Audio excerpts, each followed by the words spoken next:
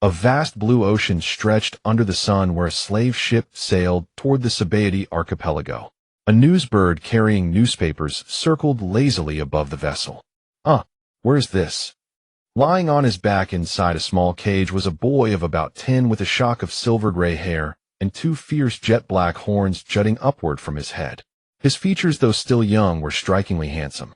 As he slowly opened his pale silver eyes, a faint groan escaped his lips. Not long ago, Logan had been staying up late to work on a manuscript when a sudden sharp pain clutched his heart, and he blacked out. Now opening his eyes to find himself imprisoned, he was completely stunned. He looked around, then stared at his own slim, shackled hands and slight body. This was certainly not the hands of a 20-something who spent years pounding a keyboard. Possession. Rebirth.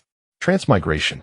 Forcing himself to recall the chaotic memories, they gradually cleared, and the original owner's information surfaced. He had no attachments in his past life, alone and rootless, so he quickly accepted his fate. The original owner was named Bernard Logan, born to a demon clan father and a human mother on the small island of Kassarin in the Grand Line. 3 years ago, his parents had been caught in a giant sea beast's wave and drowned while sailing. The news was brought back by fishermen who barely escaped alive. Logan had since survived by fishing with his family's small boat and the charity of neighbors. Yesterday, while fishing, he hit a reef, his boat capsized, and he drowned, losing consciousness. And then there was nothing, until the Logan from Blue Star awoke in this body. Grand Line, world government, celestial dragons, marines, pirates. The year 1484 of the Sea Circle calendar. As the fragments of memory settled, Logan recalled the passionate manga he used to follow and realized he had fallen into the world of One Piece. Since you're also named Logan, you'll carry on your surname Bernard and survive in this pirate world. Logan, now understanding his situation, felt a pang of worry. A strong body, martial arts, swordsmanship, Haki. How can I survive without any of this? Ding. Transmigration successful. The transmigration system is pleased to serve you. Congratulations. You have been awarded a special devil fruit adapted from your original world to fit this one. Ding. Devil fruit generated. Cat fruit mythical Zoan model. Ho heavenly howling beast gift complete. The fruit can be activated by silent meditation in 1 day. There is no physical fruit. The system's task is done. Farewell. The system came. And it left. Logan's face lit up with joy, then froze in bewilderment. But upon hearing the words mythical Zoan Ho, he couldn't believe it. Was that the Ho he remembered? If it was that Ho. In Blue Star mythology, the Ho was said to be formed from the skull of Pangu, the creator, possessing an indestructible body. It was one of the 4 primordial gods, far surpassing the others in power. Even when they joined forces, they could only seal it, and its soul and body fragmented into the 4 zombie kings. Dwelling on the myth of the Ho, Logan's hands instinctively moved toward his pockets. If not for the handcuffs, he might have posed like a badass. One day. Does this system have any idea of my situation? It's trying to kill me. Whatever. Better think about who imprisoned me and what they plan to do. Logan surveyed his surroundings, feeling the slight sway of the ship and the gnawing hunger in his stomach, his limbs weak. At that moment, the hatch swung open and 2 men entered, their hostile intent obvious. One man bore a long vertical scar across his face and wore a sword at his hip. The other had tattoos and a bullet scar on his exposed arm, with a flintlock pistol tucked into his belt. Hey brat, stop playing dead if you're awake. The tattooed man rapped the iron cage roughly with his pistol barrel, producing a sharp clang. He leered at Logan's handsome face and the striking horns that marked him as a rare commodity. Tisk, this quality. The nobles and their wives will be fighting to buy him. Cut the crap, Jim. Get him out. The sword-wielding man ordered impatiently. Wash him properly, put on decent clothes. Don't let him look like a drowned rat and drag down the price. One auction house is very picky. The cage door swung open, releasing a wave of stale air thick with sweat, rust, and cheap rum. Scarface Jim grabbed Logan's arm roughly, yanking him forward. Who are you? Why did you capture me? The moment Jim touched him, something feral, a remnant of his demon blood, nearly made him fight back. A primal resistance to restraint and hostility. But he gritted his teeth and forced the impulse down. Resist. In this state, he'd only get beaten or shot. So he let himself be pulled out of the cage, stumbling at the tug. You'll find out soon enough. Stay put.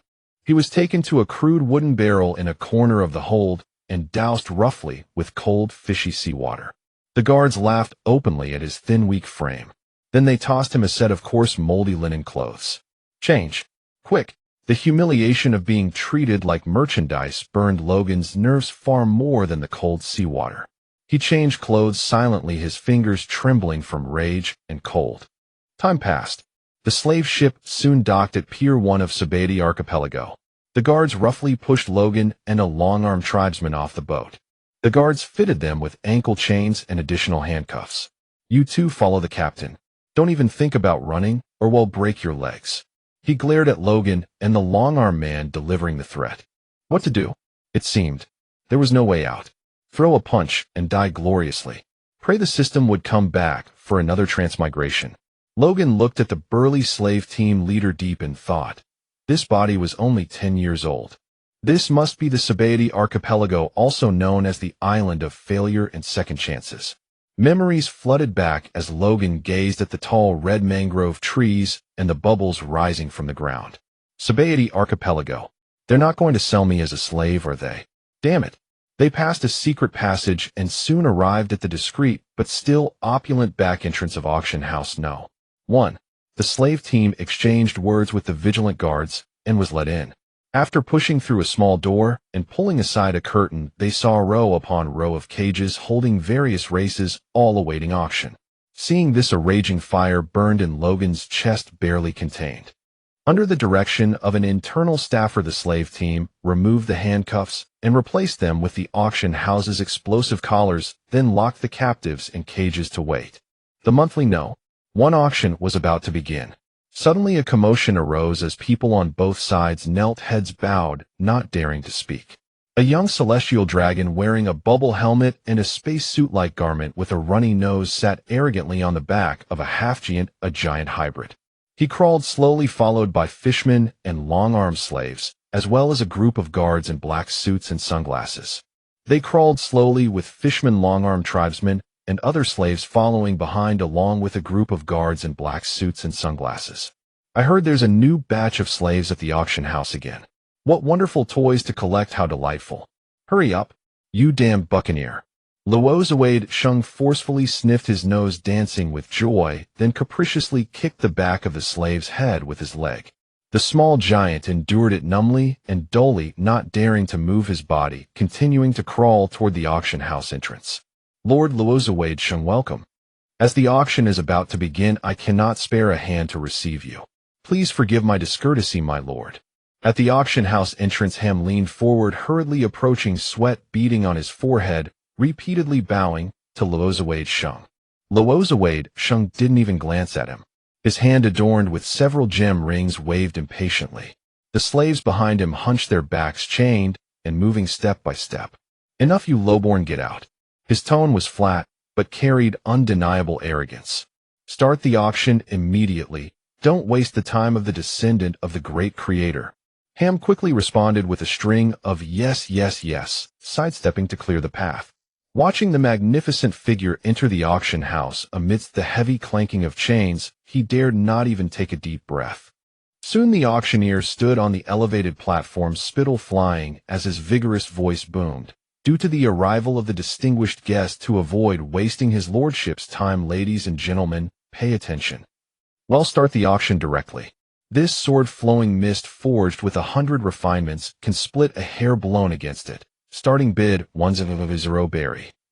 The nobles and some pirates below immediately stirred, bidding signs rising one after another. He turned his wrist, pointing at the display case next to him, and shouted again with a clear voice. And look at this rifle, rainstorm. Range of 100 jong, continuous fire, no lag. A treasure from a hunter's family, opening at 500 berry. Under the focused lights, the famous sword gleamed with cold light, and the metal patterns of the famous rifle glowed dimly in the shadows. As the auctioneer's continuous yo-ho sounded, the price placards were flipped again and again, and the air was steeped in an atmosphere of money and desire. The auctioneer's hammer had just sealed the last weapon when heavy chain sounds came from the backstage. Two managers struggled to shove a tall fishman toward the stage. Ladies and gentlemen, next is a special lot. The auctioneer raised his voice, a powerful fishman from the deep sea, nearly 3 meters tall, strong enough to lift a cauldron. Starting bid, 5 million berry. The fishman lowered his head, his cyan skin-taut gills fluttering violently from rage, and his thick arms covered with wounds both old and new. He clenched his fists tightly, knuckles turning white. Below the stage, several greedy gazes had locked onto him, bidding without hesitation. With the auctioning away of human civilians, pirate captains, or underlings, and special races, like fishmen, long-arm tribes, giants, and other commodities, one after another. The auctioneer exhaled, wiped the sweat from his forehead, and looked at the last cage covered with black cloth being pushed onto the stage. His voice trembled with excitement over the commission berries. Ladies and gentlemen, here comes the finale. The last item, a descendant of the special race, the Oni tribe. The black cloth was suddenly yanked down. In the cage, a youth slowly raised his head. Silver-black spiral horn protruding toward the sky, silver-gray short hair, and eyes revealed under the lights. He wore thin clothes with red marks from the shackles around his ankles and neck. This was Logan. The auctioneer patted the edge of the cage, blustering. Legend has it his father was a warrior of the Oni tribe, and his mother was a human swordswoman. With both the formidable regenerative powers of the Oni and the swordsmanship talent inherited from humans. Starting bid, 10 million berry. The crowd instantly exploded. The sound of bidding signs raining down like dense rain. Even the world nobles, the celestial dragons, in the VIP seats leaned forward. Logan pressed his lips tightly, his nails digging deep into his palms. 100 mil. Luo Shang's eyes shone brightly as he gazed at the youth's silver-black demon horns. There was a fervor in his eyes like a child seeing a novel toy, an insatiable possessiveness determined to obtain it. He could already picture Logan becoming a striking piece in his collection. The moment Luo Shang's words fell, the crowd fell silent enough to hear a pin drop. Those guests who had been fiercely bidding moments ago seemed strangled by an invisible hand. Their bidding cards raised halfway froze and placed the frenzy and greed on their faces, frozen into fear. Someone opened their mouth instinctively, but not even a wisp of air came out. They could only watch helplessly as that celestial dragon slowly lowered his bidding card, as if casually deciding on a trivial plaything. Him bent over beside them, glimpsed the flushed faces of the guests from the corner of his eye. Only one thought echoed in his mind: who would dare to contend with a celestial dragon? In the dead silence, Logan's breathing in the iron cage was exceptionally clear. His demon horns gleamed coldly under the light, as if silently mocking this farce. Logan was quickly handed over by the CP guards beside the celestial dragon and brought to the celestial dragon's side. Ugh! A cry of agony came. One of the guards had acted. Seeing that Logan kept his back straight and didn't even glance at Luo Shang, the guard's eyes blazed with fury, and he viciously kicked Logan's leg at the knee. The excruciating pain surged. Logan stumbled, his knee nearly smashing against the iron floor of the cage. But he clenched his teeth so tight that the veins on his temples bulged, and with his arms bracing the iron bars, he forced his half-kneeling posture back upright. He stared fixedly at that guard, flames of fury churning in his eyes. Only a suppressed grunt escaped his throat, not a trace of submission. 6 powers, sure gone. Seeing Logan's defiance, the CP guard immediately used a technique beyond human limits, piercing a bloody hole in the youth's shoulder. His fingers withdrew swiftly, his expression the obsequious look of a flunky. SSSH. Blood spurted from Logan's shoulder in an arc. NGH. Pain that penetrated the marrow swept over Logan. He pressed his palm over the wound to stem the blood loss, raised his head, and stared at the guard and the celestial dragon with burning rage, wishing he could tear them apart. Luo Shang sat on the back of a buccaneer descendant, watching this scene with great interest, like observing a trapped beast. Interesting. At least his spine is tougher than those lowlifes.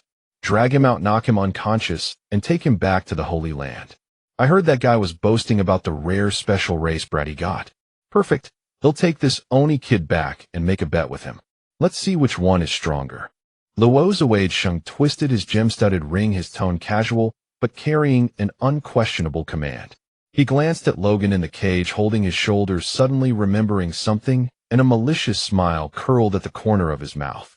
The guards immediately followed orders, roughly yanking the cage door open, clamping iron-like hands onto Logan's arms. Logan opened his mouth to say something, but bang! Another guard struck him hard in the back of the head. His vision went black and his body went limp. Take him away. I'm going back to the Holy Land to enjoy my new concubine. Luozawade Shung waved his hand as if he had just decided on a trivial wager. The Holy Land. Mary Geos, the slave dungeon. The damp cell was as vast as a basketball court, the air thick with a nauseating blend of odors, each breath carrying a piercing chill. In the cavernous dungeon, occasional sounds from other slaves drifted from afar, muffled sobs or despairing thuds against walls, all swallowed by the immense space, leaving only an oppressive silence akin to purgatory. It hurts. Logan curled up in a corner, the pain from his shoulder and the back of his head jolting him awake. He stared blankly at the wounds crudely wrapped in dirty cloth. His figure appeared frail and alone. Vaguely he recalled dying suddenly, transmigrating, and being sold as a slave. The brazenness of the auction house, the smug faces of the CP agents, the brutality of the celestial dragons. Mary Geos. Celestial dragons. He murmured the name, his voice echoing faintly in the empty cell. The chains around his neck and ankles clanked as he shifted. A sharp pang seized his heart. This was the celestial dragon's holy land. How could he ever escape? Even if he ate a devil fruit, he could not flee this purgatory. Besides, without a key or armament, Haki's internal destruction, he could not remove the bomb collar around his neck. The thought of being beaten, insulted, humiliated, and forced into gladiatorial combat to amuse some master tormented him. There were also labor tasks like pulling the massive gears of the automatic walkway and manually hauling heavy loads. Logan's heart sank to the abyss. You're awake. How's the wound? A hoarse voice came from beside him. Logan jerked his head up. Through the faint light filtering from the barred window high on the wall, he saw the towering silhouette of a man. No, a youth. The human cushion, who was a small giant. The collar and ankle chains around him were twice as thick as Logan's, clinking slightly with his movements. Whom did you bandage this for me? Bernard Logan. And you? Logan looked at the dirty cloth on his wound and asked the small giant. Bartholomew Kuma parted his cracked lips. He paused, his gaze falling on the small horn on Logan's head, and whispered, My name is Bartholomew Kuma. The celestial dragons don't care about our names. They call us rabble or descendants of some race. You can call me. Logan's heart pounded in his chest, not from the pain of his wounds, but from shock and an indescribable excitement. He raised his head sharply, studying the massive youth in the dim light. Bartholomew Kuma. Logan's voice trembled with agitation and weakness. He knew exactly what that name meant. One of the future warlords of the sea, a revolutionary army officer, a terrifying devil fruit user with the pop-off fruit, and the tragic hero who willingly became the mindless weapon, Pacifista, PX0 for Bonnie's sake. It also meant that if Kuma was here, the great battle at God Valley in the West Blue had not yet occurred. Though it should be imminent, given it was now late March 1484 of the Sea Circle calendar. Nearly 4 months had passed. Then he could escape alongside Kuma amid the chaos of God Valley. Kuma, hearing the title Tyrant, showed the first clear confusion on his wooden face. Tyrant, I'm just a descendant of the Bukaki tribe of slave. His voice was low, carrying the numbness of branding. Do you know me? Or know my race? Logan instantly realized his slip of the tongue. The Kuma before him was still just a young slave, enslaved by the celestial dragons, having endured the enslavement of his entire family, his mother's death, and his father shot dead before his eyes. Far from the tyrant he would become. No, not really. Logan quickly waved his hand, the movement aggravating the wound on his shoulder, making him hiss in pain. I think I've heard the surname Bartholomew before. Thank you for bandaging me. From now on, you're my friend. He offered a flimsy excuse. Kuma lowered his head and looked into Logan's eyes, a friend. Then a faint smile emerged on his shadowed face. Mealtime is coming soon. Food is taken by force. Eat enough to have strength to work, or you'll die from exhaustion. Just then, heavy footsteps and coarse shouts came from outside the cell. Food. You scum. Get over here. A CP guard in a black suit pushed a large barrel to the cell door, filled with a slop of leftover luxury food from the celestial dragons. The dozen or so emaciated, numb-eyed slaves erupted into motion, lunging at the bars like starving wolves, reaching out their filthy hands. Desperate shoving and stifled howls filled the space. Quick! Kuma's voice carried urgency. His massive body displayed agility unusual for its size. He stepped to the cell door in a single stride, using his frame to force a gap in the crowded press, and thrust out his enormous hand. Come! Logan, enduring the pain, struggled to extend his hand. Kuma took it, and leveraging his height and long arms, strained to reach the barrel with his other hand. He roughly grabbed the food, slopping sour water everywhere, then thrust it toward Logan, urging, "Take it, and eat in the corner quickly." Then he continued scavenging. Having secured some food, Kuma quickly retreated, shielding it with his body to prevent it from being knocked over by the frenzied scramble. He returned to Logan's side and handed it over. "Eat fast. Every mouthful helps. Fill your stomach so you'll have strength to survive." Logan stared at the foul-smelling food in the giant hand, then at the fresh scratches on Kuma's arm from the scuffle. You. Kuma sat down against the wall, his huge frame huddling, as if to conserve energy. "I'm not hungry. I grabbed a lot earlier and ate my fill. When I heard at the auction that you were going to the arena, I knew you were injured and needed energy, or you'd die." His tone was flat, as if stating an ordinary fact. A wave of intense bitterness surged into Logan's nose. He understood what Kuma meant by force and die from exhaustion. In this hell, food was the lifeline. Kuma had given his portion to a stranger he barely knew who was wounded.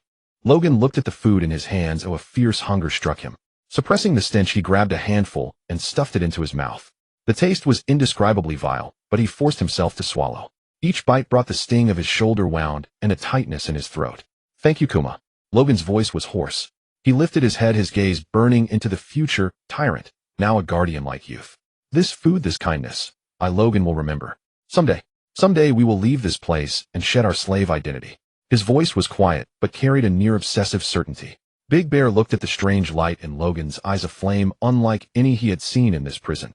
Neither the blaze of anger nor the flicker of despair, but a glimmer of something called hope.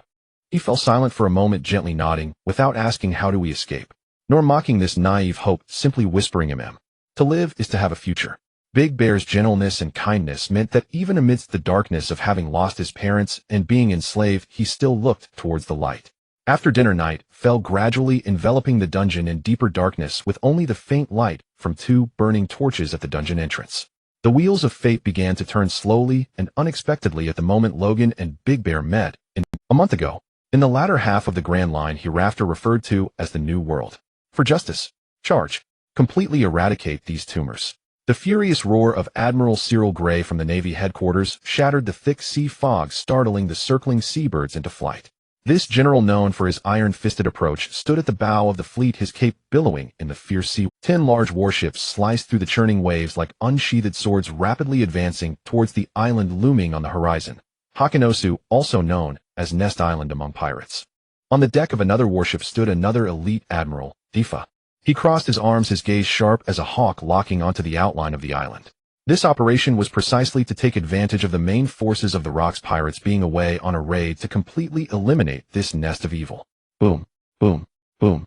The cannons roared with orange flames, heavy projectiles tearing through the air, crashing into the cliffs of Nest Island, exploding into clouds of dust and debris. From the island's dock came the startled roars of pirates, intertwining with the shouts of Navy soldiers, creating a violent uproar on the sea. As the battle raged on, the sea breeze carried the heavy scent of gunpowder and blood. Gray's military boots trod over the blood-stained beach, each step leaving a dark red mark in the sand, while the blood from the blade at his waist dripped, slowly splattering onto the scorching grains, instantly blooming a patch of dark color. He surveyed the pirates fleeing across the island, his eyes cold and hard like forged iron, leave not a single one. This is the fate of those who oppose justice. As the Navy troops advanced towards the center of the island, a massive skull sculpture suddenly came into view, delivering a powerful visual shock. The skull's eye sockets, nose bridge, and teeth were carved with clear distinction, the hollow eye sockets seemingly gazing at every intruder.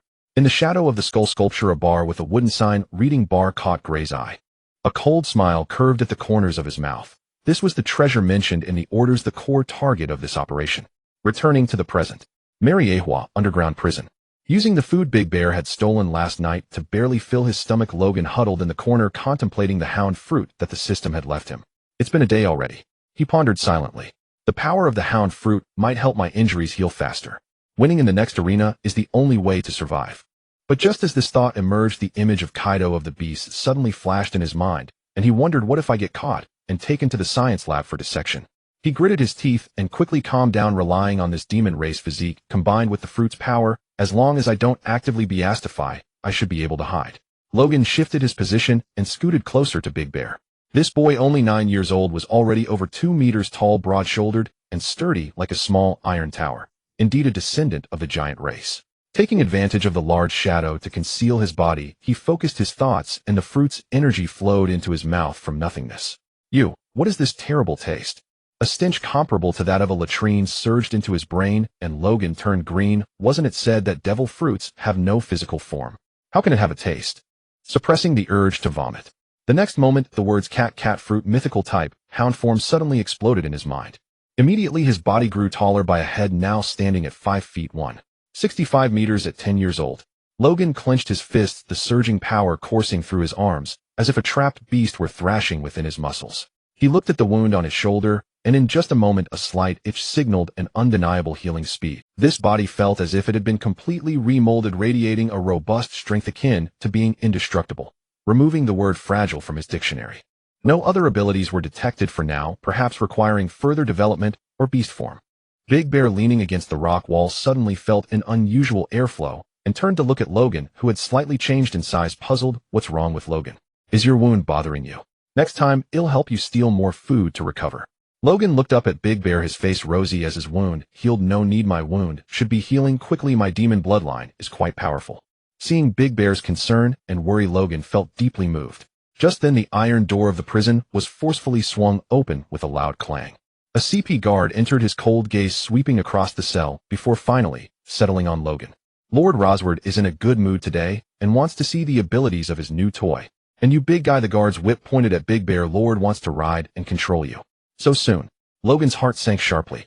He had just gained the fruit's ability and couldn't even use it, and being weak and injured, how could he fight? And who was the opponent? Other slaves or beasts? Big Bear's massive body slowly stood up like a silent mountain. He looked at Logan, filled with concern and helplessness.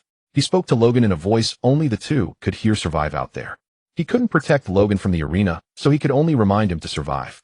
Logan looked at Big Bear, and finally his gaze fell on the unknown passage leading out of the cell, the celestial dragon's emblem glimmering coldly in the shadows.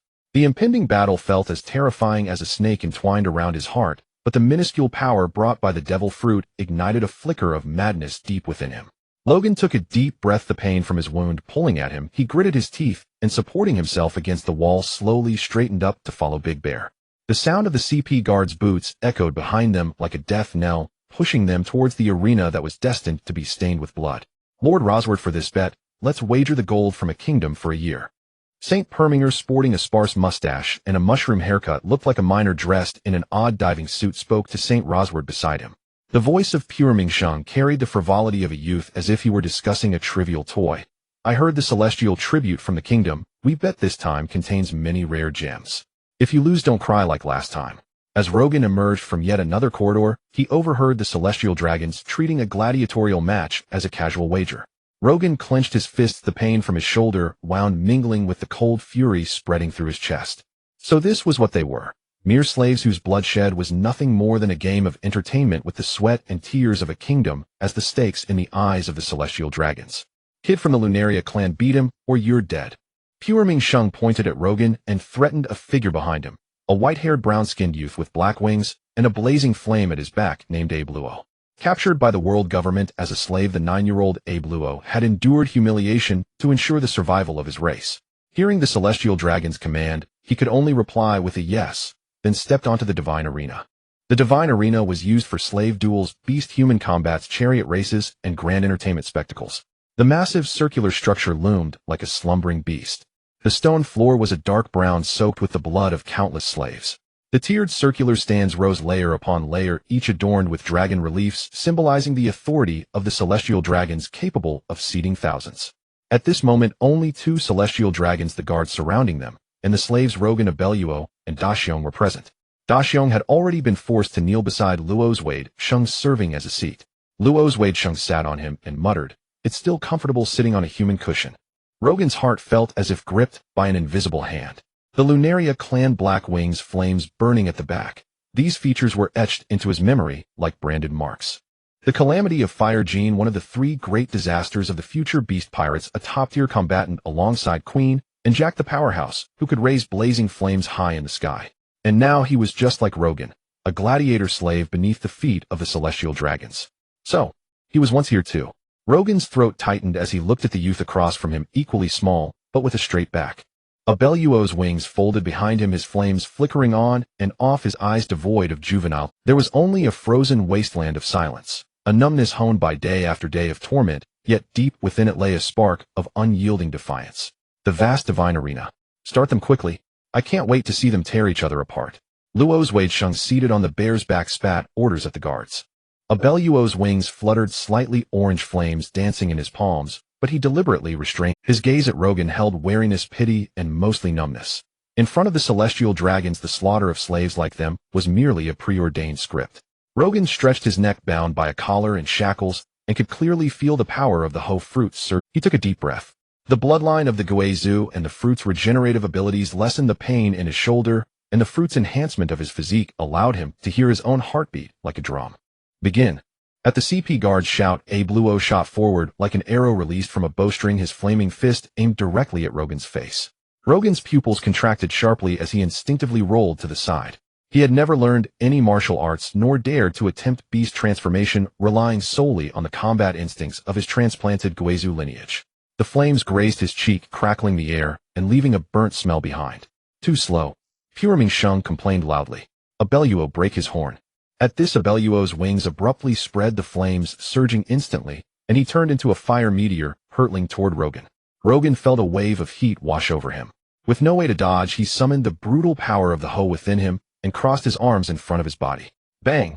The moment the flames collided with his arms, Rogan felt as if a red-hot iron had smashed into him, a searing pain shooting through his limbs. But the expected scene of shattered bones and torn tendons did not occur. The defensive power of the Ho revealed a glimpse of its might. His skin took on a faint grayish-white luster, and he actually withstood the blow. Abeluo was also stunned.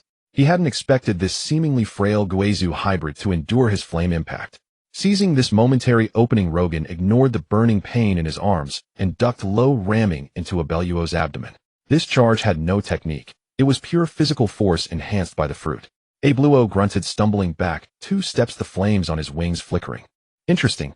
Luo's Wei Sheng smacked his lips from his human cushion. This Guizhou slave looks tough. Rogan panted heavily, the burning pain in his arms intensifying, but he couldn't stop. He could see a flicker of hesitation in Abeluo's eyes. This future calamity of fire clearly didn't want to deliver a killing blow. Kill him, or I'll rip out your wings and make them into a specimen. The roar of Pure Sheng lashed across Abeluo like a whip. Abeluo's body trembled violently. The red flames blazed up again, but this time the hesitation in his eyes vanished, completely replaced by an icy resolve. He knew that in this arena mercy would only bring death. His wings beat, lifting him into the air, flames coalescing in his hands into burning fireballs that streaked toward Rogan with a sound of tearing air. Rogan's heart pounded wildly. He could feel the shadow of death closing in. Even with his fruit's power, he couldn't fully unleash it. Was he, after crossing over and gaining strength, going to die here? No. He squeezed his eyes shut, images flashing through his mind. The Ho from Blue Star mythology tearing apart the heavens and earth. The suppressed power within him seemed to answer, roaring in response. His short silver-gray hair stirred without wind, and the silver-black horns on his head took on a faint metallic sheen. Now, Rogan's eyes snapped open, the burning fireballs reflected in his silver-gray pupils. He didn't dodge, but instead charged forward, twisting his body hard to the right at the last possible moment. A speed beyond normal human reaction, the instinct of the Ho fruit. The fireball grazed his ribs, leaving a trail of sparks. And Rogan's fist, carrying the force of tearing air, slammed fiercely into the joint of Abeluo's wing, where the flames had died down. Crack! A clear sound of bones snapping echoed. Abeluo let out a pained roar, the flames on his back dissipating instantly. His massive body fell from the air, crashing heavily onto the stone floor of the arena. Silence fell over the entire arena. Luo's Wei Sheng was stunned. Pure Sheng's hand holding his beard nearly yanked it out. From the corner of his eye, Daxiong saw this, and suddenly raised his head, a flicker of disbelief in his gaze. On the arena, Luo Jin stood still, his chest heaving violently, his fist still in the throwing posture. He looked at Abiru, who was lying on the ground, gasping in pain, and then at his own fist. His silver-gray pupils were filled with shock. He never imagined that he had actually won. Fortunately, he had eaten the fruit beforehand, and Abiru was still young and had not yet exerted his racial talent. Win. 1. St. Luozuade took a while to react, then burst into piercing laughter. Great. St. Pureming, you lost. The heavenly tribute of that kingdom belongs to me. The CP guards immediately rushed onto the field, chained Abiru's wings, and dragged him away. As he passed by Luo Jin, Abiru lifted his head and shot him a complex gaze. No hatred, only a trace of relieved weariness. Luo Jin watched his dragged away back, then looked down at his own fist. He knew this was not an end. In this cage of the Tianlongren, every breath, every battle, was for survival. He looked up at St. Luozawaid on the stand, then at the silent Deshiong. In his silver-gray pupils for the first time a flame, named Fighting Spirit, ignited. The hell of Marihoa. He would overturn it with his own hands. You useless fool. You actually lost. Send him to the science squad for human experimentation. Don't be complacent, St. Luozawaid. St. Pureminge shouted in fury. I will go down to the lower world to scout new powerful slaves and win back around. They'll be waiting for you. Luo Jin also didn't expect that he had indirectly sent Abiru to the science squad for human experimentation. The triennial hunting game is about to commence. We can bet once more in this game. St. Luozawaid sniffed his snot and laughed heartily, ordering the guards, I'm in a good mood today. Give this slave extra food tonight. First take him to work on the moving walkway. I'm off to collect the heavenly tribute. The guard replied, yes, and then led Luo Jin through winding corridors to another hollow, handed him over to the guards there, and then turned to prepare food. In the vast underground passage beneath giant gears, hundreds of slaves were straining to pull ropes, turning the gears. Thus the automatic, moving walkway came to be. Overseers occasionally lashed their whips at slaves who slowed down. The stench of blood and sweat mingled, permeating the damp air like a sticky web, gripping everyone's mouth and nose tightly. The deafening click of gears turning mixed with the suppressed gasps of slaves, the sharp cracks of whips striking flesh, and occasional cries of pain wove a song of hopeless purgatory. Luo Jin stood at the passage entrance watching those hunched figures. Their skin bleached white by sweat, their shoulders marked with bone-deep blood grooves from ropes, yet they still mechanically marched under the threat of whips. There was a fisherman child who looked no older than 10, his gills opening and closing violently from lack of oxygen. As he stumbled, the overseer's whip lashed across his back, instantly splitting the skin. Yet he couldn't even cry out. He could only grit his teeth, grip the rope tightly with his webbed hands, and continue crawling forward. What are you looking at? Get over here. The guard's harsh scolding sounded behind him, pushing Luo Jin forward. Luo Jin stumbled ahead, his peripheral vision sweeping over those numb faces. There was no light in their eyes, only a dead stillness, as if this endless toil had long drained every ounce of vitality from them. He suddenly recalled what Deshiong had said, without energy you die. He now realized that death here had never been limited to just one form. At the end of the passage, the guard placed a wooden basin filled with rancid water and scraps on the ground. Eat quickly, then get to work. With that, he turned to supervise the slaves pulling the gears, and the sound of whips cracking intensified. Luo Jin crouched down, looking at the food in the basin, his stomach churning. But he knew he had to eat. Just like those slaves pulling the ropes had to keep hauling. Here, living itself was a bitter toil that one had to endure with gritted teeth. He grabbed a handful of food and shoved it into his mouth, the taste a mix of blood and sourness. But he forced himself to swallow. His gaze passed over the guard's figure, looking at the slaves struggling under the gears. In his silver-gray eyes, something hotter than mere survival ignited. Anger toward the Tianlongren. They clearly had the capability to advance science, yet they suppressed it, hindering the world's progress. Destroying nations, wiping out races, abducting women, forcing slavery, and so on.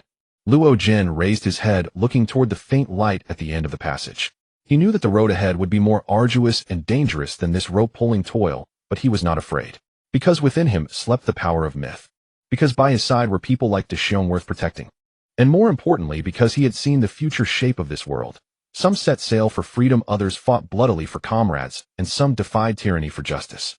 Just wait, Luo Jin murmured in his heart. His silver-gray pupils glowed astonishingly in the dim light. I will bring this holy land, this hell, to its rightful conclusion. The sound of gears turning was still deafening, but to Luo Jin it sounded more like the pendulum of a countdown. Wait, gather strength, and then tear everything apart. Home to continent, Marihoa Hall of Power. How dare they name themselves with the title of God? For the triennial indigenous elimination tournament, let's choose this non-allied country that doesn't pay heavenly tribute. Saturn Science Defense War God St. Gigalaxia Satan, with white curly hair, a bushy white beard, a flat cap, and a scar on his left cheek, pointed at the world map and spoke slowly. Agreed. Agreed. With the consent of the other Wu Lao Xing. The matter was thus decided. The treasure, snatched from Fengchao Island some time ago together with 6 devil fruits, would serve as the grand prizes for the hunt. Wearing glasses, holding the Shodai Katetsa and robed in white Venus Finance, War God Saint Izambalan V. Nasajuro spoke, leaning on his famed blade. Let those little fellows prepare to set out. Jupiter Agriculture War God Saint Shepherd Tin Pit, with golden hair and beard, a scar on his chest, and wearing a deep red suit. Alright, let's continue discussing other government matters. Mercury Legal War God Saint Topman Warcury, bald with 2 mustache tufts, a birthmark on his forehead, and wearing a dark green suit interjected from the wide sofa. In the dungeon, 3 days had passed since his victory over a Belru in the arena and the subsequent labor. During the evening, he shared the extra meal with Big Bear, who had returned early to their cell, deepening the bond between them. These few days had witnessed a beast fight a slave fight and labors such as hauling heavy cargo and cleaning the garden palace. Fortunately, he had endured them all and even improved his strength a little. Logan broke a somewhat decent dry hardtack into 2 halves, offering the larger piece to Big Bear. This was his trophy today, hidden while cleaning the Celestial Dragon's bedchamber, taking advantage of the guard's inattention.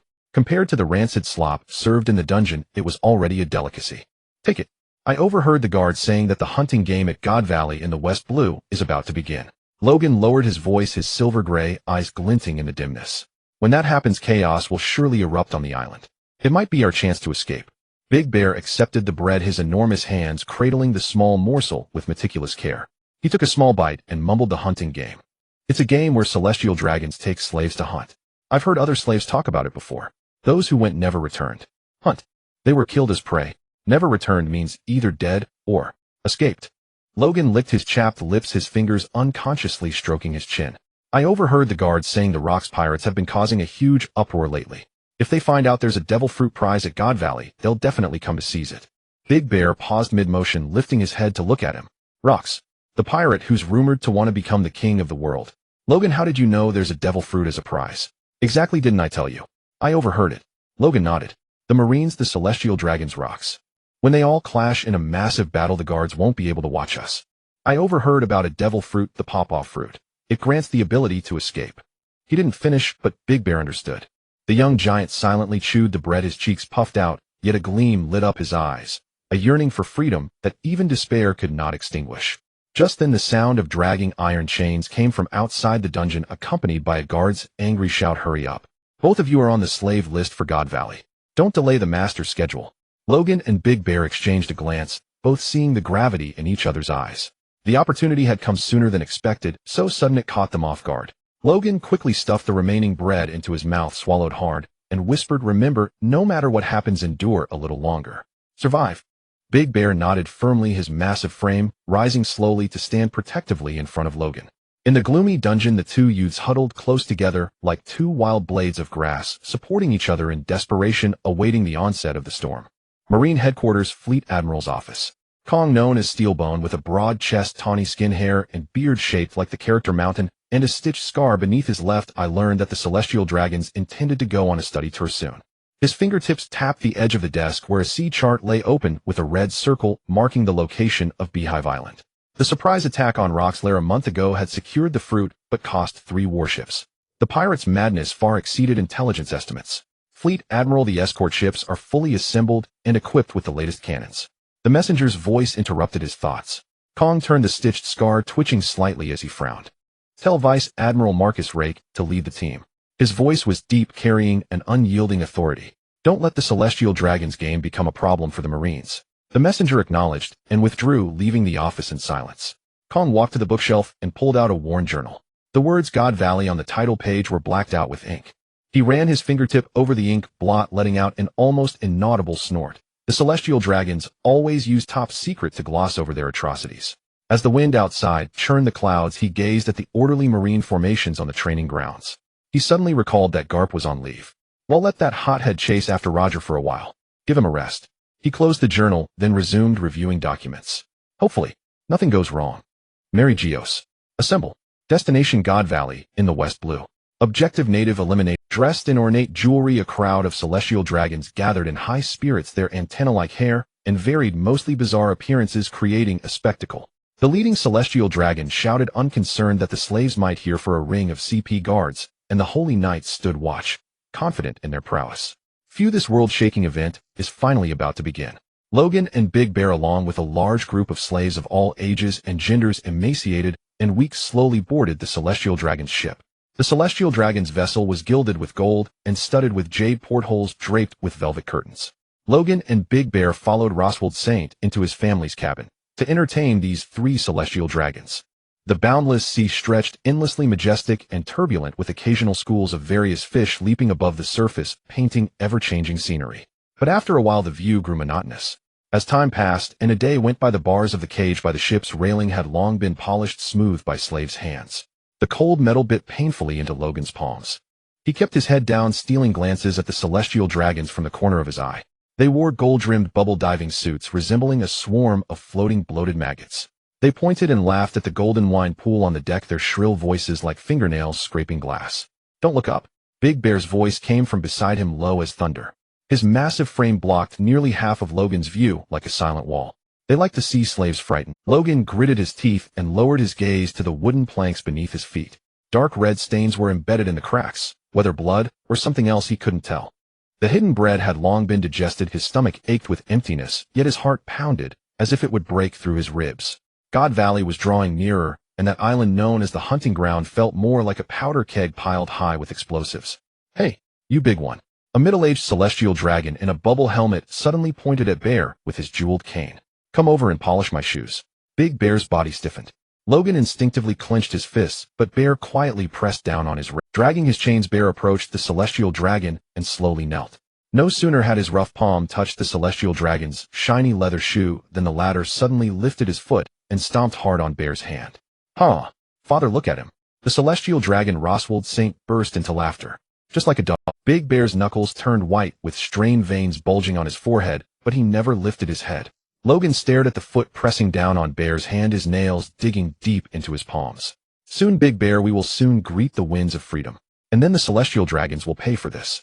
Beneath Logan's gaze, the fury accumulated over these days burned fiercely. The Valley of the Gods, an island standing tall above the western sea. The island's periphery is surrounded by steep black cliffs, where the waves crash year after year, spraying droplets that refract into a rainbow of colors under the sunlight, yet cannot conceal the chilling aura seeping from the crevices of the rocks. The sea breeze, carrying a salty tang, sweeps across the surface of the ocean, rushing towards the island. At the center of the island stands a towering mountain seemingly cleaved in two, piercing the clouds. In an open plaza of a temple, the celestial dragons held a grand mobilization for the hunting game. The indigenous cleansing competition has begun. This time the chosen location is the filthy land of the Western Sea, shamelessly named the Valley of the Gods. The host then greedily licked his lips. "We have detected abundant resources on this land, and after the hunt this island will belong to the world government." The host's voice erupted over the island, imbued with the unique arrogance and cruelty of the celestial dragons, cracking like a whip against the hearts of every indigenous person and slave. Before his words faded, excited whistles from the celestial dragons echoed from afar, surveying the land that was about to become their hunting ground like cattle. The wind in the Valley of the Gods suddenly turned briny and pungent, as if the island itself was silently lamenting the massacre that was about to unfold. The king of the Valley of the Gods gritted his teeth in anger, saying, "How can they act so recklessly? Is it really necessary to kill my people for a mere game? This is madness. This is our nation. What's going on? This guy is so arrogant." One of the celestial dragons disdainfully remarked, "Humph." With a cold step and a crescent moon-shaped golden hair, Feegalin Gallon rushed towards the king, drawing his sword in one swift motion. The king fell dead in an instant. Meanwhile, on another side, a large number of enslaved races were lined up at the roadside. Logan's mind raced. Now that there's no one watching, should I sneak away with Big Bear and hide until the rocks? He shook his head. This plot cannot be altered. Big Bear must escape, first to meet Ginny and Ivankov, who will then help Big Bear steal 6 prizes. After stealing, we will assess the situation. We cannot cause any complications that would lead to missing the meatball fruit. Otherwise, we would be surrounded and unable to escape. Big Bear, do whatever you want to. I will be with you. Don't miss this opportunity. Logan encouraged Big Bear after making his decision. "I want to escape now. Oh, I don't want to be enslaved any longer. I've had enough." Big Bear recalled the past 5 years, looking at Logan with tearful eyes filled with hope. "Logan, do you support?" "Of course I support you, Big Bear. During this time I've seen that you are very gentle and kind. You were the one who helped me at the beginning. We will escape from here and survive." Logan supported Big Bear with encouraging eyes. With newfound determination, Big Bear bent the iron bars with great strength, producing a slightly screeching metal grinding noise, and then looked at Logan. Logan nodded and followed Big Bear to a house where the collar's sensing keys were stored. He entered the correct number to unlock the explosive collar, otherwise if they ran too far it would blow up. Logan felt a sweat when unlocking the collar. After all, if this thing was too far away it would explode. Each step was nerve-wracking. They ran out of the slave-holding area. They reached a grassy area where Big Bear sat down, panting heavily and confused, not knowing where to go next. Sitting with his legs hugged, he looked at Logan. "What should we do now?" As soon as he finished speaking, a sound of footsteps approached, and 7 or 8 slaves from the self-defense team, threatened by the guards, came chasing after them. Big Bear was overpowered and captured. Logan pretended to be knocked down as well, so as not to raise suspicion. While being dragged back by the self-defense team, a voice echoed nearby. Hee, you are the grand prize from the Bikania tribe. I see such a big guy, you must have the blood of giants. And another special race. Embryo Ivankov with a big face and purple explosive hair appeared on a nearby boulder with Ginny, who had pink hair. They had pretended to join the self-defense team, chasing Big Bear and Logan. Otherwise how could they have unlocked the collars and organized a plan for the escape operation? The guards were not afraid of anyone escaping, as the entire island of the Valley of the Gods was surrounded. My brother is also quite big, right? Ginny said, revealing her toothless grin while taking a bite of a chicken leg. Hee, only a big face. That's ridiculous. Fool. Ivankov exaggeratedly widened his eyes and looked down. You all look so lifeless. Is living even interesting for you? Shut up, you little brat, said the leading slave. I ask you, do you want to die or live? Ginny raised an eyebrow. Of course we want to live. What of it? The leading slave responded, as a matter of course. Then we will create miracles. Ivankov waved his arms. Then listen to us, we have a detailed battle plan. Immediately return to participate in the game, as pray otherwise unforeseen events may occur. We will wait for miracles for 3 weeks during the game. Ginny was already fully prepared. Logan, Big Bear, and the others were captured back into their cage to wait. In the center of the Valley of the Gods at the Temple Plaza, the cages and collars that were transferred opened with a series of sounds. The hunting game will last for 3 weeks. As long as you survive 3 weeks, you will be set free. Now hurry and escape. Ha ha ha. The host's voice rang out. All right, the game has begun, and the prey has been released. He paused, scanning the crowd that burst forth from the cages. The fear and anger in their eyes were to him merely the struggles of prey facing death. There are 200 hunters from the world's nobility. Among the prey there are 13 ultra-rare rabbits worth 10,000 points, and another 150 rare rabbits worth 1,000 points. A single kill grants additional bonuses. The remaining 100,000 indigenous people are worth 1 point. The top 6 hunters will be rewarded with divine-grade devil fruits and top-tier devil fruits. The first place will even receive the treasure of Honeycomb Island. It starts in 1 hour. The host pointed to the back of the Temple Plaza, where 6 devil fruits were displayed. The mass escape of the indigenous people and slaves stirred up a cloud of dust that enveloped the lined-up knights of the gods, obscuring their figures. Ginny and Ivankov gathered with Big Bear and Logan to flee towards the plaza's exit, while Logan remained silent, allowing Ivankov to lead the way. Logan, are you alright? Big Bear's voice was low, his massive frame deliberately slowing its pace to walk alongside Logan. He noticed that Logan had been distracted these days. His silver-gray eyes concealed complex emotions that he couldn't comprehend. I'm fine. Logan shook his head, looking towards the misty valley in the distance. I was just thinking how grand this game. What he didn't say was that memories of the great battle in the Valley of the Gods were flashing back in his mind. Rock's madness, Roger's maniacal laughter, Carp's iron fist, and those nameless souls who perished in the chaos. This battle, which would change the course of an era, was now slowly unfurling with their footsteps. Time rewound, 2 weeks earlier. On the latter half of the Grand Line, Beehive Island. The intelligence officer of the Rocks Pirates, upon receiving news that a hunting game was being held at God Valley in the West Sea, with the prize being a legendary devil fruit, said to be of god tier, rushed to the central building on the island to report. Captain Rock's news has come. The Celestial Dragons are holding a hunting game at God Valley in the West Sea. The prizes are 6 devil fruits, 2 of which are the god tier Azure Dragon form and the pop-off fruit. Here is the relevant intelligence. The intelligence officer reported cautiously before Rocks, whose spiky hair and overwhelming ferocious aura radiated dominance.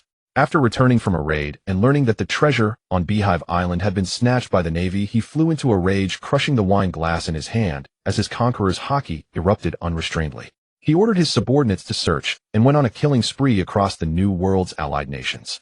He had always been the one to take from others. When had anyone ever dared to take from him? And those were his treasures.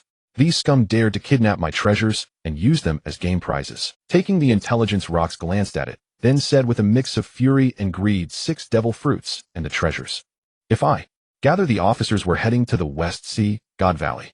He intended to lead the entire Rocks Pirates in full force to God Valley to punish the Celestial Dragons, seize the devil fruits, and reclaim the treasures.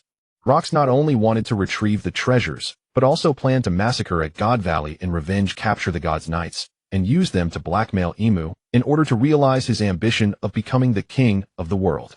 Before long, the young Edward Newgate, Shiki Charlotte, Lean Kaido, John Wong, G Silver Axe Bakingams, Stussy Gloriosa, Gil Basta, Marlon Longbread, and other crew members filed into the building. All Rock's pirates assemble and set sail for God Valley in the West Sea. Rox glanced at the crew, then tossed the intelligence toward Whitebeard, Devil Fruit's treasure, and the treasures. Whoever grabs them keeps them. Rox could only make such a promise, as most of these crew members who had been coerced into joining through games were not easy to control. As the intelligence was passed around, everyone learned the situation. The allied pirate crews gathered and set off. Other pirate crews replenishing supplies on the island heard the news and followed along, hoping to scavenge spoils. West Sea, God Valley. An hour later. Then let the game begin. As the host with purple hair and a Teletubby-like appearance finished speaking, the land of God Valley was filled with the dense sound of gunfire. Saturn Saint, one of the 5 elders, sat quietly on a luxurious throne that had been carried to the highest peak, watching the scene below. The slaves stumbled forward while the celestial dragons behind them, though not all participating, were not idle, either following closely behind the slaves. When the game began, one of them, whose luxurious robe was already stained with mud, raised a gilded crossbow and aimed an arrow directly at the broad back of the bear-like youth ahead, hoping to claim first blood. "Watch out!" Rogan's shout mingled with the wind. He had been walking beside the bear, and when he turned back he caught the glint of the arrow tip. Relying on his fruit's flexibility, he quickly stepped back his sturdy shoulder, slamming into the path. The arrow sank half an inch into the muscle, and the blood droplets were instantly squeezed into a thin line by his tense skin. "Run!" Rogan pushed the bear, who was about to speak, but he stumbled a couple of steps from the impact and quickly pulled the arrow out. The wound on his back tingled with a burning sensation. He could feel the tissue beneath the skin slowly squirming and healing. This was the power of a mythical Zoan fruit. The excited shouts of the celestial dragons and the twang of bowstrings pursued them from behind. Slaves fell one after another, struck by arrows or bullets. Ivankov led a group of slaves, dodging left and right among the jagged rocks. When the setting sun dyed the outline of God Valley, a dark yellow hurried footsteps came from ahead. Ivankov's purple afro stood out in the twilight, waving his arm. Further up is a secluded valley. Rogan and the bear, panting heavily, followed. The wound on his back had formed a dark red scab. The mountain wind swept pine needles past his ears, and faintly he could hear the frenzied shouts of the celestial dragons from below. "Look at the sea. I've never seen so many Navy warships. They've surrounded the island. No one can escape from an island like this. This is actually happening in reality. The world government will erase this very event from history." Ivankov stood on a boulder, eyes wide, and continued, "They drove out the natives and are playing a murder game. There are 100,000 so-called prey rabbits on this island. After 3 weeks of this game, not a single one will be left alive. Unbelievable. Is this really reality?" Rogan leaned against a tree, resting and recovering his strength, unmoved. He had long known about this episode. He had just watched Kuma's flashback before being transported to this world. When he had watched it, Rogan had cried. He only watched the anime, not the manga. And after being transported, he was moved by Kuma's help and kindness. He didn't care about Poneglyphs, Marines, pirates, or other races. He only wanted to become stronger in this world, build a force to take revenge on the celestial dragons, and change Kuma's future. But didn't they say that if we survive 3 weeks, we'll be granted freedom? That's completely impossible. Every slave taken to these games in the past never returned to Mary Geos. There are no survivors. Ivankov jumped down from the boulder and thrust his big face toward the male slave. "If it's a lie, then why give us hope?" another slave asked. "Hope gives you motivation. It makes you hesitate to run away. What fun is there in killing people who have already given up and are waiting to die?" Ivankov turned to him. "Don't dream of surviving in this shitty game. We have to escape from it." The crowd was speechless. "Hey, you shark fishman, you have sharp teeth, right? Bite through this chain." After a moment of calm, Ivankov raised his hand toward the fishman. With a clang, the chain snapped. As expected of a shark fishman, "That bite force is amazing. Thanks. This is the first time I've been praised." The adult shark fishman looked embarrassed. "Go help the others bite through their chains." Ivankov then walked over to Ginny. "Ginny, how's the situation?" "Strange. The message should have been sent out, but there's no word from the Navy or the pirates." "Why?" Ginny, listening to the stolen den mushy, scratched her pink hair, looking troubled. This was a den mushy she had stolen. A slave approached and asked, "What are you doing?" Ginny grinned, revealing her missing tooth, and said smugly, "What else?" "Manipulating the information. The prizes for this game are the key to our escape." "Prizes?" "One is a devil fruit that lets you transform into the mythical Zoan azure dragon, the strongest of its kind. The other is a power that can send yourself and others flying to distant islands. The pawpaw fruit is also on this island." Ginny recalled the intelligence she had overheard. "If any of us can eat that fruit, we can get dozens of people out of this hell and break through the Navy's encirclement." Yawankafu clenched his fist, full of hope. "It's impossible. The prize is in the center of the island. Oh, we'll be killed before we find it." A slave with a beard on his chin said dejectedly. I am a professional in theft, eavesdropping, and communication. 2 weeks ago I sent intelligence about this island to the outside. Soon pirates targeting the treasure will raid this island, causing great chaos. Jenny looked as if she had everything under control, then added, however, just this alone won't make our operation succeed. One of us needs to attract the attention of the celestial dragons. The slaves bowed their heads in silence. They'll do it. Deshiong raised his hand with a resolute face. Luogen also looked at the determined Deshiong, truly a gentle and kind man in the pirate world. Everyone was shocked and moved, looking at Deshiong with teary eyes. Yuankafu was touched and called out, I'm big too, I should be able to survive longer than ordinary people, and besides. Deshiong recalled his deceased parents, I don't want to see anyone else die. Jenny looked at Deshiong, moved by his spirit. From then on a seed was planted in her heart. Yuankafu clenched his fists, while said to Deshiong, I won't let you die. Let's escape God Valley together. Night fell and campfires lit up the valley. Although the plan was not explained in detail, Luogen guessed that the intelligence was sent out pirates would attack Deshiong, would attract the celestial dragon's attention, and Yuankafu would steal the devil fruit. But Jenny didn't expect that it would be the attack of the Overlord Rocks and the Roger pirates, along with many famous pirates. As a result, there was no need for anyone to attract the celestial dragon's attention. They were all scared out of their wits. Are you really sure? Luogen walked beside Deshiong and asked in a low voice. He knew the direction of the plot, but he was even more aware of the variables of reality. Even a predetermined fate could deviate at any moment. Deshiong raised his head, the firelight dancing on his dark face. His eyes, always gentle, were exceptionally resolute at this moment. Luogen, you once said that only by living can we have a chance to change. I want everyone to have a chance to leave here alive. He paused, looking at the slaves huddling by the campfire. They like me should not die in this game. Luogen fell silent. He suddenly thought of the future tyrant bear, who always held a Bible and silently protected his comrades. So this tenderness and responsibility had been engraved in his bones since youth. Then I'll go with you. Luogen patted Deshiong's arm, his silver gray eyes shining strikingly in the night. You are too big a target, easy to be focused fire. I can coordinate with you from the shadows and divert some guards' attention. No.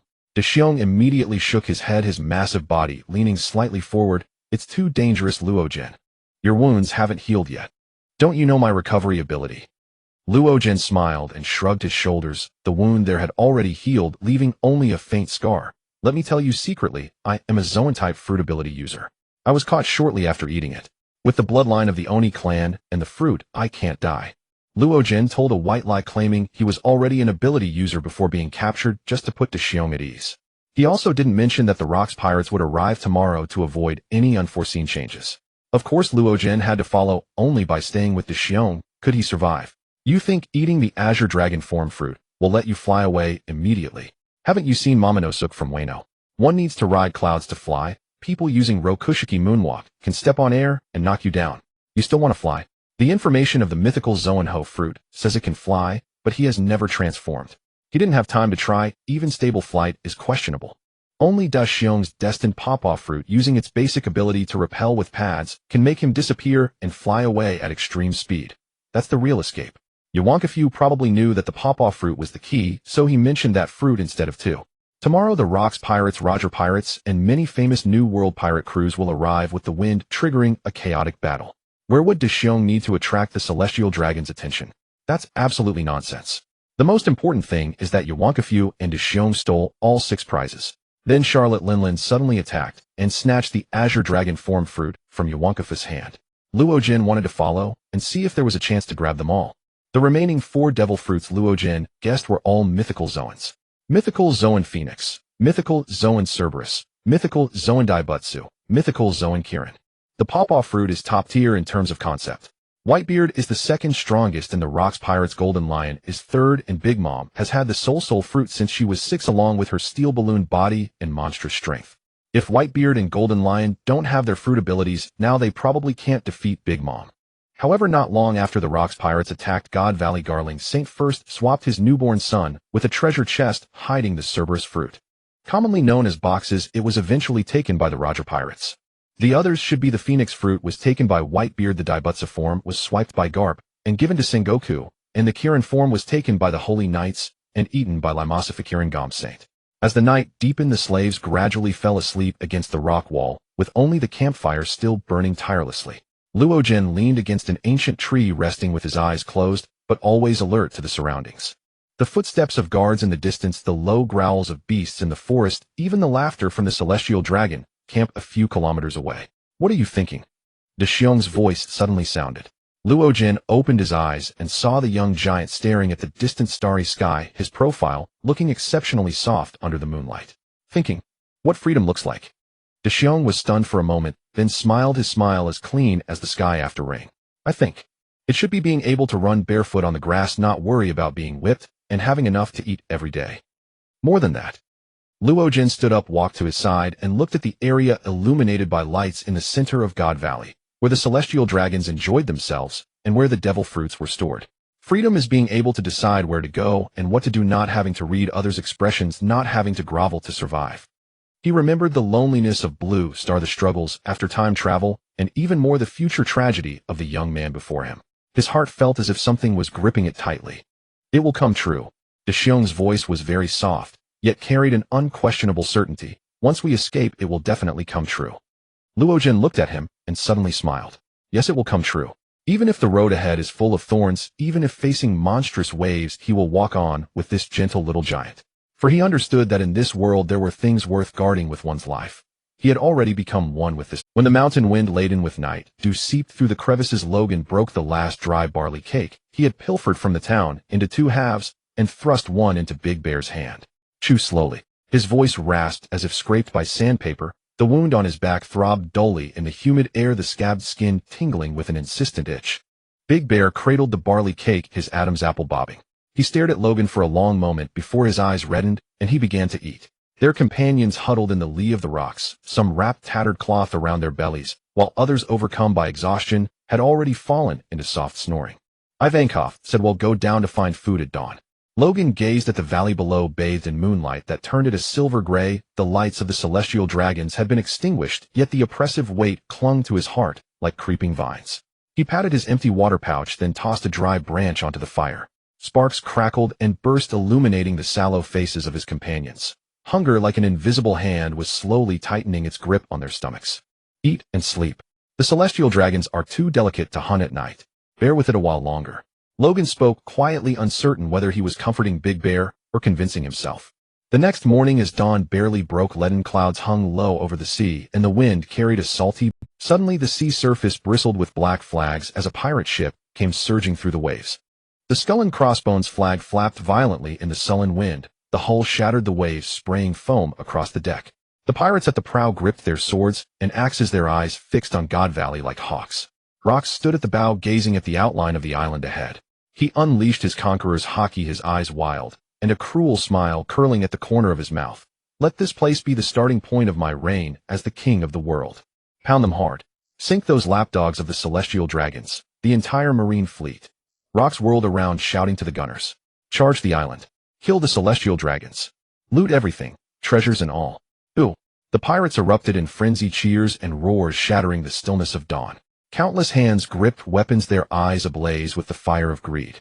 The next instant, dozens of cannons roared, billowing smoke and scalding heat into the sky. Shells screeched across the sea surface, slamming into the distant marine fleet in a dense barrage. Explosions rang out one after another, churning the sea into towering waves. "Treasures, here I come. They're all mine." John, his silver-purple hair flowing, stood behind Rox, tilting his head back to drink. "Don't die drunk on the battlefield, John." Silver Axe strode over and clapped a heavy hand on John's shoulder. "Yo, Silver Axe, care for a drink? Finest liquor from the North Blue." The other commanders all fixed their gazes on God Valley, eager to join the fray. "A triennial nation-killing game, haha. They're more pirate than we are, calling themselves descendants of gods. And the world government protected by the righteous Marines. What hypocrisy. Let me show them with my strength that this is the era of Rox." Rox declared, murderous and wild. His conqueror's haki swept over the nearby warship's dark red aura, spreading like a sea of blood to the port of God Valley. World government officials and marine soldiers cried out in alarm at the sight of the ships. But before their cries could fade, cannonballs landed among them. Instantly, the port's coastline turned into a hellish scene. Flames erupted. "Damn it, intruders. Form up. Counterattack." Even the slowest among them now realized the situation. As the world government officials and marine soldiers recovered from the shock of the conqueror's haki and the bombardment, they saw the Jybex sword, and chaos erupted. "It's Rox. The Rox pirates. Quick, defend."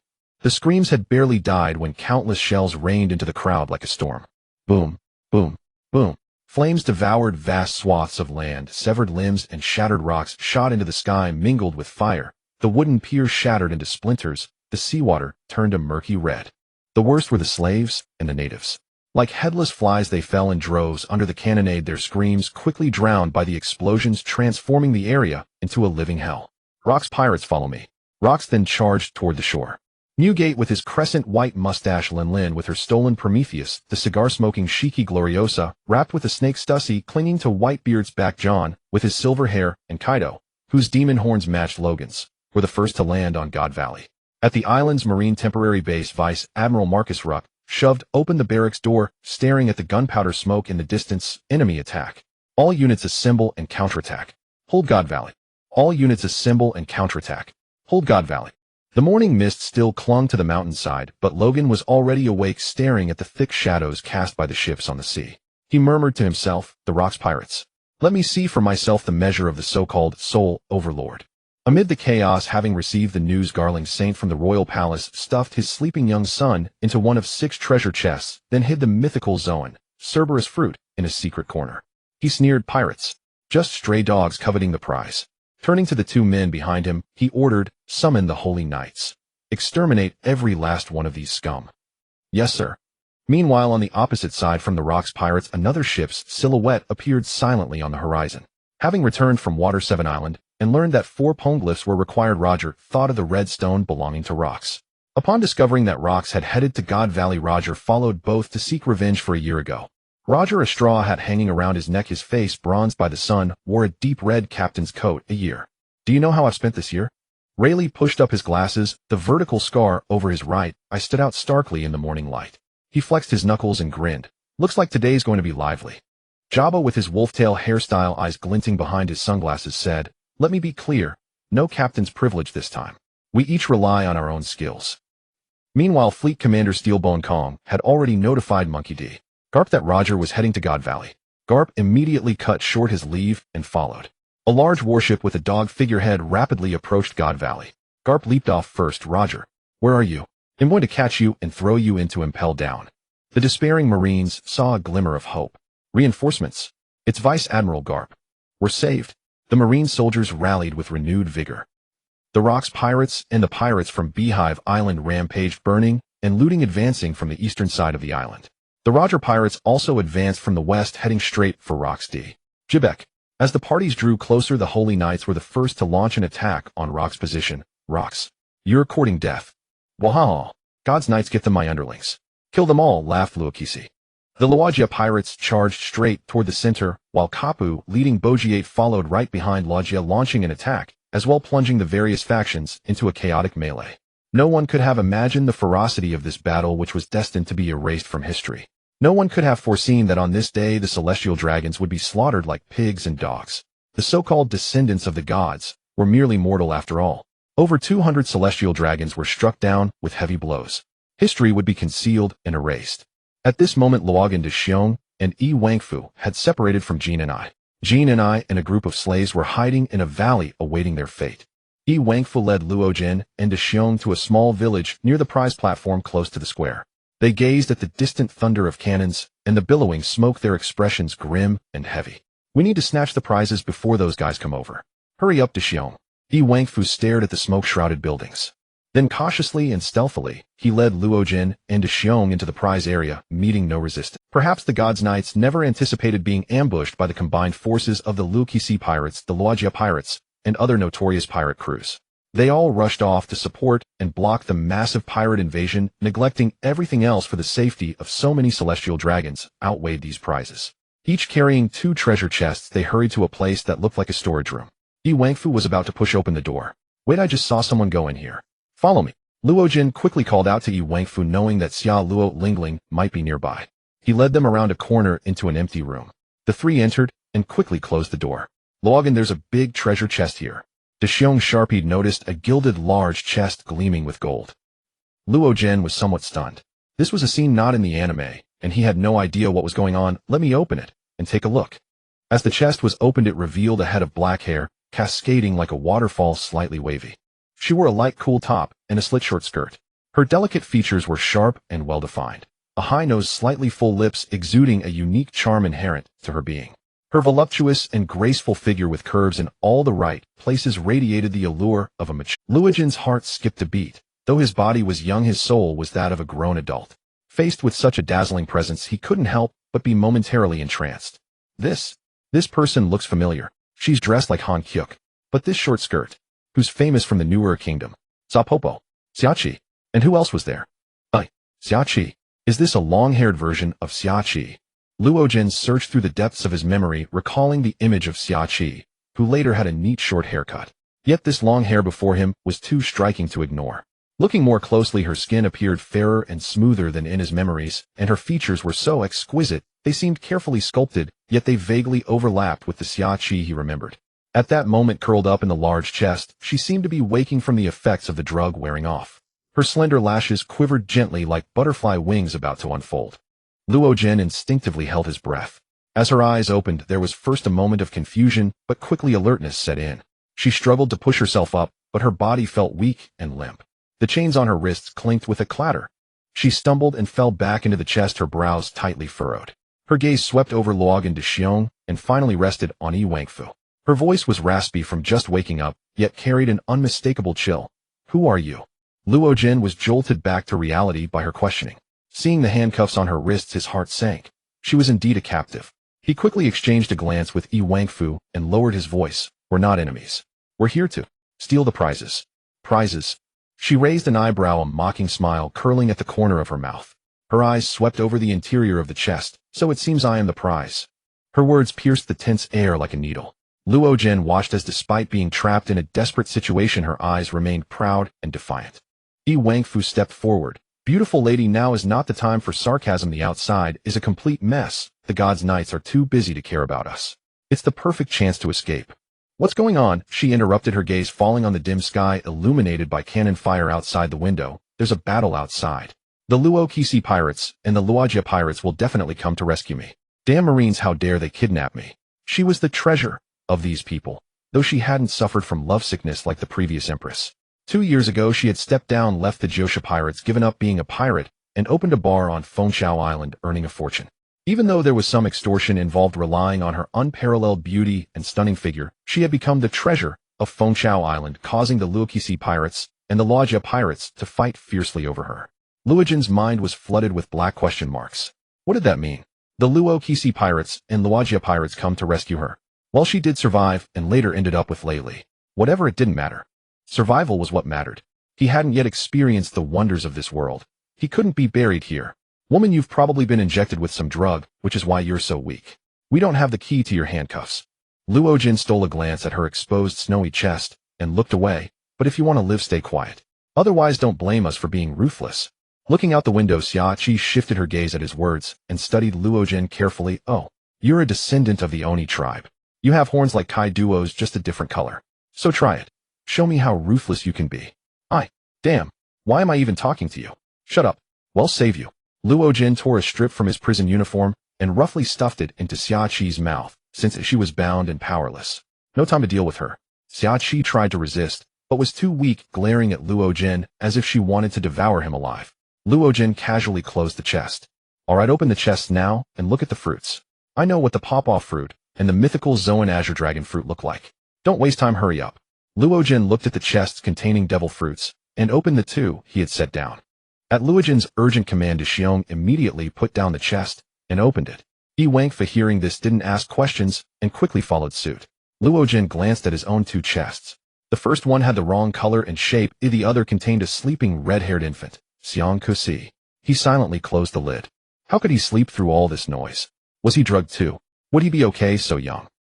Well, this is the fantastical world of pirates. Timing was poor, no time to dwell. Though Luogen hated the celestial dragons, he wouldn't take his anger out on an infant. But he wouldn't help either. Let fate decide. After all, Luogen had already interfered, leading the butterfly effect. He turned to look at Xiong's chest.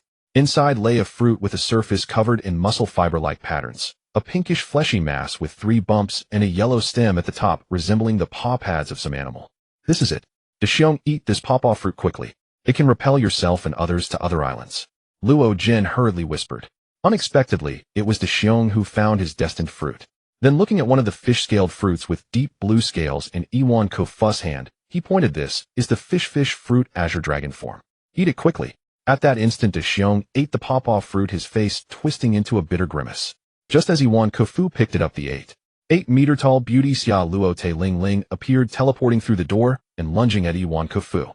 Whether it was due to eating the soul fruit or the guidance of fate, she appeared grinning wide and reaching out to grab Iwan Kofu by the neck, pressing him against the wall. In pain, the hand holding the fruit loosened, and the small fruit was caught by Ling Ling's other large hand. At that moment, Luo Jin and Deshiong reacted, their pupils constricting. Damn, what should we do? Should we use the ultimate move to tell Ling Ling that it was the nun who gave it to her? Would that trigger her eating disorder and cause her to eat them directly? Or get beaten to death? Or? Luo Jin's thoughts raced. Let go of Iwan. Deshiong was extremely anxious, then looked at Luo Jin for guidance with his eyes.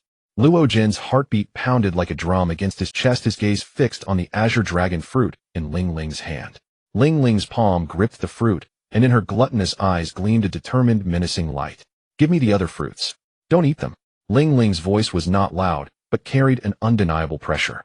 The hand pressing on Iwan Kofu's neck tightened, and under her strength dust fell from the wall. Iwan Kofu groaned in pain, but stiffened his neck, and yelled, "Don't worry about me. Save yourselves if you can."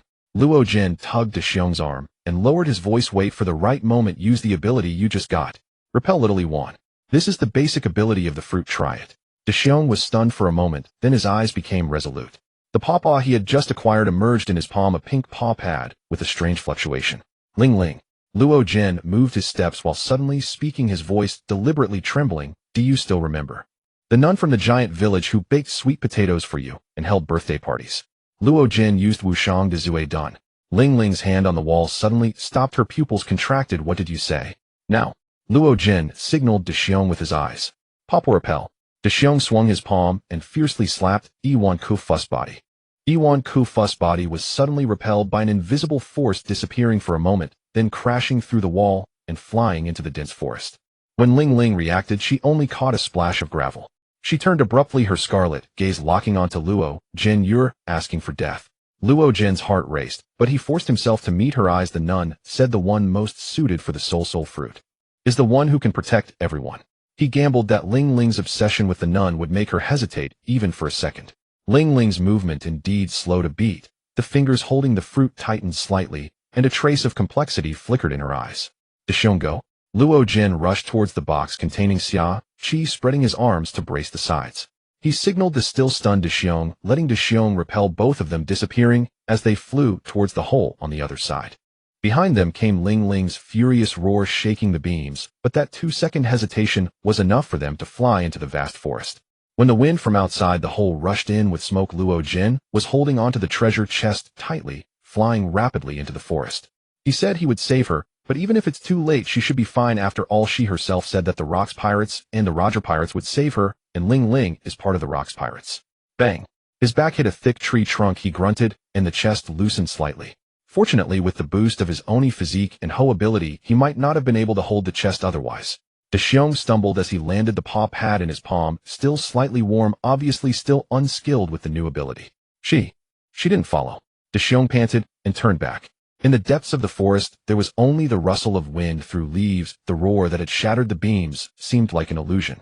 Luo Jin slid down against the tree trunk, cold sweat trickling down his forehead. Temporarily safe. He wiped his face, his voice still trembling. Ling Ling's obsession with the nun is deeper than I imagined. But this trick can only be used once. From a distance came Ling Ling's faint roar, as if she was frantically smashing something in the forest, then the sound gradually faded. Because of Luo Jin's guidance, Deshiong quickly mastered the instinct of the pawpaw fruit, thus not encountering Saturn Saint. Perhaps Xia Luo Te Ling Ling sensed his arrival. In the end, no one knows what will happen. Apart from the azure dragon fruit, the other fruits changed hands. Maybe Ling Ling hogged them all, leading to a direct assault by the 5 elders and the gods' knights without any help, so she had no choice but to share them to survive. Luo Jin looked up at the pink paw pad in Deshiong's palm, and suddenly smiled. Looks like this fruit wasn't eaten in vain. That move just now was fast enough. Deshiong clenched his fist, the paw pad rising and falling slightly with the movement. I can repel even farther. The moment Luo Jin flipped open the large chest, his breath caught in his throat for half a beat. Xiaoqi clearly hadn't recovered from the violent jolts. Her head was tilted against the corner of the chest, a few strands of black hair messily sticking to the sweat-damp side of her neck. Her originally cool short top had been jostled up, revealing a stretch of fair skin, and the waistline's definition gently rose and fell with her breaths. The slit of her skirt had skewed to the top of her thigh, outlining smooth and alluring curves. Luo Jin's eyes instantly froze, his throat tightening fiercely. In his past life, he was just an ordinary person who had never even been in love. His only relationship experience was being scammed online for 5,200 yuan. How could he have ever seen such a vivid and tantalizing scene? Blood rushed to his head with a buzz, and even the fear of being hunted by Ling Ling faded a bit, leaving only uncontrollable hot thoughts in his mind. What are you looking at? Spitting out a paw sound of disgust, Xiaoqi's voice was like ice water on a hot iron plate, instantly waking Luo Jin. She had clearly noticed his gaze, her brow furrowed, and she raised her hand to straighten her clothes, but the handcuffs on her wrists jangled, and the movement instead loosened her already loose collar, revealing her delicate collarbones and a bit more of the view below. Luo Jin snapped back to reality, his cheeks burning. He hurriedly turned away, his heart pounding, as if to explode in his chest. Flustered and clumsy, he stammered, "I'm sorry, I didn't mean to." His reaction surprised Xiaoqi instead, then a trace of oddity flickered in her eyes, but her voice softened a bit. "Then what were you staring at? Now is not the time for lust. Such a precocious little boy." "I wasn't." Luo Jin hurried to explain, his cheeks even hotter. "I just wanted to see if you were okay." Before he could finish, he heard De Xiong gently ask from behind, "What's wrong?" Luo Jin turned back and saw De Xiong looking curious and bewildered like an innocent child. De Xiong was wondering why Luo Jin's face was so red. Was he sick? Getting sick at a time like this would be a problem. Having been a slave from a young age, the 9-year-old De Xiong didn't even understand the budding feelings between boys and girls, let alone anything more complicated. "It's nothing." Logan took a deep breath, feeling the scorching heat in his chest subside slightly. "Let's not waste time on useless talk. I don't know what you were injected with or what medicine you took, but we need to get rid of this box now and carry you, either in my arms or on my back, to escape." He avoided Bear's probing gaze, regained his composure, and turned to Xiaoqi, who was still in the box, tilting his chin at her. "Either you stay here by yourself, or you choose." Xiaoqi thought for a moment. Not knowing the situation, yet she decided it was better to hide with Logan in her current state. Without strength, if someone with ill intentions saw her like this, the consequences were unthinkable. These two seemed decent enough, even remembering her in their flight. "Let the big guy carry me." "No." Logan immediately refused. His hands are the key to his fruit ability. He can't use them to hold someone. "It's not that I'm trying to take advantage of you." He turned to Bear and said, "Bear, pick up a stone and show her." Bear nodded, picked up a fist-sized rock, tossed it into the air, and gently tapped it with his palm. The stone vanished instantly, leaving no trace. Xiaoqi's beautiful eyes widened at the sight, marveling inwardly. What an amazing ability. She then relented and said to Logan, "Then you carry me. If you carry me on your back, I won't have the strength to hold on. What if I fall?" "Bear, find some sturdy vines," Logan said to Bear, then turned back to Xiaoqi. "I can only carry you on my back. I need my hands free for self-defense. They'll find vines to tie you to my back, so stop being fussy. This is an escape, not a negotiation. Otherwise, I really will leave you here." Xiaoqi rolled her eyes at it. What kind of talk was that? As if she were a rag doll that could be discarded at will. She was Xiaoqi. Top-tier powerhouses had fought tooth and nail over her, and this brat dared to speak to her like that. Soon Bear returned with several vines as thick as 2 fingers. Logan had already lifted Xiaoqi out of the treasure chest and let her rest against the box for a while. When he saw Bear back, he immediately crouched down, grabbed Xiaoqi's arms, and with a slight effort guided her arms over his shoulders, making her lie flat against his back. The soft pressure against his back came with an astonishing weight, like a warm cloud pressing down. Logan felt his mind go blank, and he nearly lost his footing. He took a deep breath, forcing himself to ignore the bone-melting sensation, and said hoarsely to Bear, "Tie it tight. Don't let her fall." Bear nodded, wrapped the vines around their backs a few times, and pulled hard with both hands, tightening them instantly. Too tight. I can't breathe. You big oaf." Xiaoqi grunted, the softness of her chest nearly crushed by the pressure. She couldn't help but speak, her voice a mix of anger and urgency. "Are you trying to strangle me? Loosen it." Logan also felt his chest constricted by the force. He said in a muffled voice, "Bear, loosen it a bit. Just enough to keep her secure." Bear grunted in acknowledgement, clumsily adjusting the tightness of the vines. His fingers accidentally brushed against Xiaoqi's clothes, earning him a glare. The 9-year-old boy understood none of these complexities. He only thought this elder sister had a bad temper, but he obediently tied the vines into a sturdy slipknot. "Is this okay, eh?" Bear looked up and asked.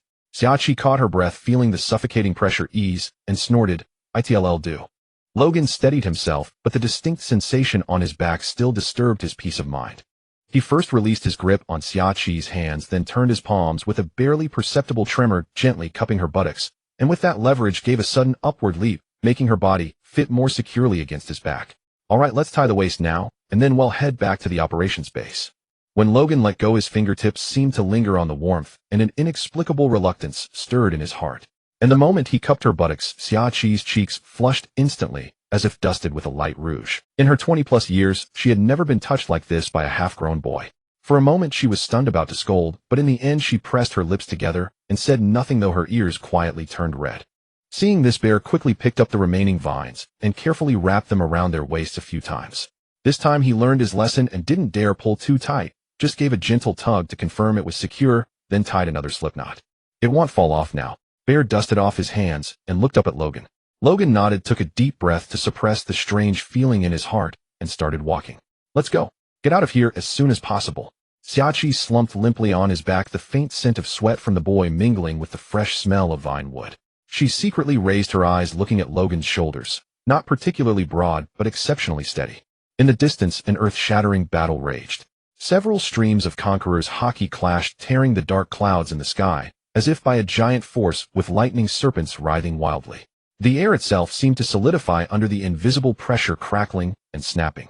The ground fractured like a spiderweb, and distant mountains trembled, as if heaven and earth were holding their breath at the collision of these top-tier powerhouses. Deep in the Valley of the Gods, in a secluded valley surrounded by peaks, even the wind felt sluggish. Logan and Bear, one ahead and one behind, took cover among the jagged rocks and dense thickets, dodging and hiding until they finally stumbled back to the operations base. The lingering smell of gunpowder still hung in the air. This was the very spot where they had first launched their operation. Along the way, Logan had intermittently explained his speculations about the pawpaw fruit's abilities to Bear. For example, using the palm to repel things. It could randomly send them to distant islands, or islands you remember. You can also repel pain or launch air palm attacks. A more advanced use might be compressing air to achieve instant movement or unleashing a powerful bear paw shockwave. Even memories. Finally catching his breath, he added, but for now just master the basic abilities. I'm telling you this so you can get familiar with the nature of the fruit early on. As soon as he finished speaking, a faint chaotic noise came from the distance. The two of them, well, all three, immediately crouched alertly behind the rocks. Having heard Logan's analysis, Bear unconsciously rubbed the paw pads on his palms, a hint of solemnity flickering in his eyes. He recalled the slap he had instinctively aimed at a pirate during the escape. A purely reflexive move, yet it had actually sent the man flying crashing into a rock face and knocking him unconscious. Repelling islands. Remembered islands. He muttered under his breath, then suddenly looked at Logan. You mean this ability can even repel memories and pain? His tone was incredulous, yet a trace of anticipation flickered within. From her position on Logan's back, Xiaqiu heard these exchanges and curiously glanced at his profile. How did he know how to develop this fruit? Logan untied the vines, set Xiaqiu down, and the two of them leaned against the rock wall, panting. Then he glanced in the direction of the distant sounds. Don't think about the complicated stuff now. Just remember the basics. Repel the enemy or repel yourself to escape. The rest you can figure out slowly. The rest take your time. Bear was silent for a moment, then suddenly raised his hand and tried it on a nearby boulder. The moment his paw touched the stone, it was enveloped by an invisible force, zipped out of the valley, and crashed into the distant forest with a loud bang. His pupils contracted. He stared at his own palm, feeling for the first time the true power contained within this. Not far away, Ivankov and a multitude of slaves were startled by a loud noise appearing in sight in a hurry. It turned out that the Great Bear had sent Ivankov flying to the hiding spot of Ginny and others. Ivan, it's great that you're okay. The Great Bear exclaimed happily upon seeing Ivankov, their friendship soaring rapidly through trust. Logan, you guys are back. How is it? Is the devil fruit you ate able to help us escape from here? Ivankov asked, excitedly eager for an answer. After all, the Great Bear had just saved him, and he had seen the Great Bear eat the devil fruit, so there was a glimmer of hope. Yes. The fruit I ate allows me to send myself and others flying, and Logan has already told me how to use it. The Great Bear shed tears of joy. We can escape this hell. I can save many people trapped in despair. Logan watched the Great Bear, tears streaming down his face, yet unable to hide his excitement, feeling a slight tightness in his throat. Even at this moment, this kid is still thinking about saving many people. His arm, injured by stray bullets during the escape, was still bleeding, and the red blood vessels mingled with tears, yet the words he spoke felt like they were carrying a flame burning painfully in the heart. He stood up and patted the great bear's back, feeling the tension in the other's muscles under his palm, his voice becoming slightly heavier. Right now you aren't ready. The fruit's abilities rely on physical strength to be used.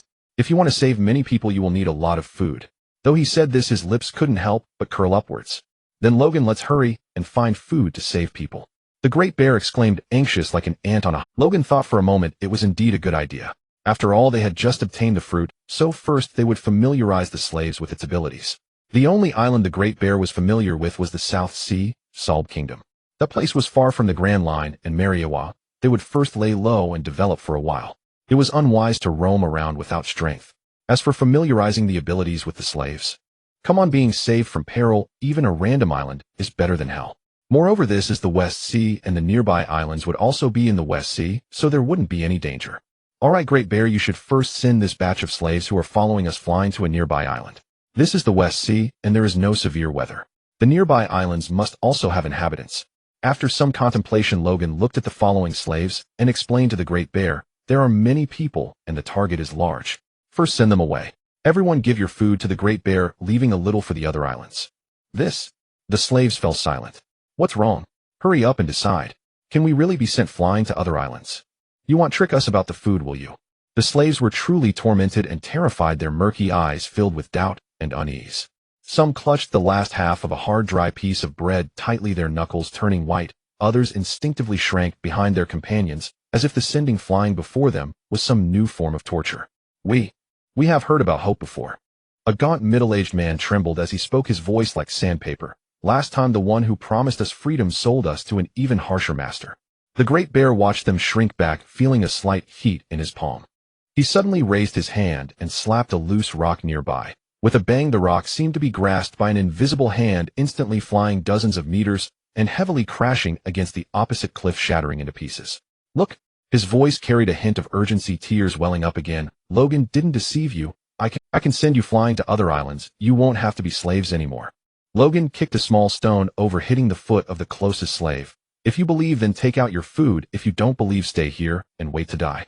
He'll count to 10 and you can choose. He purposely hardened his tone, yet deep down he knew that these people had long been consumed by despair, afraid to believe in any light. As the first number was counted, a woman holding a child suddenly stuffed the biscuit in her arms to the Great Bear, her voice trembling. I believe. Please take me and my child away. Anywhere is fine. The Great Bear's gaze fell on the child in the woman's arms. Barely 2 or 3 years old, thin as a twig, yet with wide, innocent eyes clutching the woman's clothing timidly. He suddenly remembered his childhood. His mother had also protected him like this, using her frail body to shield him from the dragon people's whiffs. All right. The Great Bear's voice was slightly choked. He did not take the food, instead concealingly shoved the biscuit back into her arms. His palm pressed against the woman's back, the fleshy palm emanating a faint glow. Don't be afraid. We'll be in a safe place soon. Before the words fell, he suddenly pushed hard. The woman felt a gentle yet irresistible force enveloping her and her child, and the scenery before her instantly blurred, as if being swept into a soft wind. In the next moment, the two had vanished from the valley. The Great Bear stared blankly at his empty palm, his eyes reddening further. I really sent them away. Logan silently watched the Great Bear's empty hands, not saying a word, and began counting the second number. This time, among those hesitating, a few slowly moved forward. Among the slaves who stepped forward was an old man with half an ear missing. He trembled as he handed over a wild fruit wrapped in oilcloth, his voice hoarse. I don't have anything good. This fills the belly. If I can really go to a new place, please let me be far away from the whip. He spoke with his head bowed low, as if fearing that raising his voice would disturb something. The Great Bear's fleshy palm gently pressed against the old man's back. This time he was more practiced in his actions, the force of the push steadier. The old man floated up like a fallen leaf, vanishing in an instant among the trees. Third, Logan's voice rang out on cue. With the precedence of the first two, the remaining slaves seemed to have had their last traces of hesitation pulled away. Some pulled out hard wheat cakes hidden in their arms, others held the last remaining fresh water, all inching forward. During this time, the fisherman tribe even helped Xiachi bite through the chains. This was just a normal chain, not sea stone. Perhaps the dragon people were quite confident in the injected drugs. The Great Bear's tears had yet to dry, yet he smiled with remarkable strength each time he raised his hand, carrying a sense of solemnity, as if what he was holding were not slaves, but new lives heavy with hope. Logan leaned against the rock wall, watching the Great Bear busy among the crowd, suddenly feeling that the wind in this valley didn't seem so cold anymore. Xiaoqi leaned against the rock watching this scene, also feeling puzzled in her heart. Why were there so many slaves here? Where's this? Just now in that house it sounded like Lingling. Where exactly have I been captured to? As the Great Bear continued to eat, while sending a large number of slaves flying, only 5 people remained in the valley: Ivankov, Ginny, Logan, the Great Bear, and Xiaoqi. The Great Bear looked at Ginny and Ivankov finishing the last half of the wheat cake in his hand before walking towards them. Ivankov, hands on his hips, spoke in his signature high-pitched voice filled with undeniable determination. Don't think you can send me flying. This small scene won't scare me. This fruit's ability is indeed very interesting. He patted the Great Bear on the arm, exaggeratedly shaking his head. Besides, I know where there is plenty of food. That can help you save more people. Ginny watched as the old man collected the food he had brought for the child, her heart racing as an unusual glint passed through her eyes at the sight of the gentle and kind bear. Seeing the bear looking at her, she shook her head. I won't leave either, Big Bear. Have you forgotten I'm a professional at eavesdropping? With me around, we'll surely find a safer route. She took out the phone bug from her pocket, her expression dimming as she continued. Besides, I have no family left. I want to go with you all. Logan leaned against a rock watching the 3 of them converse, and suddenly laughed. All right, then let's all stay. This way we can look out for each other. He stood up and brushed off the dust, but let's make it clear the road ahead will only get tougher. The Big Bear looked at his companions, the fatigue from sending off the slave seeming to vanish, and the strength of the meatball in his palm felt even more potent. He nodded emphatically. Yes. We'll go together. Logan interjected from the side. All right, let's not waste time. Ivankov, where's your food storage? We need to fill our stomachs first before we can save more people. He rubbed his belly. Big Bear, I know you want to save more people, but if it's impossible, we need to escape quickly and not put ourselves in danger, understand? Yes. Logan, don't worry. I'm listening to you.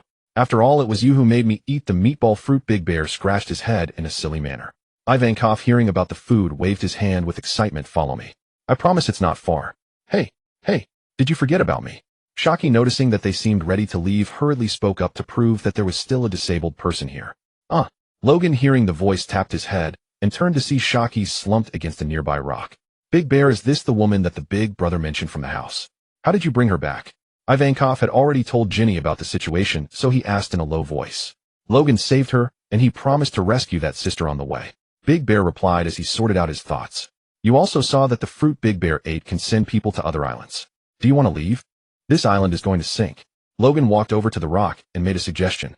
Haki was likely saved by the Roger pirates in the end, possibly by Rayleigh, and later Sparks flew. Where is this? Why will the island disappear? Haki was taken aback upon hearing that the island would vanish. This is the Valley of the Sea God. The celestial dragons have chosen this place for their annual hunting game. You might have been captured to be a prize. Winning the championship could lead to you being obtained. You should understand what I mean. Logan looked at Shaki's exquisite face and devilish figure, tapping his chin. What? The celestial dragons? The national extermination game. Damn it. Was that Charlotte Linland's voice in the house just now? Didn't Rox and Whitebeard come to save me? They did come, and the Roger pirates also arrived. Logan looked puzzled. But why would they save you?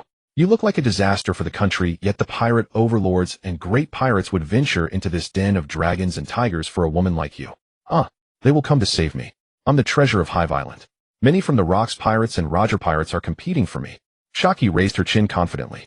Logan looked at her partially exposed white skin and devilish figure, shaking his head in disbelief. Nonsense.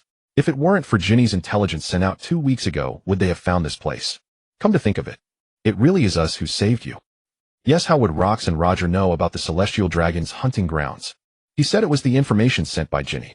Without this information, the celestial dragons would only intermarry among themselves, with men becoming slaves and women merely becoming playthings. In the end, her fate would be worse than death. Haki shivered. Then didn't they come? If you take me, I will. Haki shook her head, shaking off the nightmarish thoughts. Feeling weak all over, she could only seek help from Logan. Otherwise, with her strength, she wouldn't be able to say anything, but self-defense should be fine. I don't know if Rox is dead or alive. But after this battle, the Rox pirates will disband. Do you really think the celestial dragons are weak? There are a large number of CP organizations, a massive navy, and the Knights of God here, along with Saturn Satan. Do you know Satan? One of the 5 elder stars with the highest power in the world. Top-tier combat power. Logan informed Haki of the intelligence he had gathered with each piece of news, causing her pupils to tremble violently. And you say you are a treasure. I suspect they might have captured you as a prize, but it could also be a bait. If it works out, great. If not, you will become a plaything for the celestial dragons. Logan analyzed the relationships involved and explained them to Haki. Bait. Shaki's face instantly lost its color. Then, what should we do? Haki said somewhat clumsily. Let it cool. Logan immediately blurted out his catchphrase and continued, do you care about those people? Is there someone you like? What the hell? I care about a woman named Gloriosa. Shaki rolled her eyes. I see. Are you named Shaki from the Kingdom of Women? Logan fixed his gaze on Shaki. How do you— and you know where I come from? Shaki exclaimed in disbelief. Don't you have a lovesickness? The question followed. You. How do you know about that? Shaki's eyes revealed a hint of vigilance. Whether I have it or not, I don't. I merely stopped being a pirate. Also, due to a bounty, I opened a bar on Hive Island. So in other words, Gloriosa is safe and the others don't matter much. Logan stared intently into Shaki's eyes. Yes, Shaki affirmed. She won't be in trouble. When I said believe it or not is up to you. Let's not talk about the other. Logan returned to the topic. Do you want to leave now, follow us later, or stay here? I'll go with you. This body still lacks strength, and I don't know how long I can maintain it. Can you really leave me behind this beautiful woman? Shaki licked her sensual lips. Stop. I'm only 10 years old, what are you saying? I don't understand. Logan's expression changed. Don't talk. Just follow along, there won't be any issues if we don't go to a battle zone. If something does happen, we'll send you away first. Ivankov lead the way. Logan had Big Bear take on the role of the capture once more. After one experience, Logan was much steadier on his feet. Ivankov was eagerly listening to the information when he heard his name. Follow me, he said, leading the way deeper into the dense forest, his exaggerated steps revealing a steadiness clearly familiar with the route. Ginny quickly followed Ivankov, carefully tucking the phone bug back into her pocket, and turned back to wink at Big Bear. Don't worry, with my listening, no matter which side's large troop, they won't be able to hide from us. Big Bear saw the light return to her eyes, scratching his head in a silly manner, and smiled back. Logan, carrying Shaki, clicked his tongue lightly. What are you grinning about? Keep up. Though the words were harsh, his steps intentionally slowed down half a beat, waiting for Big Bear to catch up before walking side by side ahead. The light in the dense forest was dim and the vines were tangled like a tight net. Ivankov was leading the way, occasionally using his loud voice to quietly announce, there's a trap on the left, go around it. There's surveillance behind that tree ahead, lower your heads. Clearly well aware of the tricks in this area. Ginny walked in the middle, feeling the transponder snail in her arms stir. She pulled out the receiver and listened, then murmured, I just overheard someone looking for the one who can repel things. It's probably after Kuma. Could it be Lin Lin, or that pirate who woke up from unconsciousness? Logan frowned. What's the range? Not sure yet, but it's making quite a stir. Ginny looked up at Kuma's broad back ahead. We need to find food quickly and leave this area as soon as possible. As if hearing their exchange, Kuma turned back with a simple smile. I'm fine. If it comes to it, I can send you flying away first. Don't talk nonsense. Ivankov whirled around, hands on his hips, glaring at him. There's no way I'm leaving you alone here, hee-haw. Logan patted Kuma's arm. Forget what I just told you. Don't always think about sending us away. We're in this together. Kuma was taken aback, looking at the three companions' varied expressions. Ivankov's bluster hiding genuine sincerity, Ginny's concern written in her eyes, and Logan's seriousness tinged with care. Shaki, still on Logan's back, was pondering his analysis, also worrying about the unknown future. He nodded firmly, a surge of warmth in his chest. Yeah. Together. Bursting through the last thicket, Ivankov suddenly stopped, triumphantly pointing ahead. Look, right there. They followed his direction and saw a warehouse half hidden beneath vines in the forest clearing, with a sign reading Supply Depot hanging on the iron door. Well, this place is well concealed. Logan squinted at the iron door, stroking his chin. Looks like a hunting supply cache for the natives. Hasn't been properly maintained in a while. Works in our favor. Ivankov puffed out his chest smugly. Naturally, with this master finding it, how could it be anything less? He tiptoed over, pressed his ear to the door, then turned back with a safe gesture. No sound inside. Ginny stepped forward, pulled a thin wire from her pocket, crouched down, and fiddled with the lock. Her fingers were nimble when moments a soft click sounded and the rusty lock opened. Done. She looked up at the others with a grin, her confidence returning. Kuma volunteered to push the door open. The heavy iron door groaned, and a mix of grain and canned goods wafted out. Inside, tall sacks were stacked high and rows of tin cans lined the corners. A veritable food depot. Hee-haw, didn't I tell you? Ivankov strode and tore open a package of bread and stuffed it into his mouth. Pack fast, the more the better. No rush. Replenish your strength first. Eat your fill, then we'll switch. They'll keep watch outside. Ginny, take over when you're done. Logan issued rapid-fire orders. Kuma and Ginny immediately joined Ivankov, wolfing down food. Despite her small stature, Ginny had a bottomless stomach. After eating her fill, she went to relieve Logan. Logan started eating too, opening a can and tearing off a piece of bread, then lifting it to his shoulder. Shaki, seeing the bread near her mouth, opened her tempting lips and took small bites. Eat big. If you nibble like that, it'll take forever. Not hungry? Then don't eat. Logan shot her a glance, exasperated. What did she think this was, a gourmet feast? Shaki, with bread in her mouth, had no retort. But knowing she was a burden, she began swallowing, and after eating they didn't hesitate. They grabbed empty sacks and started filling them with hardtack and canned goods. Kuma hoisted a sack of grain with one hand, a relaxed smile on his face. With this food they could save more people. The warehouse filled with the rustling of bags being packed. No one spoke, but an unspoken efficiency prevailed. Only Ivankov's occasional hee-haw laughter added a touch of vitality to the tense atmosphere. The rumbling outside grew closer, punctuated by sporadic explosions that made the ground tremble. Logan grabbed a full sack. Go back to the valley the same way. Ivankov, still chewing half a slice of bread, responded indistinctly, hefted 2 sacks, and charged out, his flamboyant gait now reduced to pure urgency. Ginny followed close, clutching the transponder snail, tightly whispering a report as she ran. I overheard the Marines reporting that many celestial dragons have been killed by the Rocks pirates. The West Blue Marine branch has dispatched a large fleet to support. Garp is chasing Roger while fighting Rocks. Chasing Roger? Wasn't it supposed to be the buddy duo teaming up against Rocks? This intelligence. Maybe Saturn will also open a teleportation circle to summon the other Gorosei. Kuma carried the heaviest sack, sticking close to the others ahead. The explosions behind him were like a death knell, but the weight of the food was a reassuring anchor. A hope to save more people. The forest vine seemed thicker than before. Logan slashed through the obstructing branches ahead, turning back to shout, "Stay close. Don't fall behind." The group ran headlong, sacks rubbing against their arms raw, but they ignored the pain, relying on memory to dash toward the valley. Finally, as another loud blast erupted, they stumbled back into the valley entrance. Logan immediately signaled everyone to take cover behind the rocks. Panting, he lowered his voice. "Catch your breath first. Once the explosions stop, we'll move deeper." Haki, tied weakly to his back, was jostled dizzy by the running. Ivankov and Ginny were gasping for air. Kuma leaned against the rock face, looking at the bulging sack in his arms and his equally drenched companions. Suddenly the frantic sprint and the roaring seemed far less terrifying. In the center of God Valley, the air was thick with smoke and the stench of blood. Garling Saint, clad in silk robes embroidered with the celestial dragon crest, stood at the forefront of the Holy Knights. His rapier pointed directly at the dark mass of pirates ahead, the tip aimed at Rocks, who led the charge. Rocks stood at the vanguard, his blood-red eyes sweeping over the knights. He had long forgotten the treasure. Behind him followed Whitebeard, Shiki John, and other formidable-looking subordinates. With every step they took, the ground rumbled as if struck by a heavy hammer. On the other side, among the rubble of collapsed walls, Garp's justice cloak flapped loudly in the wind. His clenched fists bulged with veins as he glared at Roger, who was charging toward the center of the battlefield. Rayleigh and Bogard gripped their long swords, standing shoulder to shoulder with Garp, their blades still wet with blood. "Roger, this isn't a place for your nonsense." Garp's voice roared above the clash of steel. "TCH, Garp, you mad dog, still so clingy." Roger smirked. Behind him, Rayleigh had already drawn his sword, and Gabon readied his twin axes for action. Garp's shout drowned out the sound of swords clashing. "Roger, this isn't a place for your mischief." Fear still as persistent as ever, Garp. Roger curled his lips in a grin. Behind him, Rayleigh had already unsheathed his sword, and Gabon stood poised with his twin axes. The other side of the broken wall and rubble, Garp's justice cloak flapped loudly in the wind. His fists clenched tightly, veins bulging, as he fixed his gaze on Roger, who was about to charge into the center of the battlefield. Rayleigh and Bogart gripped their long swords, standing shoulder to shoulder with Garp, the blades still stained with fresh blood.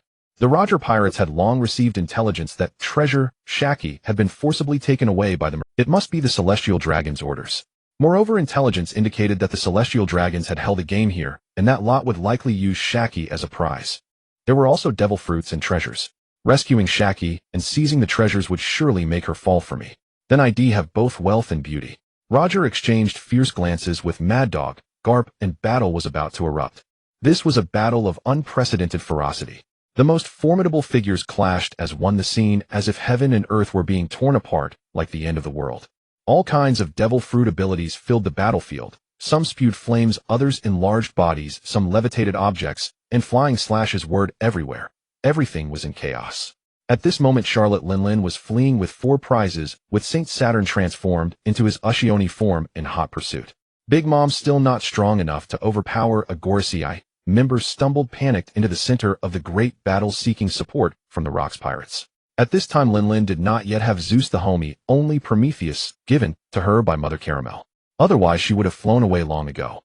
Embracing a hastily locked treasure chest, Linlin's tall figure stumbled and dodged among the ruins, still roaring, "Newgate!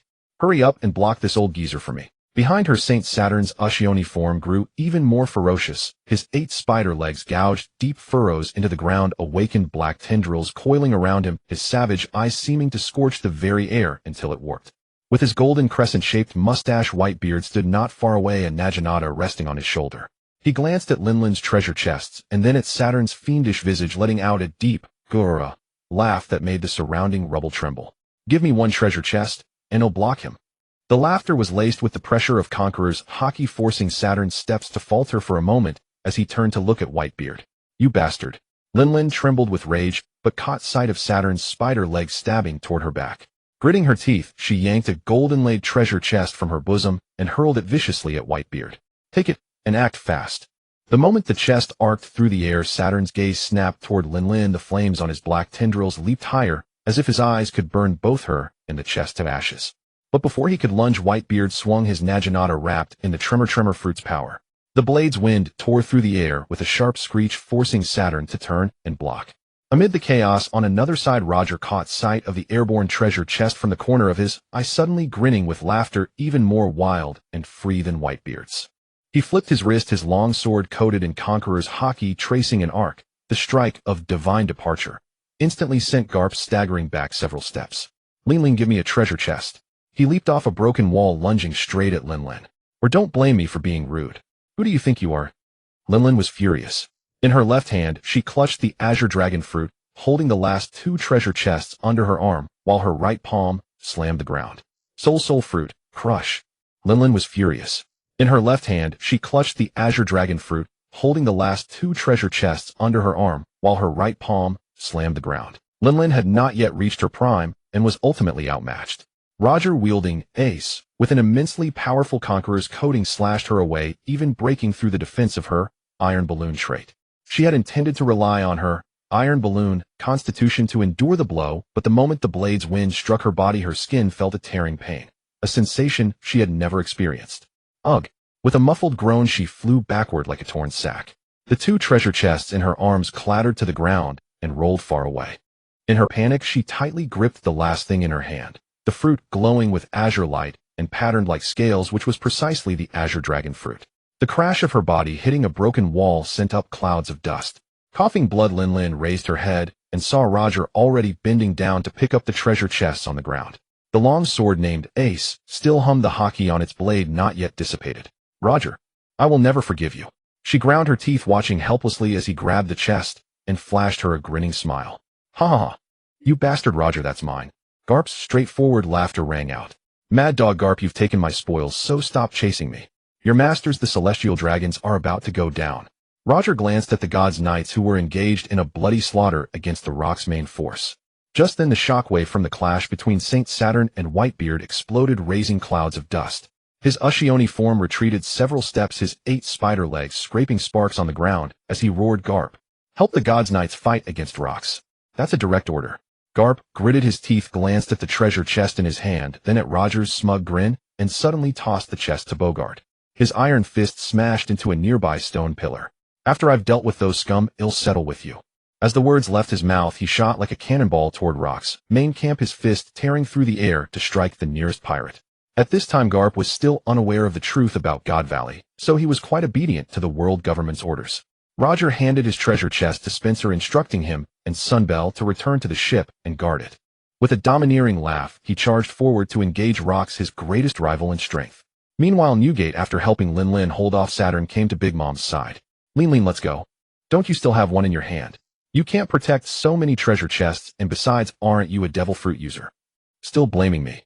You're a devil fruit user too, then why ask for one?" Charlotte, Linlin fumed. "Gurara, I've taken on a son, and this is for him." Whitebeard laughed heartily at the thought of his son. "This is for my little brother Kaido," Charlotte Linlin declared, clutching the fruit with a look of entitlement. St. Garling's rapier had been struck several times by Rock's long sword wreathed in immensely powerful Conqueror's Haki, leaving notches in the blade. The 2 gods' knights beside him were covered in wounds. One had his shoulder blade exposed after being grazed by a slashing air current. The other knelt on one knee, using his sword to barely support his swaying body. Rock's crimson gaze locked onto St. Garling as he raised his long sword wreathed in the black aura of Conqueror's coating, poised to cleave all 3 in one strike. "Don't even think about it. A thunderous roar exploded as Garp's figure crashed into the battle like a cannonball, his iron fist wrapped in Conqueror's Haki crackling with black-red lightning, smashing viciously into Rock's blade. With a resounding clang, Rock's long sword was actually jolted upward. He paused for half a second, staring at the suddenly appearing Garp, his gaze growing more savage. St. Garling and the other two took the opportunity to retreat, clutching their wounds and gasping their gazes toward Garp complex. Before Rox could strike again, another unrestrained laugh came from the side. "Garp, you bastard, you're quick to snatch the chance." Roger leaped off a broken wall, the long sword ace in his hand, humming as he unleashed a divine departure, coated in Conqueror's Haki. The strike skimmed past Rock's ear and carved a deep trench in the cliff behind. He landed beside Garp, tilting his head and grinning at Rox. "Rox Hisashiburi Dana." Rox glanced at Garp, then at Roger, and burst into mad laughter. Suddenly, he swept his blade horizontally, pressing both of them at once. Garp stepped forward instead of retreating, his black iron fist wreathed in Conqueror's Haki clashing with the sword edge. Roger lightly tapped his feet, circled to Rock's side, and his blade shot out like a venomous snake aimed at his ribs. An eerie silence fell over the chaotic battlefield, all eyes locked on the trio. The future marine hero and the future pirate king stood shoulder to shoulder in that moment, facing the ruler of the sea. Rock's roar, Garp's battle cry, and Roger's wild laughter mingled. The sharp ring of weapons and fists colliding, the shockwaves of Conqueror's Haki clashing, stirred a raging storm above God Valley. Roger and Garp fighting together were actually matching Rox. Saturn narrowed his eyes at the sight, burning with rage. He could no longer let this ruler of the new world live. The eruption of Conqueror's Haki into the battle seemed to trigger the fighting switch for each side. Whitebeard, one hand on a treasure chest, and the other gripping his Naginata, clashed with Garling's Saint. Golden Lion fought the skull-faced man. John battled the long-haired woman, and many officers engaged the rest of the Holy Knights in a massive melee. Meanwhile, Rogan and the others retreated into the valley and found a cave to rest. The wind carried the smell of gunpowder into the cave, and Rogan used vines to conceal the entrance more discreetly. When he turned around, he saw Kuma repeatedly practicing his pawpaw fruit ability on a rock. The fleshy palm lightly touched the stone, and the rock floated up slowly, as if held by an invisible hand, then gently descended. "Your control is getting steadier." Rogan handed him a compressed biscuit. "Take a break. You can't rush it."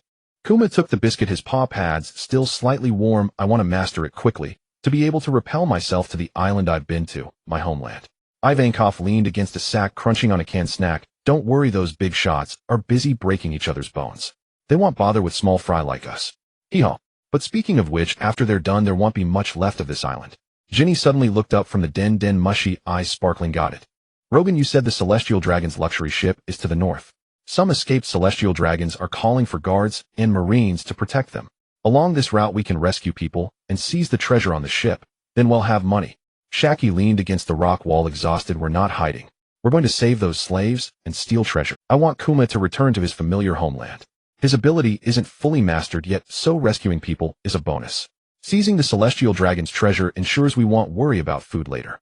Rogan glanced at her, "And we're all slaves." "You're a slave now too. If you want to leave, we'll send you off anytime." "That's not what I meant. Who knows what would happen to me in this state if I left?" "They'll go wherever you go." Shaki shook her head, catching her breath. "I'll follow your plan.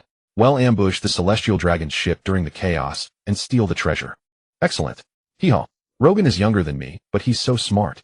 Ivankov twirled around and Rogan looked at his bizarre outfit, still wearing those floral briefs, and couldn't help muttering inwardly, even without eating the hormone fruit, this guy's style is still so eccentric.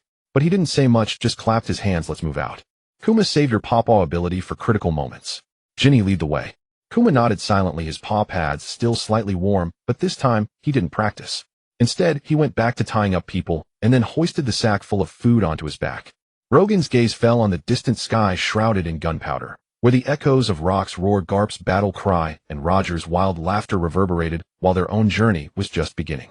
Once ready, they crouched low and slipped out of the cave, moving quickly along the dry riverbed. The wind blew from deep within the valley, carrying the roar of the distant battlefield and a breath of the unknown future.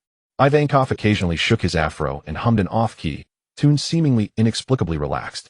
Maybe that's just the nature of a joker. Before anything happens, Ginny focused on her makeshift map, occasionally reminding the others to avoid piles of rubble.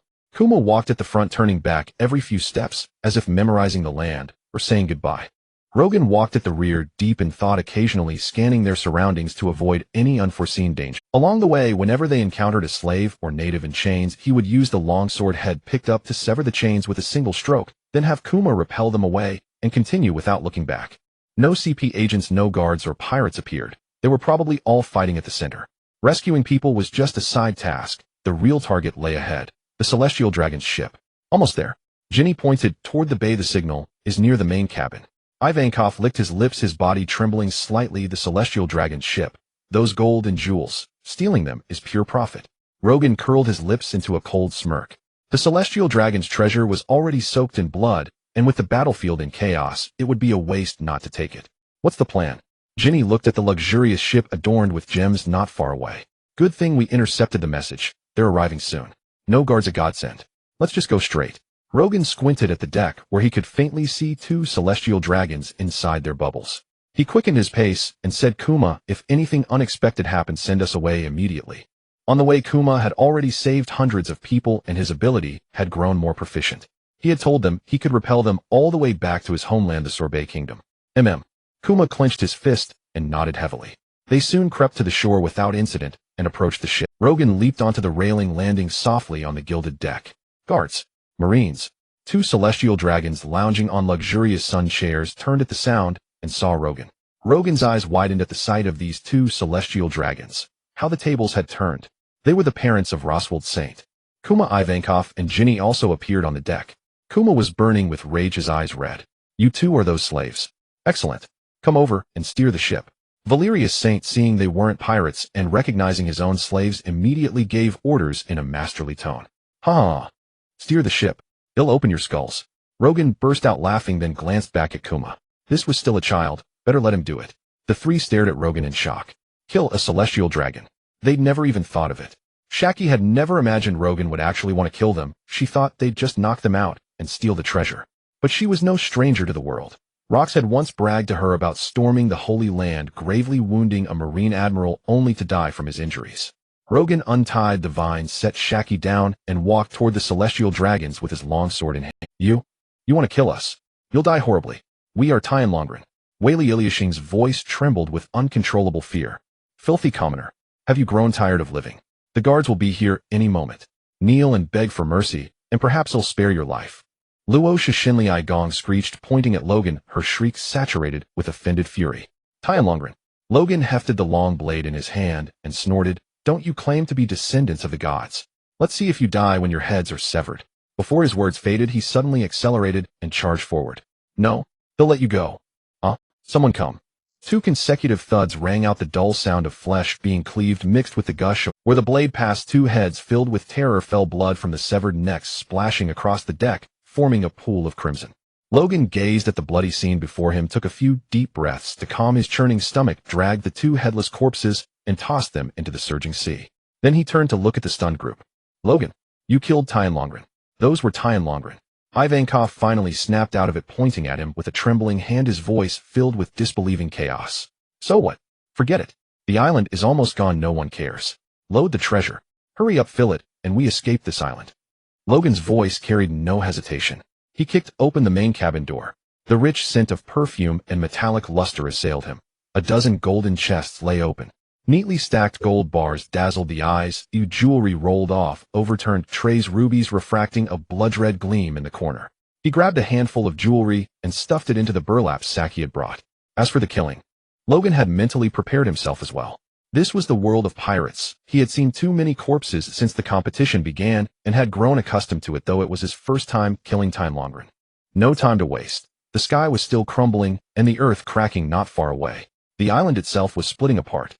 Garp's fistbone impact, Roger's divine evasion, and Saturn Saint's sinister eye all struck at Rox, who fought wildly in a desperate death struggle, growing ever more dangerous.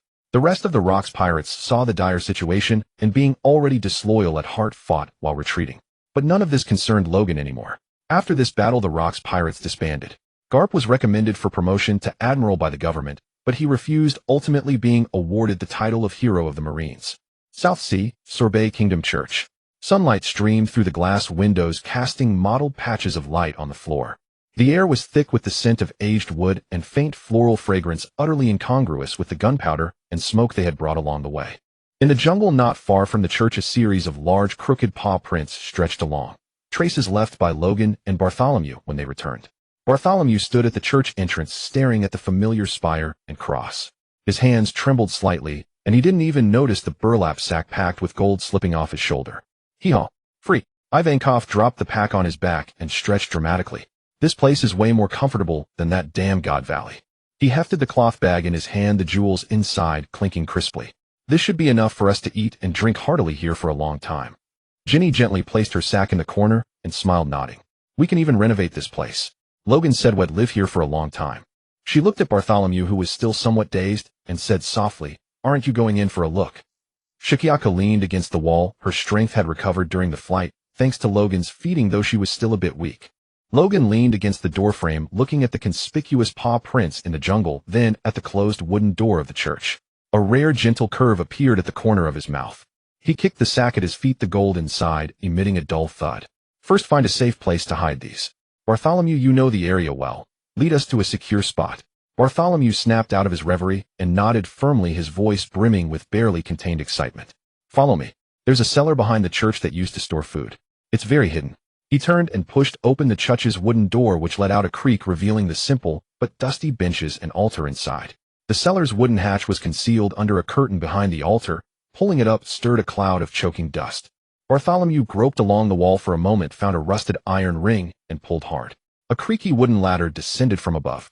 Careful, it's old. He climbed down first, his feet landing on the cellar floor with a dull echo. The cellar wasn't large, with walls of compacted yellow earth. In the corner were a few empty burlap sacks and rusted iron buckets, the air carrying a damp, earthy smell. Logan descended with the sack, surveying the surroundings in the faint light filtering in from the entrance. Pretty hidden. He placed the sack in the corner, untied the knot, and golden ingots and necklaces tumbled out, still dazzling in the dimness. Ivankov jumped down, clutching his cloth bag, nearly tripping on the ladder, grumbling. This place is perfect for hiding gold. Even if someone breaks into the church, they might not find this. Shikyako had been carried back while flying and hadn't carried any treasure, so she didn't move. She pondered her future path. Ginny came down last, holding a small broom. She bent down to sweep the dust off the floor and laughed. Once we clean it up and lay down some dry hay to keep out moisture, these treasures will be fine for years. Bartholomew crouched, his fingers lightly brushing a wooden chest filled with sapphires. Suddenly he looked up at the others, his voice choked with emotion. Thank you for bringing me back. He had thought he would never set foot on his homeland again. What's there to thank? We're all friends and brothers. Logan reached out and patted him on the shoulder, the warmth of his palm transmitted through the fabric. I was even planning to plant some flowers in front of the church. First, put everything away properly. Tonight we'll go to town to buy some food. He looked at the light coming in from the entrance. From today on, this is our foothold. That night, the clean church was filled with a feast of grilled meat, takoyaki chicken legs, fried rice, desserts, and other delicacies. The five of them wolfed down the food. Ginny's bottomless stomach truly shone. No wonder she was small. She hadn't had enough to eat as a slave. Ivankov paused mid-bite on a chicken leg, his purple afro swaying gently in the candlelight. He swallowed the food, his eyes blazing with intensity. I've thought it through. Sorbet Kingdom is peaceful, but it's not what I want. True freedom should be in the wind on seas I've never sailed. He grabbed a skewer of grilled meat and stuffed it into his mouth, mumbling, I want to visit those islands and meet more interesting people. Saying this, he suddenly leaned close to Bartholomew and nudged him with his elbow. Bear, want to come with me? With your pawpaw fruit, you can repel yourself to islands you've been to. How else will you record them? Bartholomew slowly chewed the fried rice, then shook his head, his gaze falling on the starry sky outside the church window, then back to Logan. I want to settle down for a while, train with Logan, and grow stronger before exploring the world. Ginny paused while munching on a dessert, and suddenly looked up. He'll stay here with Shongzai and Logan. Logan took a sip of pumpkin juice, a smile curling at the corner of his mouth. Adventurers. Be careful not to get caught again. Stay away from the areas frequented by celestial dragons. He pulled out a large bag of gold and jewels from the sack and handed it to Ivankov. This is for the travel expenses. Ivankov snatched the bag with exaggerated courtesy. Rest assured, they'll come back for a drink once I make a name for myself. The four of them turned their attention back to Xiachi. I don't know where to go right now. Can I just stay here and think for a while? Although Xiachi had a noble background, she had already left the 9 snake pirates and abdicated as empress, and she wasn't thinking of returning to the land of women for the time being. All right then, think it over. Cheers. Let's celebrate our newfound freedom. Logan was the first to raise his pumpkin juice. Big Bear Ginny raised her milk, Ivankov raised his watermelon juice, and Xiachi followed suit with a mug of ale. Cheers. The aroma of roasted meat from the church mingled with laughter and wafted out the window, while the Sobel kingdom lay quiet in the night, the only sound being the waves crashing against the rocks, as if providing a soundtrack for those about to set sail. The next day Big Bear bought a boat for Ivankov from a nearby fisherman. The port's breeze carried a salty scent ruffling Ivankov's purple hair. He stuffed the last bag of compressed biscuits into the cabin and turned to wave at the 4 people on the shore. Wait for me. Once I make a name for myself, I'll come back and show you my skills. Big Bear stood next to Logan, still holding the change he had gotten when buying the boat, watching the not-so-large fishing boat drift away, and murmured safe travels. Ginny waved the handmade signal flag and called out with a smile, "Goodbye, big brother." Xiachi smiled, watching the quirky person in floral underwear. Logan leaned against a wooden post at the dock, watching the fishing boat shrink into a small dot on the horizon before finally looking away. He kicked a pebble at his feet and said to the 3 beside him, "Let's head back, take a day to rest, and buy some living supplies. Big Bear and Ginny should prepare for training." The sunlight spilled over the sea, shattering into gold leaf. As Ivankov's silhouette vanished into the horizon, the sound of Big Bear practicing his strikes echoed from the direction of the church. The thuds of his palms striking the stone mingled with the distant crashing waves, creating a new morning tune for the Sobel kingdom. Ginny went to the town with gold coins to buy food and supplies, and even had someone renovate the church. Soon it was evening. The first to finish a hearty dinner, Logan went outside to rest on a chair at the church entrance, enjoying his last moments of leisure. Xiachi had now fully recovered, holding a bottle of wine in one hand and a cigarette in her mouth, sitting opposite Logan. "Give me one. A smoke after a meal is better than living like a deity." Logan sat up straight, looking at Xiachi with the cigarette, most likely bought by Ginny. Xiachi gazed up at the night sky. Hearing this, her beautiful eyes turned to Logan's youthful face, raising an eyebrow. "What are you doing, you little brat?" You." Logan was about to retort, claiming he was already a seasoned smoker, but the words stuck in it. In frustration, one hand reached towards the cigarette on Xiachi's slightly plump lips, while the other hand reached for the wine bottle. "Then don't drink or smoke. You are cleaner than your face. It must have been bought with our money." Xiachi leaned back slightly, her wrist deftly moving to evade his actions, raising an eyebrow. "Hey, kid, I'm fully restored. Do you want to get beat up? I'm quite strong."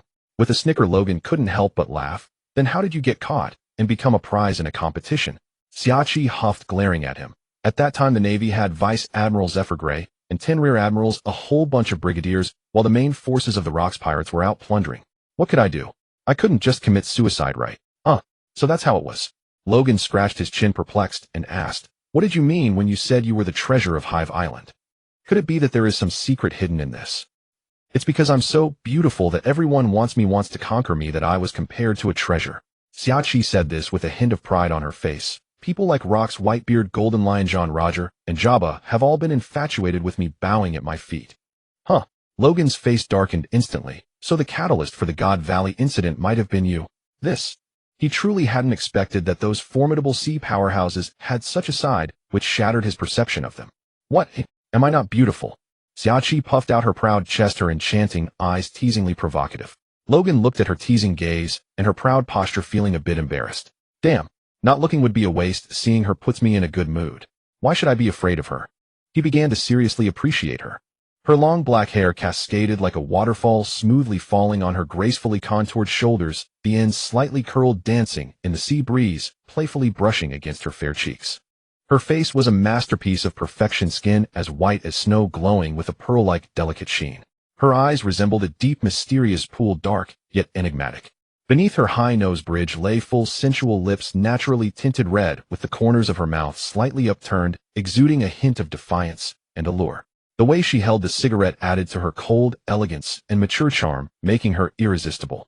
Xiachi's figure was also exceptional, with proud curves, a full bosom, a waist that could be grasped with one hand, and long straight legs, every line perfectly proportioned. Very beautiful. I didn't expect you to be so." Logan nodded, just about to say that she was so beautiful when she was young, but managed to stop himself. "What didn't you expect? Little brat, don't think of anything inappropriate." Xiachi's teasing voice rang out, her starry eyes seemingly enchanting the soul. "I am not a little brat. My name is Bernard Logan." Logan pointed at Xiachi, making a solemn declaration. Meanwhile, in the restaurant, the big eater Ginny exclaimed, "So delicious. So full." Ginny smiled as she looked out the window at the starry sky and asked after a moment of silence, "How old were you when you became a slave?" Big Bear, who was cleaning up the dishes, paused. 4 years old." "Me too." Ginny squinted her eyes into crescents, happily saying, "You don't need to say it so cheerfully about such things." Big Bear turned to look at Ginny's back. He's so happy. Ginny's laughter echoed. My stomach is so full, my stomach is so full. My stomach is so full. Her repeated words gradually took on a sobbing tone. Ginny. Big Bear set down the bowl in his hand and gazed at Ginny. Bear cub. Woo woo woo. Bear cub. Tears streamed down Ginny's face as she bit her lips and cried. What's wrong? Big Bear recalled his parents, realizing he was all alone now. Don't cry, Ginny. Unable to hold back, he burst into tears, sobbing uncontrollably. The gradually rising cries were naturally heard by Logan and Xiachi, who fell silent. Remembering the scene he had seen in his past life, Logan felt his heart tighten, catching his breath and turning his head with slightly red eyes. I must not let a tragedy happen. Logan clenched his fists, promising himself. Let me go check. Xiachi said, preparing to rise. Don't go. Stay here, let them cry it out. It'll make them feel better. Logan grabbed Xiachi, who had already stood up. Do you know what's going on? Xiachi sat back down, staring curiously at the silver-black horns, silver hair, and mature-scented silver eyes of the boy, whose face was both youthful and handsome. They've been slaves since they were 4. I don't know about Jean and I, but the Descendant family. All 3 of them were captured and became slaves of the Tianlong people. Logan thought for a moment, gazing at the night sky. His mother was worked to death by the Tianlong people, and his father was shot dead in front of Descendant when he was only 4. You weren't really a slave, were you? The meals were mixed leftovers, and you had to fight for them to eat. Never enough. And you had to do hard labor entertaining the Tianlong people perform. Descendant was only 4 back then, now he's 9. I don't know what strength keeps him going. Logan slowly recounted the dark days in Marihoa. Xiachi watched him in silence. Though she had been a pirate since childhood, she grew up with the mighty Kuja pirates plundering wealth and supplies, so she had never faced much hardship. She killed enemies cleanly and swiftly. Pain lasted only an instant. But the suffering and humiliation of slaves were constant. That was the true cruelty. After a night of emotional turmoil came dawn. Logan rose early, went for a run, bought a stack of buns, and returned to the church without mentioning the previous night. Jean and I know a devil fruit that would suit you perfectly. When the time is right, well, go find it. It surely hasn't been eaten yet. Logan finished his bun, picked up a freshly bought cigarette, and lit it. Logan, how can you smoke at such a tender age? You'll set a bad example for Xiongzi. Jean and I scolded with an air of authority beyond her years. Logan looked at Jean and I's small stature and Xiong's massive frame, baffled, but he still put out the Jean and I was 13, about a meter tall, a pure human suffering from severe malnutrition. Xiong was 9, about 2.8 meters tall, born to a member of the Bakian clan and a pure human. Logan was 10, about 1.65 meters, a hybrid of the demon clan and a pure human. Xiachi was 26, about 1.86 meters, a pure human. Xiachi calmly lit a lattice cigarette, making Logan snort 2 streams of air in frustration. That's more like it. What fruit were you talking about? Jean and I was very pleased with Logan's reaction. I once browsed a devil fruit encyclopedia. There's a paramecia fruit called the glare fruit, which grants a visual range of 4,000 kilometers. Him thinking, with your long-range reconnaissance, Deshiong's mobility and my steadily improving strength will be hard to catch. Logan had also figured out some traits of the Ho: extreme strength and speed, formidable physical defense, and recovery, the ability to fly and wind, fire, and lightning elements. It could even produce flame clouds to lift islands and change positions. But it required constant stamina, far inferior to the float fruit. The rest would only be known upon awakening. Was there a 3rd stage? He wondered. Moreover, using the fruit required physical strength and endurance. For now, he only had the 4 fundamentals: power, speed, defense, and recovery, which could be continuously enhanced through training. Was Haki truly supreme overall? That was true, but the pawpaw fruit could send enemies flying with a single slap in any direction. The float fruit could lift islands and fly. Could Haki do that? What Logan meant was that combining everything was the real key. Hey, I'm an outsider. I'm sitting right here. Xiachi, feeling left out, slapped the table in displeasure. Are you crazy, or am I? Shouldn't you leave? Why are you following us? Logan looked at her as if she were an idiot. I've only been here 2 days, and you're already kicking me out. I know Haki. I can teach you. Unable to bear Logan's contemptuous glare, Xiachi decided to offer something practical. Don't interrupt, stay quiet. Logan knew about Xiachi's clean sweep record and didn't want to keep this ticking bomb around, so he ignored her. Huff! Xiachi took a deep drag and blew the smoke into Logan's face. You? Logan pointed at her. After calming down, he looked at Jean and I. Do you want it? Hard to catch. Logan, what exactly are you planning to do? Jean and I was quite satisfied with the fruit, which suited her well, but she was also puzzled. I want to become strong. I want freedom. I want to be so formidable that every coward flees at the mere mention of my name, and so free that nothing in heaven or earth can stop my steps. Logan threw his head back and laughed, the sound echoing off the church dome, making the stained glass windows hum. And to kill the Tianlong people, that cancer. And immortality. The conqueror's Haki, in that unrestrained laughter accompanied by his unshakable conviction, had awakened at its initial stage. Dust in the church seemed to leap and the benches shook slightly. It felt as if the air itself was torn open by this momentum. The candles by the wall flickered violently, and even the seabirds circling outside scattered in panic. The conqueror's Haki, in that unrestrained laughter accompanied by his unshakable conviction, had awakened at its initial stage. Dust in the church seemed to leap and the benches shook slightly. Jean and I faltered, shook her head, instinctively dodged aside, then quickly leaned back and eyes gleaming. What was that? There's a presence about you that makes people want to keep their distance. Deshiong remained seated. He felt the force like a strong gust of wind, but instead of fear, he clenched his fists with brighter eyes. Strong. Let's get strong together. Conqueror's Haki. You actually have that potential.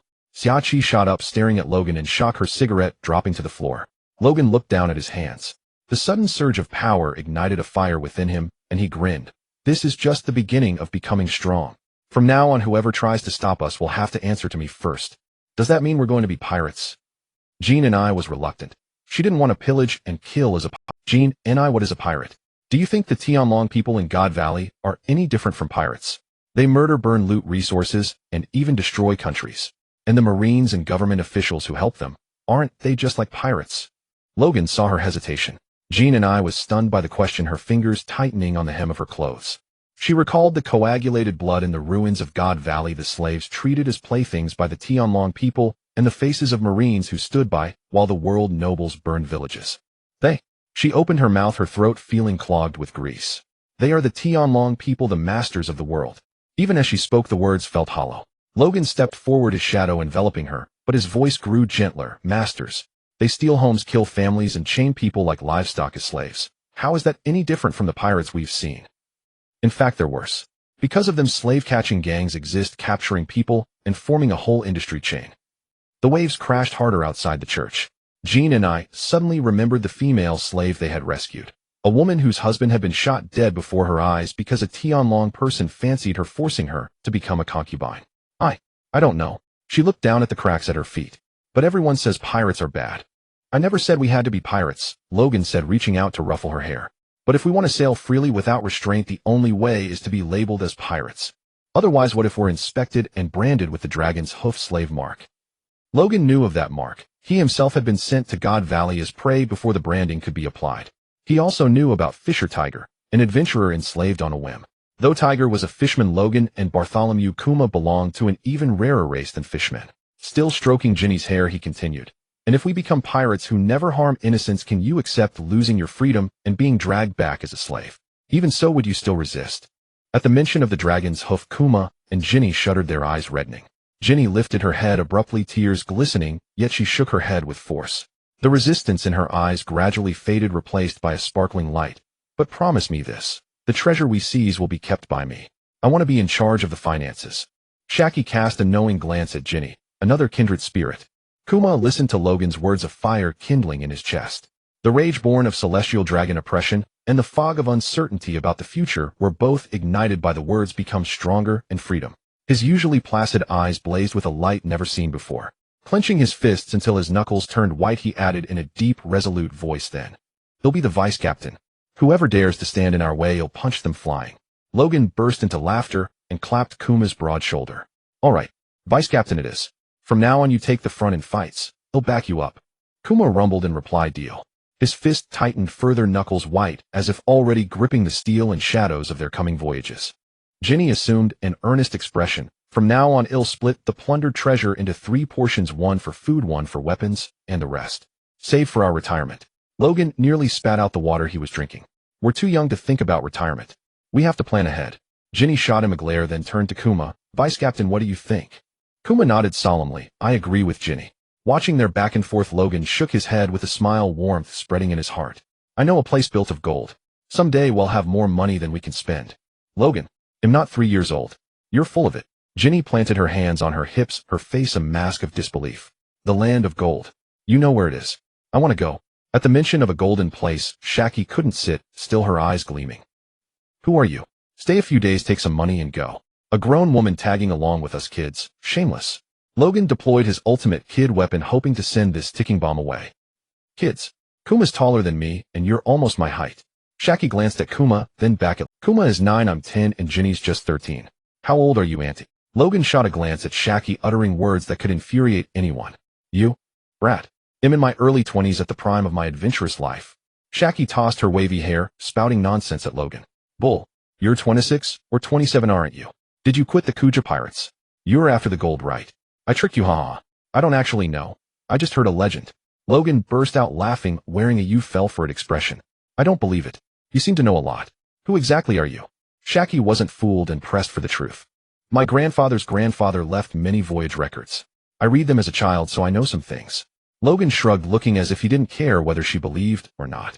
Anyway, the treasure from God Valley will cover our growth. Food, training, everything. Logan quickly added, turning to Ginny and Kuma, cutting off Haki's retort. From now on we focus on physical training, strengthen our bodies, awaken Haki, develop our devil fruit abilities. Ginny is treasurer, don't skimp on food. We need plenty of meat to fuel our training. Strength is everything. The Conqueror's Haki you mentioned earlier, is that a type of Haki? Ginny asked, curiosity brimming. Kuma, having finished the remaining buns, also turned to Logan. Right? Haki has 3 types: armament Haki, observation Haki, and Conqueror's Haki, the last of which only 1 in a million can awaken. But only armament and observation can be trained. Conquerors is an innate quality. Logan recalled from, so how do we know if we have Conqueror's potential? Kuma and Ginny asked in unison. Ambition, despair, willpower, resentment. If your ancestors awakened it, you might too. Even an ordinary person can awaken the original Conqueror's Haki. It all depends on one's experiences. Logan, you're amazing. You know everything. Kuma and Ginny looked at him with admiration as if he were a sage. I read it in my grandfather's records, Logan reiterated. Haki generally has 3 stages. For armament, the basic stage is hardening and coating, advanced is flowing and emission, the pinnacle is internal destruction. It enhances attack and defense, and can also grasp the body of a Logia user. Logan took a sip of water. For observation, the basic stage is sensing danger and dodging, advanced is seeing the future. There are also special innate types that can hear the voice of all things, read minds, empathize, and so on. Its function is to detect dangerous trajectories and evade. As for Conqueror's basic stage, intimidates weaklings, advanced affects objects. The pinnacle can imbue attacks, and I've heard of a god level that can disintegrate devil fruit powers. Oh, and there are techniques that push the human body beyond its limits. Logan finished in one breath, plucked a grape, and chewed on it. Ginny and Kuma stood dumbfounded, their brains overloaded with the sudden infusion of knowledge. Don't understand. First, build your physique. We're still young. Well, think about Haki in a few years. I have methods to help you. Now let's start with the basics. Logan clapped his hands. From today morning, run around the island 3 times a afternoon, move rocks behind the mountain. Not to build strength, but to train body control. Tonight, I'll write a training regimen. He pointed at Kuma. You're big. Start with weighted runs. Carry rocks on your back and control your breathing while running. Then he turned to Ginny. You're frail. Start with jogging. Moving rocks trains control. Ginny blinked. Of course. Logan picked up a fist-sized rock and spun it deftly in his fingers. You think strength is just brute force? Wrong. It's knowing how to use the minimum effort for the maximum result. Like picking a lock. You don't just jab, you find the mechanism. Kuma nodded, half comprehending, then reached out and lifted a millstone-sized rock, holding it steadily above his head. Like this. Yes, maintain this posture until the sun reaches its zenith. Logan whistled. Don't shake. If you do, you'll have to stand for another half an hour. Big Bear gritted his teeth, his arms unmoving, beads of sweat quickly streaming down his cheeks. Ginny looked at his taut muscles and suddenly whispered, can I help him wipe the sweat? No. Logan shook his head. Wipe it off after practicing, otherwise the sweat won't stop. He turned and walked towards the church, while Haki hurried after him, wanting to get a clear explanation from Logan. Leaving Ginny squatting beside, holding a handkerchief, wanting to offer it, but too timid to do so, ultimately just counting out loud to cheer Big Bear on 1, 2, 3. Come on, Bear. The setting sun stretched their shadows long. One stood upright holding a rock, while the other squatted nearby, counting, creating a clumsy yet warm picture. Logan turned back at the door, unable to suppress a smile upon seeing this scene, but then his expression changed, and he shouted loudly, Ginny, why aren't you off running? He then glanced at Haki, who was wearing purple shorts and a purple tank top, her chest straining against the fabric. What are you following me for? Looking at this stunning beauty, Logan felt overwhelmed. If you tell me where Golden Land is, then I won't follow you. Haki smiled mischievously, employing her tricks. I'm going to take a shower. If you're capable, follow me. Seeing Shaki's rogue demeanor, Logan retaliated in kind, using poison against poison. Oh, I'm quite capable. You little brat are just a bean sprout. Shaki proudly flaunted herself, casting a dismissive glance at Logan. Logan was dumbfounded. This pirate world was so open and brazen. And to call him a beansprout, he couldn't tolerate it. Whatever. I'm a male. I'm not at a disadvantage. Logan thought for a moment. He was still young and would grow. Besides, he wasn't that small now. He was a descendant of the Ghost clan. Taking a shower was simply a way to get rid of Shaki's chatter. He then hastily walked towards the back mountain. A big bear said there were some wild beasts there perfect for practice. Shaki followed slowly, thinking of the Golden Land. This little brat must know. Otherwise, how could he possibly have thought of saying you're lying? If he found it, he wouldn't worry anymore. He could buy the best of everything. Expensive wine, the best cigarettes, beautiful clothes, and underwear. Why even go to a bar? Thinking of this, Shaki couldn't help but burst out laughing. Huh? The laughter from behind sent a shiver down Logan's spine. Soon Logan entered the dense forest. When he stopped, a gigantic wild boar was rooting at the tree roots, its tusks gleaming with a yellow-white glow, its body more than 3 times the size of an ordinary pig, grunting loudly. Just right, let's test out the beast-human transformation. Logan flexed his wrist, his knuckles cracking. No sooner had he spoken than his figure suddenly underwent a dramatic transformation. He stretched and expanded abruptly. His body visibly shot up, reaching 3 meters in an instant. His bulging muscles were not merely knotted but covered with a layer of fine silver-gray scales akin to the most resilient armor. His hands and feet had transformed into sharp claws with elongated, thickened, and curved nails turning into pitch-black hooks that glimmered with a chilling light. His arm and leg muscles twisted and bulged, brimming with explosive power, the structure of his calves seemingly bent backward for a moment, better suited for pouncing and explosive running, with his claws digging deep into the ground. His facial contours elongated, his cheekbones rose, his jaw became more pronounced, and solid teeth turned sharp and pointed, especially his canines jutting out like short daggers. His hair transformed into a burning silver mane, with a tuft of golden fur in the middle cascading backward and flowing. He had 2 pairs of horns atop his head, the silver-black horns of his Ghost clan, and a pair of slightly larger spiral gray-white wolf horns. Most chilling were his eyes. His pupils constricted into 2 molten gold vertical slits, seemingly devoid of any human emotion. A tail as thick as a battering ram slowly swayed behind him, stirring the thin air. Shaki behind him had already held her breath, staring at Logan's scaled body, the spiral horns, and the powerful tail, feeling a wave of overwhelming pressure. What kind of fruit beast is this? Truly majestic. This power, this physique, fierce and handsome. Logan flexed his claws, touched his head, and surveyed his surroundings, then turned to the wild boar. The gigantic wild boar sensed a deadly threat from Logan. Its animal instincts made it abandon the tree root and emit a sound that was both fearful and fierce. With its sturdy hooves scraping the ground, tusks aimed at Logan, it took a charging stance, attempting to intimidate Logan into retreating. However, in his beast-human form, Logan's icy vertical pupils showed no sign of wavering. The next moment, boom, the ground beneath Logan exploded into a small pit, and in an instant his figure vanished from the spot, moving so quickly that only a silver-gray afterimage remained. The wild boar didn't even have time to charge. It felt a gust of foul wind, and a massive shadow had already enveloped it. Crack! Splash! The sickening sound of bones cracking and flesh tearing echoed almost simultaneously. Logan's movements were simple, brutal, and extraordinarily efficient. He used no techniques, purely a crushing blow of speed and strength. A scaled fist struck out at a speed impossible to capture with the naked eye, accurately and violently smashing into the side of the wild boar's head. That hard skull crumbled and shattered like a fragile eggshell before this terrifying power. The wild boar couldn't even let out a wail. Its massive body was sent flying by this immense force, crashing heavily into a nearby tree, causing leaves to flutter down. It collapsed to the ground, its head deformed, blood and brain matter gushing from its shattered mouth, nose, and eye sockets, instantly falling silent. The battle began and ended in an instant.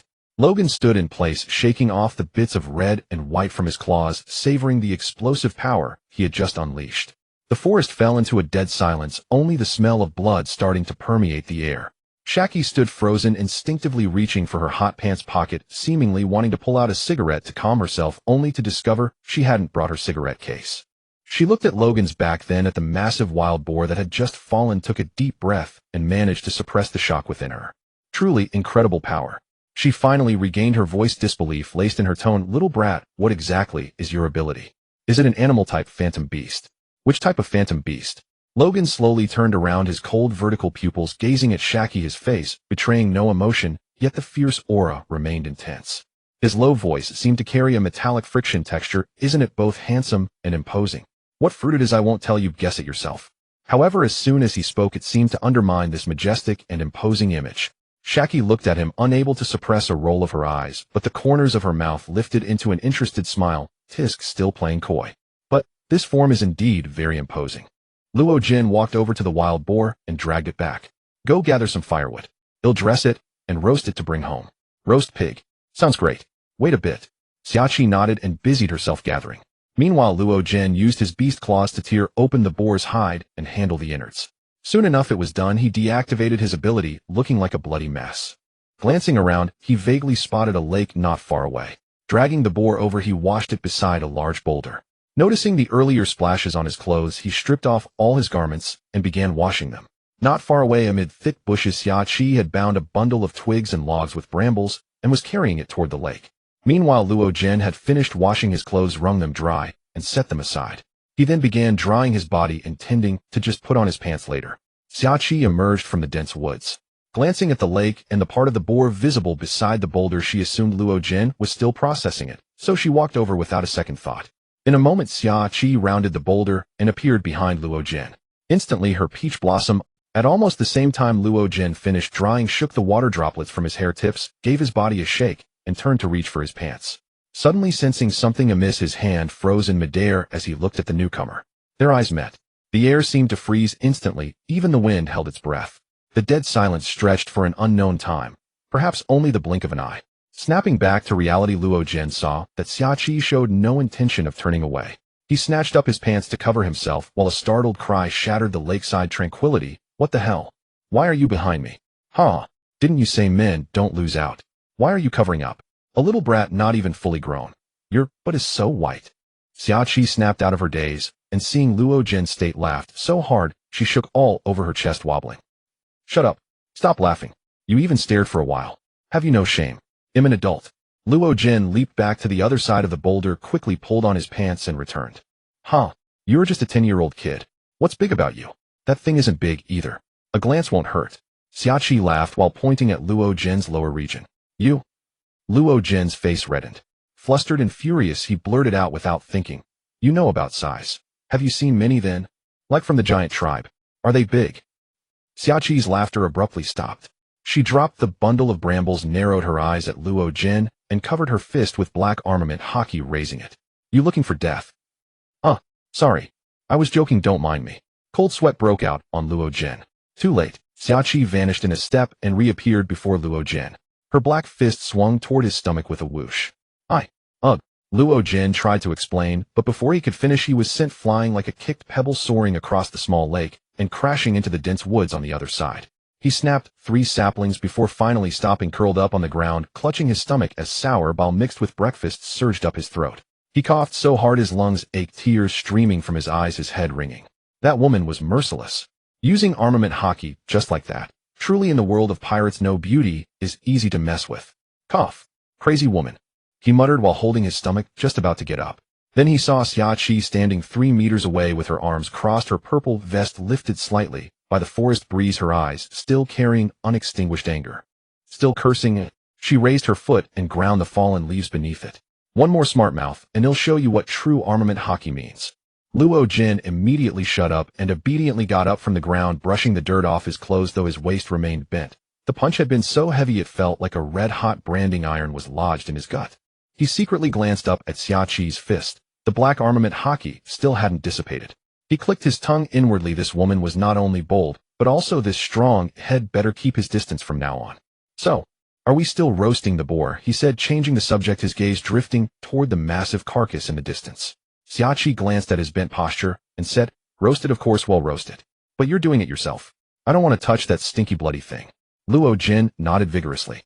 He'll do it. I guarantee it'll be sizzling with fragrant oil. He took a moment to recover, straightened up, and headed toward the boar carcass. Xiaoqi followed behind, watching his back, and inexplicably began to explain. In our Amazon lily, reproduction relies on going out to borrow seed. Our kingdom has a secret art that ensures only female infants are born. As the former empress of Amazon lily, I've never seen it myself, but I've heard about it through hearsay. Oh, you don't need to explain. I don't care about that. I was joking too. Anyway, you'd better leave here soon after all. 5 years later. Bang!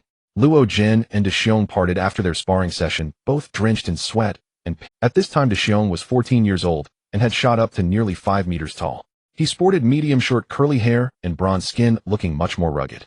Luo Jin deactivated his half-beast form.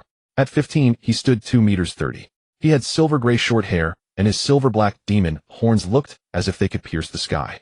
His face had darkened 2 shades and matured considerably. But Kaiduo was over 7 meters tall. Could it be that mixed blood caused shorter stature? Like Dahi, Luo Jin could only think of that reason. Jean and I emerged from the chapel carrying 2 large buckets of fresh water. 5 years had brought her up to 1 meter 68. Her pink hair cut to ear length was left longer at the sides, and her eyes sparkled as if tempered with light. Have some water and take a break. She set the buckets between the two. Looking at the bone-deep fist prints and the boulder that had been sent flying, she shook her head helplessly. I told you not to clash with armament Haki. The floor tiles I just replaced yesterday are broken again. Luo Jin grabbed a wooden ladle and gulped down several mouthfuls, water streaming down his chin into his collar. He wiped his face, silver-gray pupils still burning with battle lust. This guy can take more and more. Without adding some power, I simply can't break through his defense. Deshiong, still panting, took the ladle and slapped his meaty paw onto his own arm. The wound just burned by Luo Jin's fire element healed at a visible rate. The temperature of your half-beast fists has risen again. He looked down at the paw pads on his palms. The pink paw pads were a size larger than 5 years ago, with a faint sheen of armament Haki at the edges. Next time should I try to slap away your flames? Bring it on. Luo Jin raised an eyebrow, shaking his head while wagging his index finger in a taunt. Let you taste the whole flame that can melt iron. Stop. Jean and I quickly stepped between them, pulling a small notebook from her pocket. Last month's repair costs have already exceeded the budget. If we tear down the chapel again, we'll be sleeping in the cellar. She opened the notebook and read, 50 Jean of salmon, 30 steaks, 10 Jean of iron, or for Luo Jin to practice fire. This month's budget has 3,000 berry left. If you two want juice and milk, you'll have to be thrifty. Luo Jin rubbed his nose awkwardly, and Deshiong also withdrew his paw. Over 5 years the chapel's walls had collapsed 3 times, and the roof had been blown off twice. It was only through Jean and I's careful budgeting that they had managed to keep going. For 5 years their training had never ceased. Luo Jin's Ho fruit allowed him to initially control wind and fire, and his conqueror's Haki could stun ordinary pirates within 100 meters. Deshiong's pawpaw fruit could not only precisely slap targets to designated islands, but also had developed the bear paw shock, a single palm strike capable of smashing large coastal boulders. As for Jean and I, she had awakened observation Haki, and her self-made tapping device, a din mushy, could even intercept the Navy's encrypted channels. What's there to save? Luo Jin wiped his face, his silver-gray short hair clinging wetly to his temples. Tomorrow we'll head to the neighboring island and sell off the batch of goods we collected last time. His goods referred to a slave ship intercepted half a year ago. On board were over 20 civilians destined for Mary Geos, led by a portly noble and civilian sailors. Luo Jin didn't kill them. He simply melted the ship's rudder with his Ho flame, set the people free, and borrowed the vessel's treasure. Jenny rolled her eyes. Easy for you to say. Last time you burned their ship, otherwise we could have at least sold it for some berries. She paused and abruptly changed the subject. I wonder how big brother and sister Xiachi are doing. Yuan's tough as nails. Luo Jin leaned against the broken wall, idly picking up a stone fragment and toying with it. He's probably raising hell somewhere out at sea. Once we set sail, we're bound to run into him sooner or later. He spoke lightly, but inwardly he had his doubts. With Wangfi's flamboyant nature, staying alive shouldn't be a problem. Maybe he had just gotten carried away and was wanted by some kingdom, hiding out and changing his look. As for Xiachi, she's definitely fine. She's very capable. She's probably returned to Amazon Lily. Dashiong squatted nearby, wiping sweat from his fists, and rumbled in reply, little Yuan is definitely okay. His paw gently tapped the ground, causing tiny fragments of stone to levitate. This was his recently practiced micro-control, able to precisely swat away insects without killing them. Jenny tucked the ledger back into her pocket and kicked a brick at her feet. Fine. Tomorrow when we go to the neighboring island to sell the goods, they'll stop by the intelligence house to see if there's any news about Yuan. She looked up at the sky, where the setting sun stretched the Chuch's shadow long. Let's cook first. Today we'll have meat stew with freshly picked herbs to relieve fatigue. Luo Jin's eyes lit up, but just as he was about to step forward, Jenny grabbed him. Clear the rubble off the ground first. Otherwise no dinner for you. All right. Luo Jin muttered as he turned, summoning a small cluster of Ho flame. The pale golden flames licked the rubble, instantly melting it into patches of dark red magma that flowed along the cracks in the ground. This was his newly practiced flame control technique, precise enough to light a cigarette without burning his finger. Dashiong nodded in admiration, silently hoisting half a broken wall and carrying it toward the seaside scrap pile. Soon only Jinny's light footsteps and the distant rising sea breeze remained in the square before the church. As night fell, the aroma of meat stew filled the entire church. Luojin wolfed down a clay bowl larger than his face, while Daxiong slowly ladled soup with a wooden spoon, occasionally glancing at the starry sky outside the window. Jinny watched the two of them devour their food, a gentle curve forming at the corners of her mouth as she secretly added an extra piece of meat to Daxiong's bowl. 5 years had simmered past wounds into a warm undertone. Logan, speaking of which, why did Sister Xiaoqi leave without saying goodbye 5 years ago? Did you drive her away? Jinny asked while sipping her meat stew. Not at all. I just said that staying here would get us killed. She was a big name in the pirate world. With that appearance of hers, the nearby residents would spread the word, and the world government spies would find out, putting us in danger. Luojin swallowed his food and continued. She wanted us to go train on an island near Amazon Lily too.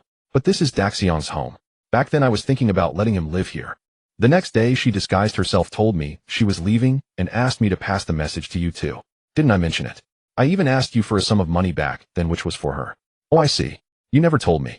I thought sister didn't like us and left without a word. Daxiong put down his bowl and chopsticks, realization dawning. Alright. Over the past 5 years Daxiong has awakened armament Haki, and Jinny, you've awakened observation Haki. Now we just need to slowly cultivate and strengthen them. It's time for us to set sail and explore. Luojin finished his meat stew and set down the basin-sized clay bowl. Jinny put down her wooden spoon, wiped the corner of her mouth, her eyes sparkling with anticipation. Are we finally setting out? I've already drawn up the navigation chart. We'll cross from the south blue, first find the glare fruit, and then. She flipped open her small notebook densely packed with routes and markers. Make a detour to see the Grand Line. Yi Wangfu said the islands there are bizarre. Trees that walk, flowers that eat people. Daxiong stuffed the last piece of meat into his mouth and nodded vigorously. A faint glow emanated from the pads of his paws. Over these 5 years he had practiced long-distance teleportation extensively, even using the island's carrier pigeons as his couriers for practice. Luojin leaned back in his chair, touching the long sword at his waist, an alloy tempered with Ho flame. He looked out the window. Moonlight streamed through the stained glass, casting mottled patches of light on the floor. After we sell the goods tomorrow, Daxiong and Jinny pack up. We're going to start sailing. The fishing boat we bought before will do for now. Later we'll commission a ship of our own. But where are we going? Last time on other islands it was just memory islands and smashing rocks. Daxiong sounded aggrieved. For 5 years it had been training, and more training. This time we're going to the Bespa Kingdom to find someone to join us. He remembered Kazan was born in this kingdom. He should be around 15 or 16 now. Wondered if had already eaten the freeze fruit. What given by the world government? Joining the Marines for training makes you a monster, but without a devil fruit would that work? Luojin didn't think the world government, or rather the celestial dragons, were that generous. Why wouldn't they give it to their loyal dogs like CP0? Are we getting a new crew member? When will I get news about my glare fruit? Jinny was both excited and dejected. We'll find him first, then go search for the devil fruit. I bet that fruit is in the hands of the Dressrosa royal family. Luojin comforted her.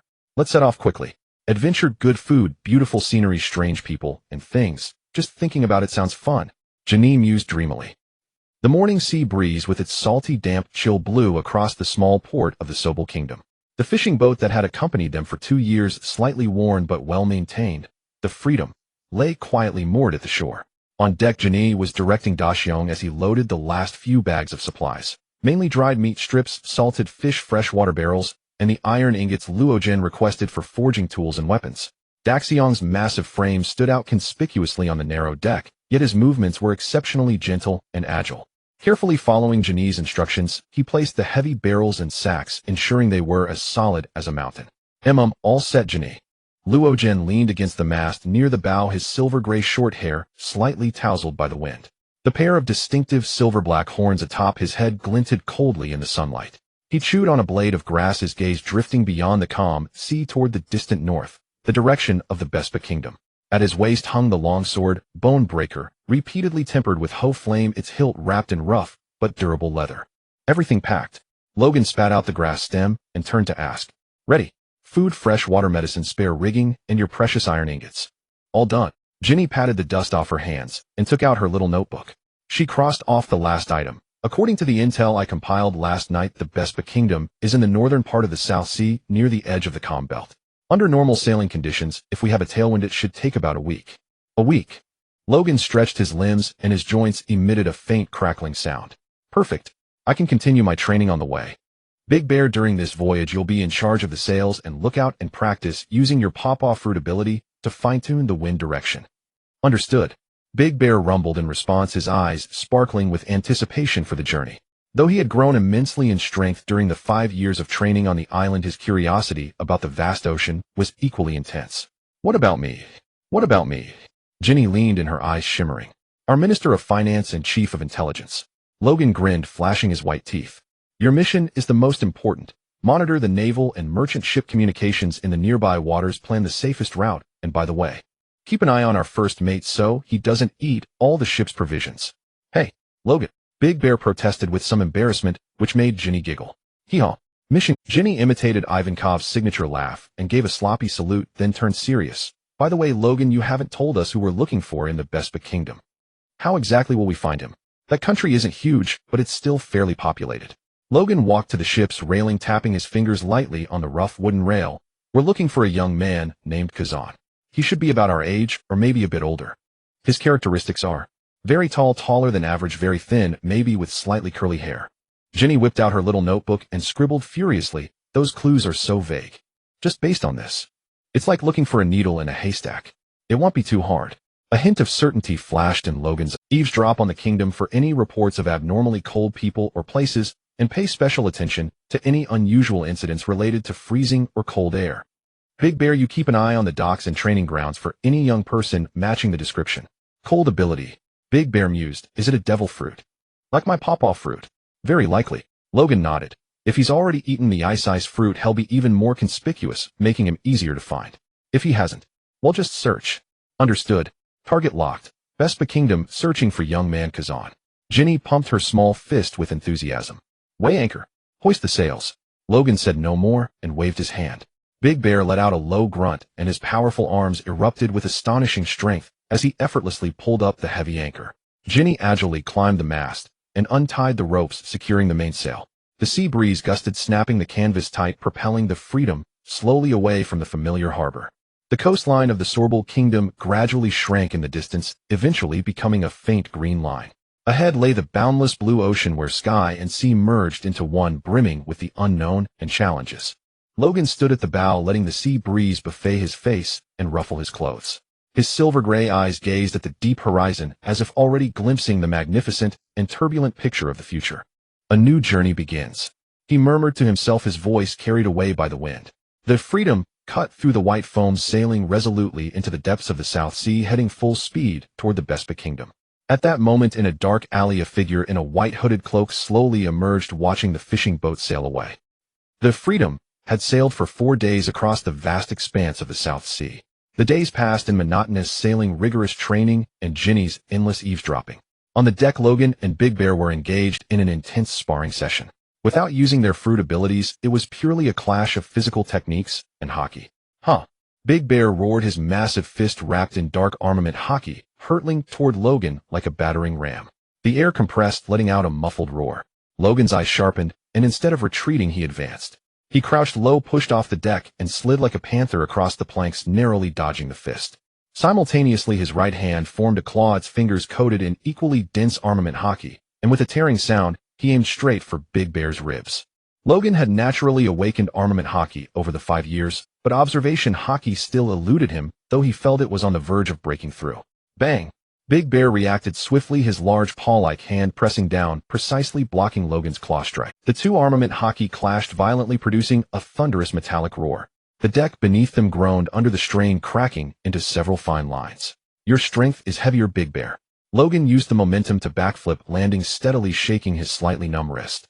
His fighting spirit blazed even brighter. But you need to be faster. On the battlefield, your opponent won't give you time to gather power. Got it. Big Bear rumbled in response, his massive body displaying surprising agility as he stepped forward and unleashed a torrent of punches like a storm. Each punch was heavy and powerful, carrying a gust of wind. Logan turned into a silver-gray phantom, weaving and dodging through the flurry of fists, occasionally counterattacking from tricky angles with claws, fists, or elbow strikes. Each collision sent out powerful shockwaves. The two exchanged blows, their offense and defense shifting like lightning, sending sweat flying and leaving the deck in a mess. From the crow's nest atop the mast, Ginny held a din, mushy, monitoring the waves while watching helplessly. Here they go again. Those two battle maniacs. This month's maintenance budget is going to blow out. She sighed and refocused her attention on the chaotic radio waves coming through the receiver. Suddenly Ginny's brow furrowed. The receiver picked up a burst of encrypted communication interspersed with words like target, small sailboat, description matches, and intercept. Logan, Bear, we've got a situation. Ginny immediately put down the receiver and shouted down, her voice laced with gravity. Northeast direction, a naval warship possibly from the South Sea branch is heading toward us at high speed. They mentioned our ship's characteristics in the communication. The sparring halted instantly. Logan and Big Bear both looked up, their eyes shifting from battle lust to vigilance. Logan wiped the sweat from his face, his silver-gray pupils narrowing. Found us so quickly. Looks like the boat-burning incident isn't over yet. Ginny, can you determine their intentions? The encryption level isn't high. I've deciphered part of it. Ginny spoke rapidly. They've mistaken us for the raiders of that slave ship from half a year ago, labeling us dangerous pirates. Their orders are to intercept and arrest, and if necessary, sink. Sink us. Bear's fists clenched, knuckles cracking with a sharp pop. For the first time, a clear anger surfaced on his honest face. They want to sink us without even asking why. This is the justice of the Marines. Logan sneered, his gaze as sharp as a blade. It seems we perfect. Let's use them to test the fruits of our 5 years of training. Bear, prepare for battle. Ginny, keep monitoring. Understood. Ginny immediately picked up the receiver again, fully focused. Logan walked to the bow, unsheathing the bone crusher from his waist. The long blade glinted with a cold, fierce light as it slid out half an inch. Bear stood slightly behind Logan, palms open. The pink flesh pads on his hands swelled slightly as armament Haki began to coil around his arms. His massive frame resembled a volcano on the verge of eruption, containing a terrifying power. Within 10 minutes, a standard marine warship appeared on the horizon, its bow splitting the waves as it charged aggressively toward the small Freedom. On the deck, marine soldiers had formed ranks. The dark muzzles of cannons slowly adjusted their aim. Attention, small vessel ahead. Heave to immediately. Submit to a marine inspection. Repeat, heave to immediately. The ship's loudspeaker blared a stern warning. Wasn't that demanding? Bear and Ginny's lives. The brand of the Flying Dragon's hoof marked them as slaves to the Celestial Dragon, something Logan would never allow. A defiant smirk curled at the corner of Logan's mouth. He replied in a clear voice that carried across the sea breeze to the warship Marines. Inspection. Do you think you're worthy of inspecting our ship? If you want to fight, just say so. Spare me the nonsense. Arrogant pirate. The officer on the warship was clearly provoked. Fire warning shots. Bang, bang. 2 shells screamed through the air, landing in the sea just ahead of the Freedom, sending up 2 massive geysers of water that drenched the deck. The warning had no effect. Battle was imminent. Report, Ginny. Logan's eyes were icy. 2 main guns, 4 broadside cannons on each side, about 50 soldiers. The leader is a major. No higher-ranking officers detected. Ginny quickly relayed the intelligence through her binoculars. Good. A sharp glint flashed in Logan's eyes. Bear, those annoying cannons are yours. They'll pay a visit to that major aboard their ship. Got it. Bear responded in a low voice, his arm muscles bulging as armament Haki instantly covered his palms and pads. He raised his hands, condensing the energy particles in the air. A large paw-shaped bubble rapidly contracted. Paw impact, directed explosion. Whoosh. A terrifying shockwave visible to the naked eye and shaped like a giant bear paw was not dispersed, but launched precisely like a cannonball by Bear, aimed directly at the row of dark cannon muzzles on the warship's broadside. Boom. Rumble. A deafening explosion echoed. The shockwave struck the warship's broadside with pinpoint accuracy. The violent tremor and compressed air blast instantly sent 4 broadside cannons and the Marines manning them flying. Steel twisted splinters flew. A huge gaping hole was blown into the side and seawater began pouring in. The major on the warship was stunned, unable to believe his broadside firepower had been destroyed in an instant. Now, a silver glint flashed in Logan's eyes. His leg muscles tensed in an instant, cracking the deck beneath his feet. Shave. His figure blurred, leaving only an afterimage and a burst of compressed air. The next moment he appeared like a ghost on the warship's railing. His speed far exceeded the reaction time of ordinary Marine soldiers. Stop him. The major drew his pistol and shouted in panic. A few Marine soldiers mustered the courage to raise their rifles and fire, but the bullets struck Logan's body, which was covered in a thin layer of armament Haki, producing only clinking sounds without even penetrating his skin. Logan shifted his form, moving like a tiger among sheep. His fingers blurred into shadows, precisely striking the joints and pressure points of the charging Marine soldiers. Each strike was accompanied by the dull crack of breaking bones and the soldiers' cries of pain. He did not kill them, but the soldiers struck instantly lost their combat ability and collapsed helplessly. You bastard. The major roared, drawing his saber and charging, a faint trace of armament Haki coiling around the blade. Logan didn't even glance at him. He swung his sword in reverse. Bone Crusher Mountain Collapse. No flashy techniques, only pure power and speed. The Bone Crusher, wrapped in armament Haki, struck the Major's blade with the force to split mountains and cleave the earth. Clang, crack. The Marine Issue's steel longsword snapped cleanly in two. The Major felt an overwhelming force surge through him. His tiger's mouth split open instantly, and his entire body, as if struck by a giant hammer, flew backward, spitting blood, and slammed heavily into the main mast before falling unconscious. The deck fell silent in an instant, leaving only the groans of the injured soldiers and the sound of the waves. The remaining Marine soldiers looked at the silver-haired youth standing like a demon god, his long sword unstained by blood. Their eyes filled with terror as they retreated, none daring to step forward. Logan swept his gaze around. His icy silver-gray pupils made every Marine soldier who met his eyes feel as if they had fallen into an ice cave. He walked over to the unconscious Major, bent down to pick up the document bag that had fallen from him, and casually flipped through it. Just as I thought. All because of that trivial matter half a year ago. He sneered and tossed the document bag into the sea. Turning to the terrified Marine soldiers, his voice was not loud, but carried an irrefutable authority. Take your officer and the wounded and get out of here. Go back to your base. Tell your superiors that if they come looking for trouble again, next time it won't just be swords that break. With that, he paid no further attention to the Marines, blurred his form once more with shave, and returned to the Freedom. All clear? Ginny asked and sighed in relief when Logan nodded. Bear withdrew his armament Haki, as well, looking at the wrecked broadside of the warship. He scratched his head sheepishly. Seems I might have overdone it a bit. Well done. Logan patted Bear's sturdy arm. Precise and efficient. This is exactly the effect we need. To let the Marines know we're not to be trifled with. The Freedom sailed around the crippled warship and continued toward the kingdom of Bespa. In their wake, the warship listed, slowly belching black smoke, leaving a crew of terrified Marines. This skirmish, like a pebble dropped into still water, spread rapidly among the Marine bases in the South Sea. Silver-haired devil with horns, man like a giant bear, bizarre shockwave. Vague intelligence about the Freedom and its dangerous crew began to attract attention from higher ranks. After 3 more days of sailing, the unique outline of the kingdom of Bespa's port, with its massive lighthouse, finally appeared on the horizon. As the Freedom slowly entered the harbor seeking a berth, Ginny's eavesdropping Mushy suddenly picked up a snippet of drunken, amazed conversation from a tavern in the royal capital of Bespa. You guys didn't see it. In the warehouse district at the docks, someone nearly froze to death last night. Froze? Are you kidding? It's the middle of summer. I swear I'm not lying. A patrol found him. They said a guy got into a fight, and then all of a sudden the whole alley froze over. Walls ground. Even the guys who started the fight turned into ice statues. Tisk, that scene. Really? Who's that weird? Who knows? They say he's from out of town, pretty tall, messy hair. I think they called him Kazan. Yeah, Kazan. They say the guards took him away for questioning. Ginny tore off the microphone, her face a mixture of surprise and delight. She dashed to the bow, shouting at Logan and Daxiong, who were observing the harbor. Logan, bear boy, we've got news.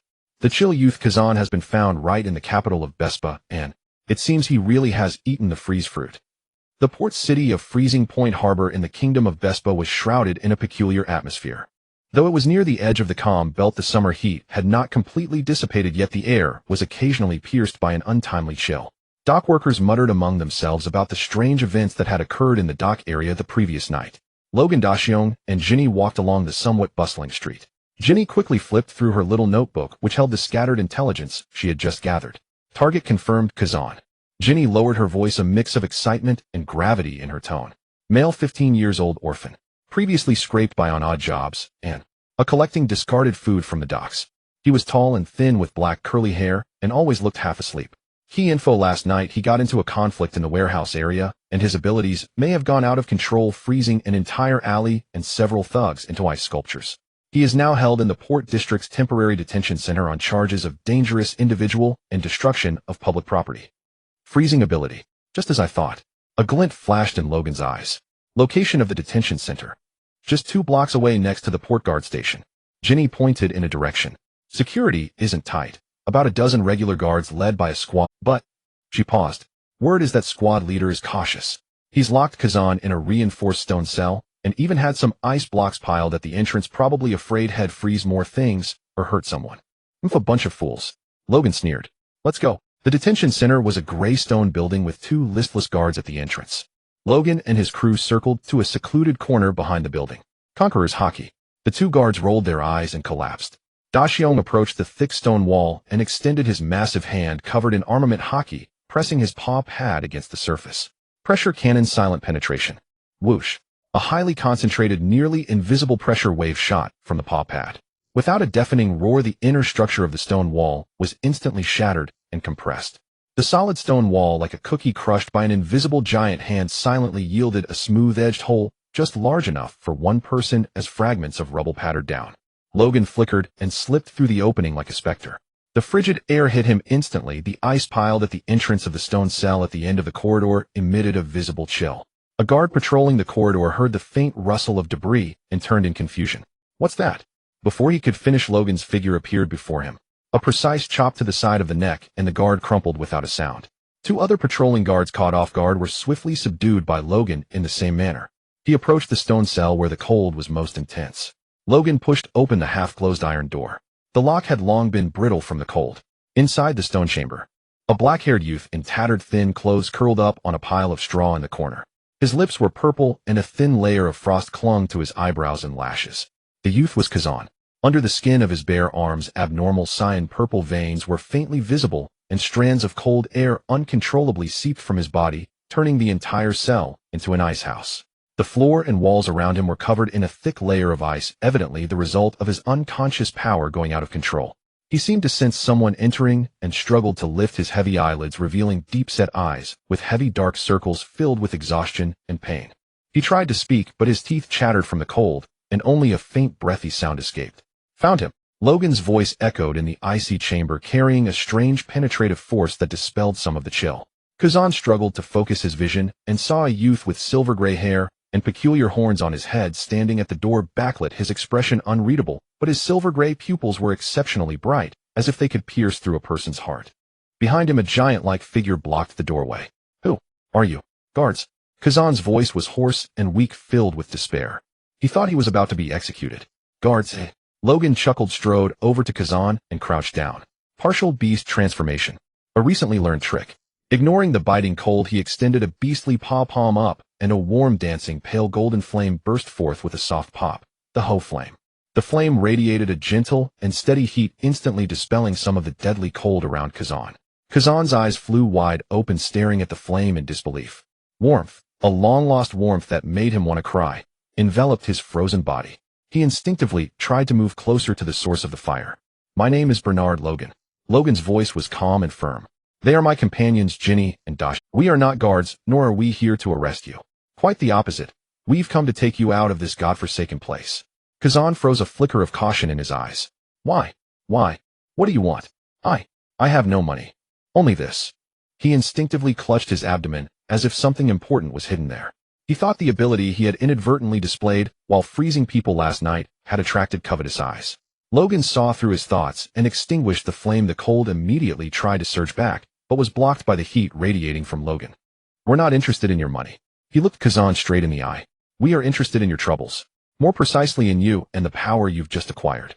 Kazan shuddered again, his eyes growing even more panicked. This power is a curse. It nearly killed me. It also hurt others. Power itself is neither good nor evil. It depends on how the person who wields it uses it. Logan interrupted, his tone carrying an unshakable certainty. It nearly killed you because you didn't understand it, couldn't control it, and it ran wild like an untamed stallion. But this is not a curse, Kazan. It is an opportunity. A key that can change your destiny. Kazan's lips moved as if to argue, but Logan's words struck him like a hammer. Look at yourself. Logan pointed at his frost-bitten skin and the frost covering the room. An orphan, starving, bullied by thugs, now locked in this ice cave like a monster waiting to die. Is this the life you want? Kazan fell silent, his gaze dimming. Hunger, loneliness, fear, and now the cold. These were all that constituted his life. Come with us. Logan extended a hand not wreathed in flame, but a warm, solid one. We can give you food and shelter. More importantly, we can teach you to control this power, to make it your shield instead of your shackles. So you will never go hungry or cold again, and never be bullied. Food. Control the power. Kazan murmured the words, exerting an irresistible pull on him. He lifted his head and looked into Logan's eyes again.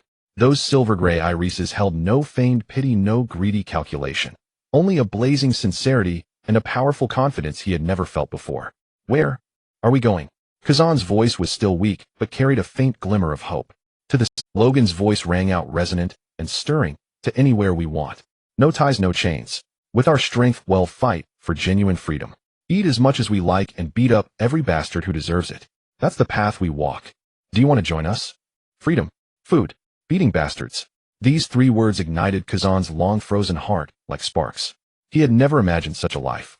He looked at Logan's outstretched hand, then at the silent, reassuring giant by the door and the pink-haired girl who seemed to be on guard. His starving stomach cramped, his frozen body craved warmth, and deep within something long suppressed, a desire for change and aspiration for power, a longing to no longer be alone, surged violently. Summoning every ounce of strength, he raised his cold, stiff, trembling hand and grasped Logan's warmth. A surge of warmth seemed to flow through their joined hands into his nearly frozen body. Kazan's voice was still hoarse, but carried unprecedented resolve. Please, give me food. And teach me to control it. His voice broke into sobs at the end, the fragile release of a desperate soul clutching a lifeline. Deal. Logan grinned, pulling Kazan up with a firm tug, then draping his own coat over the shivering boy, Ginny on guard. Bear, lead the way. Let's move. Yes. Bear turned his paw pads, aimed at the hole they had entered. Who dares to break into the prison? A sharp shout came from the other end of the corridor. The duty squad leader, finally alerted, rushed in with several awakened guards. A nuisance. Logan supported the weakened Kazan, his gaze turning icy. An invisible, soul-shaking pressure erupted from him like a tidal wave. Conqueror's Haki intimidation. Wham! The leading squad leader and guards felt as if a heavy hammer had struck their heads, their vision going black. Intense dizziness and soul-deep terror made their legs go weak. They collapsed to their knees with a series of thuds, weapons clattering to the ground. They had no strength left to stand, only gasps of terror remained. Kazan stared in shock. Being closest, he too felt the suffocating pressure. Though Logan had deliberately shielded him, the aftershock still left him shaken. What kind of power was this? Go! Logan paid no more attention to the limp guards. Bear struck out with his palm, an invisible shockwave clearing the rubble, blocking the hole. Logan supported Kazan, Ginny followed close behind, and the 4 swiftly slipped through the breach, vanishing into the shadows of the alley behind the prison. Soon the harbor district echoed with shrill alarms, but the Freedom had already weighed anchor, its mainsails full of wind. Bear used his pawpaw fruit ability to propel the small boat, which shot away from Freezing Point Harbor like an arrow from a bow. On deck, Kazan, wrapped in Logan's coat, sat on a pile of canvas, holding a steaming giant meat bun that Ginny had thrust into his hands. He devoured it ravenously, not caring that the scalding meat juice burned his tongue. A current of warmth flowed from his throat down through his frozen limbs, gradually thawing his chilled heart as well. While eating, he secretly studied the small, slightly worn but clean boat. The scent of the sea rushed over him, salty and wild, carrying an unprecedented taste of freedom. Kazan looked down at the hand holding the bun. A faint wisp of cold escaped, uncontrollably condensing into a small patch of white mist in the warm air. This time, as he gazed at the cold mist, his eyes held no fear. Only a trace of confusion and a faint but genuine curiosity and inquiry. Standing at the bow, Logan watched Kazan's wolfish eating, and the tiny spark in his eyes, a satisfied smile, curling at the corner of his mouth. The frozen boy had been found. The blazing journey had just ignited its engine. Next target. Dressrosa to find those eyes for Ginny. On deck, Kazan wolfed down his third meat. He covertly sized up the modest fishing boat and his 3 saviors. Logan, with his silver-gray short hair and the distinctive silver-black horns atop his head, stood at the prow, gazing into the distance, his profile sharp, eyes as keen as a hawk's. The giant, named Bear, silently handled the sails, his massive frame contrasting sharply with the small vessel, yet his movements were exceptionally steady and precise. Occasionally, the pink paw pads in his palm would glimmer faintly, as if sensing or fine-tuning the airflow. Ginny, with her pink hair, sat cross-legged by the mast, quickly jotting something down in a small notebook, her eyes shining with focused intensity. Feeling better? Logan's voice came, though he didn't turn around, the sea breeze ruffling his silver hair. Kazan quickly swallowed the last bite, nodding awkwardly. Much better. Thank you for the food. And for rescuing me. He paused, looking down at his still slightly purple hand, from which an uncontrolled wisp of cold escaped again, forming white mist in the warm air. But this power is not a curse, Kazan. Logan turned, his silver-gray eyes meeting his gaze. It's a part of you, just like my horns or Bear's paws. The key is how you understand and master it. Loss of control comes only from ignorance. Kazan raised his head, confusion and a flicker of hope in his eyes. Can I learn to control it? Will I never freeze anyone again? Of course. Logan crouched in front of him, extending his hand palm up, where a gentle, warm, pale golden flame flickered. See my fire. It can melt iron and forge steel, yet it can also gently dispel the cold. The nature of power depends on the wielder's will. Your ice is the same. Under Logan's guidance, Kazan began his arduous ice control training. The railings and deck were repeatedly coated with thin ice, and Ginny's ledger added several entries for defrosting tool fees. But Kazan's eyes grew brighter, his confusion gradually replaced by focus. The Freedom sailed for 7 days before returning to the Sobel Kingdom. In the Sobel Kingdom, the church. Oh, I'm so exhausted. Logan, we need to commission a large ship. It must have a soft plush bed and an intelligence room. Ginny gestured the shape of her ideal vessel. Oh, not afraid to spend your berries now. Logan teased cheerfully. Like you said before, money is a bastard. We can always earn more. Ginny waved her hand grandly. Then go order one. Hand it over. What? Berries, gold, jewels. Anything works. Ginny extended her hand, demanding money. Aren't you the one in charge of our finances? How could I have any? Logan shrugged speechlessly. That golden city you mentioned earlier, it's real, right? Absolutely real, right? Suddenly struck by a thought, Ginny's eyes lit up like searchlights fixed intensely on Logan, her hands unconsciously gripping his sleeve. Once we find the golden land, never mind the big ship and soft bed. We can even build a bathroom with a heated bathtub. Fill the intelligence room with the latest charts and newspapers. Absolutely real. Seeing the expression on Ginny's face that screamed, "If you dare lie to me, I'll kill you," Logan couldn't help but laugh, a mischievous glint flashing in his silver-gray eyes. I swear on my handsome horns. The Golden Land, Shandora, the legendary dream city wrought from gold, slumbers on a sky island. He paused, deliberately lowering his voice to an enticing murmur. Imagine, Ginny. All gold. Streets of gold, houses of gold. By then, never mind one ship. He'll build you 10 grand vessels studded with gems and lined with cushions. An intelligence room. He'll erect a crystal observation tower for you. Ginny's eyes grew brighter with each word, as if she could already see that glittering golden future, her breath quickening. She slapped her thigh, while the knee of the bear beside her. Deal. That's settled. Target, the Golden Land. For my soft plush bed and unbeatable intelligence room. The bear grinned as he watched Ginny. Don't you want the stare fruit? Let's head to the Shabandi archipelago first. Logan announced the plan with a chuckle. The stare fruit. In Shabandi. How can we get there on this fishing boat? We're broke. Let's hijack a pirate ship. Ginny's eyes widened. Hijack a pirate ship. Logan raised an eyebrow, twirling a strand of windblown silver hair between his fingers. What dangerous ideas are brewing in that little head of yours? Ginny immediately stiffened her neck and retorted. It's called cunning strategy. Most pirate ships are ill-gotten. Taking them is doing justice. Besides, do you want to keep sailing this rickety boat? She tapped the deck with her toe, producing a hollow thump. Don't you remember last time we nearly got flipped by a sea king? Kazan listened quietly nearby, still clutching half an uneaten bun. Having eaten his fill and recovered, he had regained control over his devil fruit ability. When he heard hijack a ship, he instinctively glanced at Logan, a hint of tension in his eyes. He had never done such a thing before. The bear suddenly spoke in a deep, rumbling voice, the pink paws on his palms gently swaying. 3 days ago, a pirate ship passed through the southern waters, flying a black skull flag hull large enough. He had actually remembered the vessel's details. Ginny's eyes lit up, and she immediately rushed over to grab the bear's arm. Really? How big? Does it have cannons? Can it be remodeled to include a bathroom? Logan shook his head helplessly, then turned to Kazan. Don't worry, it's not really stealing. A wisp of pale golden hoe flame flickered at his fingertips, spinning in his palm. If those scoundrels are committing evils at sea, well, just borrow their ship. It's like cleaning up trash. That's right, borrow. Ginny immediately corrected herself, even pulling out a small notebook and writing with great seriousness. Annotation: temporarily borrowing 1 pirate vessel. After finding the Golden Land, return as appropriate. No, you've led me astray. Logan spluttered in exasperation. We don't need another ship. We'll just sail this fishing boat straight toward the red line. Then at the red line, the bear will launch our fishing boat straight up vertically. At the peak, it'll fully transform into my beast form and carry all of you over the red line. Logan finished, catching his breath. The 3 of them stared blankly. The bear wiped his brow. Kazan was completely clueless, having no knowledge of Logan's or the bear's abilities. Ginny processed his words, making sure her ears weren't deceiving her. Her gasp echoed through the church, her bright eyes wide, as if Logan had just announced he was going to ride a news coup to Mary Geos. The bear also paused and wiping his sweat, his face etched with shock that screamed, "That's even possible." Kazan, meanwhile, was in a complete state of information overload, staring blankly at the 3 arguing figures while mindlessly chewing the last bite of bread. Fly over the red line. Ginny's voice rose an octave, her finger nearly poking Logan's nose. On this battered fishing boat. Then the bear paws us up into the air. And you turn into that whole thing and carry us over. Logan, have you lost your mind in the sun? Facing Ginny's roar, Logan merely leisurely picked his ear, the silver-gray pupils gleaming with absolute confidence. Calm down, Ginny.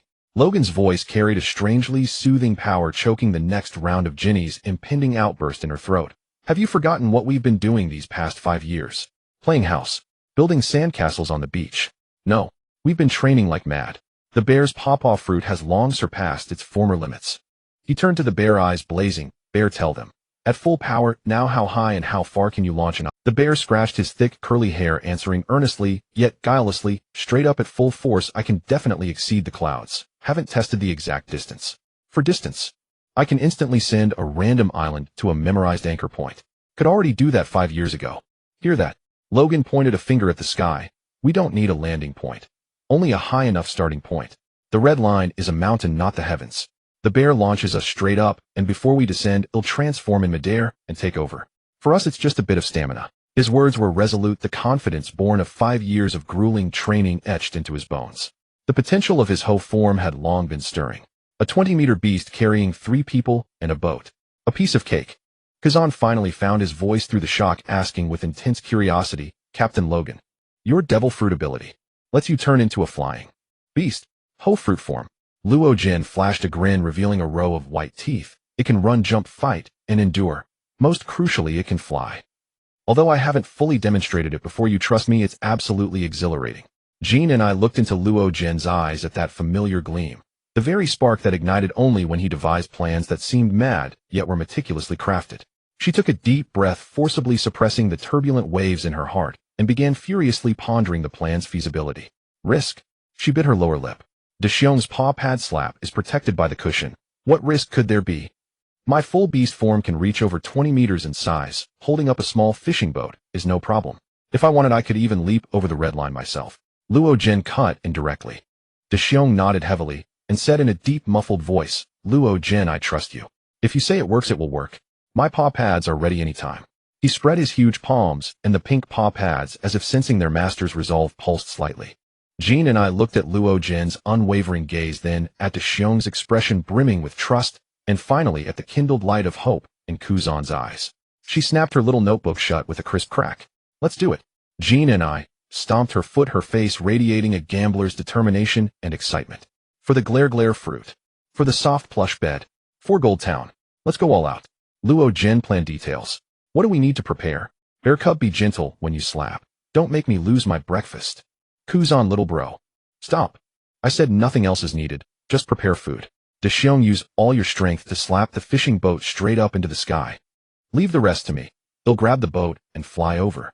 He swept his gaze across the 3, his voice carrying a provocative power. Just imagine. Bypass the Marines, avoid the Sea Kings. Like a free bird, soar over the world government's pathetic barrier from the sky.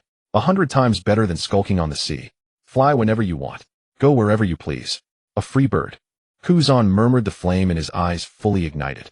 Overlooked the red line that imprisons. Heroic fervor surged in his chest. Jean and I, watching Luo Jin's conviction, Deshiong's rock-solid trust, and Kuzan's yearning, let her gambler's excitement completely replace hesitation. Great. Jean and I clenched her fist. For the freedom to go wherever we want. Bear cub, eat plenty of meals. Luo Jin, it's up to you. A silver glint flashed in Luo Jin's eyes. Operation name Sky Dome Breakthrough. Target, Dressrosa. For the future. For freedom. Sky Dome Breakthrough. Jean and I waved her fist. Breakthrough. Deshiong's voice rumbled like thunder. Kuzan took a deep breath, his voice firm. Breakthrough. Luo Jin watched his comrades united in purpose, and a surge of heroic spirit filled his heart. He walked to the table, dipped his finger in water, and swiftly sketched on the surface, exuding the commanding aura of one in control. Look here. He pointed at the Sorbet Kingdom. Sailing from here for about 3 days, we'll reach the base of the red line on the south blue side. By then, all of us will be on the boat. He looked at Deshiong, giving clear and forceful instructions. Deshiong, stay in the cabin, use all your strength, and slap the entire ship straight up into the sky. You've long been able to control the direction, right? The only target is altitude. Go as high as you can. The paw pad's protection will shield the ship and us. Understood. Full power upward. Deshiong replied in his deep, muffled voice, his gaze as steadfast as iron. The moment the ship is slapped to its highest point, when its upward momentum is exhausted, and it's about to start falling, Luo Jin's finger slammed heavily onto the table, sending water droplets flying. That's when I act. He'll immediately undergo full beast transformation, and then, he made a grasping motion in the air. He'll grab this ship and fly over the red line with all of you. Directly land on the Grand Line, near Dressrosa's waters. He looked around at his comrades, his tone carrying an unassailable ease. All you need to do is sit tight, hold steady, and enjoy the view. No risk at all. The only challenge. He deliberately paused, revealing a mischievous grin, might be the thin air at high altitude. Breathing might be a little tough. Haha, Kuzan, your ice might come in handy. Make some ice chips for Jean and I to suck on. Hey.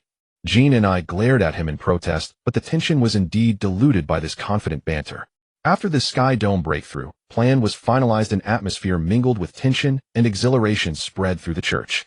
Jean and I immediately switched into finance minister mode, flipping through her little notebook, with a rustle muttering to herself, food, fresh water, warm clothes, securing ropes, emergency medicine. Also need to prepare a few sturdy buckets in case someone gets seasick and vomits. At high altitude there's no seasickness, right? Wait, air sickness. She scratched her pink short hair in confusion and looked at Luo Jin. Luo Jin chuckled. It's not that extreme, Jean and I. Prepare food and water for half a month just in case we get lost in the sky, though unlikely. Bring thicker warm clothes. It's indeed cold at high altitude. We must have securing ropes to make sure we aren't thrown around in the cabin. Buckets. Bring 2 just in case. He turned to Deshiong and Kuzan. Deshiong, conserve your energy these days and get yourself into peak condition. Kuzan, you keep practicing your fruit ability.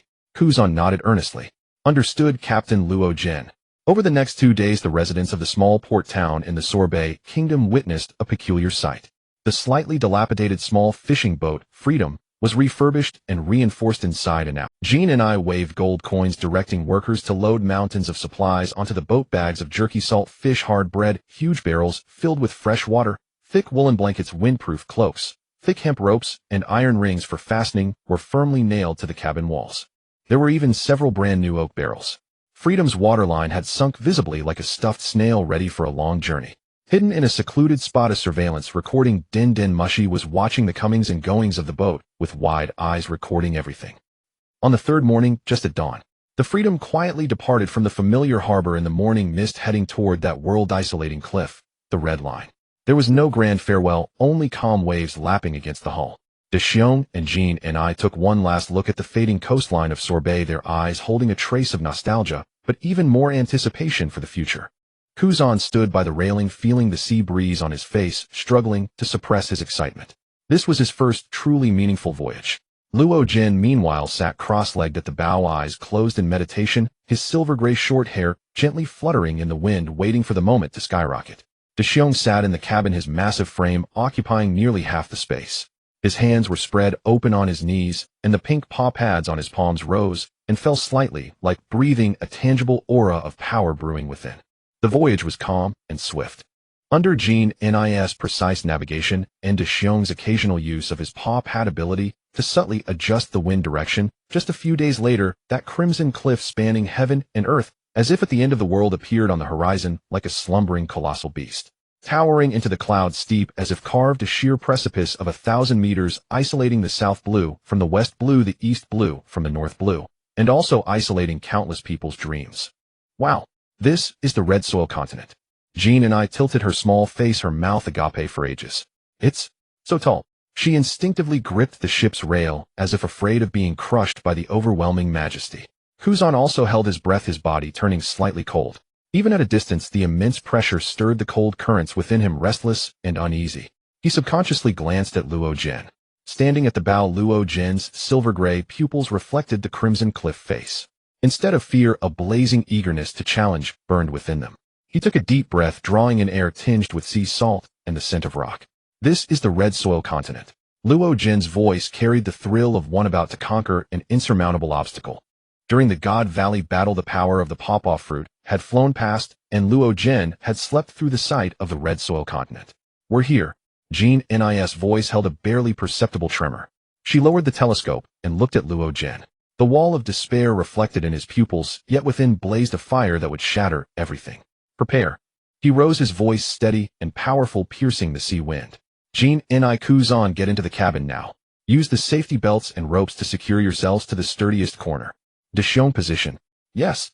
Jean Ni and Kuzan obeyed without hesitation, turning and diving into the cabin. Following Luo Jin's instructions, Kuzan released wisps of cold air near the spot where Luo Jin planned to grip the ship's rail, pre-cooling the hull locally. Jean and I deftly fastened herself and Kuzan to the thickest wooden pillar in the center of the cabin, using specially made wide safety belts then reinforced with layers of rope. Deshion walked to the very center of the cabin, which had been cleared. He took a deep breath, rooted himself like a tree, legs slightly apart, center of gravity lowered. The Freedom slowly approached the base of the red soil continent, stopping before the colossal cliff, as insignificant as a speck of dust.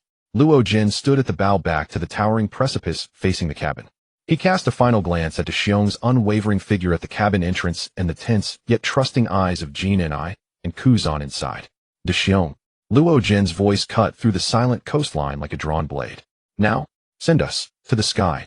Roar. A guttural roar burst from Deshion's throat, the suppressed cry of an awakening giant bear. Every muscle swelled to its limit, veins bulging like writhing dragons beneath his bronze skin. His arms shot upward, the pink paw pads on his palms seeming to glow. With a terrifying force that rent the air, both palms slammed down onto the deck beneath his feet. Pawpaw fruit vertical repel. Hum boom.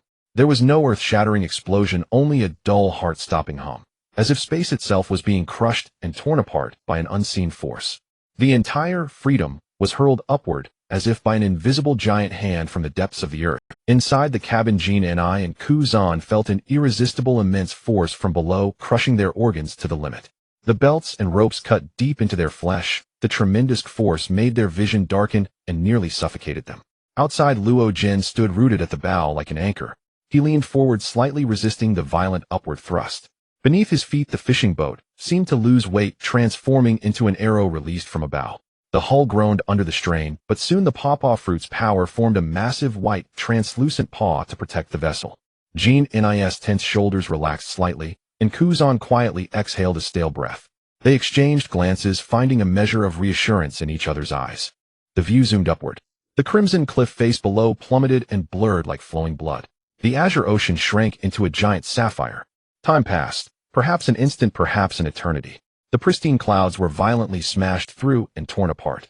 The gale raked the hull like steel knives, shrieking sharply. Air pressure dropped. Temperature plummeted.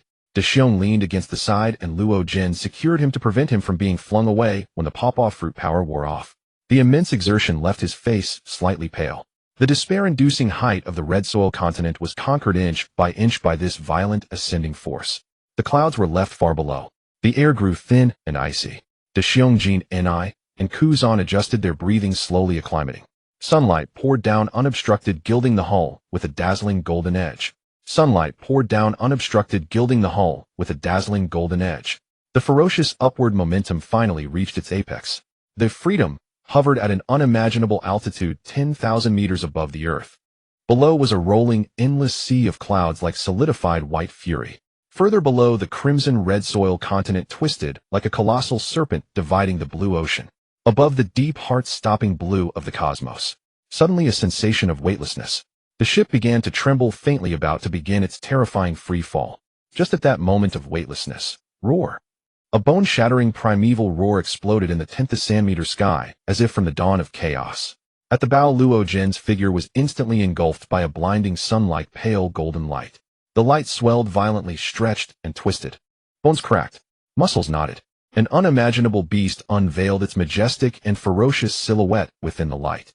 Mythical Zoan-Ho, full beast form. Its size exceeded 25 meters. Its body was covered in silver-gray metallic glinting heavy scales, each inscribed with ancient mysterious patterns. Between the scales, faint pale golden flames flickered. Its head was like a majestic lion's, yet bore the ruggedness of a dragon. A pair of ash-white horns pointed skyward like blades, piercing the heavens, entwined with wisps of golden lightning. A second pair of silver-black horns, symbols of the Ghost Clan, and the ash-white mane running from head to back fluttered like flames in the wind. Giant vertical pupils like molten gold burned with pride and authority. Powerful limbs stood like pillars supporting the sky, covered in knotted muscles, claws gleaming with cold light, easily tearing steel. A thick tail like a battering ram swung slowly behind, stirring the thin air. The fully transformed Ho now descended upon the 10th meter sky. Its molten gold vertical pupils swept over the hovering tiny ship without a moment's hesitation. A massive claw covered in heavy silver-gray scales caught the Freedom's gunwale with piercing precision and gentle care. The cold air released by Kuzan hissed upon contact with the claw, but failed to freeze the terrifying armor, instead being easily dispelled by the high temperature emanating from the paw. Hold tight. Luo Jin's ho-form low majestic voice echoed directly in the ears of Jin Ni Kuzan and Shion like rolling thunder. The next second, the house's massive hind leg suddenly stomped on the void. Boom. As if stepping on solid, invisible ground, the emptiness beneath its foot rippled with invisible waves. This was the house's innate instinct, to tread the void and command the sky. Its colossal body hovered steadily 10,000 meters high, as if the heavens were its natural domain. No need for wind to buoy it, no need for air currents to shape its form. Its very existence was the absolute dominion of this realm. The ship Freedom was firmly grasped in its giant claws, its downward momentum instantly halted. Inside the cabin, Jinny, Kazan, and Kuma were struck with overwhelming awe. This colossal beast before them effortlessly transcended the void itself. Then, as the three watched in stunned amazement, the tiny fishing vessel was held by that mythical beast. The house's molten gold vertical pupils locked onto the direction beyond the red line. Its hind legs stepped again upon the void. Boom, boom, boom. Each footfall unleashed muffled sonic booms and expanding golden halos in the thin air. Each step propelled its massive frame, and the captured boat aided by a surge of wind element unleashing terrifying speed. It transformed into a silver-gray streak that tore through the sky, charging fiercely toward the target sea. The sea of clouds was brutally plowed open by the violent shockwave. Gale winds howled past its ears, yet could not sway the beast an inch. Sunlight bathed its silver-gray scales, and the hull reflecting a cold, free brilliance. Treading the void as if walking on solid ground. 10,000 meters high, the gale winds were like blades. Logan's incarnation of the ancient god. The hoe trod the void. Each step produced muffled sonic booms and spreading golden halos in the thin air. Its massive body carrying the tightly grasped Freedom shot through the sky, like a silver-gray meteor rending the void, racing toward the sea near Dressrosa in the Grand Line. Even the comm belt could not stop Logan. Inside the cabin, Jinny, Kazan, and Kuma gazed through the reinforced portholes in awe at the endless sea of clouds churning like white raging waves below, speeding past.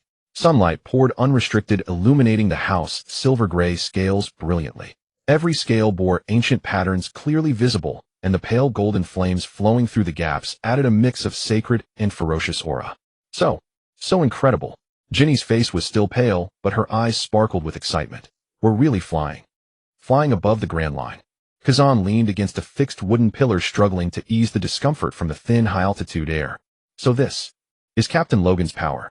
He murmured, his perception of strength completely shattered. Kuma watched Logan with fervent eyes. His massive frame seemed remarkably steady in the cabin. Logan's displayed strength filled him with immense reassurance and strengthened his resolve to protect his comrades. However, the latter half of the Grand Line, the New World, was not famed for nothing. After flying for about half a day, the clear sky ahead suddenly changed. Like a giant beast churning ink-black, cumulonimbus clouds rose without warning, instantly veiling vast stretches of the sky. Within the clouds, crimson thunder serpents twisted madly, roaring deafeningly.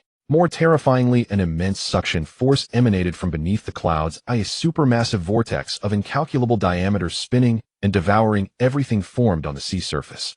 The vortex's center was as deep as a black hole, pulling at the surrounding seawater air and even distorting light. The boundary between sky and sea blurred before the violent forces of nature. Damn, it's the Heaven Sea Rage, one of the New World's most dangerous weather phenomena. Jinny saw the scene through the porthole, her face turning ashen as she screamed, "Logan! The vortex's suction will create extremely strong turbulence." Almost as Jinny screamed, Logan's molten gold vertical pupils contracted sharply. A terrifying suction force mixed with violent chaotic updrafts, like countless invisible giant hands grabbed fiercely at the flying hoe and the boat in its claws. Rumble. Logan's massive body lurched downward, its flight pattern instantly disrupted. The violent turbulence tore at its scales, producing harsh scraping sounds. The Freedom, held tightly in its giant claws, pitched and rolled violently. Ropes securing items inside the cabin groaned under the strain. Jinny and Kazan were flung against the cabin walls by the immense inertia. Only the safety belts kept them from being thrown out. Roar!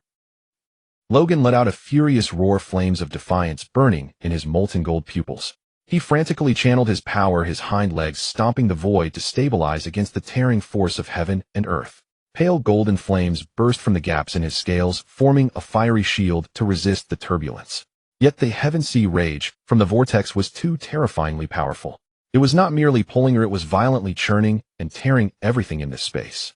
Though the hoe was powerful, carrying an entire ship over a long distance was already exhausting. Now facing this sudden fury of nature, things went from bad to worse. Logan, If you can't abandon the ship, save ourselves first. Kuma saw the small wounds torn by turbulence on the house body and the escaping flames and shouted anxiously through the porthole. He could sense Logan's power rapidly waning. Shut up. Hold on. Logan's roar exploded directly in the air, carrying undeniable resolve. He abruptly changed direction, no longer trying to force through that terrifying rage zone. Instead, he channeled all remaining power into his limbs, sprinting with all his might toward the edge of the vortex, where suction was relatively weaker. He would bring the ship out of this death trap. Boom, boom, boom. Each step on the void became extraordinarily heavy, draining Logan's already scarce stamina. The silver-gray scales flickered in the violent airflow and crimson lightning. The pale golden shield pulsed unsteadily. The cabin shook violently like a leaf in a raging storm. Ginny clung to her seatbelt. Kazan gritted his teeth, covering himself and Ginny with a thin layer of ice armor to withstand the fierce impacts. Kuma planted his feet firmly, every muscle tensed, ready for the ship to break apart. At last, after a earth-shattering roar, Logan drained the very last ounce of strength. The house's colossal body carrying the freedom burst through the core influence area of the Heaven Sea Rage, like a cannonball launched by a giant hammer. The cost was immense. Logan could no longer maintain the full beast form. The massive house body shrank and dissipated instantly. Logan's original body plummeted from the high sky like a broken kite. Meanwhile, the freedom, deprived of its lifting force, followed suit, hurtling downward toward an unknown blue sea dotted with green islands. This was Logan's final effort before losing consciousness. Logan. Ginny's eyes were blazing with fury. Captain, Kazan exclaimed. Leave it to me. Kuma roared. In an instant, a massive fleshy palm slammed violently against the cabin roof. Deshiong, having spent the better part of the day eating, had recovered some strength. Buzz. A huge, upward-lifting, gentle air sphere instantly enveloped the entire descending freedom.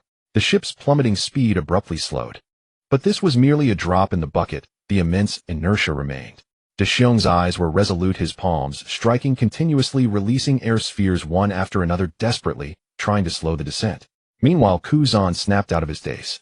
Suppressing his dizziness and fear of the high-altitude fall, he pressed his hands firmly against the hull. Ice slide.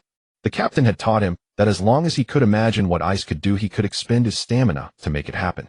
Biting cold surged forth wildly, and beneath the ship a gigantic, smooth, downward-sloping ice slide instantly formed. The ice track extended straight toward the coastline of the green island below. The Freedom slammed heavily onto the ice slide. The hull scraped against the ice with a piercing screech, splinters and ice crystals flying. The immense impact nearly tore the ship apart, but with Deshiong's continuous deceleration and the ice slides cushioning, the terrifying kinetic energy was gradually dissipated. Boom. With a thunderous roar and a cloud of dust, ice shards, and wooden debris, the Freedom barreled like an out-of-control bowling ball into the dense forest at the island's edge.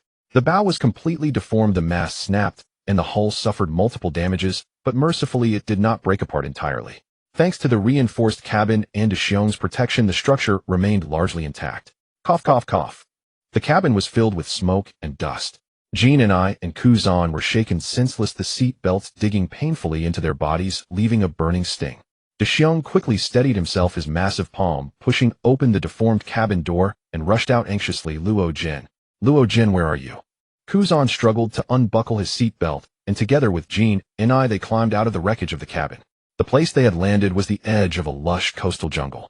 Not far ahead lay a relatively open sandy beach. On the other side of the beach, a crude wooden dock was faintly visible, with several ships bearing black pirate flags moored alongside.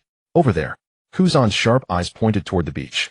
Dozens of meters from their crash site, Luo Jin lay face down on the sand, motionless. His clothes were torn in many places, with scrapes and bruises on his exposed skin. His silver-gray hair was covered in sand, but his iconic silver-black horns remained intact. Luo Jin. Deshiong's massive frame burst forth with astonishing speed, reaching Luo Jin in a few strides, carefully turning him over. Jean and I and Kuzan staggered over. Huff, huff. Luo Jin still had faint breaths, but his face was pale as paper, his eyes tightly shut. Clearly he had exhausted his strength and suffered from the high-altitude fall, plunging into a deep coma. Good, he's still alive. Jean and I breathed a sigh of relief and quickly examined Luo Jin's injuries, mainly exhaustion and impact wounds. The bones seemed fine, thanks to the bear cub and Kuzan's cushioning.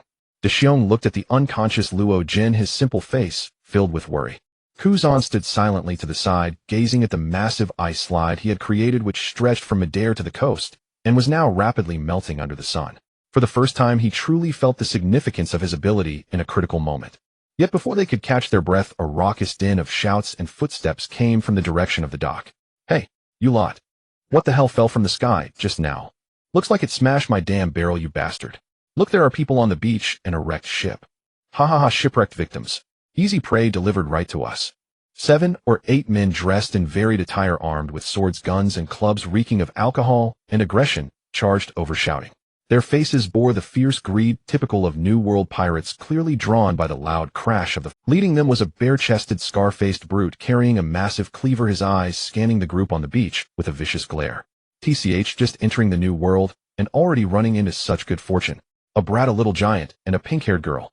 The scar-faced brute licked his lips, his gaze sliding over Jean and I with a lecherous smile. Hand over your valuables, and the woman. Maybe we'll spare your lives. Otherwise. He brandished his cleaver, the threat unmistakable. Deshiong slowly rose to his feet, his massive frame like a wall shielding the unconscious Luo Jin, Jean, Ni, and Kuzan. His usually gentle and simple eyes now turned cold and sharp, a suppressed fury burning in his chest. Kuzan clenched his fists, and cold air uncontrollably seeped from between his fingers, forming tiny ice crystals on the sand. Jean and I supported the unconscious Luo Jin, staring at the approaching pirates. Her eyes held no fear, only anger at the offense and a trace of pity for fools. Hey, you idiots, do you know the consequences of disturbing someone's rest? Consequences? Ha ha.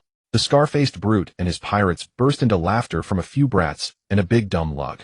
I am Ripper Baku with a bounty of 82 million berries. A great pirate just entering the New World. Be smart and... His words were cut short, because the silent giant had moved. No nonsense. Deshiong's eyes locked onto the insolent scar-faced brute. His right palm instantly coated with pitch-black armament Haki, the paw pad pulsating like a heartbeat. Pop-Paw fruit pressure cannon instant. Whoosh. A highly condensed, almost invisible shockwave instantly crossed the distance of over 10 meters. What a... The scar-faced brute Baku only had time to raise his cleaver in front of his chest, his eyes filled with disbelief. Boom. The terrifying shockwave struck his chest solidly. The finely crafted steel cleaver twisted and snapped like paper. Baku's sturdy body was hit like a battering ram, the sound of his ribs cracking sickeningly. He flew backward like a torn sack, blood gushing from his mouth, crashing heavily into the crowd of pirates behind him, knocking them over. Boss Baku. The pirates were terrified. Too noisy. Deshiong's voice was low like a muffled thunder, carrying suppressed anger. He took a step forward, his massive shadow enveloping the remaining pirates. A monster. One pirate, scared out of his wits, turned to flee. Frozen moment. Kuzan's cold voice rang out. He swung his hands and biting cold air surged like a... The fleeing pirate's feet instantly froze to the sand, turning into an ice sculpture in a running pose. The cold continued to spread, freezing the lower bodies of the other stunned pirates. Mercy. Please, big brother, mercy. The remaining pirates were utterly terrified, seeing Deshiong like a demon god, and Kuzan, who could freeze them instantly. They dropped their weapons and knelt, begging for mercy. The battle ended faster than it began. The so-called Great Pirate and his underlings crumbled instantly under Kuma's furious strike and Kazan's battlefield control. Only the groaning buck, a few terrified ice statues, and prisoners kowtowing like garlic pounders remained on the beach. Ginny paid no heed to the small fry. She crouched down and swiftly searched the unconscious buck and several captives. Humph, a bunch of paupers. Ginny curled her lip, pulling a bulging money pouch and some trinket jewelry from Buck's bosom, then fished out an oval object wrapped in waterproof cloth from another captive. This is... Ginny's eyes lit up. She took the sphere and examined it closely. There were characters indicating it was a permanent pointer. It says Dressrosa. She leaped up excitedly, waving the pointer at Kuma and Kazan. Great, Kazan. We've got a permanent pointer to Dressrosa. No more stumbling around like headless flies. Kuma's tense expression eased slightly, and he nodded. Kazan also dispelled the chill from his hands, walked over to Ginny, and looked curiously at the direction indicated. Ginny carefully stowed the pointer, then commanded. Little Bear, commandeer that half-dead Ripper's ship. The wreck can't be repaired, and we need a new vessel to reach Dressrosa. Kazan, thaw those small fry, and have them move the valuables, food, and fresh water to the new ship. Then clear off. Yes, Minister of Finance. Kazan rarely cracked a joke, a hint of a relaxed smile crossing his face. He began to unfreeze the captives. Kuma strode toward the anchored pirate ships, ready to pick the sturdiest and fastest. Ginny crouched back beside Logan, gently wiping the sand from his face. Looking at his pale, exhausted features, she whispered, "Sleep, Captain. By the time you wake, we'll be close to there." Sunlight spilled over the beach, stretching the shadows of the wrecked Freedom, the terrified prisoners, and their busy companions. Unconscious Luogen's brows furrowed slightly as if in his dreams he could feel his comrades' determination to press forward toward their goal. Under Kuma's and Kuzan's watchful eyes, the food, fresh water, and treasures of the Ripper Buck pirate crew were all moved onto the chosen vessel. Then Jinny, Kazan, and Kuma, carrying Luogen on his back, boarded the ship and set sail. After the Rocks pirates, disbanded pirates ran rampant, and the second half of the Grand Line became a world of pirates collectively known as the New World. The first leg of the New World. Gentle waves nudged the newly commandeered pirate ship. The gunwale kissed the blue waters with rhythmic whispers. Sunlight streamed through the porthole, scattering dappled light and shadow inside the cabin. The air was thick with the salty sea breeze, a faint scent of medicine, and the aroma of Jinny's grilled fish. Luogen's lashes fluttered, and a low moan escaped his throat. His heavy eyelids slowly lifted, the glaring light made him squint instinctively. His silver-gray pupils adjusted after a moment, bringing the scene before him into focus. He was lying on a fairly sturdy hammock covered with a thick woolen blanket. Aches and faint stabs of pain in his chest and limbs marked the exhaustion and impact. But the most overwhelming sensation was hunger. His stomach felt completely hollowed out. "Yo, our captain finally deigns to wake up." Jinny's crisp voice carried undisguised joy. She approached with a steaming wooden bowl of milky white fish soup, its fragrance tantalizing. "You slept a whole day and night.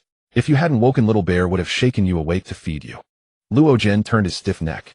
He saw Kuma's enormous figure carefully perched on a tiny stool in the corner, the stool looking pitifully inadequate beneath him. In his hands, Kuma held a damp cloth, clumsily wiping Luogen's bone-crushing blade. Seeing Luogen awake, Kuma immediately broke into his signature gentle grin, the worry in his eyes instantly replaced by relief. "Logan, how do you feel?" Kuma's voice remained deep and rumbling, but full of concern. "Hungry." Luogen's voice was hoarse like a broken bellows. "Haha, knew it." Jinny triumphantly brought the fish soup to his lips. "This was just caught fresh by little brother Kazan and simmered by me, Chef Jinny. Taste it." Luogen struggled to sit up, but Jinny held him down. "Injured men stay put. Open one." The warm fish soup slid down his throat, its rich, savory flavor instantly awakening his taste buds and seemingly pouring vitality back into his parched body. Luogen ignored the heat, greedily swallowing several large mouthfuls until he felt some strength return. He looked around. "Where's Kazan?" "Keeping watch topside." Jinny pointed to the deck above. "That kid's pretty alert. We're sailing toward our destination." Luogen finished the last of the soup, feeling much more energetic. "Dressrosa." Jinny pulled out the permanent pointer they'd looted from Ripper Buck. The arrow pointed steadily northwest. "Thanks to this treasure, we saved ourselves the trouble of finding the way. A few more days, and we should see Greenbit Island. Dressrosa lies next to it." Luogen leaned back against the hammock pillow, his silver-gray eyes gazing at the boundless blue beyond the porthole. "The skybreak succeeded." Luogen's voice carried a barely perceptible tension. His last memories were of turbulent currents and exhausting expenditure. "It worked, but we almost blew it." Jinny shuddered, patting her chest as waves surged. "You didn't see how awesome the giant beast looked flying in the sky. But it took quick reactions from Little Bear and Kazan to keep us from smashing into meat pies. Still, the ship was a total loss, so we had to commandeer this one." She gestured at the cabin. Kuma added, "You flew for a long time, then collapsed from exhaustion. We used an ice slide to cushion the fall and landed near a small island where we ran into some dim-witted pirates." Luogen listened as his comrades recounted everything after his unconsciousness. Kuma's furious strike, Kuzan's freezing control, Jinny's fiscal confiscation, and the surprise of obtaining the permanent pointer to Dressrosa. "Well done." Luogen broke into a genuine smile, his gaze sweeping over Kuma and Kazan. "Seems like you two kept home safe while I was out." Kazan poked his head down from the hatch, just then hearing Luogen's praise. A blush of embarrassment flickered across his face, but his eyes sparkled. "Kazan, how do you feel?" Luogen looked at him. Kazan slid down the ladder, flexed his fingers, and a wisp of cold air curled around his fingertips. "Much better. Up in the sky. And when dealing with those pirates, I felt my control over the cold seemed a bit smoother," he said uncertainly. "Pressure is the best catalyst for growth." Luogen nodded approvingly. "Keep at it. We're determined to get the II fruit." After a day of rest and nourishment, Logan relied on the power of the fruit to recover most of his injuries and stamina.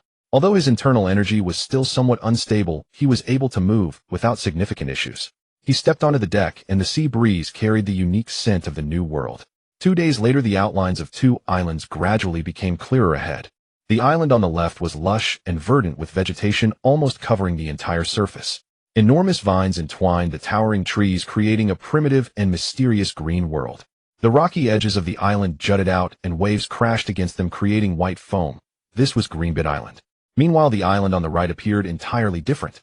The terrain undulated, revealing open plains, and the outlines of towns with colors appearing richer and brighter. Even from a distance, one could feel a vibrant atmosphere. This was their destination, Dressrosa. That is Greenbit. Ginny pointed to the green island on the left. I've read about it in the records of wonders. It is rumored to be inhabited by mysterious little folk, as well as ferocious battle fish. We'd best avoid it, and head directly to the port of Dressrosa. Kazan looked at the primitive forest with a hint of curiosity. Little folk. Yes, they are said to be a race that is very small in size, but extremely agile in movement. Logan explained, his gaze sharp as he scanned the waters surrounding Greenbit. Though his observation Haki had not fully awakened, his keen intuition made him sense the danger lurking beneath the seemingly calm waters. The ship adjusted its course, preparing to bypass Greenbit and head straight for the port of Dressrosa. However, just as their ship entered the relatively narrow strait between Greenbit and Dressrosa, an unexpected event occurred. Splash! The sea on the right side of the ship suddenly erupted. A massive shadow like a steel whip struck towards the side of the ship with a piercing sound. It was an enormous, monstrous fish. Its head was covered with thick bone armor resembling a knight's helmet beneath, which were a pair of small eyes filled with a violent aura. Most striking was the large, sharp horn on its forehead that gleamed with metallic coldness like a knight's lance. Battlefish! Watch out! Kazan reacted the fastest, shouting lowly as frost enveloped his hands, and he thrust forward towards the incoming shadow. Ice wall. A thick ice wall instantly formed on the outer side of the ship. Bang! The massive tail of the battlefish struck hard against the ice wall. The ice wall shattered, sending ice shards flying. However, the force of the massive tail was successfully blocked for the most part, only causing the ship to shake violently for a moment. Yet the assault did not cease. The appearance of the first battlefish seemed to signal the others. Splash! Splash! Splash! The surrounding waters boiled as several similarly large battlefish leapt out of the water. They emitted sharp, piercing cries, their crimson eyes fixated on the ship that had intruded into their territory. Their sharp lance-like horns pointed directly at the hull, like a number of siege weapons ready to strike. Damn it! We're surrounded. Ginny's expression changed, and she quickly hid behind the relatively safe mast to avoid dragging everyone down. The enormous bear had already positioned itself at the forefront, its armament Haki instantaneously covering its arms, and the flesh ball in its palm was ready to unleash, its gaze serious as it watched the ferocious sea beasts. Kazan. Logan's voice was calm and decisive, with no hint of panic in his silver-gray eyes. Protect the ship. Let these blind knights taste the might of the ice fruit. Kazan took a deep breath, focusing on the battlefish circling around with predatory intent. His gaze became incredibly focused. He slowly spread his arms, and the biting cold rapidly converged around him. A thick layer of white frost instantly formed on the deck beneath his feet, rapidly spreading outward. Kazan's arms were completely covered in dense frost, and the cold emanated outward like a tangible force. The white frost on the deck quickly thickened and spread, emitting a faint cracking sound as it froze. His eyes were sharp as ice spikes, locking onto the group of battlefish that were breaking through the waves and emitting sharp cries. Freeze, condense. Kazan let out a low growl, violently releasing the concentrated cold energy into the surrounding waters. Boom! Centering around the pirate ship, the biting white cold wave exploded outward. The seawater that touched the cold wave emitted a piercing, freezing sound and rapidly transformed into a hard layer of ice at a visible speed. Crack, crack, crack. The first few battlefish charged in the front were hit hard. They maintained their fierce poses of leaping out of the water and thrusting their lances, their massive bodies instantly frozen together with the seawater beneath them. The sparkling cold ice completely wrapped them, freezing them within the ice layer, resembling enormous and grotesque crystal sculptures. Their sharp horns, glistening with cold light, were merely a few meters away from the ship's hull. The speed of freezing was astonishing. The cold wave spread wildly, and within a few breaths the sea surface within a radius of nearly 100 meters transformed into a vast ice field, smooth as a mirror and exuding cold air. The subsequent battlefish that charged and collided against the hard ice surface, producing a dull thud, with their hard bone armor striking against the ice, sending ice shards flying. Their sharp horns carved deep grooves into the ice surface, producing a nerve-wracking scraping sound, but they could no longer advance an inch. The blocked battlefish emitted angry and confused roars, their crimson eyes fixed on the ship on the ice, their massive bodies futilely twisting and crashing on the ice surface, yet unable to shake this suddenly appeared solid barrier. The ship was precisely protected by Kazan in the center of the ice field, who, apart from the initial violent shaking, it had completely settled down. Well done, Kazan. Logan praised, his silver-gray eyes sweeping over the suddenly formed frozen battlefield. Kazan's control over his abilities and his explosive power exceeded expectations. The bear also breathed a sigh of relief, dissipating the armament Haki over its arms, but its gaze remained vigilant, focusing on the ferocious battle fish that continued to crash against the ice layer. The flesh ball in its palms slightly heaved, ready to respond to any possible emergencies. Ginny peeked out from behind the mast, looking at the ferocious sea beasts frozen in the ice layer or struggling futilely on the ice surface, and patted her chest, taking a long breath. That scared me. Kazan, my little bro, that move was too cool. You're like a mobile ice mountain factory. Kazan panted slightly, releasing such a vast area of freezing was quite a burden for his body, which had just recently mastered his abilities.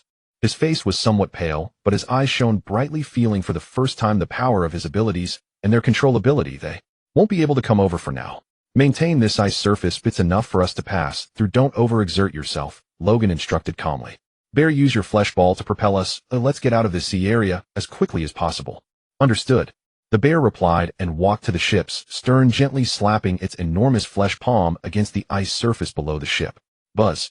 A gentle directed shockwave was released, accurately acting on the hull. Creak.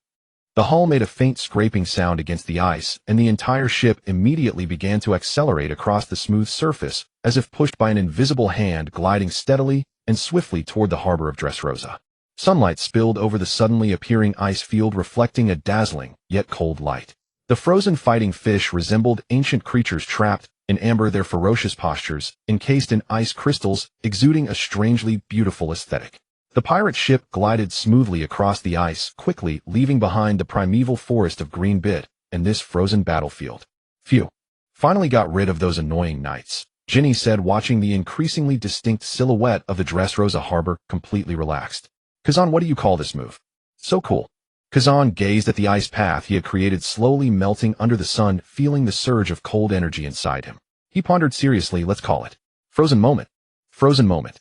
Ginny savored the name, her eyes sparkling as she looked at Kazan. Very fitting. A moment that freezes everything instantly. Little Kazan, you're definitely going to become someone incredible. She excitedly patted Kazan on the shoulder, almost causing him to stumble. Kazan steadied himself, his face still pale from the explosive exertion earlier. But Ginny's praise and the sight of the ice path he had created with his own hands, slowly melting under the sun, stirred a powerful sense of accomplishment in his heart. He clenched his fist, feeling the still unsettled flow of cold energy within, and murmured, still far from enough. But the slight upward curl of his lips betrayed his true feelings. Logan stood at the bow, the sea breeze ruffling his silver-gray short hair, his gaze fixed on the colorful, vibrant, and energetic island, Dressrosa. At the port of Dressrosa, the clamor rushed toward them. The air was filled with the sweet aroma of grilled pancakes, the fragrance of fresh fruit, and the unique salty tang of the sea blending into an exuberant atmosphere. On the docks, workers with sun-kissed skin chanted work songs while loading and unloading cargo.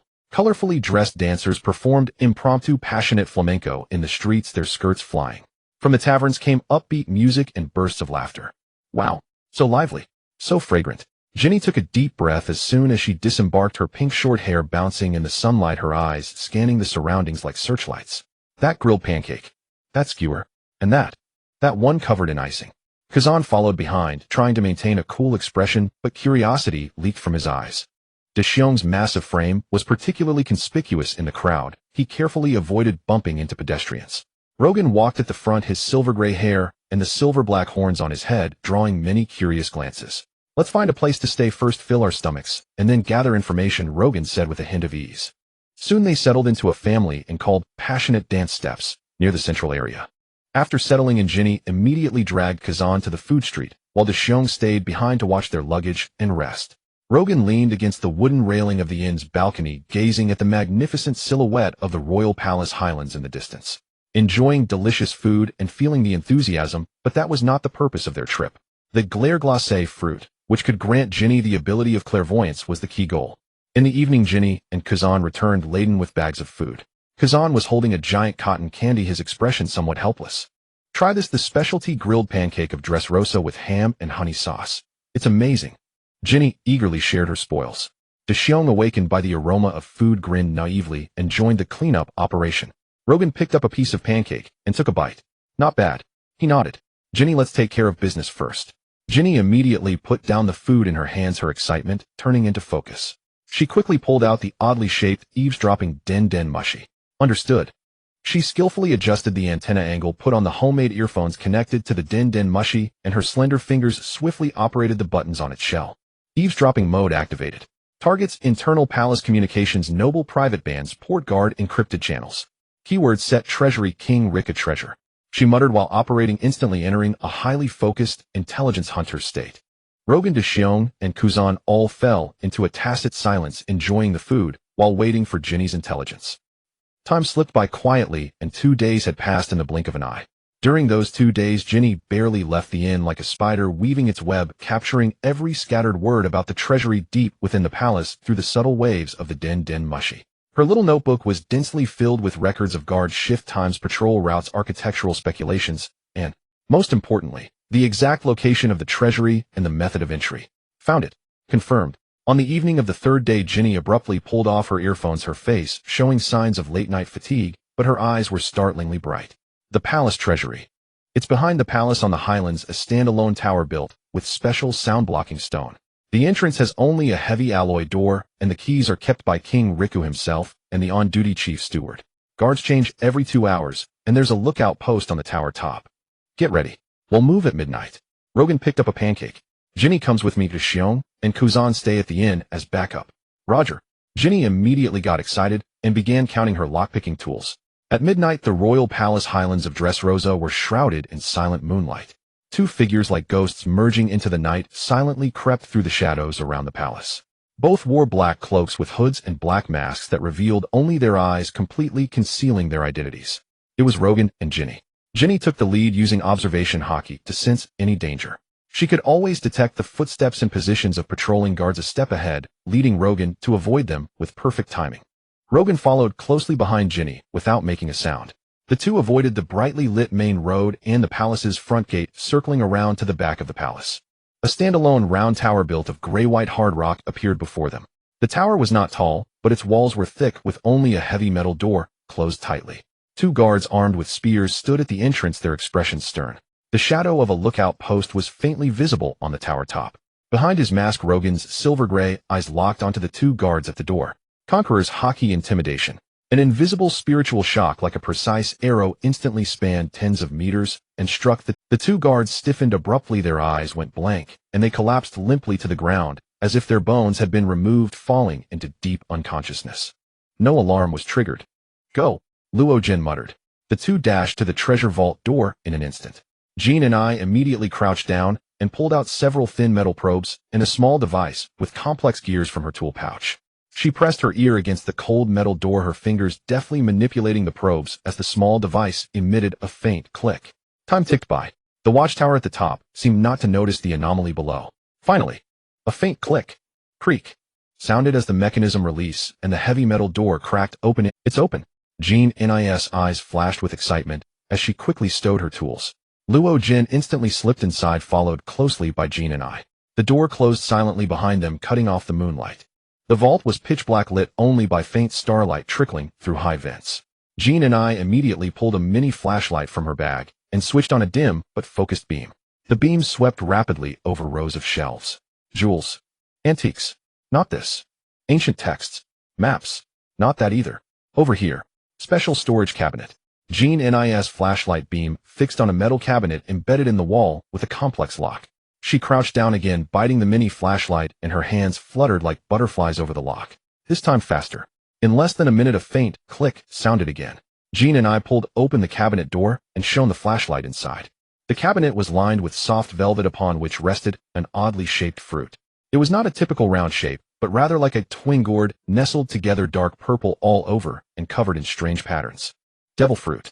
Jean-Nis' voice trembled with uncontrollable excitement and ecstasy. She cautiously reached out, picked up the fruit, feeling its peculiar texture, her eyes shining with the light of a dream come true. Objective achieved. Let's go head back first, Luo Jin said without hesitation. Jean and I quickly tucked the fruit close to her body and turned off her flashlight. The two slipped out of the vault as silently as they had entered.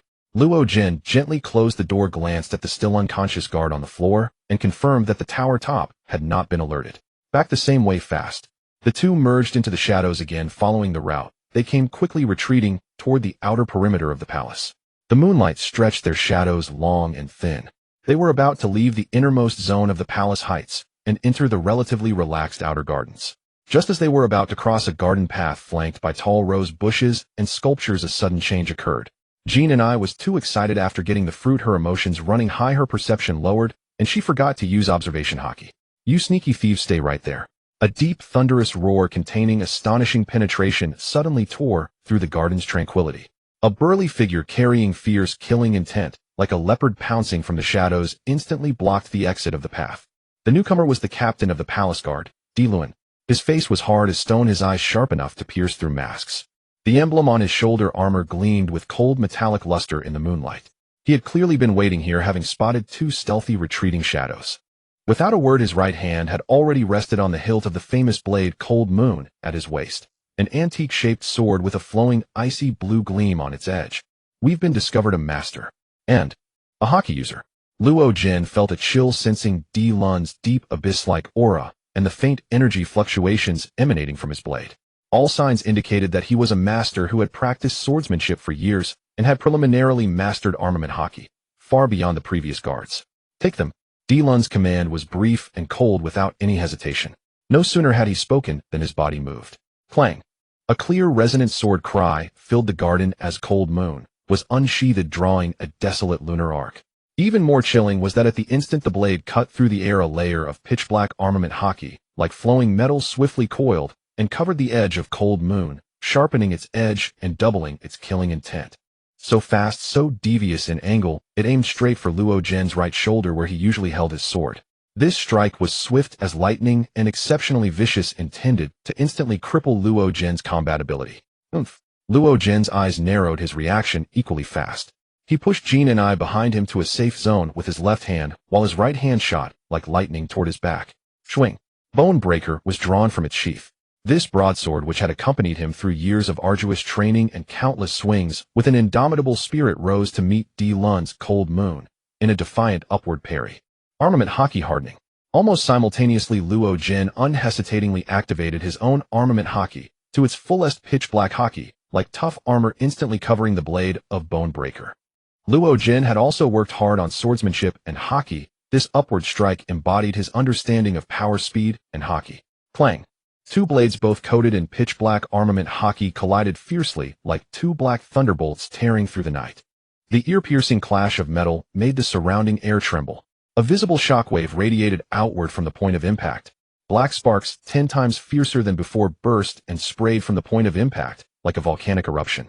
Crack. However, a heart-wrenching, brittle sound followed immediately. Luo Jin's pupils suddenly contracted at the moment when Bone Breaker, infused with all his strength and coated in armament Haki, clashed head-on with Luan's Cold Moon, a famous blade also coated in Haki and made of far superior material. It snapped cleanly in the middle as if it were ordinary iron, unable to withstand the immense pressure. Half of the blade, still coated in pitch-black Haki, spun and flew away with a mournful wail, landing heavily with a clang on the stone floor far away, the black light of Haki rapidly dimming and dissipating. At the fracture, the grain of the metal was clearly visible, telling of the gap in material quality. A tremendous recoil surged through the broken sword, causing Luo Jin's right arm to ache and go numb. His tiger's mouth completely split open, blood instantly staining the broken hilt. A flicker of cold ruthlessness and understanding passed through Luan's eyes. His armament Haki prowess was on par with Luo Jin's, but the excellent material and forging craftsmanship of Cold Moon itself was the last straw. After shattering the obstacle, his blade momentum did not pause. Covered in pitch-black armament Haki, Cold Moon switched direction with even sharper cold light, slashing diagonally toward Luo Jin's exposed chest due to his broken sword. This strike was faster and fiercer, swearing to cut down the intruder. Luo Jin. Jean's heart was in her throat, overwhelming regret almost suffocating her. On the brink of life and death, a fierce look burst in Luo Jin's eyes. He did not retreat. Instead, using the impact from the broken sword, he arched his body back to the extreme, narrowly letting the cold Haki-wrapped blade brush past the tip of his nose. The icy killing intent made his hair stand on end. At the same time, he endured the numbness and pain in his right arm and instantly clenched his left hand into a fist. Denser and more solid than before, the pitch-black Haki instantly enveloped his entire left fist and forearm. Under the coverage of the ultimate hardened Haki, his skin took on a deep ink-like metallic texture. All power and Haki converged at this point. Dylan's slash cut through empty air. He was about to switch moves to pursue, but saw his opponent, instead of retreating, closing in with even greater speed. That iron fist coated in pitch-black armament Haki howled through the air like a tearing meteor straight toward his face. The speed was blinding, the angles so devious it completely exceeded the limits of his sword technique changes. The intensity of armament Haki condensed on that fist even caused the cold moon in his hand to emit a faint, imperceptible hum. What a... Diluin was astounded. He had never expected that with his weapon destroyed and right arm injured his opponent could erupt with such terrifying close combat prowess, especially this concentrated superior armament Haki intensity. That pitch-black fist rapidly magnified in his vision the shadow of death instantly engulfing him. He could only barely pull back Cold Moon, trying to block with the armament Haki-coated end of the hilt. But it was too late. The fist was faster than the blade. Bang, a dull heavy impact. Luo Jin's iron fist covered with extreme pitch-black armament Haki slammed solidly onto the hilt end of Dylan's hastily raised guard. Not a shred of power leaked. The terrifying impact transmitted through the hilt like a drill through rock, smashing viciously into Dylan's jaw and cheek. Ugh! Diluin let out a short, twisted groan of agony. His skull seemed to creak. In an instant his vision was swallowed by boundless darkness and blinding stars. His blocking arm and half his body went completely numb.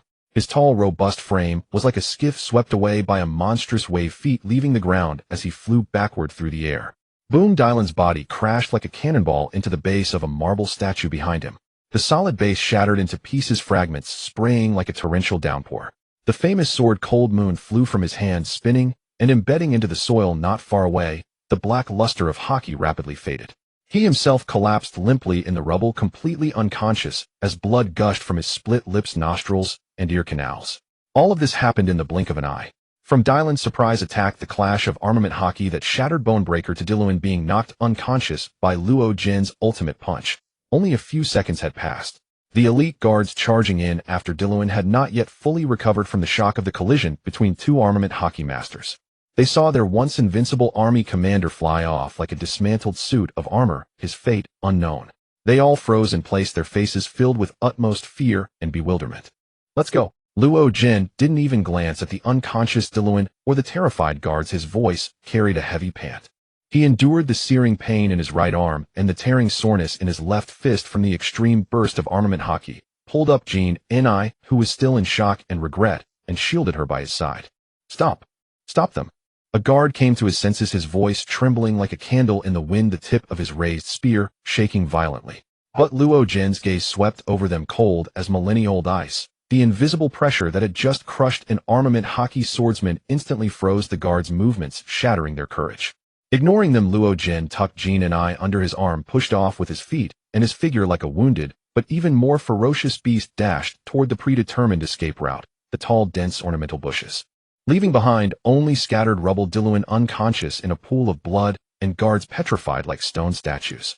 And on the ground, the broken sword Bonebreaker, its fractured edge gleaming with cold metallic light, lay silently. Captain. The guards finally snapped out of their daze, rushing toward Diluin in the rubble, with tearful panic, flustered yet afraid to move him carelessly. The piercing, despairing alarm siren finally tore through the night sky over the royal palace heights. The unassuming back door of the Passionata Inn was silently pushed open and closed, sealing off the late-night clamor of Dressrosa outside and the shrill alarm. Inside the room, the air was so thick it could be wrong.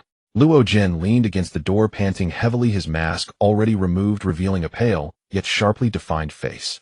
His right sleeve was torn, the wound on his tiger's mouth had stopped bleeding, but still looked grim. The knuckles of his left fist were bruised and swollen from the extreme armament Haki output, trembling slightly. Deshiong's massive frame nearly filled the doorway.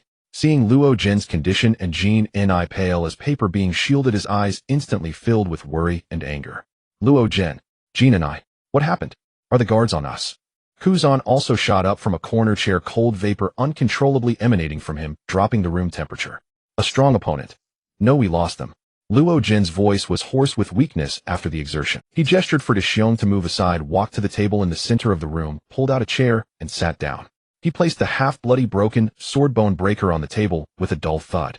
We got the item, Luo Jin said to Jean Ni, his tone weary yet certain. Jean Ni seemed jolted awake by the sound of Bonebreaker, snapping her head up, her body trembling violently. She didn't immediately reach for the fruit in her arms. Instead, she stared fixedly at Luo Jin's injured arm and the broken sword that had accompanied him for years. It's all my fault. Jean Nis' voice choked with tears filled with unprecedented remorse and self-blame, tears streaming like broken pearls. When I got the fruit, I was too carried away. Too emotional, my perception dropped, and I even forgot to use it. I almost got you killed. I cost you Bonebreaker. She clenched the hem of her clothes, knuckles white with tension, curling up as if trying to hide. I knew it was the royal palace. I knew there might be strong enemies. I could have done better. If it weren't for your quick reflexes. If it weren't for you. She choked, unable to continue, overwhelming fear and guilt nearly drowning her. Kuzan looked at the broken sword, then at Luo Jin's wounded arm, then at Jean Ni collapsing into self-blame. He silently clenched his fists, cold energy silently gathering and dispersing in his palms. He understood Jean Nis' feelings, the fear and regret of almost leading a comrade into a deadly situation due to one's own carelessness. Deshiong walked over to Jean Ni, his huge hand gently pressing on her trembling shoulder, conveying comfort awkwardly, but powerfully. Jean Ni, it's okay. Luo Jin is fine, you're back, we got the fruit. That's a success. His voice was low and steady like a rock, trying to stabilize Jean Nis' emotions. Luo Jin's silver-gray eyes remained sharp and composed. He extended his uninjured left hand and gently pressed it on Jean Nis' trembling shoulder, his gesture carrying an unyielding steadiness. Jean Ni. His voice was low yet piercing through her self-blame. Look at me. Jean Ni lifted her tear-streaked face. A weapon. Luo Jin's gaze swept over the broken sword, his tone devoid of emotion. To me it is merely a tool. No matter how long it accompanies me or how precious it is, its sole mission is to protect the one who wields it, to safeguard everything that wielder wishes to protect. He squeezed Jean Nis' shoulders slightly, conveying strength through his grip. It shattered because it intercepted a fatal blow meant for me. It fulfilled its purpose, and its breaking was worthy. Luo Jin's eyes fell on the devil fruit in Jean Nis' arms, his tone affirming. And you obtained the fruit. That is more important to me than 100 renowned blades, let alone an ordinary sword. Because you, Jean Ni, are the eyes of our future, the indispensable weapon of our entire crew. Your worth far surpasses what a broken blade can measure. He paused, his voice softening, yet carrying deeper weight. Remember today's lesson, engrave it into your bones. Emotions like excitement, pride, and anger are lethal poisons when living on the edge of a blade. But regret is an even more meaningless burden. Jean Ni, look what we have gained. And I didn't even unleash my true strength. How could I die? We were stealing the fruit, so I didn't reveal my ability, otherwise I would have crushed him with one punch. Jean Ni stared blankly at Luo Jin, at his pale face and silver-gray pupils, then lowered her head to look at the fruit in her arms, a symbol of hope. Yes, Luo Jin was unharmed. Deshiong and Kuzan were here, and the glare fruit was right in her hands. The overwhelming self-blame was washed away by a surge of warm current. She sniffled hard, wiped the tears from her face haphazardly, and the fragility in her eyes was replaced by determination. I understand, Captain Luo Jin. Her voice was still hoarse, but no longer trembling. I remember. This lesson, I will never commit it again in my life. Luo Jin nodded in satisfaction, only then feeling the excruciating pain in his right arm, and his brow furrowed almost imperceptibly. Deshiong's gaze first fell on Luo Jin's bloodstained right arm, then on the broken sword, and finally fixed on Luo Jin's slightly raised eyebrow from the pain. Luo Jin. Deshiong's voice was as low as thunder rolling across the ground, carrying an unprecedented resolve. You protected us. Protected Jean and I. Protected everyone. He slowly raised his enormous hand and clenched it into a fist. From now on, let me protect you all. Deshiong spoke slowly, his voice not loud, but falling like a heavy oath upon everyone's heart. With my fists, with my pawpaw fruit.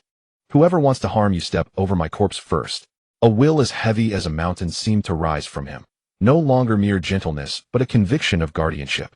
This protective heart, like a volcano buried deep underground, accumulated power capable of shaking heaven and earth, laying the most solid seed for the conqueror's Haki that would eventually burst forth. The room fell into a brief silence, only the crackling of the oil lamp and Jean Nis' suppressed breathing audible. Kuzan stood by the window watching Deshiong's steadfast back and Luo Jin's bloodstained profile, clenching his fists, as cold air silently swirled around him. Good brother. Luo Jin looked at Deshiong, a pained smile tugging at his lips. I trust you. He then turned to Jean Ni. Jean Ni, let me see the fruit. Jean Ni nodded without hesitation. Carefully she took out the dark purple fruit covered with strange patterns.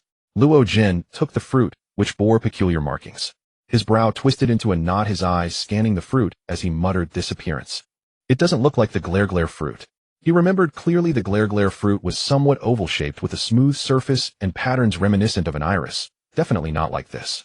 This fruit seemed to be divided into two connected oval segments exactly like two small gourds stuck together. How is it like the sweet fruit and the copy fruit both having two segments? Luo Jin's voice deepened as he carefully examined the color, but the colors don't seem to match. The sweet fruit was a delicate red and blue heart shape, while the copy fruit was also a small gourd but an orangerd. A flash of irritation and unwillingness crossed his eyes, but this is definitely not the glare fruit. After all that effort, they ended up with something else.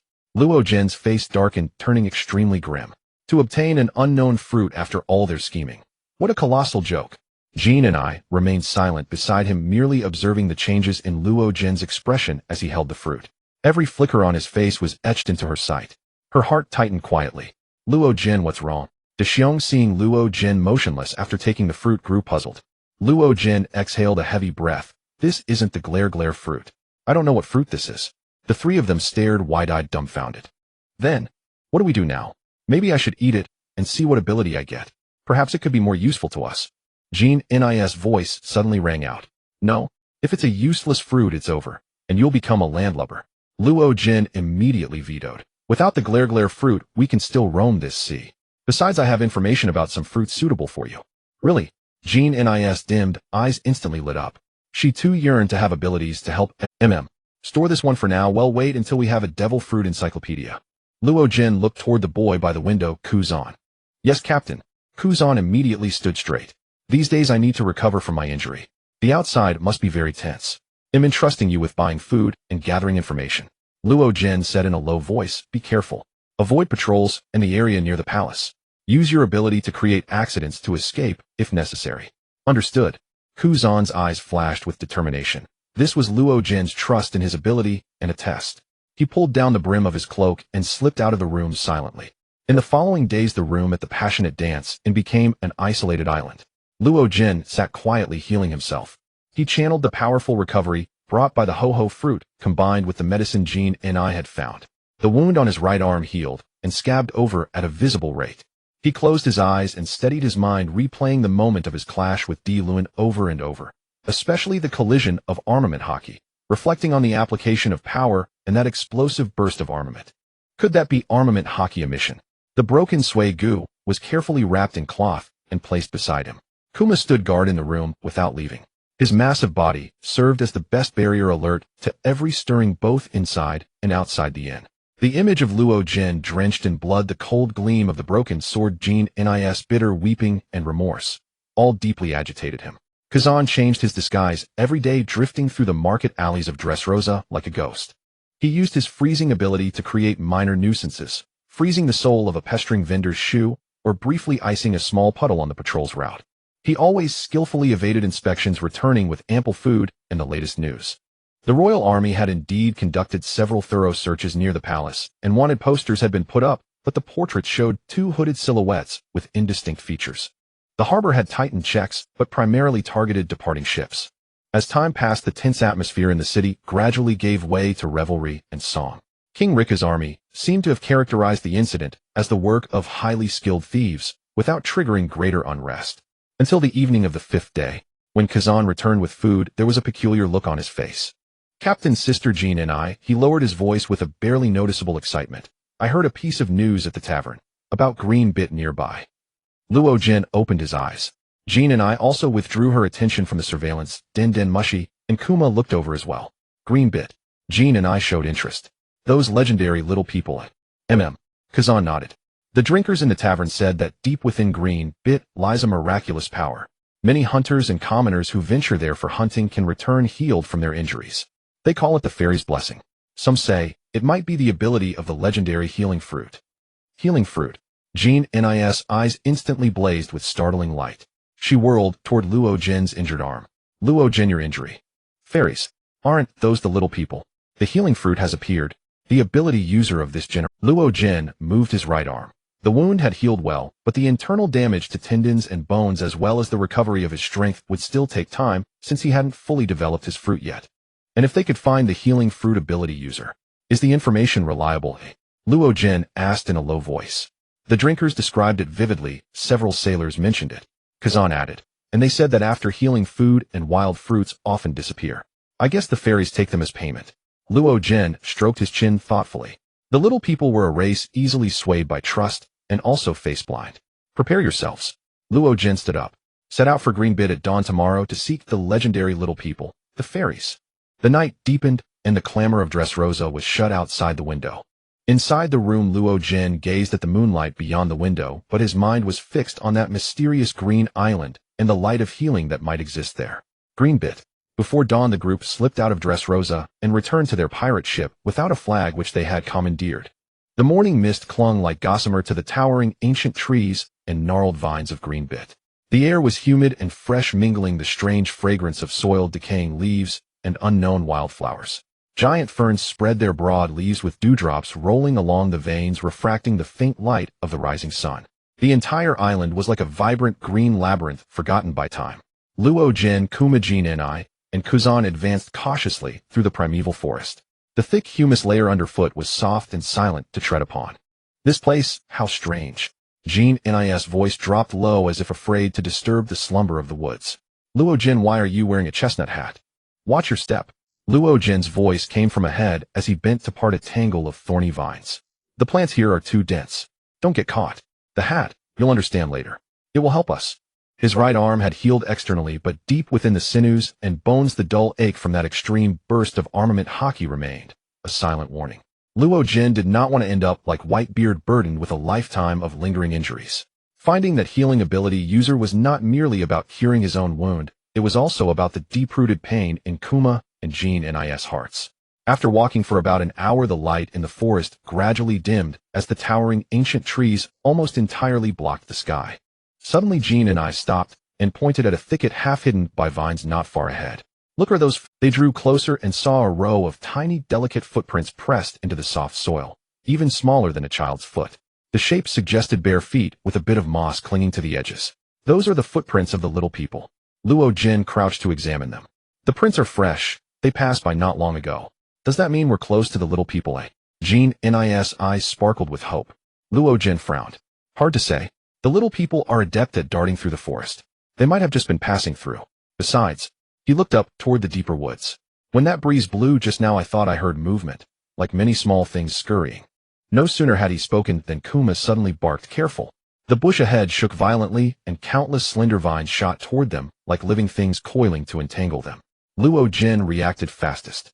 His left arm instantly clad in jet-black armament Haki, he swung fiercely, severing the foremost vines.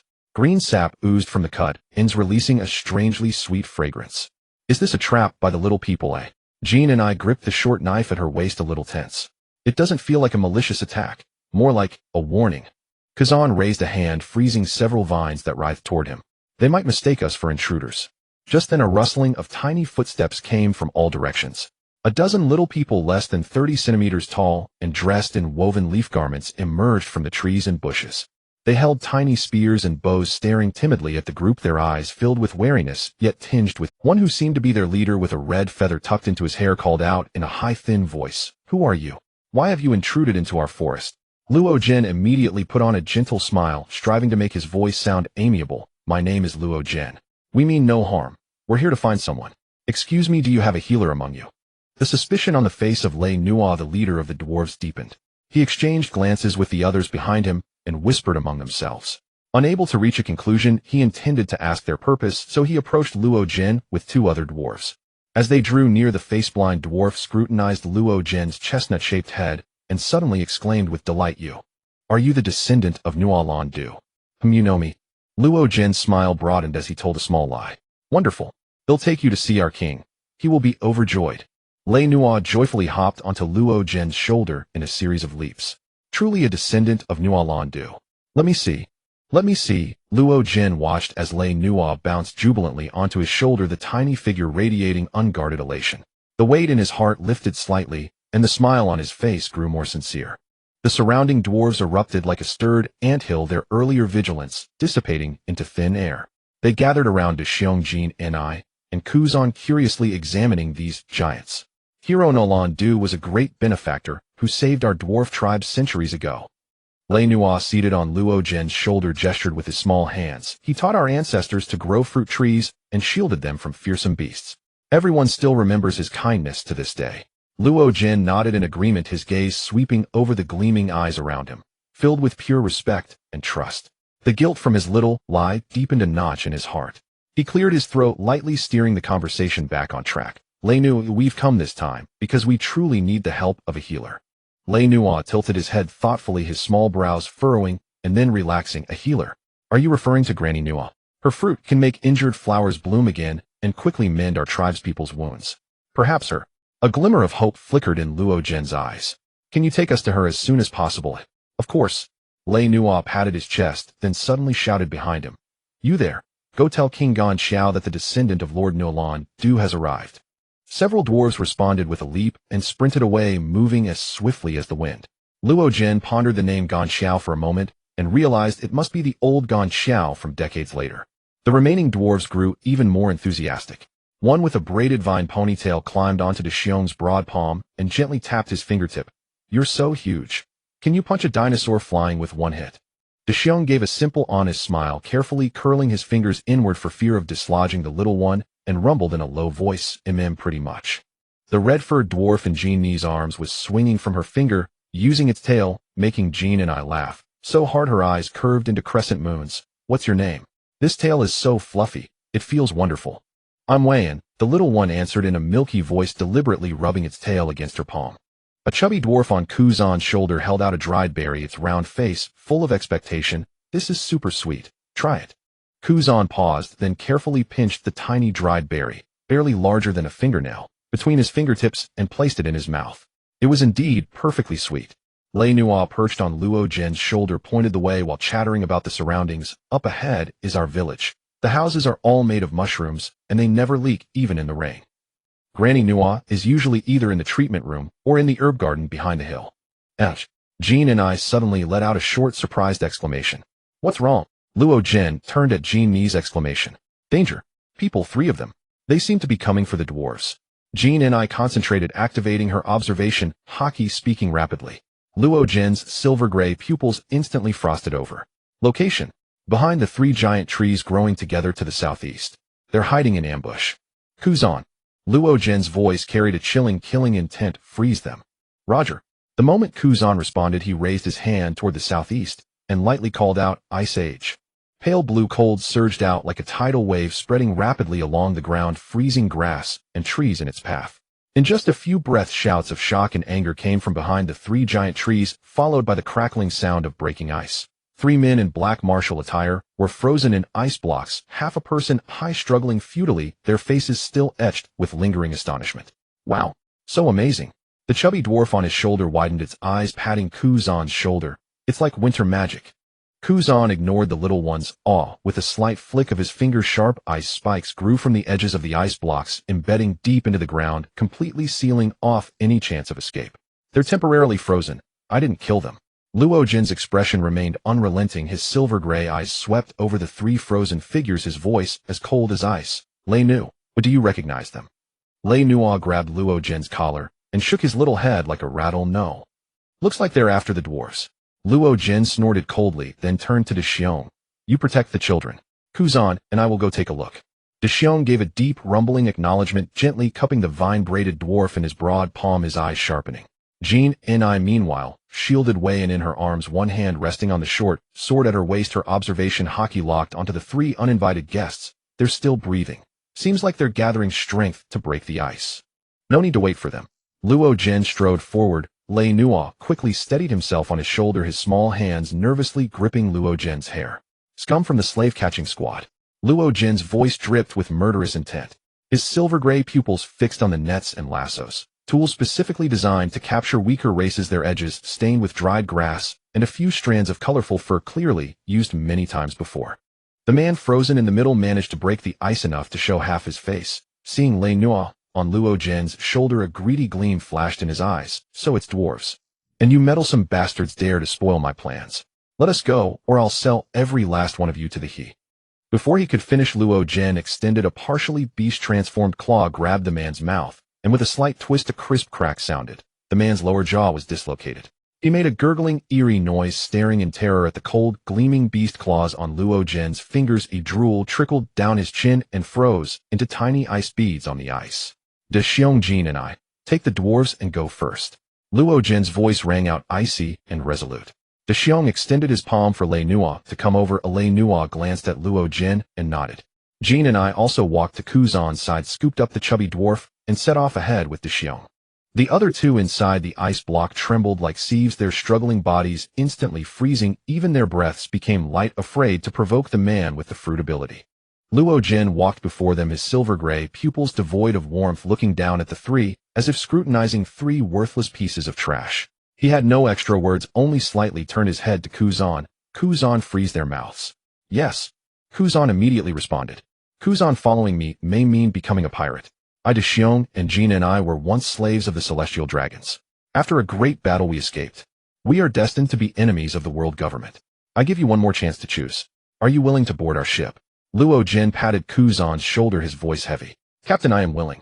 You saved me from misery, gave me food, so I wouldn't go hungry, taught me to become stronger. I am free and happy on the ship. I wish to always follow by the captain's side. Kuzan's expression was serious, his eyes firm as he nodded. He hadn't expected the captain and the others to have such experiences. Good. They are a slave hunting team capturing humans or special races to sell as slaves. In the past I was captured by a slave hunting team and sold to the celestial dragons, so I want you to kill them. Luo Jin looked at the three hunters with fear on their faces. Understood, Captain. Kuzan manifested a cluster of ice thorns and stabbed each one into the three's temples. This was knowledge taught by Captain Luo Jin, that some people's hearts are located in different positions. Luo Jin marveled at the killing power of the ice fruit ability. Such a wonderful ability, killing without a drop of blood. The frozen blood-colored ice flowers were truly beautiful. Let's go, follow De Xiong and the others. The two hurried through the woods, their footsteps rustling the fallen. Kuzan walked beside Luo Jin, secretly glancing at the captain beside him. His silver-gray pupils flickered in the shadows of the trees.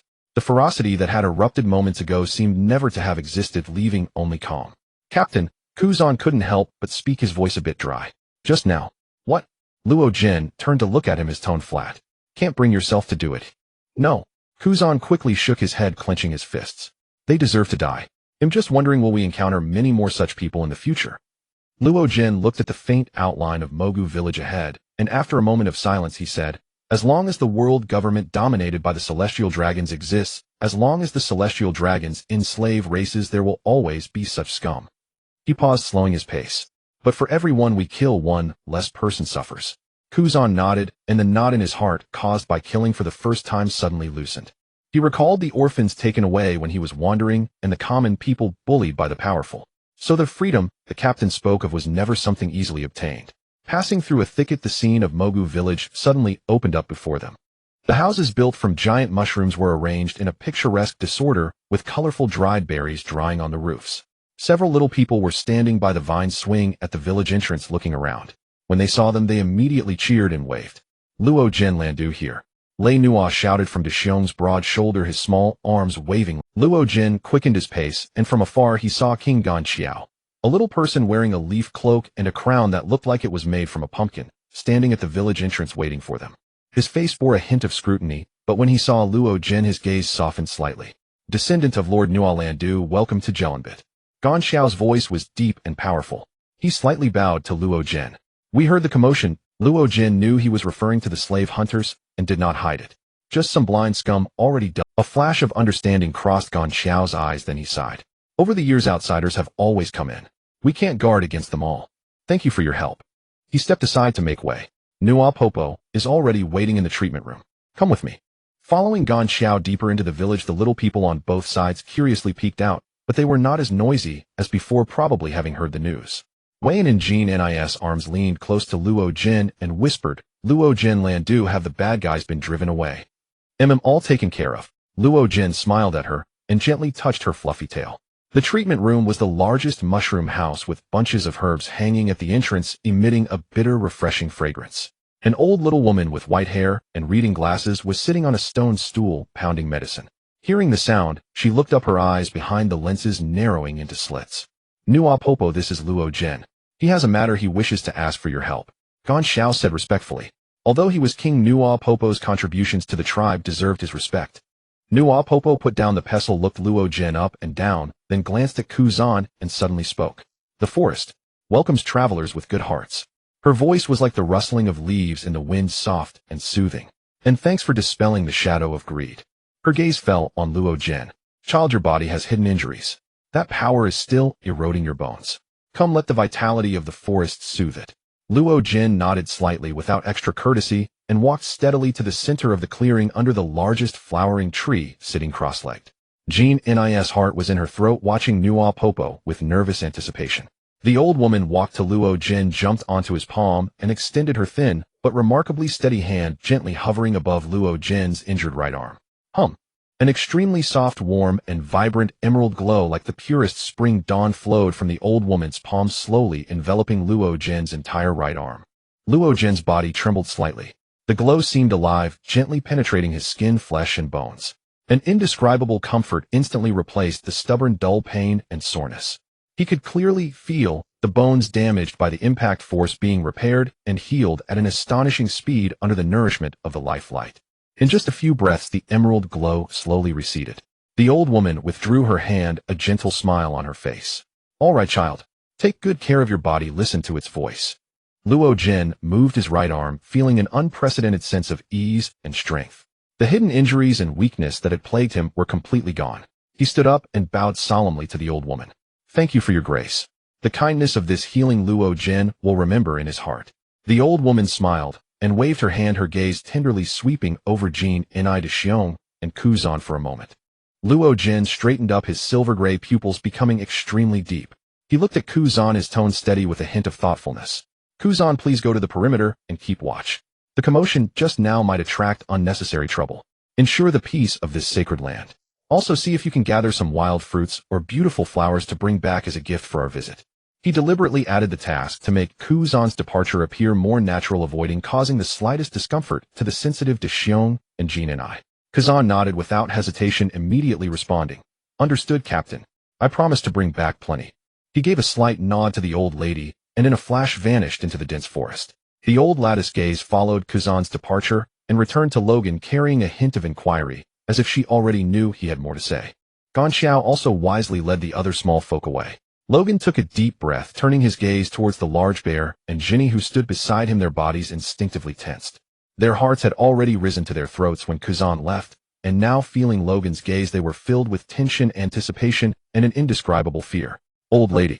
Logan's voice was deep and clear, carrying an unprecedented heaviness. Your healing power is miraculous, soothing the wounds of battle. But some scars in this world do not stem from battle. They are etched deep within the soul, marks of humiliation and pain, proof of freedom forcibly taken away. His gaze fell on the large bear and Ginny, my companions Bartholomew the Great Bear and Ginny. They bear the mark known as the Claw of the Flying Dragon. That is not just a scar on the skin, but a shackle on the heart. I implore you, with the compassion of the forest and your fruit's power, to see if the profound and soul-entangled mark can also be severed by your healing light. Can you return to them a complete skin that belongs solely to them? The air seemed to freeze. Ginny's breath caught abruptly, her eyes filling with tears as she looked incredulously at Logan, and then she had never thought, never dared to hope, that the ugly mark that had accompanied her throughout her childhood, like a poisonous snake coiling around her back, could truly be erased. Logan. He had always been thinking about this. The large bear's massive body shook suddenly, his usually gentle eyes fluctuating violently, his enormous palm unconsciously clenching into a fist, nails digging deep into his palm. The mark of the celestial dragon. That dark past, deliberately buried and unwanted to touch, was now revealed by Logan in such a direct and caring manner, not to reopen old wounds, but to completely sever it. A torrent of mixed sorrow and almost suffocating hope instantly shattered the dam within him. He lowered his head, the shadow of the cloak obscuring his turbulent expression, yet his towering body began to tremble slightly. The old lady listened quietly, her clear eyes devoid of surprise, filled only with profound compassion and understanding. After all, the small folk had also been a race that suffered enslavement in their history. She slowly approached the large bear and Ginny, her voice gentle, yet imbued with a soul-soothing power. Children, do not bow your heads. That is not your shame, but the evil of the oppressor etched upon this world. Let me show you. This claw of the flying dragon is not an indelible mark. The old lattice words resounded in the hearts of the large bear and Ginny like a thunderclap. Not an indelible mark. Ginny's tears surged forth, not from sadness, but from overwhelming joy and hope that nearly drowned her. The large bear suddenly lifted his head, his eyes bursting with unprecedented light. Ginny trembled almost uncontrollably, yet in her eyes burned a faint flame called hope. Taking a deep breath, she raised her hand and resolutely pulled aside her clothing, fully exposing the mark of the claw of the flying dragon beneath her shoulder blade. It was particularly striking, seemingly silently declaring that this was the root of all her suffering and the shackle she must now exhibit to seek severance. The large bear remained silent, his massive palm quivering slightly with excitement. He directly removed his own clothing, revealing a similarly deep mark on his back, like a mark of shame, and he lowered his large body. Logan bent down, allowing the old lady to jump onto his palm. The old lattice, aged yet vibrant hand gently hovered over the two marks. This time her aura suddenly transformed. No longer a gentle halo, but countless thin yet condensed emerald green rays of light. Like countless life-filled vine chains, they extended from her palm, and even from the void, accurately entwining and piercing the core of the two claw of the flying dragon marks. This awakening ability. Ginny and the large bear simultaneously let out muffled groans, a deep, bone-aching itch emanating from the marks, as if their souls were being torn. Yet they gritted their teeth, their eyes filled only with burning, reckless hope. The old lattice expression was incredibly focused, beads of sweat even forming on her forehead. Her withered arm was as steady as a rock, as if she were chanting ancient and obscure syllables. The emerald green light chains grew brighter and more substantial, like the sharpest scalpel and the purest life furnace, gradually decomposing and purifying the mark of ownership belonging to the celestial dragon. Like melting ice and snow, as if dirt was being completely burned away by holy fire. The large bear's humiliating mark and Ginny's shameful mark in the overwhelmingly rich emerald healing light faded and shrank like smudges erased by an eraser, ultimately disappearing without a trace. In their place remained skin as smooth and healthy as a newborn's, without any blemishes. The marks had vanished. That shameful mark that had entangled them for half their lives like a malignant growth was completely erased. Logan encouraged, "Ginny, take out the mirror from the bag and have a look." Ginny took out the mirror and turned to look at her own smooth back, as if she had lost all strength, her body slumping to the ground. She trembled as she reached out her hand cautiously and with immense fear and hope, gently touching the spot where the mark had once been. Smooth, warm skin that belonged only to her. In the next moment, the colossal torrent of immense emotions repressed for over a decade erupted like a volcanic explosion. Wah! Ginny erupted into heart-wrenching yet filled with endless relief and ecstatic sobs. She touched her newly reborn skin, tears pouring out like a floodgate opened instantly, soaking her clothes and the ground.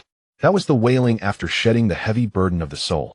The large bear's massive body trembled violently as he slowly reached out his gigantic palm, incredulously caressing that smooth skin.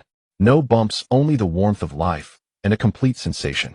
He raised his head, the cloak sliding off, revealing a face that was always gentle, now marked with crisscrossing tear tracks.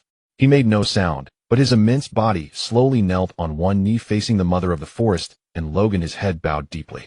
Silent gratitude and a tremendous emotional impact compelled this mountain-like steady man to express himself in the most primal way. The mother of the forest slowly withdrew her hand, her vast life aura calming down her face, showing a hint of fatigue, but more so a sense of relief and contentment.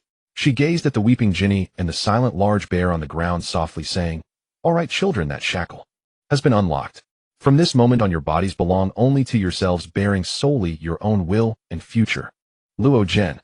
Jean Ni lifted her head abruptly, her tear-blurred eyes shimmering with an unprecedented brilliance. She almost lunged forward, tightly embracing Luo Jen's legs, sobbing unrestrainedly, as if unleashing all her grievances, pain, and the ecstasy of the moment. "Thank you. Thank you. Thank Granny." Deshiong slowly raised his head, his tear streaks still fresh, but within his gaze all the shadows had been utterly dispelled, replaced only by a clarity as pristine as a clear sky and a flame of unwavering loyalty. He looked at Luo Jen, nodding heavily, his voice hoarse, yet resolute as an oath. "Captain Rebirth belongs to all of us. Where your will points, that is where my fist shall strike." All right, you're 3 years older than me, bawling like this. What kind of example is that?" Luo Jen scolded with a stern face.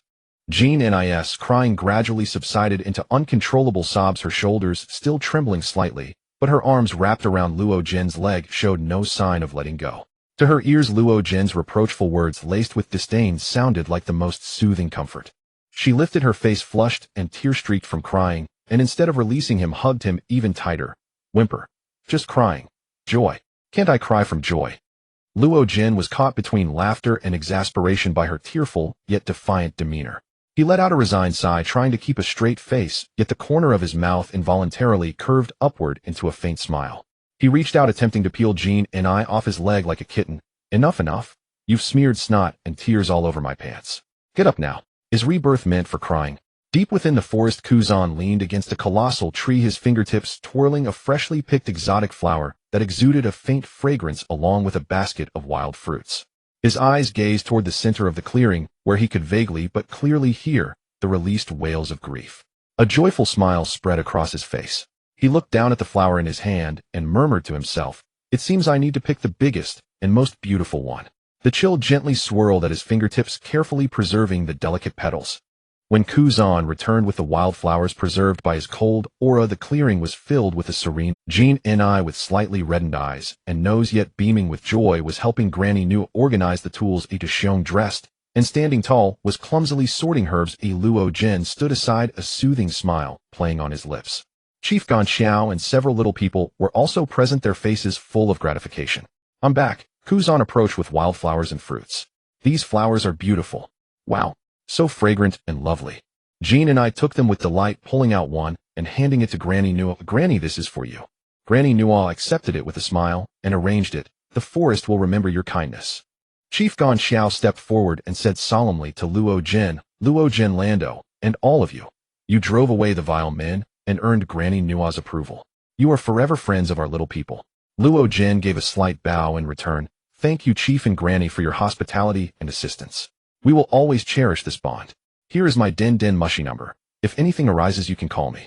He handed the prepared number to King Gan Xiao, then paused and looked at his companions. "It's time for us to leave."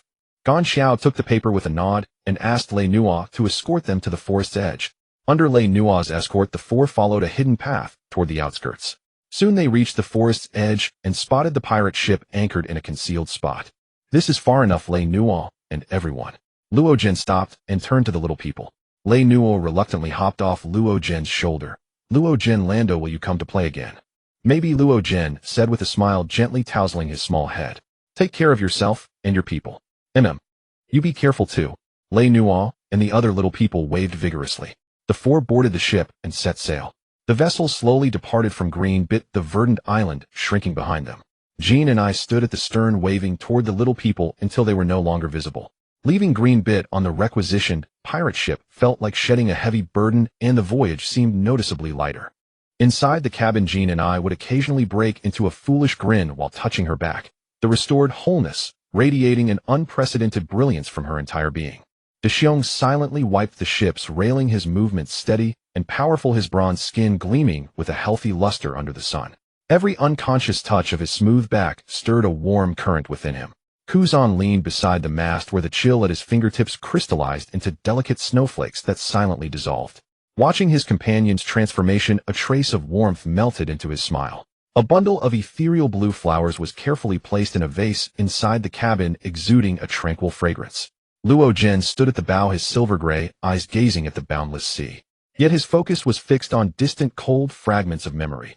Punk Hazard, the island of death that would one day be shrouded in poison gas and later transformed into the Icefire Island after the struggle between Kuzan and Akainu over the admiral position. Now it is the hell where Alberu is trapped along with that invaluable big brain, Vegapunk. He should have already been co-opted by the world government. After all, after the Rocks pirates disbanded, Vegapunk joined the MADS organization to coast along, and soon the peaceful steam-powered ship under his leadership suddenly delved into bloodline factor research, leading to the creation of the clone Stussy.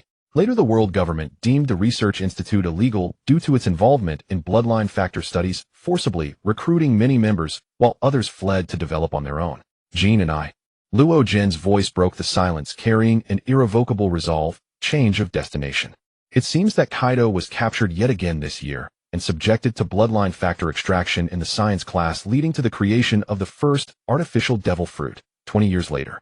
When Kaido escaped later, he rescued Alberu and formed the Beast Pirates, which developed into an emperor crew. We must rescue Alberu before him and invite Vegapunk to join us. That is the priority. Jean and I, for the umpteenth time, foolishly touched her smooth back, then immediately looked up. Luo Deshiong's wipe of the railing paused, and the ice crystal spinning at Kuzan's fingertip silently dissipated. All three gazes focused on Luo Jin. "We're skipping the next crystal rock island." Luo Jin turned, the sea breeze lifting the strands of hair from his forehead, revealing those silver-gray pupils. "Take out the eternal pose for Punk Hazard. Full speed ahead." Punk Hazard.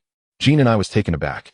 She immediately pounced on her bulging intelligence treasure bag and began rummaging through it. Punk hazard. Eternal pointer.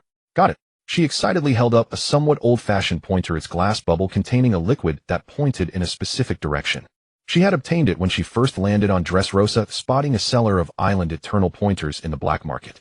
During the few days she hid in an inn on a dark, windy night, she had borrowed it along with Kazan.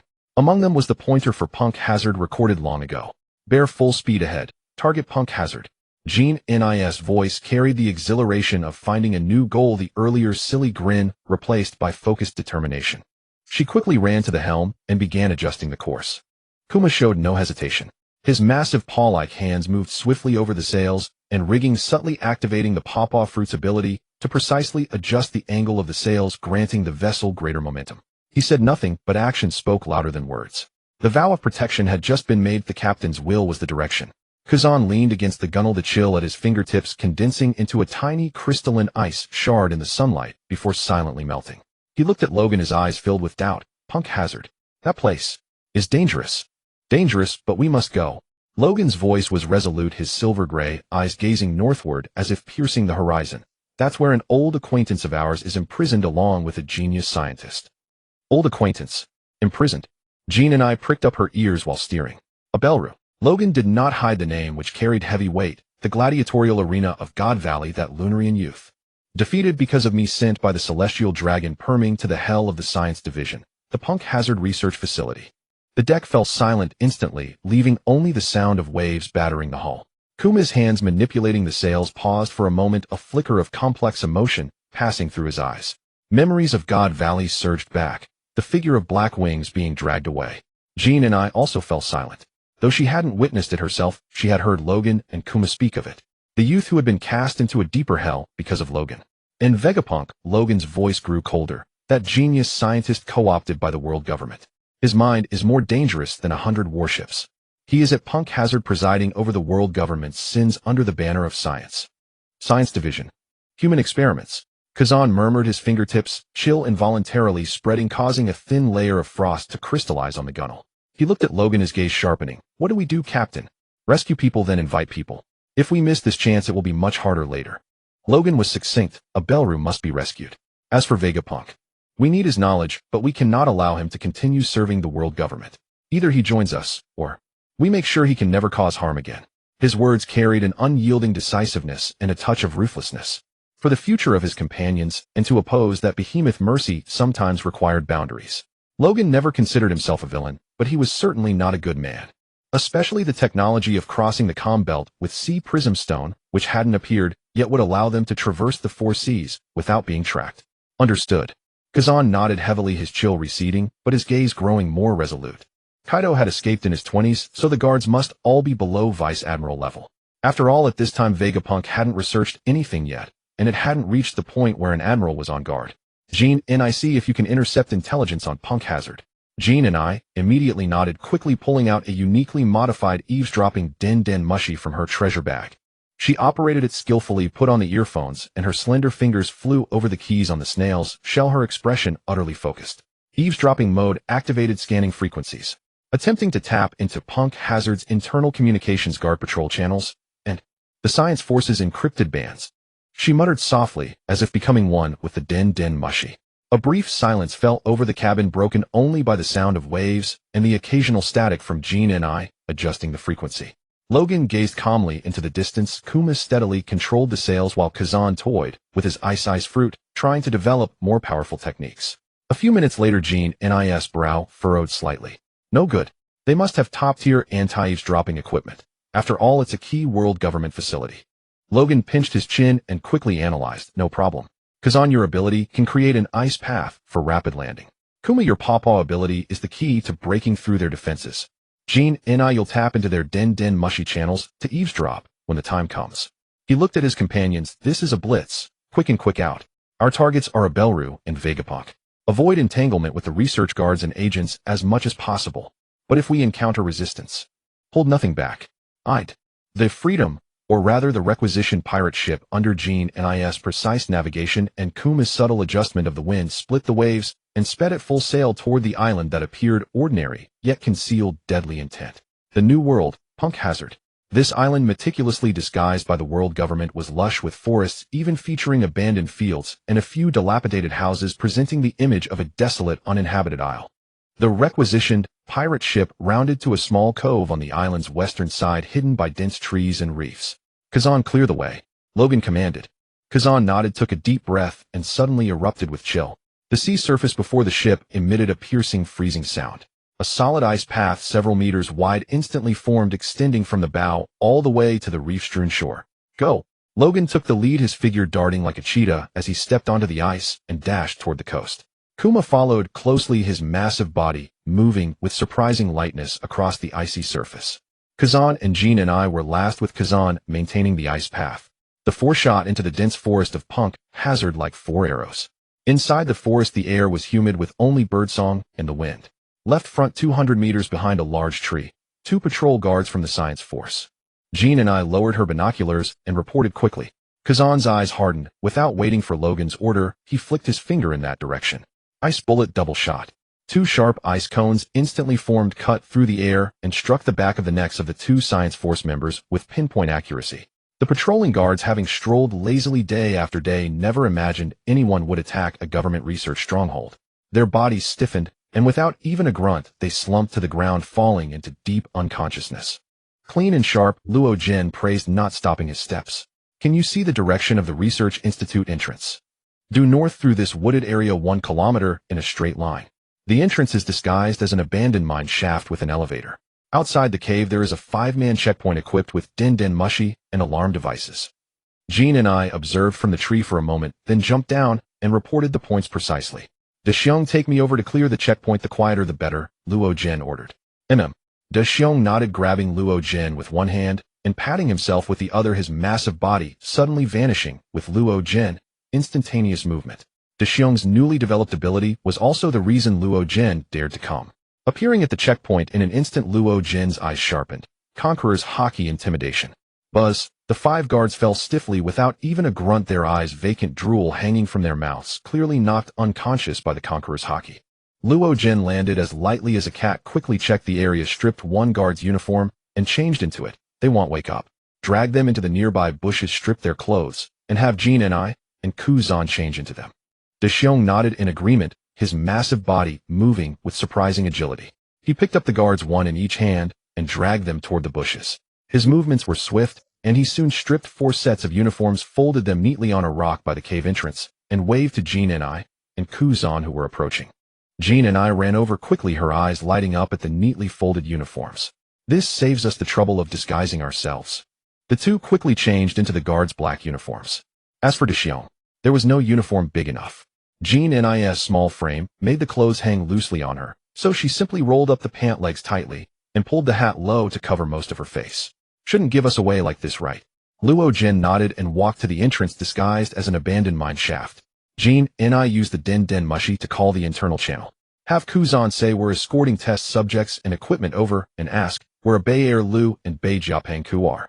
Jean and I picked up the guard's den mushi, tuned it to the internal communication channel, and handed it to Kuzan. Kuzan cleared his throat, trying to imitate the guard's hoarse tone, and pressed the call button. "This is the checkpoint.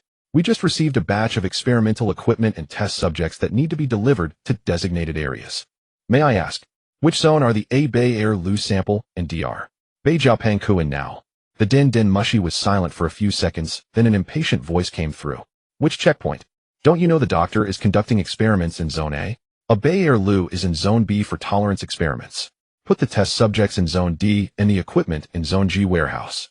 Received. Kuzan quickly hung up and nodded to Luo Jin. "Bei Jiapengku is in Zone A, Bei Er Lu in Zone B." Jean and I frowned. "Tolerance experiments. Doesn't sound good." Kuzan, freeze anyone and any den mushi you see, no hesitation. Luo Jin gave the order. "Whoever blocks dies." Understood. The elevator's steel cables let out a dull creaking sound. With every meter descended, the surrounding air grew colder. Pale white light filtered through the gaps in the iron bars, casting flickering shadows on the faces of the 4. Luo Jin said nothing, only pressed his hand on the hilt of his sword at his waist. He could hear faint sounds from outside the elevator, the scrape of metal, muffled voices.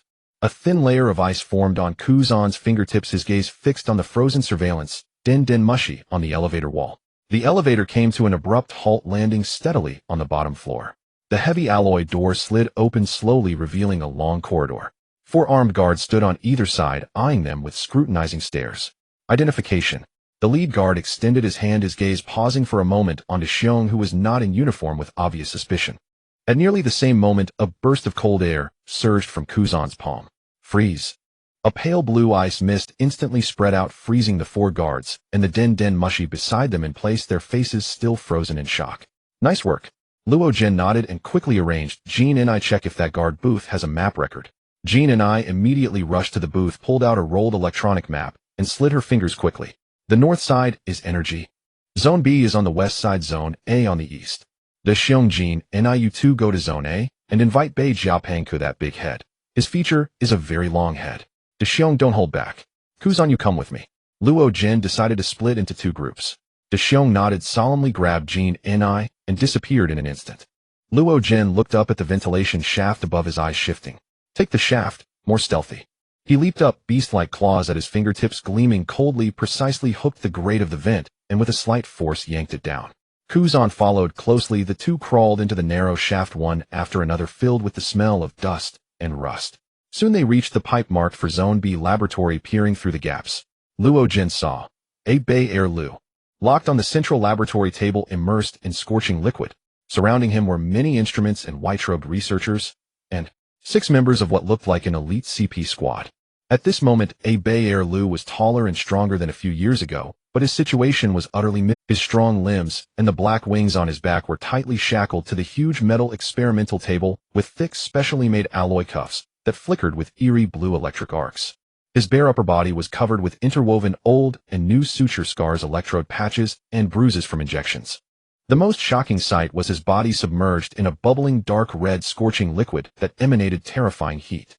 A Bei Air Lu's eyes were tightly shut, his jaw clenched. His bronze-like skin had turned an abnormal red from the heat and pain. His muscles bulged as he fought against the immense agony, and sweat evaporated as soon as it appeared. The black wings behind him drooped, weakly, feathers scorched and curled.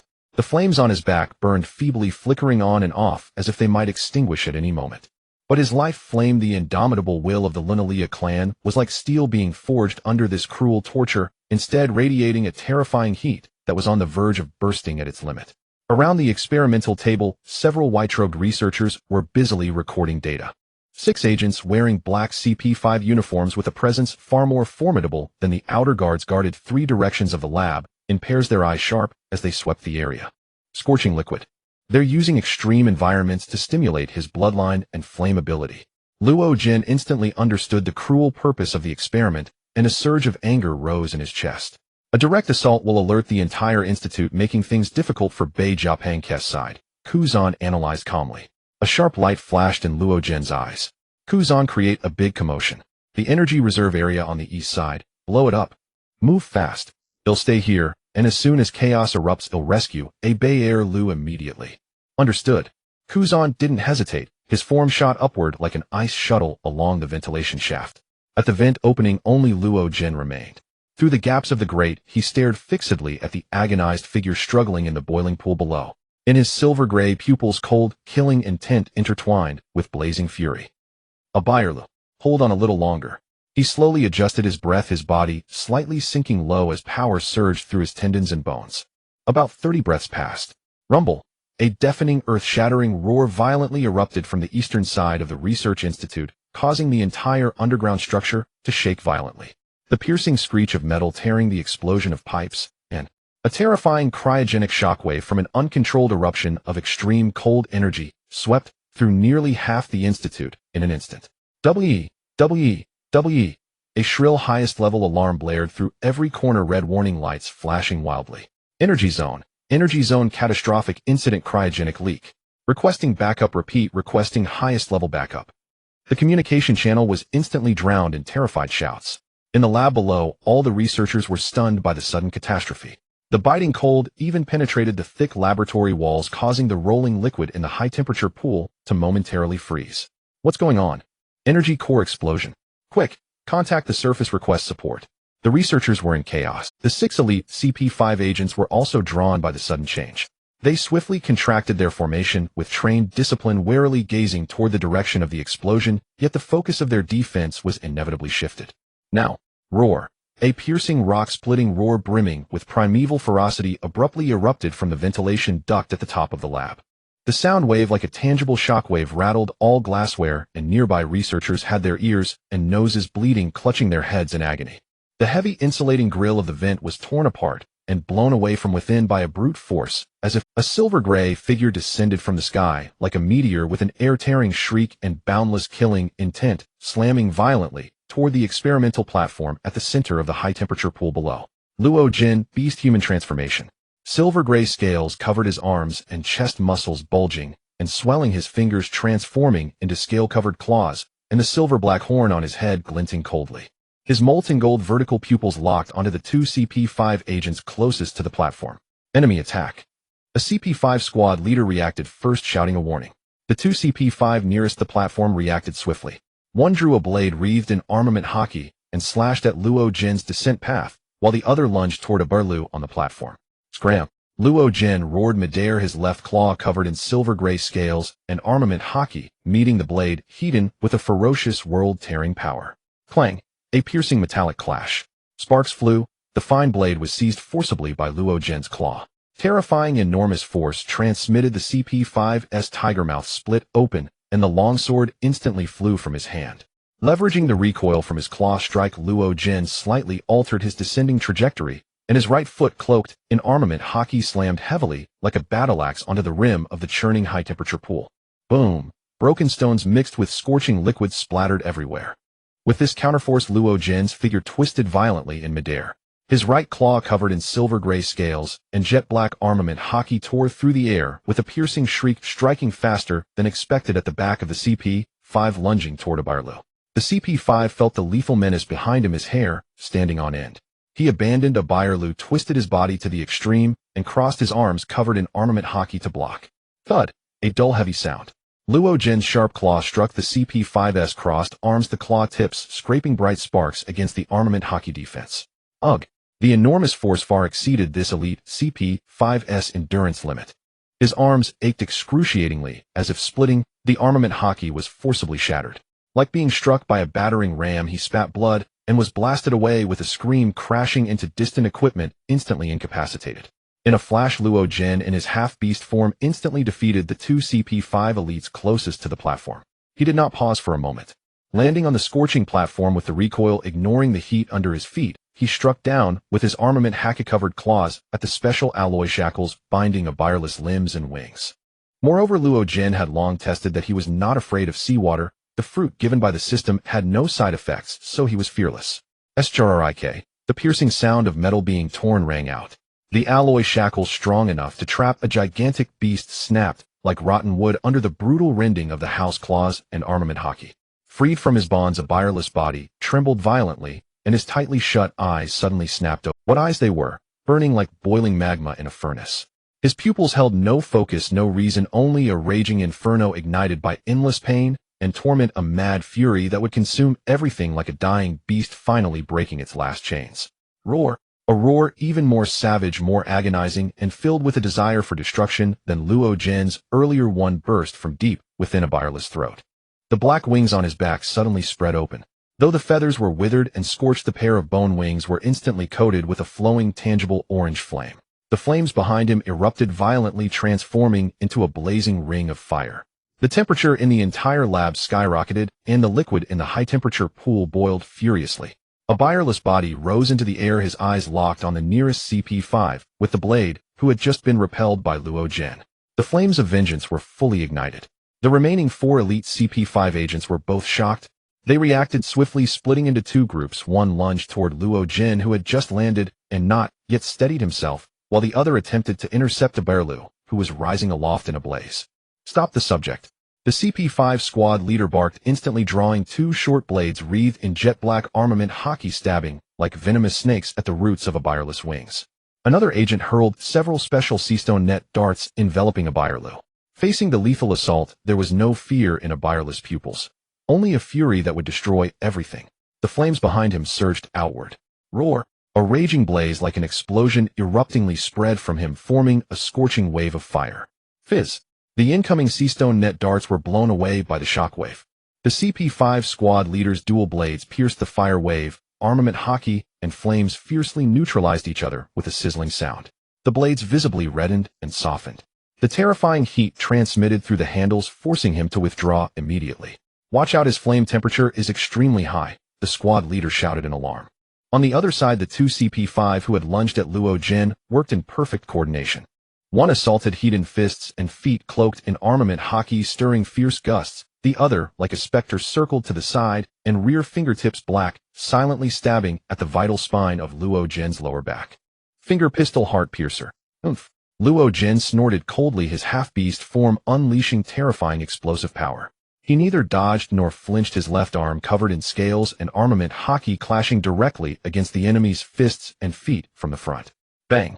Crack! The CP5 agent attacking Heaton only felt an overwhelming force transmitted through his arm bones, groaning under the unbearable pressure as he staggered backward from the impact.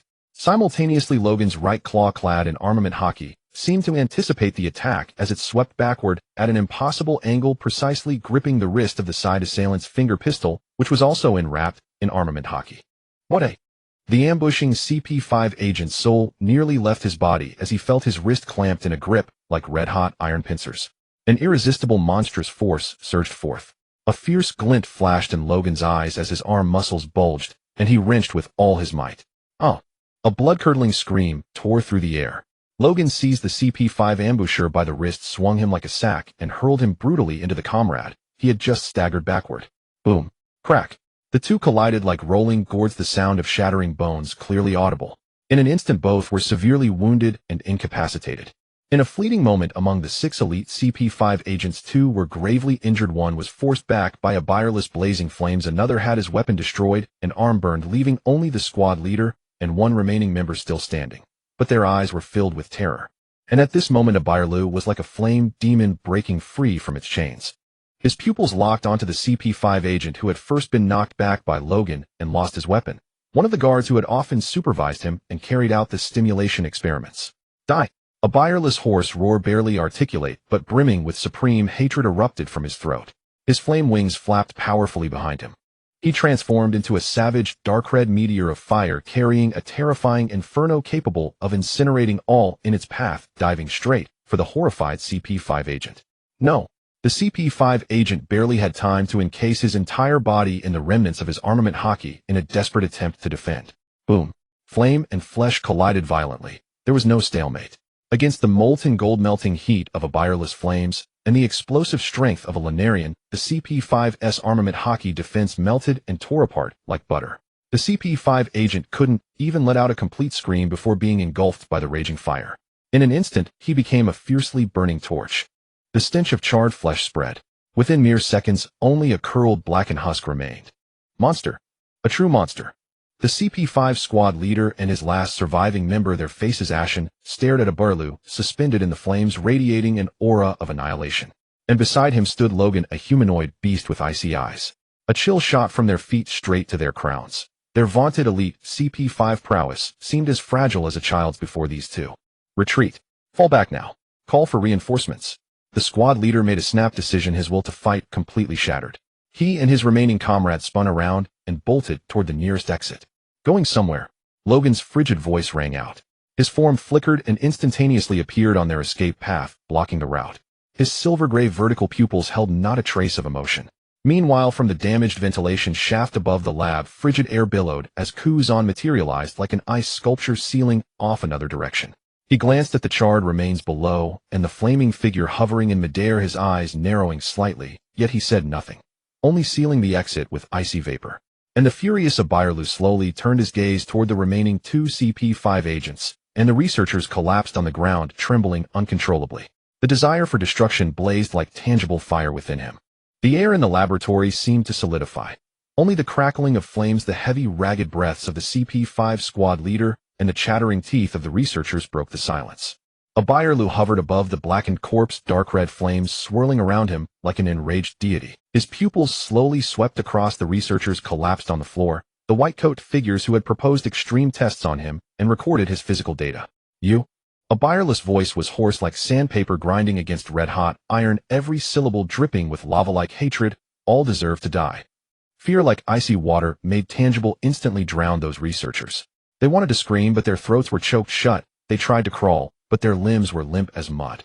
No, calm. Be calm. This was a necessary experiment. A bald researcher with thick glasses attempted to soothe with his usual scientific reasoning, but his voice trembled uncontrollably. Roar. In response, Abayarlu let out an even more ferocious bellow, his flame wings thrusting several scorching condensed streams of dark red fire like enraged vipers instantly separated from his surrounding flames and shot out. Whiz. They struck several researchers, including the bald one, with pinpoint accuracy. Unearthly agonized screams erupted instantly. Flames devoured them in an instant. The heat ignited their fat, carbonized their bones. In mere seconds, only several violently burning, rapidly shrinking lumps of charcoal remained, and the air was thick with the nauseating stench of singed flesh. This horrifying scene utterly shattered the psychological defenses of the remaining researchers. Some fainted from sheer terror, others vomited uncontrollably, their minds completely broken. Devils. You are all devils. The CP5 squad leader's eyes nearly burst from their sockets as he watched his colleagues reduced to ash in an instant. Fear and fury drove him nearly mad. He and his last surviving member stood back-to-back, armament Haki coating their bodies, making a desperate final stand. Devils. Then what are you? It ends here. Logan's voice fell like a death sentence. His silver-gray vertical pupils locked onto the two, his right claw covered in scales, and armament Haki slowly rose as monstrous power condensed and compressed within his sinews, preparing a killing blow. The desperate resistance of the CP5 squad leader and his final subordinate was pathetically fragile before absolute power.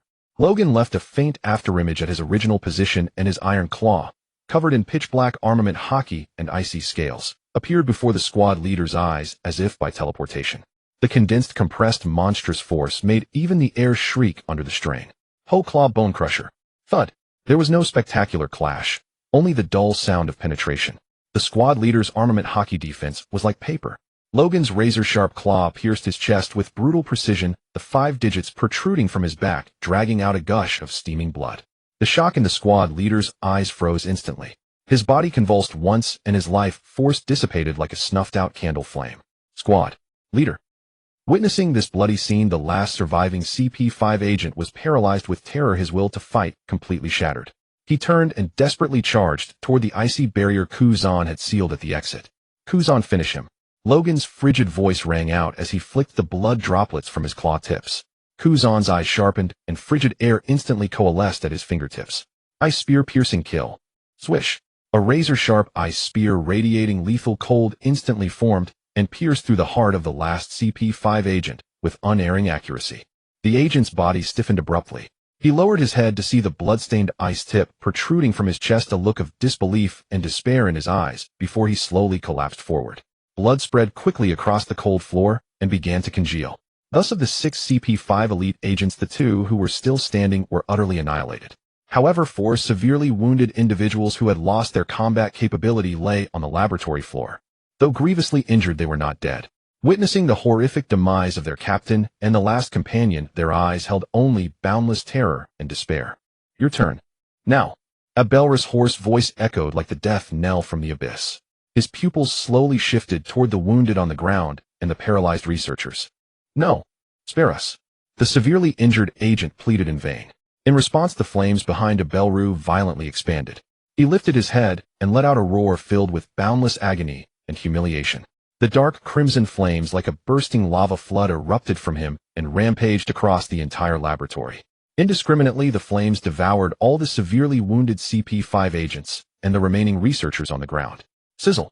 The piercing, short-lived screams were instantly drowned out by the crackling of the fire. Whether it was the wounded agents begging for mercy or the researchers paralyzed with fear under the heat capable of melting metal and stone, they twisted, charred, carbonized, and finally turned to ash like wax figures thrown into a furnace. Even the instruments beside them and the paper recording data were reduced to nothing in the raging inferno. The core area of the entire laboratory instantly became a sea of churning, blazing hellfire. Only the central experiment table and the high-temperature pool area, due to their special materials, were not completely melted. The air was thick with suffocating burnt odor and heavy smoke. At this point, all the guards and researchers in the laboratory were thoroughly purged. Abelru hovered in midair, his body surrounded by dark crimson flames that billowed like a furious cloak. The desire for destruction surged like tangible waves. The immense hatred of being enslaved, imprisoned, and experimented upon threatened to consume the last shred of his rationality. Abelru. Logan's voice rang out like a thunderclap, carrying a spiritual impact of Conqueror's Haki that forcibly pierced through the other's raging fury. Abelru turned his head abruptly, locking his gaze on Logan. The pair of silver-gray horns instantly pierced through his chaotic memories, the divine Colosseum. The demonic youth who had defeated him, yet indirectly cast him into an even deeper hell. Roar. It's you. Abelru's roar was filled with pain, rage, and extreme contradiction. Flames surged violently, the ring of fire behind him spun furiously, and the temperature in the laboratory skyrocketed again, causing metal instruments to groan under the strain. It's me. Logan's voice was remarkably calm. He slowly retracted his beast form, reverting to human shape, but his silver-gray eyes remained sharp as blades. Look around. We're here to rescue you. If you want revenge, leave this damned place alive and take vengeance on the true culprits, the world government and the celestial dragons. Rescue? Me, eh? Abelru's flames faltered slightly, a brief flicker of confusion in his eyes soon replaced by deeper suspicion and pain. 5 years of lightless torment had long since shattered any belief in kindness. Just then a flash of light appeared at the laboratory entrance. Deshiong's massive figure emerged, holding a middle-aged man like a chicken. He wore a white lab coat, had messy hair, thick glasses, and a bruise on his forehead. Jean and I followed closely, scanning the surroundings warily. Logan, the brain has been invited. Jean and I spoke rapidly while surveying the scene. She bore traces of a struggle. The invitation had not been peaceful, finally relying on Deshiong's teleportation to escape. The lab guards are rushing to the lower basement, and the Den Mushi reports that the Marines are en route. They'll be here soon. Bei Jiapank, being held by Deshiong, had crooked glasses and a face etched with a mix of surprise at the interrupted experiment and a barely perceptible terror. He hastily scanned the floating flame figure, the charred corpses on the ground, the shattered ice, and the silver-haired horned youth at the lead, his eyes flickering as he rapidly analyzed the situation. Bei Jiapank. Logan's gaze shot like lightning at the genius scientist, his voice icy. If you want to live, shut up and come with us. Otherwise, I don't mind adding one more nameless corpse to Punk Hazard. Conqueror's Haki, like an invisible hammer, precisely pressed down on Bei Jiapank. Bei Jiapank's body trembled, his face instantly turning pale, cold sweat beading on his forehead. He felt the man's words were no empty threat. The icy, murderous intent was tangible. He opened his mouth, then finally nodded with difficulty, wisely choosing silence. Kuzan, seal the door. Create an ice wall to block the pursuers. Logan commanded. Understood. Kuzan slammed his hands onto the ground, and biting cold erupted, glacier barrier. The laboratory entrance and several corridors were instantly sealed by thick ice, meters deep, shimmering with a ghostly blue cold light. The ice layer continued to thicken, making a teeth-grating freezing sound, blocking the urgent footsteps and shouts. Abelru. Logan looked once more at the figure in flames, his tone carrying an ultimatum. Will you break out with us and take revenge on the celestial dragons? Or stay here, wait to be locked up again, and continue as an experiment until your last ounce of value is revenge? Celestial dragons. Those words like sparks instantly ignited the deepest darkness in Abelru's eyes. The flames around him suddenly contracted inward. Although his aura remained scorching, the maddening destructive impulse was temporarily replaced by a more obstinate hatred.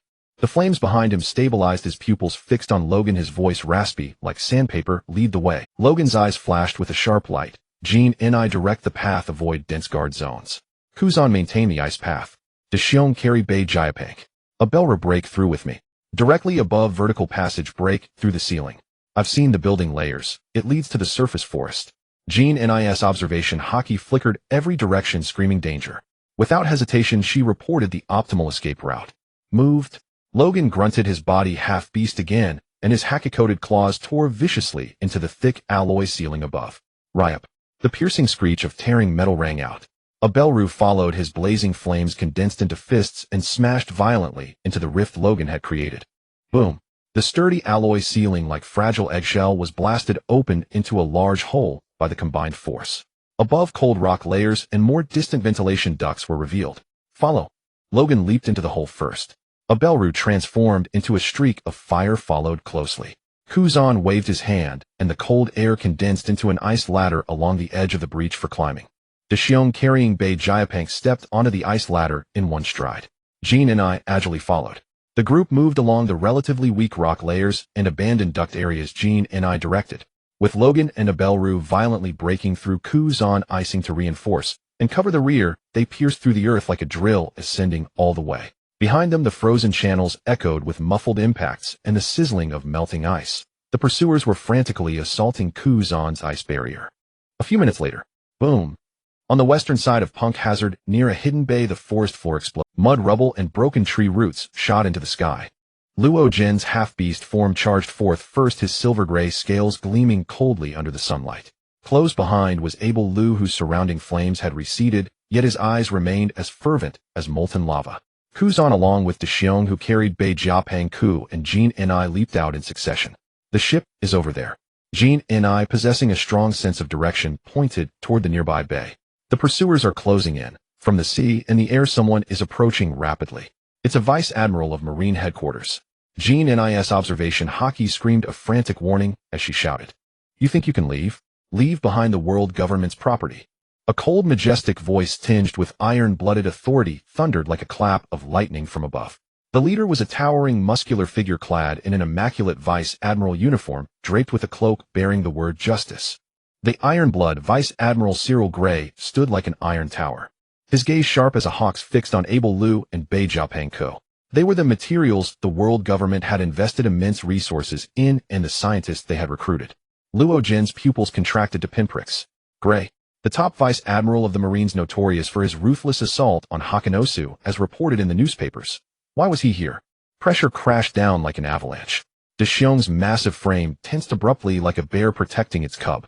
His arms, coated in armament Haki, bulged with sinew, and the pads on his palms swelled slightly from extreme vigilance. Kuzan's eyes blazed with cold fury. He clenched his fists tightly, and biting frost radiated uncontrollably, crystallizing the ground beneath him into a layer of white frost. Luo Jin, Marine warships are encircling us. Jin Ni's urgent voice carried a faint tremor of panic. A dead end. Gray, who had been escorting Kaido not long ago, had rushed over after receiving the emergency communication. Gray's gaze finally settled on Luo Jin.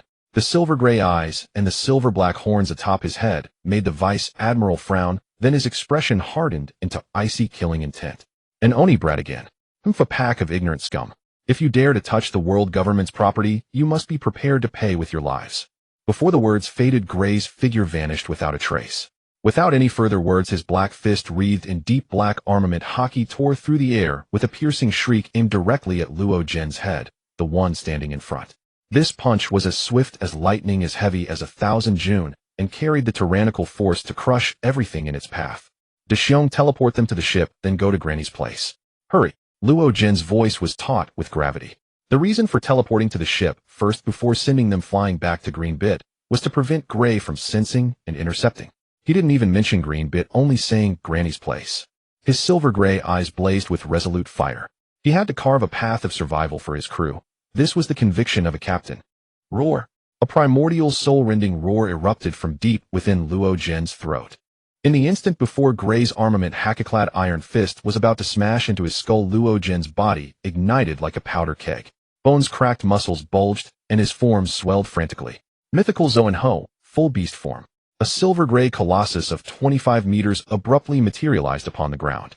Its massive body was covered in thick scales, and the pair of gray-white spiral horns atop its head pierced the heavens like blades, crackling with golden lightning, with a pair of silver-black antlers in between. Its molten gold vertical pupils blazed with ferocity, locking onto Gray. Boom! Gray's black fist, clad in top-tier armament Haki, slammed heavily into the silver-gray scaled side of the house neck. A deafening, heart-stopping thud exploded within the confined space. A visible shockwave like a tangible battering ram slammed into the trees on both sides, shattering them into a storm of sawdust and shredded leaves. Ugh! Luo Jin, in his Ho form, let out a pained grunt as his massive head was knocked violently sideways by the terrifying force. The scales on his neck shattered and flew off, exposing the bruised flesh beneath. Blood spurted like a fountain from the gaps in the broken scales. Even Vice Admiral Gray's eyes flickered with surprise. That punch could have shattered a warship, yet it failed to crush the beast's head. Its neck, the scale's defense, and the monster's vitality far exceeded expectations. However, just as Gray's old force had dissipated and new power had yet to gather. Roar! The house's enormous claw, wreathed in the same pitch-black armament Haki, tore through the air with a shriek and burned with pale gold Ho flame, crashing toward Gray's chest like a flaming meteor. In an instant, offense and defense reversed. Gray's pupils shrank as he crossed his arms before his chest, pushing his armament Haki to its limit. Bang! The collision of claw and arm unleashed an even more terrifying blast of air and shockwaves. The alloyed ground beneath Gray's feet instantly caved in and twisted. He was like an anvil struck by a giant hammer, his feet sinking deep into the earth as the violent force dragged him backward, gouging 2 deep trenches. Now, go! Luo Jin's roar like thunderclap jolted Deshiong and Kuzan into action. Deshiong gazed at the blood spurting from the colossal beast's body and the shattered scales at the molten gold vertical pupils burning with unwavering resolve. Agonizing pain and struggle nearly tore his heart apart. "Bear cub," came Jean Nis' tearful voice. She saw it clearly. Luo Jin was covering their retreat. Deshiong. Kuzan gritted his teeth and roared. Deshiong let out a mournful cry like a wounded beast, massive tears splashing onto the ground. He hesitated no longer. Gripping the shocked Bei Jiapeng Ku and clutching Abel Lu's arm, he signaled Kuzan to hold his waist and Jean and I to hold his thigh. His colossal frame exploded with astonishing speed. With a single step, he vanished in a flash. At that moment, a large number of Marines were closing in, led by field-grade officers, using Rokushiki Soru to approach rapidly. "Don't even think of escaping," Vice Admiral Gray roared, forcing the house claw away, preparing to give chase. "Your opponent is me." Luo Jin's roar carried a bloody edge. The colossal beast surged forward, using its body to block Gray. Its armament haki-coated tail, like a siege hammer, tore through the air with a shriek, and blazing hoe flames sweeping like a meteor toward Gray and the approaching Marines. Boom, boom. The rearguard battle was brutal and brief. Each collision was accompanied by shattering scales, splattering blood, and the screams of Marines. Luo Jin, with his massive frame and life-burning tactics, held them back with sheer endurance. Meanwhile, quick, Bear Cub Kuzan this way. Jean Nis' voice was choked with tears and extreme tension as she sped toward the pirate ship, Freedom. Deshiong carried Bei Jiapeng Ku with Kuzan and Abel Lu close behind. In the small bay, 3 massive marine warships had already spotted the pirate ship and were closing in. Cannon maws glowered menacingly and searchlights pierced the darkness like swords sweeping frantically across the sea. The pirate ship was like a lone boat amidst the storm. "Get on the ship," Kazan shouted as the surface of the sea instantly froze, transforming into an ice bridge leading to the pirate ship. Big Bear supported Vegapunk, while Kazan provided cover from behind. Several of them rushed across the ice bridge, bullets whizzing past them, and finally leaped onto the swaying deck with great peril. "We are surrounded. How do we escape?" Abelru clenched his fists, his knuckles turning white, his eyes fierce like a trapped beast. He would rather die than return to that hellish place. "Logan hasn't arrived, yet what should we do?" Ginny cried out as she rushed to the side of the ship, tears streaming down her face as she looked towards Logan's direction. "Captain." Kazan's voice trembled slightly. "Fire. Sink that pirate ship." A fierce command rang out from the officers aboard the warship. Boom, boom, boom. Several cannons fired simultaneously, scorching cannonballs slicing through the night sky, raining down on the small pirate ship like heavy raindrops. "Big Bear," Ginny shouted despairingly. Big Bear abruptly raised his head, watching the incoming cannonballs, glancing at the crying Ginny, at Kazan, whose face was pale, yet resolute, and at Abelru, who was like a cornered beast. He recalled Logan, bloodied, yet still fighting, and his final roar. Everything flashed through his mind in an instant. Suddenly a powerful will surged forth, erupting from the depths of his heart, like a volcano fueled by the desire to protect everyone. Buzz! An invisible force instantly spread out, the slumbering power within the Bacchania tribe finally awakened. Conqueror's Haki, awakening. Boom. The dark clouds above seemed to be stirred, massive waves rolled in the sea, and the soldiers aboard the warship collapsed like cut wheat. The incoming cannonballs were intercepted before they could get close. Abelru unleashed fireballs that exploded the cannonballs in front, while Kazan formed numerous ice spikes to precisely block the cannonballs coming from the side, ice shards and shrapnel flying everywhere in the air. "This is Conqueror's Haki." Kazan looked at Big Bear in shock, utterly speechless. This usually silent man like a stone possessed such power. Ginny was also stunned, tears still hanging on her face. She could clearly sense that the power was not for destruction but for protection. It erupted to safeguard them in response to Logan's trust. Big Bear listened to the captain. "Let's return to Grandma first. He surely has his reasons for doing this. Don't you still trust the captain?" Kazan shouted against the overwhelming Haki. "Right? Logan will be fine." Big Bear shed hot tears, casting one last glance at the fiery battlefield, as if he wanted to engrave that blood-soaked figure in his heart forever. He set Vegapunk down and slammed his paw, which bore the characteristics of a rubber fruit, onto the ship. Rubber fruit, memory anchor. Buzz! The entire ship was enveloped by a massive soft bubble, instantly shooting out of the Navy's encirclement like a beam of light, disappearing into the night. Only the rolling waves on the sea, the disarrayed warships, and On Punk Hazard Island, the final roar of that giant beast gradually drowned out by the sound of cannon fire and crashing waves. Greenbit Island, a familiar beach. The pirate ship crashed onto the shore like a meteor, creaking ominously as if it were about to fall apart. The morning sun, carrying the freshness of dew and the scent of the forest, gently illuminated the beach, yet it could not dissolve the heavy expressions on Big Bear, Ginny, and Kazan's faces. A Belru lying on the beach looked at Big Bear with a questioning gaze filled with the eyes of a scientific madman. Ginny knelt on the sand, her fingers turning white from gripping tightly, tears streaming down her face. "Logan! Logan!" she cried out hoarsely. Meanwhile, on the shores of Punk Hazard, a massive, bloodied and battered silver-gray beast was struggling to crawl out of the sea. One of its claws was heavily injured, hanging limply, its body riddled with deep wounds, blood staining the surrounding seawater. Its steps were unsteady, as if it might fall at any moment. Behind it, the Navy warships relentlessly pursued, cannonballs exploding around it. The battered beast, Logan, had just narrowly dodged Gray's first lethal attack, stepping through the air and using wind elements to try to create distance. The intense pain in his right side and the sound of bones reminded him of how fearsome his opponent was. But Ironblood Gray was not easy to deal with. Seeing that he couldn't catch up to Logan's agile movements with Moonwalk, his eyes hardened as he forcefully stomped the air. Moonwalk, explosive leap. Boom! The air exploded with a thunderous sound, and Gray shot forward like a bullet, instantly closing the distance to Logan. At the same time, his muscular arms were once again coated with Haki muscles, bulging as he punched through the air. Armament, shattered waves. A terrifying shockwave compressed the air, forming a white shockwave that crashed toward Logan's back like a high-speed train. There was no way to dodge. A fierce light flashed in Logan's eyes, and instead of dodging, he forcibly turned around, concentrating Haki on his left shoulder and the scales on his back, bracing himself for the impact. Boom! The terrifying impact hit him squarely. Logan felt darkness clouding his vision, as if his insides were shattered, and a mouthful of blood surged up his throat. These monsters, trained for decades, were indeed not simple at all. Thankfully, the innate physical talent of the Demon Clan and the developed defense of the Hound Fruit were outstanding. He managed to swallow back the blood, but a trickle of fresh blood still flowed from the corner of his mouth. Yet at the moment of being struck, he used the enormous force of the impact along with his ability to control the wind. His body was propelled forward like a spinning top, racing ahead at a reckless speed. At the same time, his already battered hind legs unleashed their final power, forcefully stomping the air. It was as if he was stepping on the nodes of space. This was a power even more formidable than Moonwalk. Boom! Boom! Two louder explosive sounds erupted, and the pain of torn muscles surged, but he couldn't afford to care. Using the power of the impact and his desperate leap into the air, Logan's massive body turned into a blur of silver light in an instant. His speed reached an extreme, even surpassing Gray's expectations. Swish! Amidst the sound of tearing muscles, a line of blood shot out, but in the blink of an eye, Logan's figure vanished from Gray's sight, racing towards the distant horizon. All that remained was Gray stomping on Moonwalk, his face dark as he watched the silver light disappear, a flicker of surprise and colder, killing intent flashing in his eyes.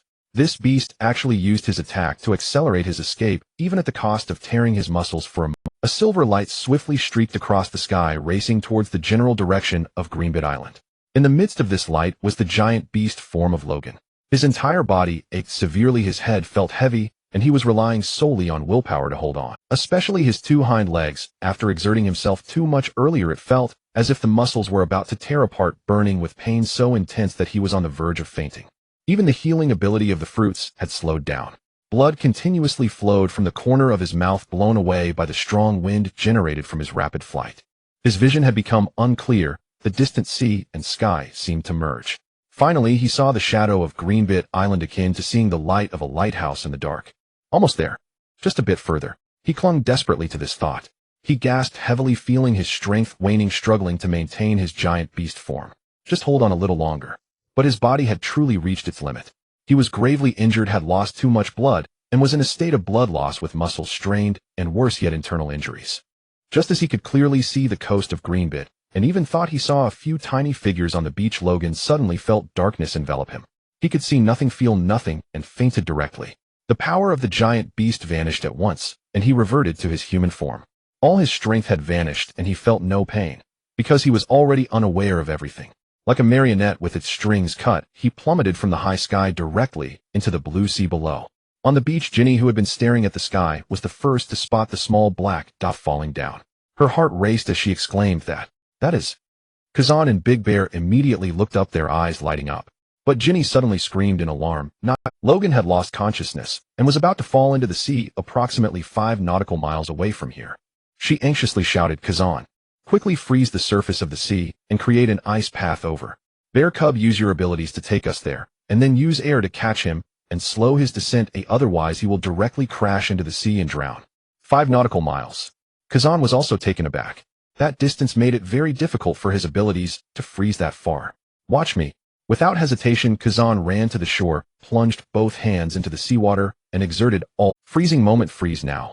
A super cold chill surged forward like an ice dragon across the sea surface, instantly freezing the water into thick ice wherever it touched.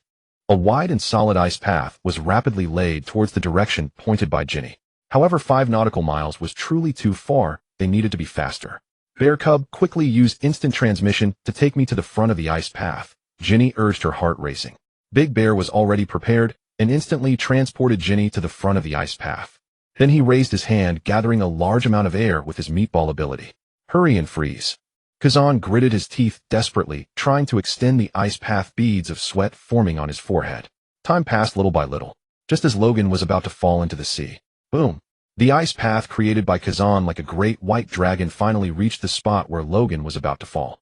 Ginny immediately slapped Big Bear, shouting, We've reached it, Bear Cub, hurry. Big Bear forcefully slapped the prepared massive air bubble, which instantly appeared beneath Logan, slowing his descent. Bang! Logan still fell into the sea, splashing a large amount of water. Big Bear immediately teleported with Ginny to the end of the newly formed ice path. Without a second thought, Ginny aimed for the spot where Logan was falling and leaped into the icy cold water like a fish. The water was both cold and murky, and Ginny opened her eyes wide, enduring the pain as she swam downwards with all her might. She saw strands of blood and bubbles in the water and swam towards them, the sight nearly stopping her heart. Logan's eyes were tightly closed, his face as pale as paper, covered in terrifying wounds still oozing blood. He looked as if he were asleep, quietly sinking into the dark depths of the sea. Ginny kicked hard, swimming rapidly downwards. She grabbed Logan's cold arm and pulled him upwards, desperately swimming towards the surface covered by ice, faint light filtering through. Ginny gritted her teeth, using all her strength to drag Logan upwards. Every bit of ascent was incredibly difficult, and the blood from Logan's wounds left a faint red trail behind her. Uncertain how much time had passed, splash. The two finally burst through the surface of the water. Ginny gasped for air, coughing incessantly, her arms cold and exhausted, trembling uncontrollably. She quickly lifted Logan's head above the water so he could breathe, although he remained unconscious. During this time, Kazan had sprinted over, gasping, Come here. He placed his hands back into the seawater, immediately freezing the water beside Ginny and Logan into a flat surface, allowing them to climb up. Big Bear quickly approached, carefully and swiftly taking Logan's body into his large hands, gently laying him on the ice. He then pulled the nearly exhausted Ginny up as well. Logan. As soon as Ginny got up, she disregarded her soaked body, trembling with cold, and immediately rushed to Logan's side. Seeing Logan's condition made her gasp in shock, her eyes reddening as tears mixed with seawater, unable to distinguish between seawater and tears. Logan in his human form was also severely injured. His face pale, lips purple, and breathing so weak it was nearly imperceptible. His body was covered in wounds, most frighteningly on his right ribcage, which was visibly caved in, surely indicating a broken bone. His legs, especially the thighs, were severely swollen, turning a terrifying shade of purple-black, indicating serious muscle injury. The seawater soaked his wounds, causing the edges to turn pale. Moreover, it seemed that he had sustained severe internal injuries. These were the terrifying injuries left by the Navy called Gray. Coupled with the fact that he had desperately flown for an hour with injuries, his body was completely exhausted. Quickly, return to Greenbit, find Grandma. Ginny's voice was urgent and resolute. Big Bear carefully cradled Logan's body in his large hands. His massive frame trembled slightly from worry and urgency. Hold on, Logan, Grandma will definitely save you.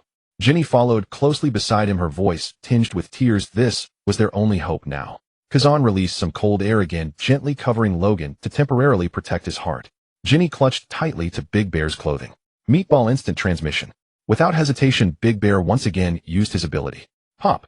The figures of the four instantly vanished from the freshly frozen surface of the sea, returning to Greenbit Island. In the village of the Tontata dwarves on Greenbit, Logan lay on a small bed. His eyes were closed, his complexion still pale, but his breathing had improved from its earlier almost imperceptible state, now steady and slightly longer. The ghastly wounds on his body had been cleaned, smeared with green ointment, and his chest and legs were wrapped. Nana sat on a small stool beside the bed, extending her withered yet steady hand over Logan's injured right chest. A stream of emerald, soothing light flowed like a small creek into Logan's body. Nana frowned with fine beads of sweat on her forehead. This wound is truly severe. Nana murmured, her voice grave. Not only are the bones shattered, but a malevolent force has burrowed inside to wreak havoc. That this child has held on this long is entirely due to his regenerative ability. Bear, Jinny, Kazan, and Ganjo the chieftain who had arrived upon hearing the news stood quietly around, not daring. Abel stood in the shadows a little further away. His flames retracted, his gaze complex as he looked at the unconscious Logan on the bed. Vegapunk was placed in a corner accompanied by 2 Tontata warriors. He adjusted his askew glasses, his eyes gleaming with a scientist's curiosity and inquiry, observing Nana's incredible healing ability. Jinny knelt beside Logan, clutching the hem of her clothes tightly, her fingers turning white. Prolonged concentration gave her a headache and blurred vision, but she still stared fixedly at Logan's face, as if that could help him recover. Tears streamed down, continuously falling onto Logan's clothes. Bear stood like a mountain at Logan's feet, bending over his form, casting a shadow. His eyes were filled with worry and self-reproach for not being strong enough. He looked at the terrifying concave fist mark on Logan's body, at the gruesome bruises. His massive hands unconsciously clenched tightly, nails digging deep into his palms, blood seeping through his fingers and dripping into the soil, yet he remained oblivious.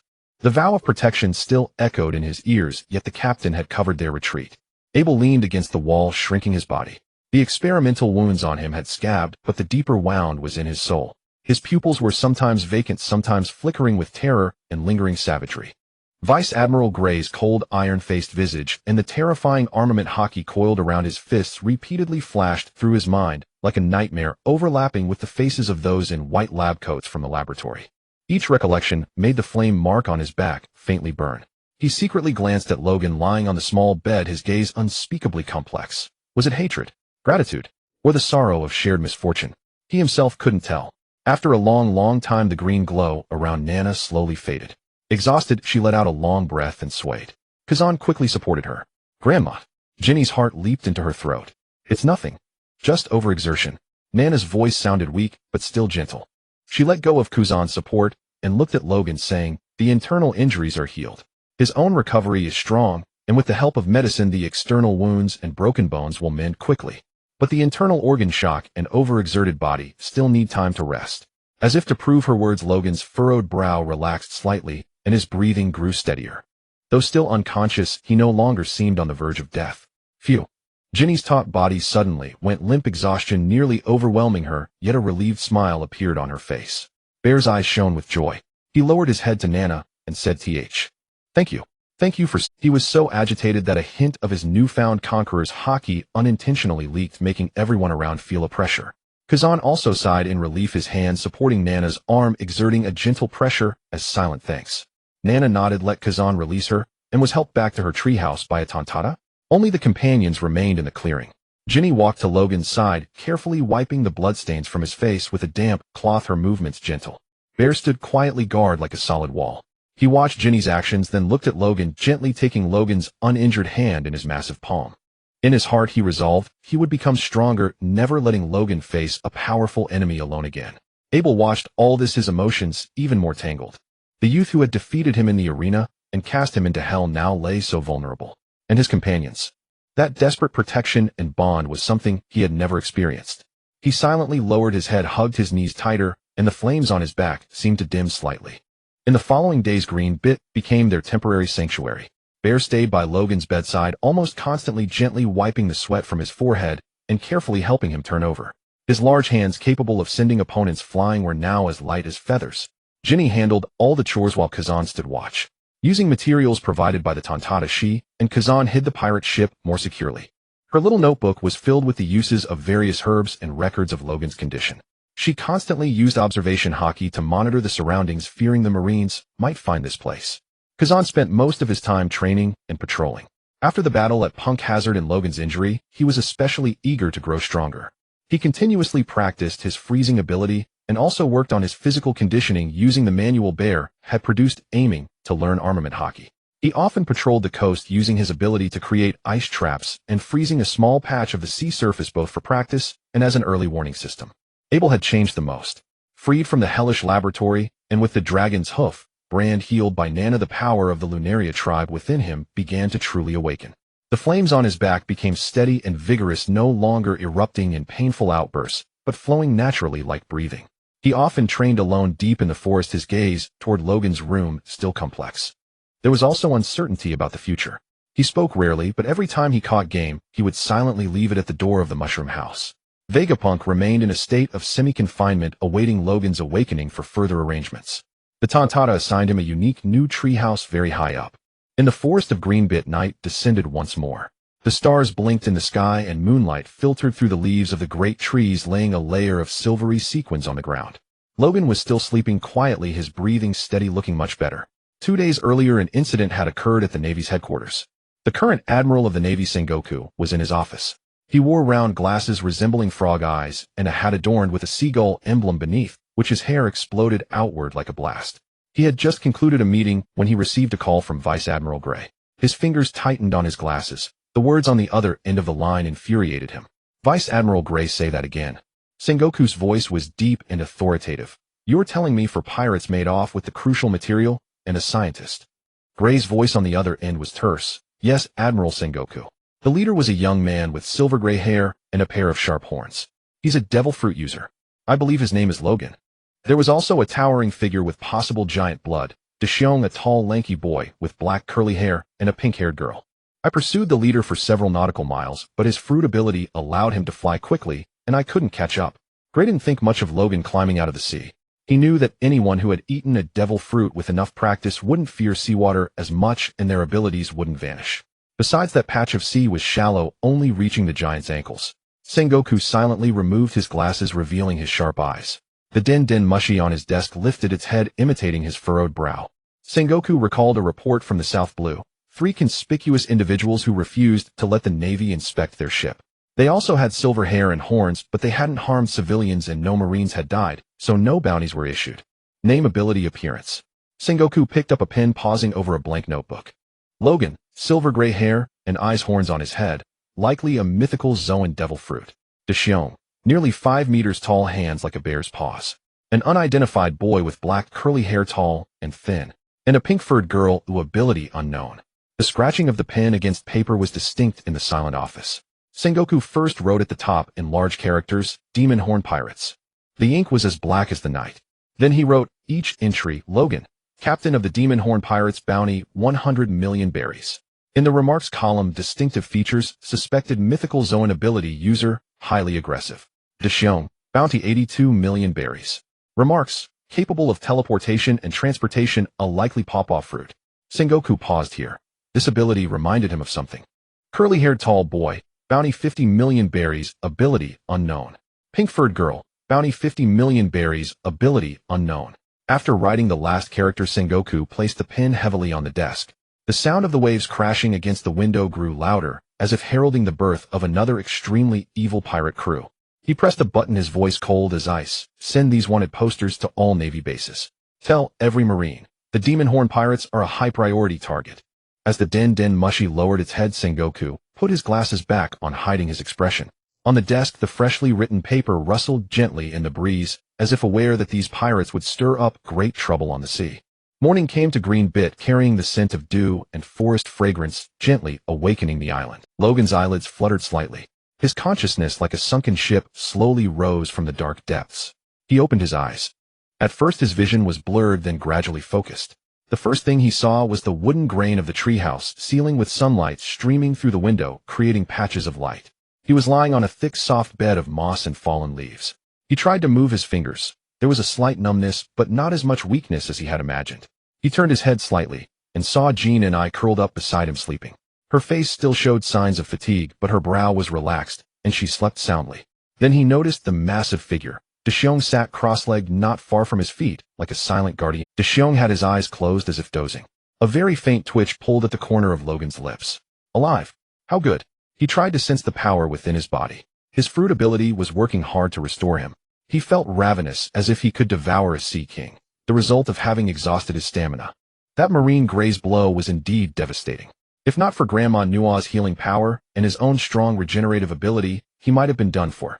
The slight movement startled Deshiong, who was resting with his eyes closed. He snapped them open and saw Logan's silver gray eyes.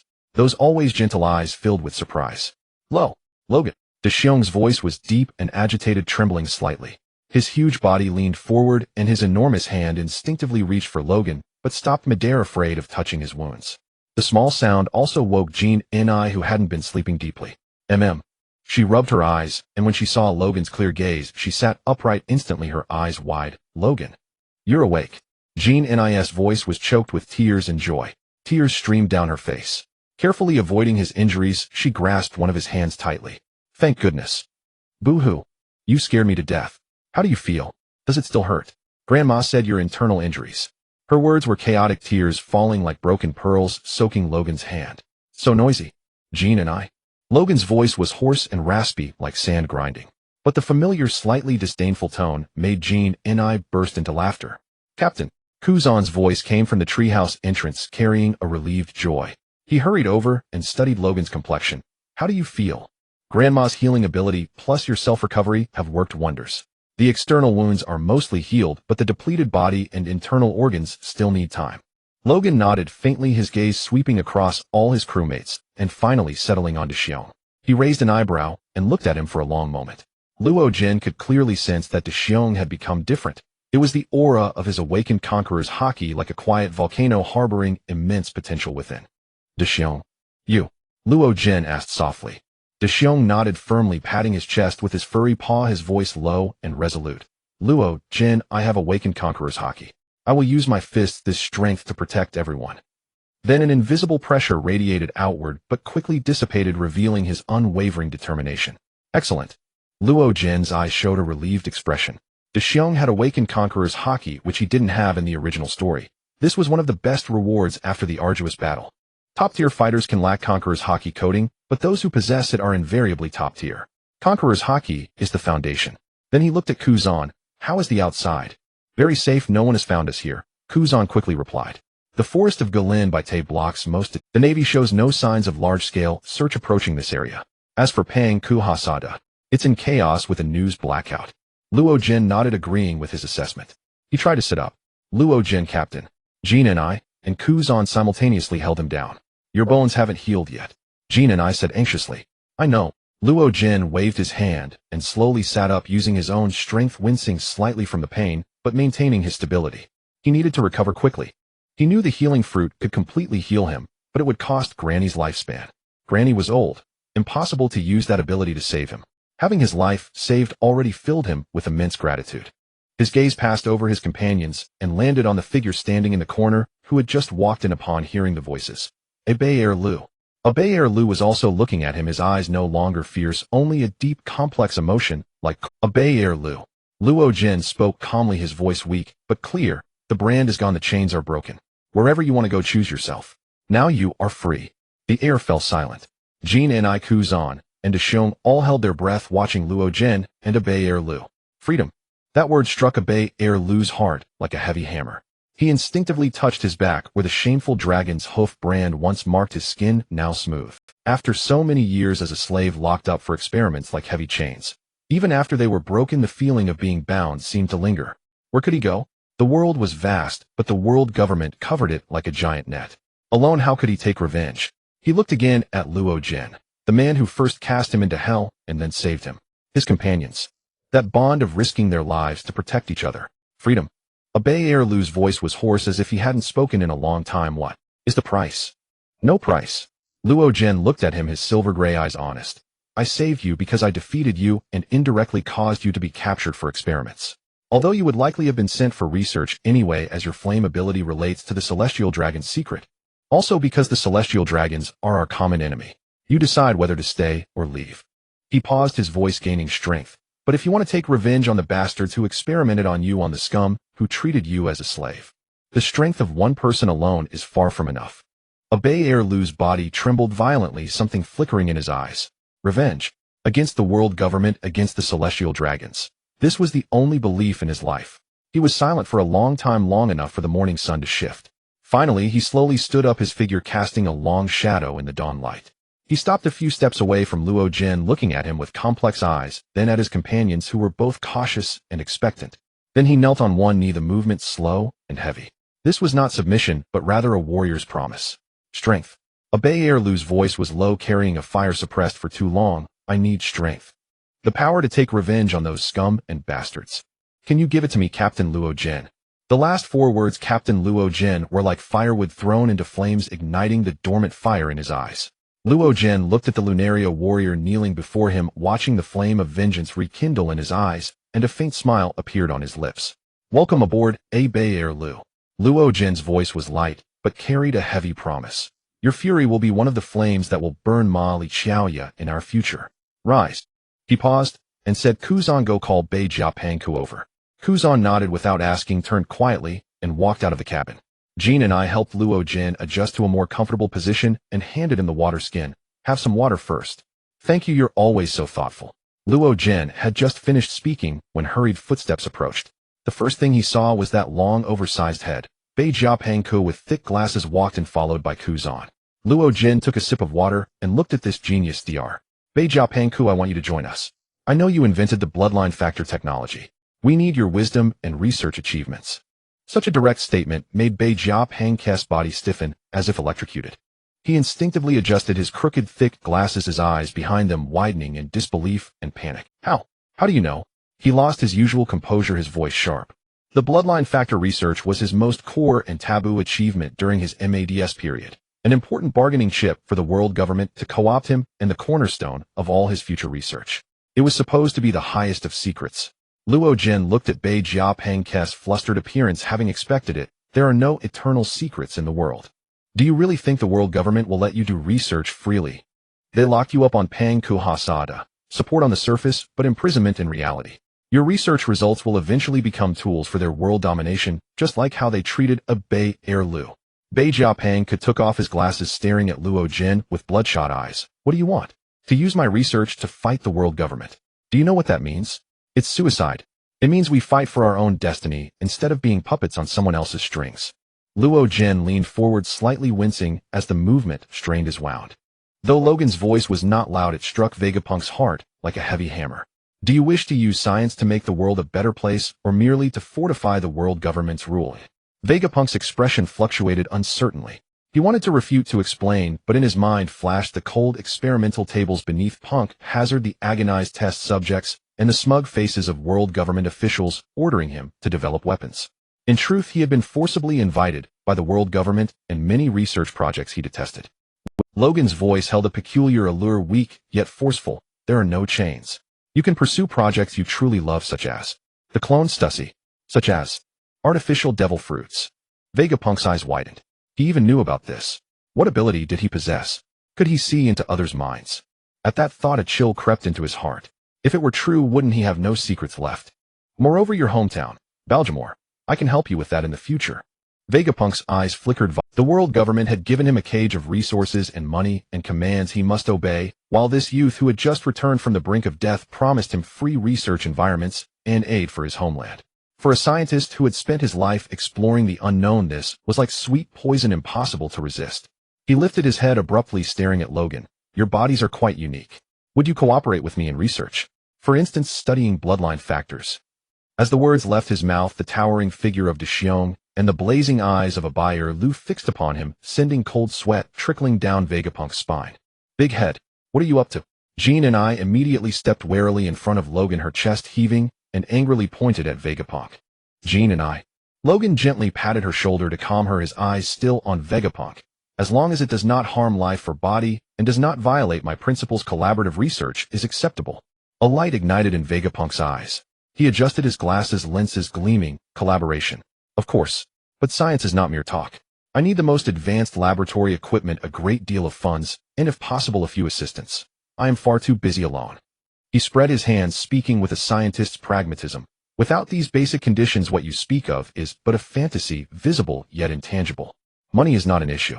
You will soon see substantial funds. As for assistance, Logan rubbed his chin in thought. Later Vegapunk would create 6 clones and betray him, but now he probably had not yet broken through that technology. Then recruit some scholars from O'Hara. O'Hara, those historians. Vegapunk froze, a flicker of surprise behind his glasses. Well, although their research directions differ, their logical thinking and fine operational skills are indeed admirable. If we could persuade a few. Who said O'Hara only has archaeology and history? That is because Dr. Clover focused on history and archaeology. Archaeology and history are the core, but there are already many scholars from other disciplines there. Logan wore an expression of you-know-nothing. Logan's words pierced like a needle shattering Vegapunk's preconceived notions. His slightly contemptuous remark brought a rare hint of embarrassment to the genius scientist's face. Vegapunk pushed his glasses, the gaze behind them sharpening. Impossible. The Tree of Omniscience Library in O'Hara is world-renowned. Almost all scholars there study historical texts and ancient civilizations. Science. I have never heard of any achievements in physics, chemistry, or biological engineering. You said it yourself, the Tree of Omniscience Library. Logan said confidently. They are famous for archaeology and history, but surely many people have basic knowledge of other fields. That is more than enough for assistance. O'Hara would later study the blank history and ancient weapons. How could they do that without some scientific knowledge? The world governments claimed that they intended to revive ancient weapons and thereby destroy the world was not entirely baseless. At least O'Hara had that foundation. Moreover, there were scientists in Skypiea. Otherwise, how could the Golden Ship's electric energy conversion device exist?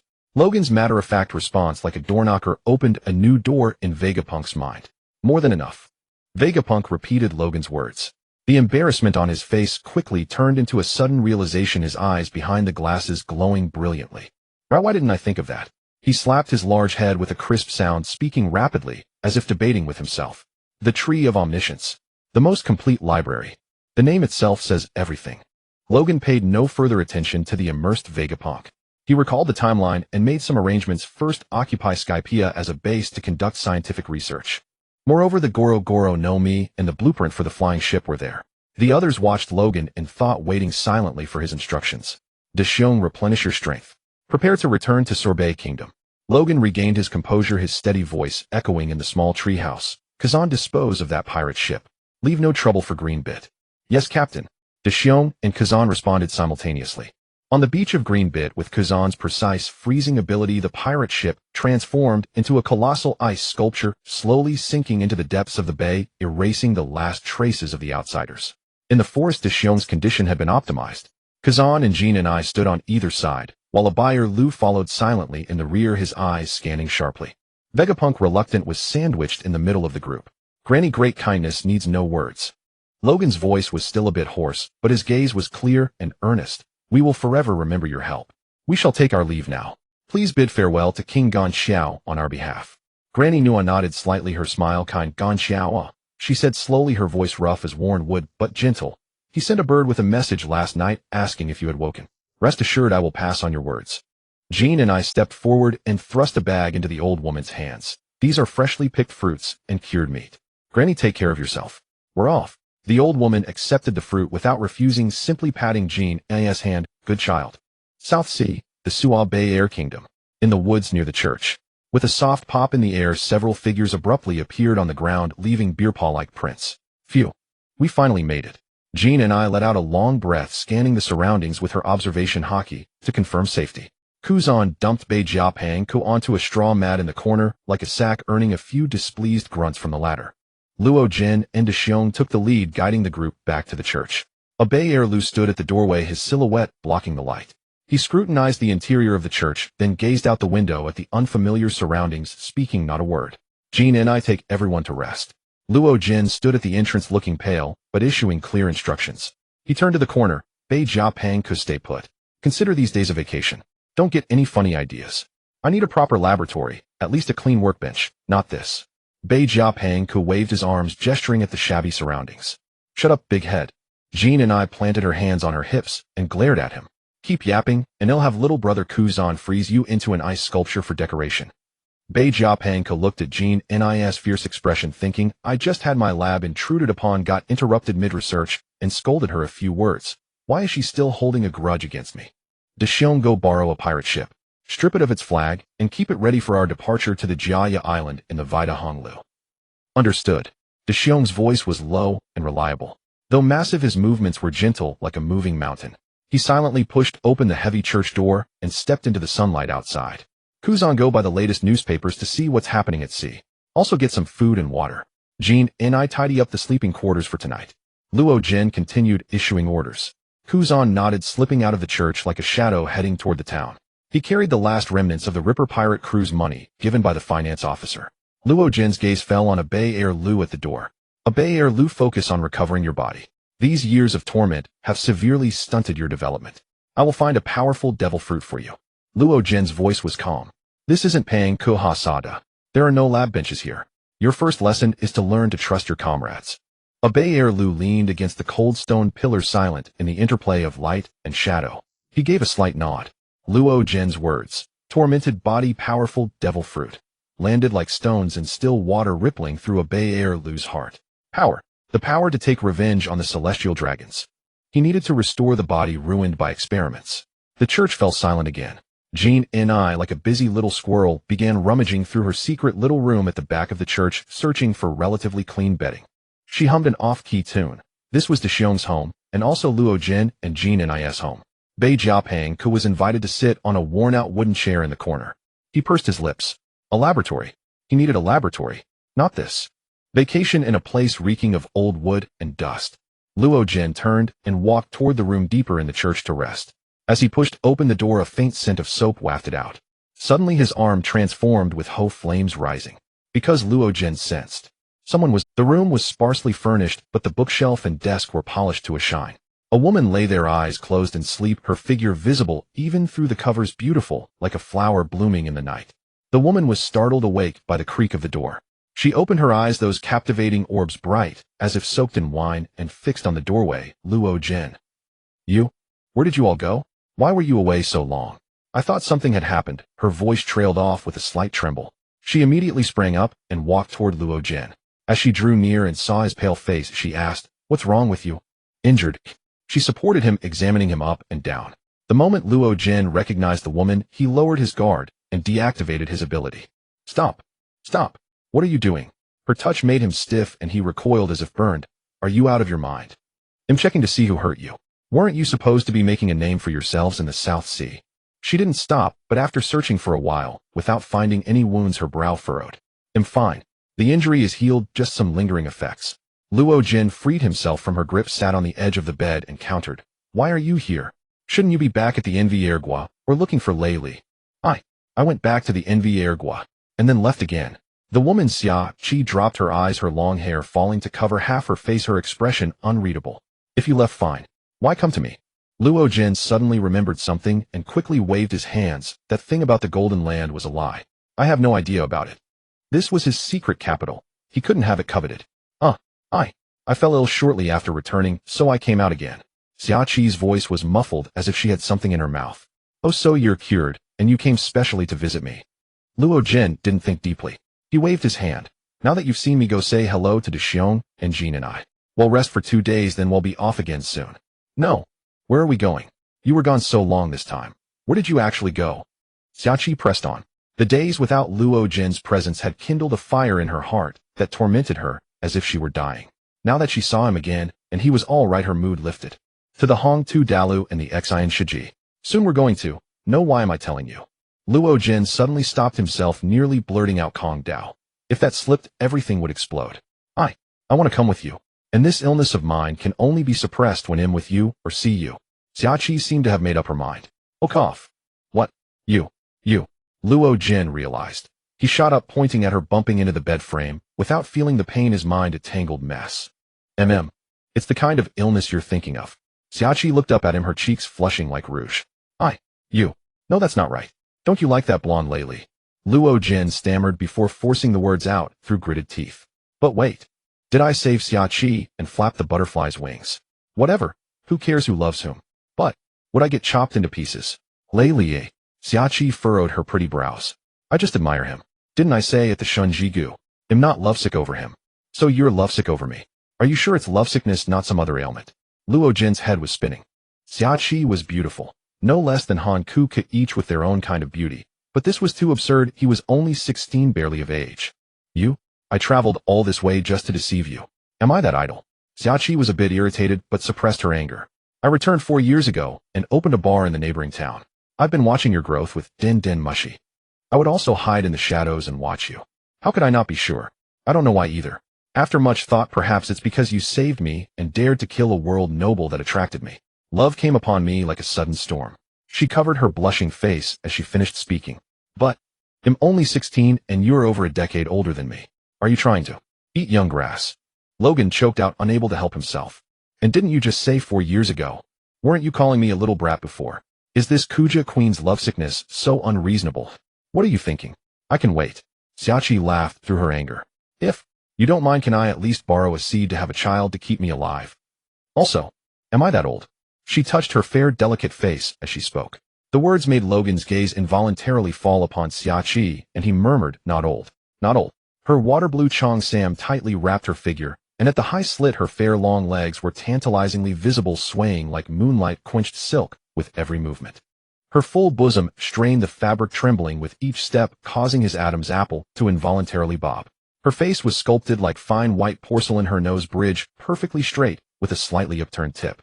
Her lashes were long and thick, casting a tiny shadow beneath her eyes when lowered, and when she lifted her gaze those eyes shone like a lake brimming with water, stirring an itch deep in the heart. Most devastating was her full lips, plump and red, clearly defined as if painted.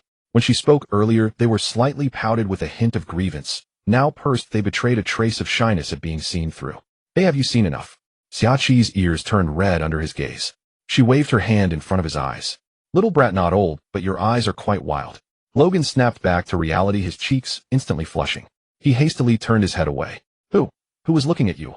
I was thinking, yes, thinking about something. His words were firm, but his ears reddened as if they could bleed. Xiaoqi chuckled lowly, her voice like wind chimes. She leaned in deliberately, bringing her lips close to his ear, her warm breath brushing against it. Thinking about what? Thinking about how to settle this patient of yours, eh? Logan felt half his body go numb. He leaped back, abruptly crashing into a bookshelf, sending several old books tumbling down with a clatter. He scrambled to pick them up, but her laughter grew livelier behind him. What's so funny? He hugged the books, his back to her, and said in a muffled voice, you can come aboard, but you must follow the rules. And don't mention what you said earlier. Oh, which part? Xiaoqi teased him deliberately. Borrow a seed, or it'll wait for you. Neither. Logan snapped.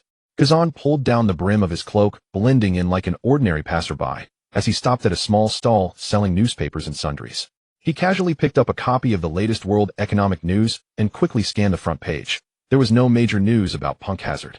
The world government was clearly trying to cover it up. He flipped through the newspaper quickly and finally found his target in an inconspicuous corner of the third page. Several fresh bounty posters were stapled together, still smelling of ink. Demon Horn Pirates Captain. Demon Horn Logan Bounty Rowberry's dead or alive. The notice beside it listed characteristics: silver gray, hair silver gray, eyes a pair of silver black demon horns on his head, mythical Zoan, user significant morphological changes, extremely dangerous. Crimes: attacked a world government important research facility, kidnapped government key scientists and property, killed government agents and marines. Crew member: Iron Tower Dashyong Bounty Rowberry's dead or alive. Characteristics: height nearly 5 meters, unusually burly build, palms shaped like paw pads, suspected paramecia pawpaw fruit, user extremely dangerous. Crew member: Ice Demon Kazan Bounty Rowberry's dead or alive. Characteristics: black, curly hair, tall and thin, suspected Logia ice fruit, user extremely dangerous. Crew member: Pink-haired girl Bounty Rowberry's dead or alive. Characteristics: pink hair with freckles, ability unknown, extremely dangerous. The Marine headquarters, combined with information from the South Blue branch and the missing prisoners of the Bespa Kingdom prison, learned Kazan's name and approximate abilities. Kazan looked at his own name and bounty on the poster, a slight smile curling at the corner of his mouth. 50 million. Not a bad start. The world government acted fast, pinning everything about Punk Hazard on them. He had expected that. He tore off the stack of bounty posters, folded them, and tucked them into his chest. He also bought several recent newspapers and enough food and fresh water to last for a while, then quickly left the bustling market. In a secluded cove on the southern coast of the Sorbal Kingdom, a medium-sized pirate ship lay quietly in the shallow waters. The ship was a bit old. Its Jolly Roger had been roughly torn off, leaving only a bare pole.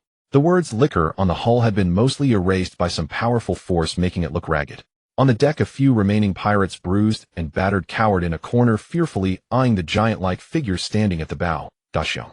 Daxion's face was expressionless. He had been measured, only knocking down those who resisted, not taking their lives. He had terrified these ordinary pirates with sheer strength and a hint of conqueror's haki. This ship was sturdy enough, had decent speed, and most importantly, looked ordinary, unremarkable. The ship is yours, sir. Please spare us. A pirate who seemed to be a minor leader pleaded tearfully. Dashyong didn't turn around, only grunted a low, His mission was done. This nameless, ghost ship would be their transport to Jaya Island. The evening sunlight streamed through the stained glass windows of the church. Kazan returned with food, fresh water, and folded newspapers. He glanced curiously at the charming Xiaoqi nearby, then placed the supplies on the freshly wiped table. He then pulled out the bounty posters from his chest and handed them to Logan, who had just finished resting. Logan opened the posters, his silver-gray eyes calmly scanning the amounts and descriptions. 100 million berries. Not a bad starting price. His tone was flat, as if discussing something trivial. Mainly because I escaped from Grayo, otherwise I wouldn't have had such a high bounty at the start in this era. He handed the posters to Ginny, who had curiously leaned in. Wow. 100 million. Bearboy 82 million, and Kazan and I both 50 million. Ginny's eyes widened. Then she put her hands on her hips, her small face brimming with pride. The world government knows quality after all. They know we're worth this much. From now on, the name of our demon horn pirates will spread across the entire sea. She looked at her own bounty poster from left to right, apparently dissatisfied with the blurry illustration. What kind of nickname is this? And the drawing is so ugly. It doesn't capture a tenth of this lattice cuteness. Couldn't they have taken a photo? Sister Xiaoqi, look, this portrait is so ugly. How come there isn't even a clear photo? Jean and I handed the wanted poster to Xiaoqi. When she first saw Xiaoqi, Jean and I rubbed her eyes, thinking she had misseen. Xiaoqi casually made up an excuse, saying she had nowhere to go and wanted to become a pirate again with them and return to the sea. We'll take a nice photo later and force them to replace it. Xiaoqi took the wanted poster, gave Jean and I a suggestion, then looked at Luo Jin. Kid, what exactly did you guys do? First bounty is already this high. Saved one person and invited another. Luo Jin didn't even lift his head, answering with the simplest words. You say it so lightly, Luo Jin, you almost died there. Jean and I patted her burgeoning chest, whispering with lingering fear. What happened? Xiaoqi raised an eyebrow. Luo Jin is fine now, isn't he? How could he have almost died? Jean and I realized she had let it slip, quickly covered her mouth, and turned her big eyes toward Luo Jin, putting on an innocent look. Luo Jin sighed helplessly, knowing he couldn't hide it anymore, and said simply, nothing much, just exchanged a few blows with a Navy Vice Admiral at Punk Hazard, got a bit injured, but it's fine now. He said it lightly, but the words, Navy Vice Admiral, made Xiaoqi's eyes turn serious instantly. She knew very well how powerful a Navy Vice Admiral was, especially a few among them. Navy Vice Admiral. Who? Xiaoqi's voice sank. She could imagine how dangerous that battle was. The little injury Luo Jin mentioned must not be a small matter. Iron-blooded Golay. Luo Jin calmly uttered the name. Xiaoqi's eyes widened slightly. The name reminded her of Hive Island 5 years ago. Shili Air Golay. That's someone almost as formidable as an admiral. You escaped from him. Her tone carried disbelief and a trace of lingering fear. At that time there were no admiral candidates, yet otherwise Golay would have held that position, just one step away from becoming an admiral. Golay was a famous, formidable figure in the New World. Flew back. Luo Jin nodded as if he didn't think it was a big deal. The process was a bit dangerous, but the result was fine. Xiaoqi took a deep breath, looking at Luo Jin's still somewhat pale face, as she finally understood why he had been so weak earlier. Escaping from Golay was just a bit dangerous. She stepped forward, not joking this time, but seriously reached out and gently touched the area of Luo Jin's right ribs that had been injured before. Even through his clothes, her movement was very soft. Does it still hurt? Her eyes were filled only with concern and tenderness, completely focused on Luo Jin. Jean and I looked at the two of them, her eyes shifting, feeling something was off. Very off. Luo Jin was a bit uncomfortable with her sudden seriousness and gentleness, turned his head. Long since fine. Nua Papa's healing ability is miraculous and my own recovery ability is good. Nua Papa. I'm an elder at Greenbit. Luo Jin didn't say more about Nua Papa and the Tontata tribe. Xiaoqi understood, nodded, and didn't ask further. After a moment, she suddenly laughed, returning to that lazy and slightly mischievous look. This patient just found you, this doctor. You can't have something happen, or what would I do? Luo Jin wanted to say that Gloriosa was fine, but why invite trouble? He couldn't jinx himself. Who did Nyopapa fall in love with anyway? Maybe ask Xiaoqi when he had time. At that moment, the tall figure of Dexiong appeared at the church door, blocking the sunset light. Luo Jin, the ship is ready. It's a medium-sized pirate ship. His return broke the slightly tense atmosphere in the room. It seemed Dexiong had only then noticed Xiaoqi. He stiffened, then smiled, and quickly greeted Sister Xiaoqi, long time no see. Luo Jin had once said that Sister Xiaoqi was very formidable and changed moods faster than flipping a book, not to be provoked. It's Dexiong, long time no see. Good. Luo Jin stood up, stretched his body. The broken ribs were still a bit sore, but no longer a problem. He looked around at everyone, his silver-gray eyes shining in the dim church. Jean and I, please make dinner. Kuzan bought some meat and vegetables. Just make a big pot stew, ha. This time out at sea, we must find a chef. Luo Jin planned to find the key crew members needed for a ship on the island they would sail to, such as a navigator, chef, ship doctor, and so on. The Chuch's shadow grew longer under the setting sun, and the cleaned wooden table now became a temporary dining table. Jean and I was busy around a large iron pot scavenged from the warehouse, its edge a bit warped. Kuzan ice cubes, more ice cubes. Jean and I commanded small beads of sweat appearing on her forehead. Kuzan said nothing, cold air emanating from his fingertips, and precisely created several appropriately sized ice cubes above the pot. They dropped into the boiling soup, instantly making a sizzling sound and removing excess scum. The pot was stewing the meat Kuzan had brought back, mainly long-lasting smoked meat and salted sea beast jerky, along with a few root vegetables common on the island. Relying on techniques she had secretly observed in the Sorbet Kingdom's royal kitchen in the past, plus a bit of adventurer's intuition, Jean and I was striving to turn them into a big pot of filling food. The air was filled with a complex aroma blending smoky, salty, and vegetable fragrances. Jean and I wasn't familiar with a Bay Air Lu, yet otherwise she might have asked him to help with the fire. A Bay Air Lu leaned against a stone pillar, not far away, resting with eyes closed, but his nose twitched slightly, clearly attracted by the cooking aroma. 5 years of laboratory life had made him almost forget what normal food tasted like. Bei Jiapeng sat on a wooden chair in the corner, eyes closed, contemplating scientific problems. Xiaoqi propped her cheek with one hand, watching Luo Jin, who had grown to 2.3 meters, quite big now. She didn't know what she was thinking, but her face slightly reddened. Luo Jin sat at the table reading the newspaper Kuzan had brought back. The wanted posters were casually set aside, as if they were just useless scrap paper. His eyes scanned the world news, paying special attention to the situation in the first half of the Grand Line, and at this time Lin was still giving birth. Whitebeard was still collecting sons, and Kaido, according to the newspaper from Punk Hazard he had just read, had taken advantage of the chaos to escape. Roger was adventuring and traveling everywhere. It was after discovering his terminal illness that he actively sought the road poneglyphs. Golden Lion was recruiting subordinates to form the flying pirate crew. Wang Ji returned to Hive Island to inherit property, and Red Count was looking for Brook and challenging strong fighters. Time to eat. Jean Nis' voice carried a hint of pride as she tapped the pot edge with a wooden ladle. She served a large bowlful to everyone. Xiaoqi, Luo Jin, Kuzan, Dexiong, a Bei Air Lu, and even Bei Jiapeng got a portion, though Bei Jiapeng looked at the black, gooey substance in his bowl with a very reluctant expression. Luo Jin scooped up a spoonful and put it in his mouth. The taste was very average. A steaming large pot of stew filled the air with warmth. The portions were generous, and though the taste was average, it was evident that Jean and I had put great effort into ensuring everyone ate well. Having endured slavery and the brutal survival of the Valley of the Gods, Luo Jin found the meal acceptable.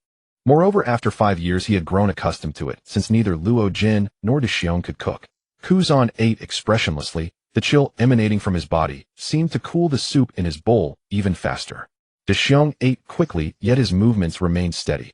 To him this was merely necessary energy replenishment. A Bei Air Lu hesitated, then imitating the others tentatively took a small bite. The taste assaulted his tongue. First he frowned tightly, then his brow smoothed, and he began eating ravenously. His body needed energy, and this was far better than the nutrient solution in the laboratory. Bei Jiapeng watched the others devour their meals with obvious relish, then glanced into his own bowl. He adjusted his glasses and, as if conducting an experiment, cautiously took a tiny sip. His frown remained deeply etched. How is it? This young lad is cooking. Jean and I held her own bowl, eyes shining, as she looked at Luo. There's room for improvement, Luo Jin said honestly. Seeing Jean Nis' face fall instantly, he added, but it's far better than an empty stomach. Next time remember to put in less salt. Jean and I immediately brightened. Got it. When we find a professional chef, they'll be their assistant. The morning of the third day. Kuzan Dexiong checked the gear and prepared to set out. A Bei Air Lu, get some proper rest. Once we reach Sky Island you might just find the power you need. The brief rest in the South Blue was over. The Ghost Horn Pirates, a small crew that had barely formed before being slapped with a high bounty by the world government, were ready to move again. Everyone sprang into action at once. Jean and I efficiently packed her precious intelligence bag. A Bei Air Lu stretched his body. Bei Jiapeng was invited up by Kuzan, still unwillingly sandwiched in the middle of the group. No farewells, no reluctance. The church that had housed them for 2 days fell silent, once more left to the dust. Luo Jin, are we heading for Reverse Mountain first? Bei Jiapeng asked casually. No need. We go directly to the edge of the calm belt, and have Dexiong use his ability to carry us across. Knowing Dexiong's power, why would Luo Jin bother with the slow route through Reverse Mountain? The calm belt alone. He could fly across with his own strength, but Dexiong's ability was far more convenient. Luo Jin's words about cutting straight across the calm belt dropped like a boulder into still water, stirring different ripples in everyone's hearts. A flicker of understanding passed through Kuzan's eyes. He had witnessed Deshiong's miraculous ability, who crossing the calm belt though perilous did not seem impossible. Jean Nis' eyes lit up filled with anticipation for Luo Jin's unconventional methods. Xiaoqi too had seen Deshiong's power, but had never imagined it could cross the calm belt. Back then they had only traversed the red line from the west blue to the south blue, never passing through the calm belt. A buyer Lu's eyes showed surprise when he looked at Deshiong's mountain-like figure. His gaze held more curiosity. That was the calm belt, far more distant than the journey from Punk Hazard to Green Bit. Bei Jiapeng, who reacted the most violently. He shoved his glasses up abruptly, his eyes behind the lenses blazing with near fanatical light, his voice rising. Cross the calm belt. Using the pop-off fruit. What's the theoretical basis? How do you deal with Sea King attacks? How do you overcome the calm belt's unique? Silence, Bei Jiapeng Ko. Luo Jin cut off his academic barrage, turning to Deshiong. Deshiong, can you do it? Take the ship and everyone just slap us directly across. Deshiong was silent for a moment. In the depths of his always gentle eyes something seemed to be calculating silently. Slowly he raised his large hand and gazed at the slightly bulging paw pads on his palm. It can be done. His voice was low and certain, steady as a rock. Good. Luo Jin nodded, his silver-gray eyes sweeping over everyone. Kuzan used his cold aura to form ice rings along the ship's side for gripping. Bei Jiapeng's mind raced. Behind his glasses his eyes fixed intently on Deshiong's palm. As time passed the pirate ship sailed to the edge of the calm belt. Deshiong's tall frame lowered slightly, his center of gravity, dropping his feet rooted to the deck like trees. The paw pads on his palm began pulsing and contracting at a speed invisible to the eye, as if accumulating some immense power. An invisible force tinged with a sense of spatial distortion started radiating outward from him. Ready! Luo Jin shouted low, reaching out to grab the gunwale. Deshiong's palm slammed against the hull. Pop-off fruit flight transport. There was no thunderous boom, only a strange sound, as if space itself had been compressed and then released. Everyone felt a blur before their eyes. The ship seemed to be wrapped and tugged by a gentle yet irresistible force.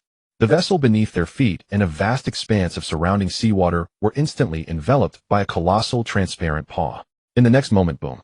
As if crossing the boundaries of space itself. 1 second they were at the edge of the calm belt, the next the entire ship was flying at high speed over a dead silent sea like a frozen sapphire. Jean and I walked to the bow, looking down at the blue ocean below, gazing at the death zone that terrified all sailors, the calm belt. The sea surface was eerily calm like a frozen blue mirror without a ripple of wind or wave. But beneath that tranquility massive shadows moved like drifting mountain ranges, the supergiant sea kings. Their forms were terrifying, the smallest among them stretched hundreds of meters, their scales glinting coldly in the dark seawater. Whether swimming in the deep or sleeping on the seafloor, even from afar they made Jean Nis' heart pound. The lair of the giant sea kings, an absolute zone of danger. The drain is heavy. Deshiong's voice carried a hint of fatigue as he withdrew his palms. That single strike had clearly taken a toll on his stamina, but the effect was breathtaking. That's enough, Luo Jin's voice came. Rest well. Everyone else get back to your own tasks. Everyone seemed to snap out of a trance and moved at once. My Amazon lily is in the calm belt, but closer to the red line, Xiaoqi remarked, still marveling at the fruit's power. No wonder it was one of the finest items in the celestial dragon's possession. Just then, as if remembering something, Luo Jin slapped his forehead. Jean and I, bring out that fruit. Puzzled Jean and I retrieved the wrapped fruit from her multipurpose bag. Xiaoqi, Bei Jiapeng, to see if you can identify this fruit. Luo Jin called them over. One was a former captain of the Kuja tribe and a former empress. The other was a scientist who had worked for the world government for several years. They should know what fruit this was. Xiaoqi looked at the twin purple fruits, joined together, frowned thoughtfully, then shook her head. I don't recognize it. Bei Jiapeng, who also racking his brains, recalled the devil fruit encyclopedia provided by the world government. It closely resembles the main fruit, but the colors are off. It might be a superior or inferior version of the main fruit. Main fruit. Superior or inferior. Could it be? The copy fruit. That should be right. How could the mimic fruit have a weaker version? So it must be this superior version, the copy fruit. This is also a very freakish fruit. Jean and I, this should be the copy fruit. Do you want to eat it? The ability is very powerful. Luo Jin almost said the word freakish. Copy fruit. Never heard of it. Could it be a fruit not recorded in the encyclopedia? That encyclopedia was made by the world government. What it says is up to them. Just like the Void Century and the God Valley incident. Luo Jin, do you know the truth of the Void Century? Bei Jiapeng could trembled with excitement. Although he hadn't studied it, yet he had a vague inkling. Let's talk about it later. Luo Jin waved his hand. What ability does it have? Can it help everyone? Jean and I held the fruit, unable to wait, looking at Luo Jin. It can transform into others, learn their physical techniques, and even copy their fruit abilities. Most importantly, you can copy mine Xiong's and Kuzan's abilities. The surrounding crowd's eyes lit up. Hee with that copying, won't Jean and I be able to turn into Luo Jin? Xiaoqi muttered on the side, her face suddenly turning red. Then he'll eat it. Whenever I see a useful ability, he'll copy it. Ha ha ha. Jean and I couldn't help laughing as she spoke, grabbing the fruit and stuffing it into her mouth. Blah. The taste of devil fruits is said to be as awful as excrement. Luo Jin said expressionlessly, but a glint of mischief flashed in his eyes as he watched Jean Nis' pained expression. This stinks worse than rotten fish. Jean and I gagged, forcing down the urge to vomit, staring at the large remaining piece of fruit in her hand with a look of utter despair. The taste of devil fruits is said to be as awful as excrement. Luo Jin said expressionlessly, but a glint of mischief flashed in his eyes as he watched Jean Nis' pained expression. Eat it all, don't waste it. Feel the changes it brings. Jean Ni pinched her nose as Tragic is going to war, closed her eyes, and hastily swallowed the remaining fruit in a few mouthfuls. The lingering, nauseating taste made her retch for a while. Quick, try the ability. Copy Luo Jin and see. Xiaoqi, seeing Jean Ni recover, urged her to use the ability. Jean Ni focused her gaze on Luo Jin, but after a few seconds, she didn't transform into him. Perhaps she needed to touch his body. She then touched Luo Jin's hand and face, but still no change. The air seemed to freeze, silence broken only by the howling wind.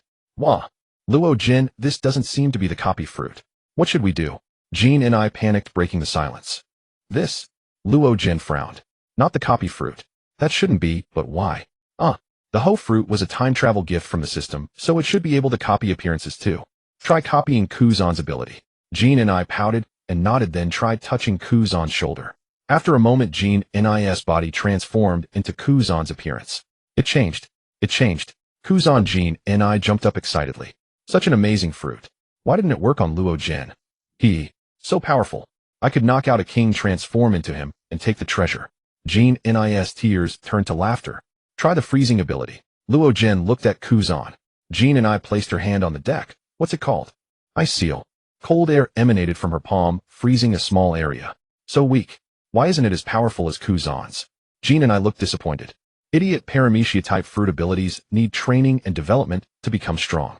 You just ate it and expect to be amazing. Luo Jin scolded her with a laugh. Then the others let Jean Ni try copying. They found that copying abilities required touching the target, but copying appearance didn't. Just staring within a 10-meter range sufficed. Perhaps the range would improve later. In short, it was truly freakish. Luo Jin's appearance and ability couldn't be copied. When asked, Luo Jin could only shrug and claim ignorance to brush it off. Half a day later, when Jean Ni excitedly shouted, I see the waves of the Grand Line. We're out. At that moment, everyone breathed a sigh of relief. Looking back, the silent, frozen blue hell was left behind. Ahead, the turbulent and vibrant Grand Line. The sun grew warm again, and the sea breeze carrying a salty scent brushed against their faces. The pirate ship cut through the waves, sailing steadily on the Grand Line route. Jean Ni chattered excitedly, describing the different scenery of the Grand Line. Xiaoqi stayed close to Luo Jin as if the Grand Line's waves didn't catch her attention. Luo Jin stood at the bow, his silver-gray hair fluttering in the wind. He gazed at the sea ahead, filled with countless legends and dangers. Crossing the calm belt was not only a successful evasion, but also a display of power and team training. Xiong's ability would become a powerful trump card in their hands. Steady course, target, Jaya Island. Luo Jin's voice was resolute. Skypea awaits us. Skypea. Xiaoqi's captivating eyes seemed to sparkle. Is it the Golden Land? Yes, that's right. It's our capital for growing stronger. Don't mess around, or he'll hold you accountable. Luo Jin had to say it sooner or later was the same. Is Captain Luo Jin threatening a newly boarded crew member? Should I resist? Xiaoqi's face flushed red, acting coy. Luo Jin looked puzzled. Was this an irrelevant reply? He'll buy you whatever you want, alright? Luo Jin said helplessly. There's a lot. In becoming a pirate again, I want a famous sword, earrings, jewelry, and clothes.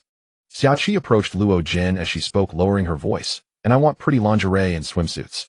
He'll wear them for you later. Cough. Luo Jin instantly blushed, quickly glancing around. Really? Buy them.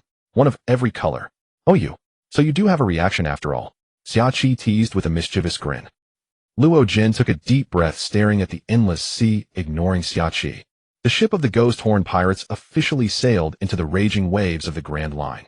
The Grand Line, first half. Splash. The pirate ship plunged from a height like a cannonball, with the last bit of paw cushioning slammed heavily onto the turbulent sea of the Grand Line, splashing a huge spray. The violent shaking made everyone on deck unsteady, but soon the ship stabilized as Kuzan precisely froze the sea's surface to steady the hull. Phew. We finally made it out. Jean and I wiped the seawater splashed on her face looking back at the silent frozen blue nightmare, the calm belt. This is the Grand Line. Luo Jin's voice carried a hint of seriousness. He stood at the bow, his silver-gray hair flowing in the sea breeze. The sea before them was completely different from the Four Blues. The currents were swift and chaotic, and the clouds in the sky were strange and changeable. On the central plaza of Bahafi Island, a sea of people gathered with tantalizing aromas wafting through the air. In the middle of the square, an enormous temporary kitchen arena had been set up where chefs from all over the world were cooking with flames roaring and spatulas flying. Yet almost everyone's attention was drawn to a figure in the northeastern corner.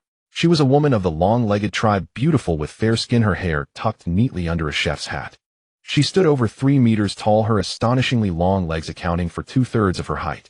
Dressed in a fitted white chef's uniform, she exuded a calm and composed aura. She stood before the stove, her movements as graceful as if she were dancing. Under her precise kicks, the flames behaved like obedient little pets, sometimes blazing fiercely, sometimes subdued. The heavy iron pot spun and tossed effortlessly on her agile toes, the ingredients inside heating evenly. As if alive, her hands moved like the most precise machinery, too fast to be seen clearly as they handled various precious ingredients, and with a flash of the knife, paper-thin slices of fish were already neatly arranged. The timing and quantity of each seasoning were terrifyingly precise. The complex yet delightful aromas emanating from her side made the other chefs around her seem inferior, earning nodding approval from the judges and loud cheers from the audience.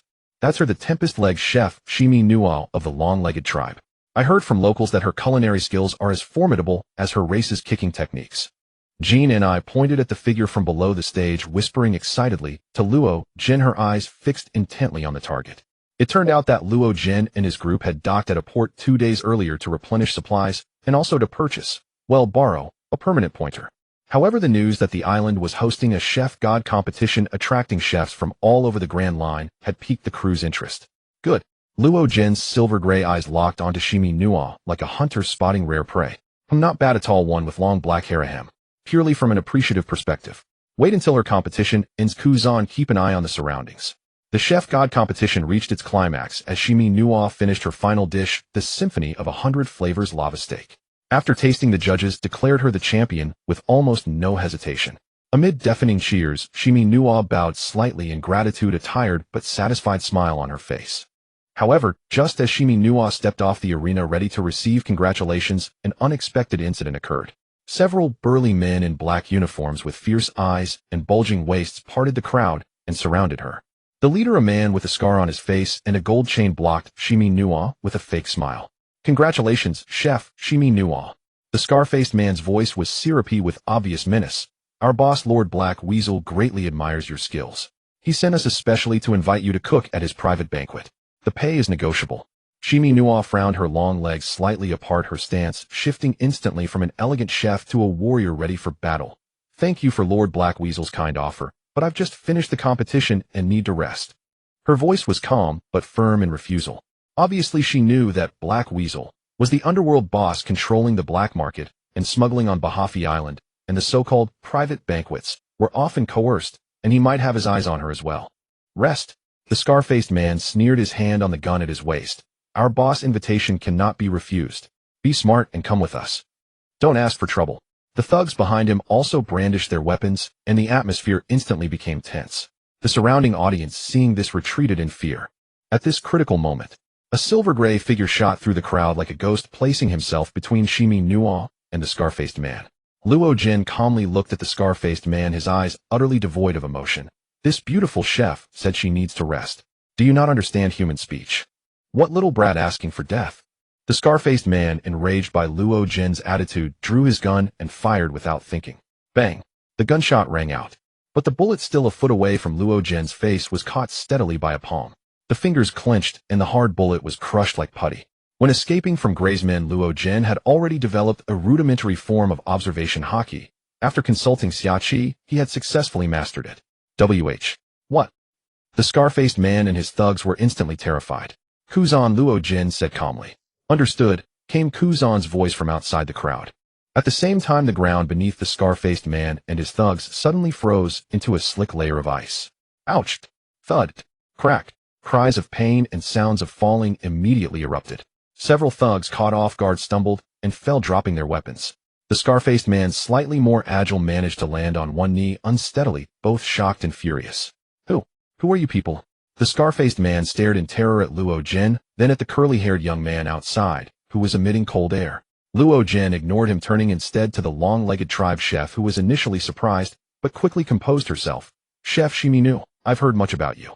I am Bernard Luo Jin, captain of the Ghost Horn Pirates. Of course we became pirates out of necessity, not the ruthless type. Our ship lacks a chef capable of conquering the seas, and your culinary skills are exactly what we need. Luo Jin had decided to use the name from the wanted poster for his crew, as it sounded much better than the Luo Jin Pirates. He extended his hand, his tone sincere and straightforward.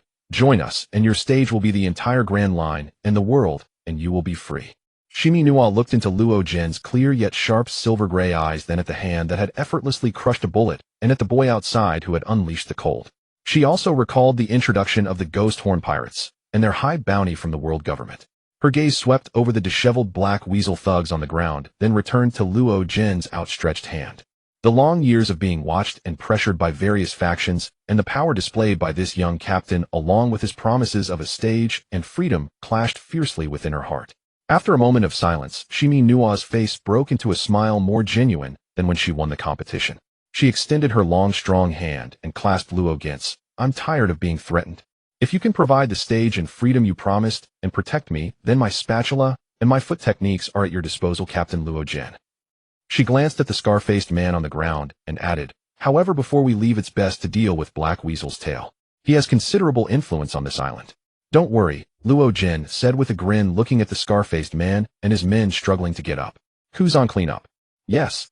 Kuzan's voice was icy cold, and a wave of chill immediately spread, freezing the thugs along with their screams into several terrified ice sculptures. Logan said to Ginny, Kazan, go to the black market and borrow a few permanent pointers quickly. We'll wait for you at the rendezvous point. No problem. Ginny gestured an okay, and quickly disappeared into the crowd with Kazan. Logan then gestured to Semino, saying, Ms. Semino, welcome aboard. Our adventure requires some delicious... Semino looked at Logan, and then gazed out at the vast sea beyond the port. I would be delighted to join Captain Logan. Logan with Semino casually walked through the crowd towards the rendezvous point at the port. Semino walked swiftly and elegantly with her long legs, but her eyes were alert, knowing that the Weasel's men would not give up easily. Captain, the Weasel has a strong influence on Bahafi Island with many subordinates. His base is the largest warehouse in the western district of the port, disguised as the Blackwater Trading Company, while actually controlling most of the smuggling and black market businesses on the island, and even. Semino lowered her voice, saying with disgust, engaging in human trafficking. I understand. The long-legged tribe often has people captured and sold, so Semino particularly despises these slave traders. Logan's voice was calm, a glint of killing intent flashing in his silver-gray eyes. Perfect, we need money to replenish our supplies, and need to take care of these bad guys. When they reached the rendezvous point, Ginny and Kazan were already waiting there. Ginny was tossing a few exquisite permanent pointers in her hand, a proud smile on her little face. All done. There are several famous islands such as Drum Island, Alabasta Water City, and so on. Alabasta. Logan raised his eyebrows. That was a renowned desert kingdom in the first half of the Grand Line, but he had little interest in the final island or the history texts. Not to mention, he knew that the King of Hell was in Wano country, a nation Logan disliked, though he favored the sea stone mines there. Exactly. It was borrowed from a bad guy who wanted to blackmail others, and he had hidden quite a few good things. Ginny pointed at a bulging pouch at Kazan's feet. Kazan nodded, and simply said, handled. Just then a chaotic sound of footsteps and curses came from the air. A dozen fierce-looking thugs armed with knives and guns charged and led by a middle-aged man in a silk vest with a goatee and a fierce gaze. It was none other than the Weasel himself. He had obviously received news of trouble among his subordinates, and came personally to chase them down. That's them. Capture them. That long-legged chef must be taken alive. The others. Do whatever you want with them. The Weasel shouted sharply, pointing at Logan and the others. The thugs howled and pounced. Logan snorted coldly, and said to Kazan, freeze the exit, don't let a single one escape. Ice river ceiling. Kazan slammed his hands down onto the ground. An icy chill spread like a white flood, instantly covering the walls and ground of the alley. A thick blue glowing ice wall appeared, completely blocking the narrow alley entrance. The first few thugs could not stop in time, and crashed into the ice wall with a bang, their heads bloodied. It's a devil fruit user. An Elogia type. The Weasel and his thugs were stunned with fear. Ginny protects Semino, Logan instructed, his gaze locking onto the weasel. A towering figure of a bear suddenly jumped out from behind everyone like a moving mountain crashing into the enemy ranks. The newly awakened conqueror's haki exploded like an invisible hammer. The front row of thugs collapsed like cut wheat, instantly rolling their eyes back, frothing at the mouth, and falling limp to the ground, completely unconscious. Even the weasel felt a strong dizziness and panic, his face turning pale. Having trained with Logan for 5 years, although he did not possess Conqueror's haki back then, he was very familiar with it from constant practice, and now that it had awakened, he quickly mastered its basic application. Xiachi glanced at the bear, another one with Conqueror's haki. What? A monster! The remaining thugs were scared out of their wits by the bear's aura and Conqueror's haki. Armed bone shatter. Logan's figure flashed like silver lightning, instantly appearing in front of the weasel. His armed hand sliced through the air with a terrifying scream aimed directly at the weasel's face. Though the weasel was frightened, having controlled Bahafi's underground world for so many years, he had some skills. He let out a strange yell, leaning back sharply, while drawing a jeweled curved blade from his waist, wrapped in a formidable layer of armed color, blocking Logan's hand sword. The piercing sound of impact rang out, sparks flying. The weasel felt an overwhelming force surging in, and his palm split open immediately, sending the curved blade flying.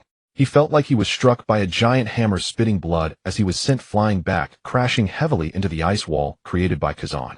Meanwhile, Logan's hand sword remained unscathed, showcasing even stronger armed color and physical defense. Boss!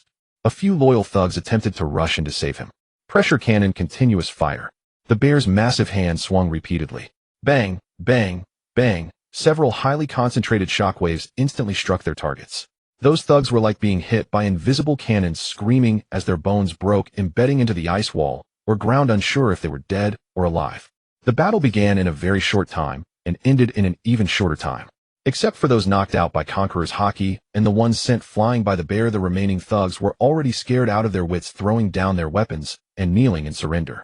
Logan walked up to the weasel, who was slumped against the ice wall, blood streaming from his mouth, and nose looking down coldly at him. The key to the Blackwater Trading Company warehouse, the safe code, and where all the money is hidden. What? No way. Half. Spare me, and I'll give you half. The weasel's gaze was vacant, filled with terror. Not saying. Logan raised his hand and slowly pressed it into the weasel's flesh. I'll tell you. The key is in my pocket. The code is 9527. The money. It's all in the underground vault of the warehouse, along with the account books. It's all inside. The weasel completely collapsed, spilling everything like pouring beans. Logan fished the key out from his pocket and tossed it to Ginny. Ginny, Xiachi, Kazan, take Semino to the warehouse, rescue the captured people, and count the valuables, especially the berries and anything valuable. He looked at the silent Luna Laria warrior. Abel Rugo, burn down the warehouse and the sign of this Blackwater Trading Company. Make sure it's clean. Abel Russ' eyes gleamed with a hint of light as he nodded. Flames erupted, and the scorching heat began to spread. Soon a large fire ignited in the western district of the port, thick smoke billowing, coloring half the sky red. The warehouse and base of the Blackwater Trading Company, along with all the incriminating evidence and dirty transaction records inside, turned to ashes in the flames controlled precisely by Abel Ru. Meanwhile, Ginny, Xiachi, and the others rescued dozens of poor souls who had been locked away and were about to be sold from the hidden room deep in the warehouse, and opened the underground vault that the weasel had accumulated for many years, filled with berries and gold bars. Ginny even distributed some travel expenses to these poor souls. As everyone quickly returned to the concealed pirate ship in the small bay, carrying bags full of treasures via the shortcut made from ice by Kazan, the alarm for Bahafi Island finally blared loudly, but it was already too late. Those wicked bosses and their henchmen were all thrown into the sea to feed the fish. Having been sold to the celestial dragons upon his transmigration, Logan could never tolerate such people. Their borrowed pirate ship quickly weighed anchor, and Kazan removed the camouflage ice. Setting sail, they vanished from the waters of Bahafi Island. On the deck, Chimino watched the distant island burning with the flames of evil, letting out a long sigh of relief, as if a heavy burden had been lifted from her shoulders. She turned to Logan and said, "Captain, where's the kitchen? I think everyone could use a hearty dinner to celebrate." Ginny immediately cheered with joy, and even Kazan's eye showed a rare glimmer of anticipation. Logan looked at Chimino, then at the eternal pointer in his hand, pointing toward the vast desert kingdom, and smiled with satisfaction. "Welcome to the Ghost Horn Pirates, Chimino. The kitchen is on the lower deck. Feel free to use any ingredients. Our next stop is Arabasta, but for now, let's enjoy your cooking first." Kuma smiled gently, as well, while Vegapunk showed particular interest in Chimino's long legs.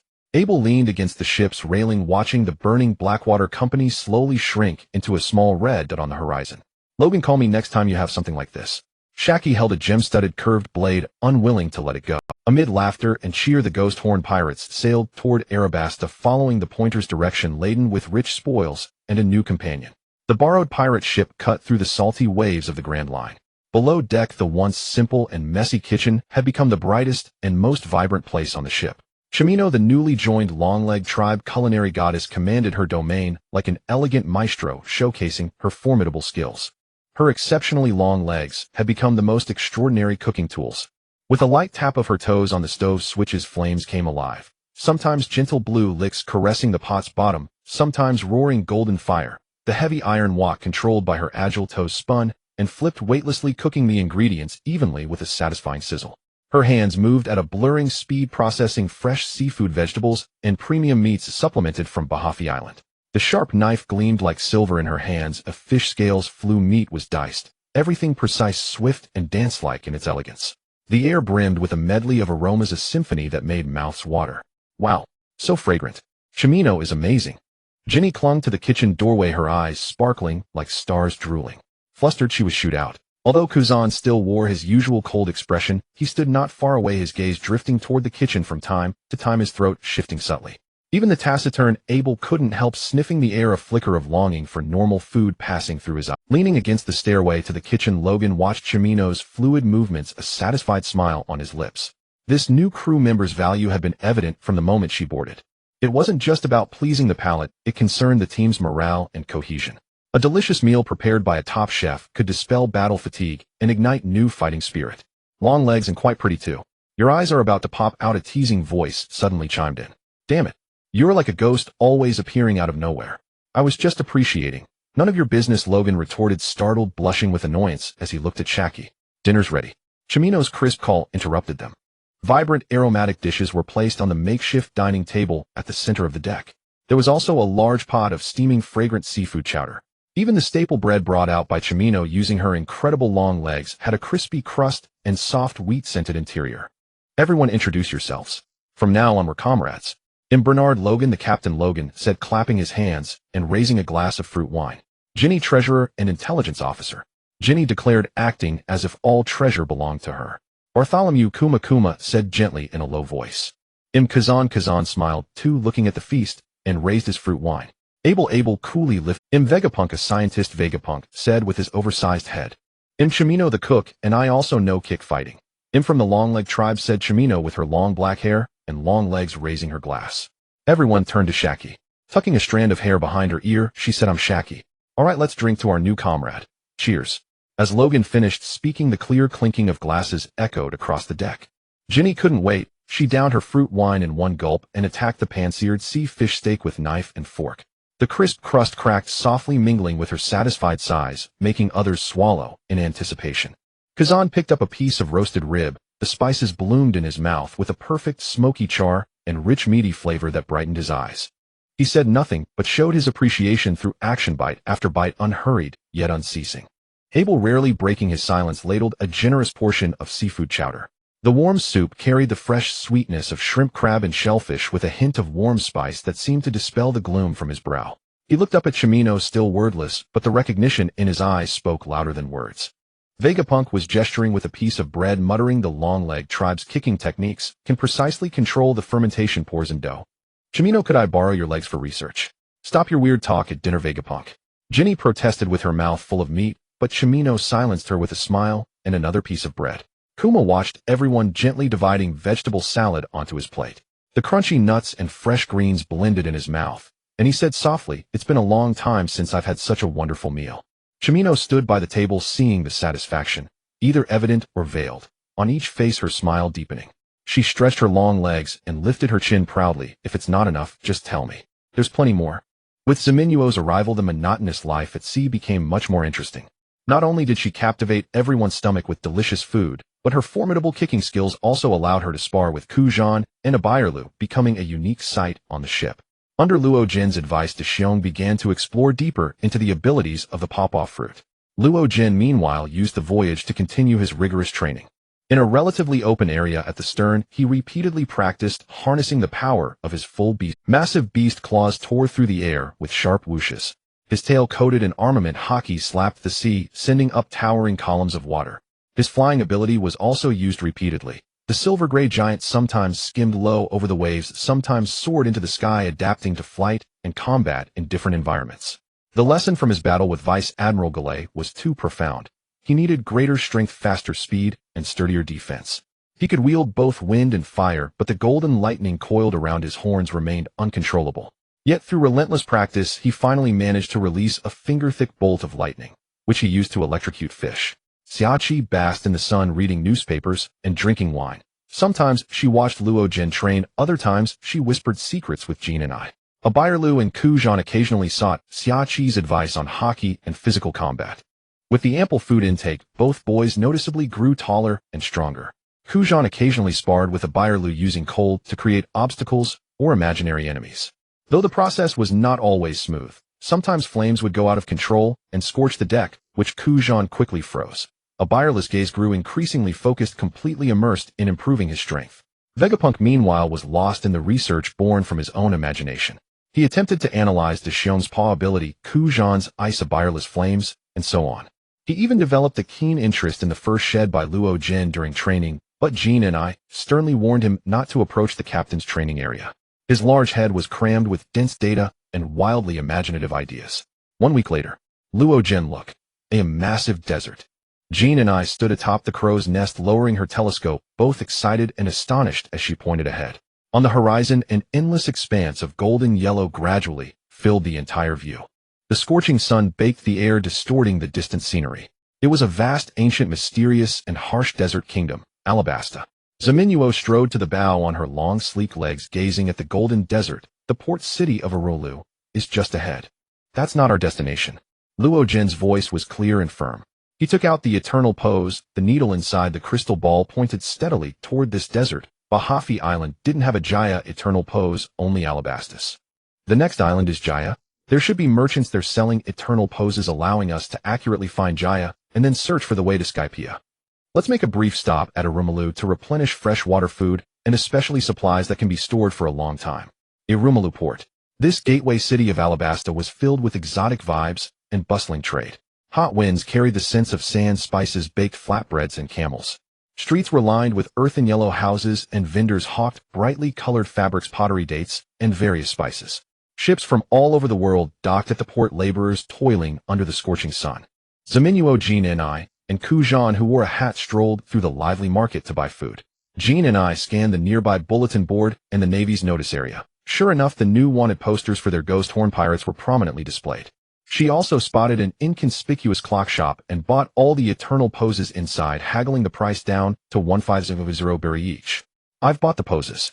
Jin and I walked over to Zamenuo and whispered, "Good, let's go." Zamenuo understood immediately and picked up the large bags of food. The two quickly slipped out of the bustling market without attracting any extra attention. Ku Zhan followed like a shadow, guarding them like a bodyguard. Back on the ship, Jin and I excitedly raised the log pose. Luo Jin, I bought several famous eternal poses. Jaya, as well as Sword Island, Gunman Island, Arena Island, and other well-known places. We can set out for Jaya anytime. Luo Jin took the eternal pose, his gaze on the needle steadily pointing toward Jaya inside the crystal ball, and nodded with satisfaction. Good. Zamenuo, have you bought everything? Zamenuo displayed the purchase supplies. I bought a lot, Captain. Enough to last us to Jaya, and then Luo Jin's voice was crisp and decisive. Deshiong, prepare to fly toward the direction of the pose. Deshiong's burly frame stood firm, looked at the direction indicated by the pose, and aimed his massive palm at the ship again. Pop-off fruit flight teleportation. Whoosh. The entire ship was instantly enveloped by an invisible bubble and shot away like a beam of light, leaving Alabastus waters. Hey, did you see that? A medium-sized sailing ship just whooshed away. Impossible. Don't slack off. You're fooling a fool. The sun must have baked your brain. Maybe I just saw things. They'll go get some water. The dockworkers murmured, some rubbed their eyes, others shook their heads, and resumed hauling cargo. After flying for a while, the Spirit's pirate ship descended back to the sea. The ship sped toward Jaya, the legendary island in the first half of the Grand Line, said to have a path to the sky. The hull sliced through the sea, churning white foam. A large pirate ship, flying a black Jolly Roger, emerged from the mist ahead. The sail bore the terrifying emblem of a serpent, fangs bared and tongue flickering, glowing eerily red under the sun. Ship ahead. Jin and I on the lookout yelled immediately, her voice laced with caution. She raised her telescope, her brow slowly furrowing, It's a pirate ship. Looks hostile. Luo Jin strode to the bow, his sharp eyes scanning the vessel. The other party had clearly spotted them as well and was adjusting course, approaching at considerable speed. The deck was packed with armed pirates, all wearing vicious expressions. Their leader was a burly scar-faced man with 2 curved swords at his hip, a snake tattoo snaking up his exposed arm. The pirates burst into raucous laughter, a stream of obscenities carried on the sea breeze. A Byerlu clenched his fists, flames already. The pirates burst into raucous laughter, a stream of obscenities carried on the sea breeze. A Byerlu clenched his fists, flames already flickering around him. Captain, let me kill them. De Xiong glared at the pirates with fury, his fist already coated in armament Haki. The captain of this ship seems to be named Frisia, with a bounty of 56 million. Frisia. Logan raised an eyebrow. The name sounded somewhat familiar. Oh, isn't he some kind of cosmic emperor from a parallel universe? At that moment, the enemy's ship drew near and a pirate hurled a chain, its hooked end clanging as it embedded itself in the deck of the Spirit of Wine. Hold on tight. Frisia grinned savagely, personally gripping the chain and pulling hard, bringing the 2 ships closer together. He didn't want to harm the women or damage the ship, so he ordered the gunners not to fire and decided to engage in a boarding battle. Xiaoqi, keep an eye on Jean and Shimi Nua and Vegapunk, Logan instructed, then his figure flickered. Silver gray fur quickly covered his entire body. Beastman form, claws enveloped in the black sheen of Haki, he suddenly struck at the chain. Crack! The chain snapped in response, the broken claw flying back with a rush of wind and striking a pirate in the face, making him scream in pain. A fruit user? The pirates' faces changed dramatically. Logan didn't give them time to react, leaping into the air, his massive tail sweeping across, sending several pirates who were at the front flying into the sea. Kazan frees their ship's helm.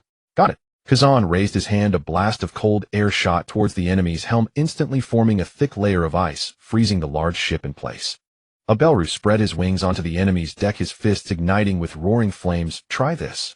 The flames transformed into a fire dragon sweeping towards the crowd. The pirates scattered in fear, many setting their clothes ablaze and screaming as they jumped into the sea to cool off.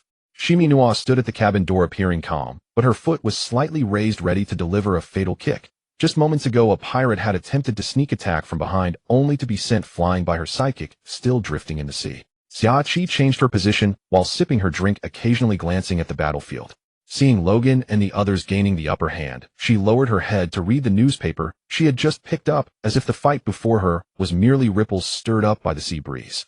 Vegapunk clung to the cabin window, and it was clear he was the kind of pirate who was ruthless and had done unspeakable things. Jean and I pulled him back, saying, "Don't look. Be careful not to get shot by a bullet." On the deck, the battle was nearing its end. Logan smashed Frisia's curved blade with a claw, wrapping his massive tail around Frisia's waist, slamming him hard onto the deck, creating a shallow pit. How is this possible? Frisia spat blood, his head drooping as he fainted. The remaining pirates, seeing their captain captured, instantly lost their fighting spirit, throwing down their weapons and surrendering. Logan transformed back into human form, shaking off the dust from his hands. Kazan froze the lower halves and mouths of all the surrendered pirates, while Abelru used flames to melt the ice on the enemy's helm, securing the ship behind the Spirit of Wine. "Kazan, there are still people in the cabin. Go check it out." Xiaoqi suddenly spoke up. Hearing the voice of the queen, Kazan's body involuntarily shivered, but he did not turn back to check.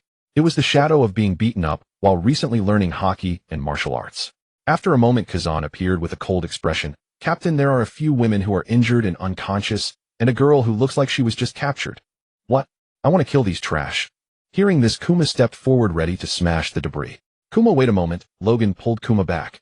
"Jean and Shimi Nua, you take some clothes in and bring them out."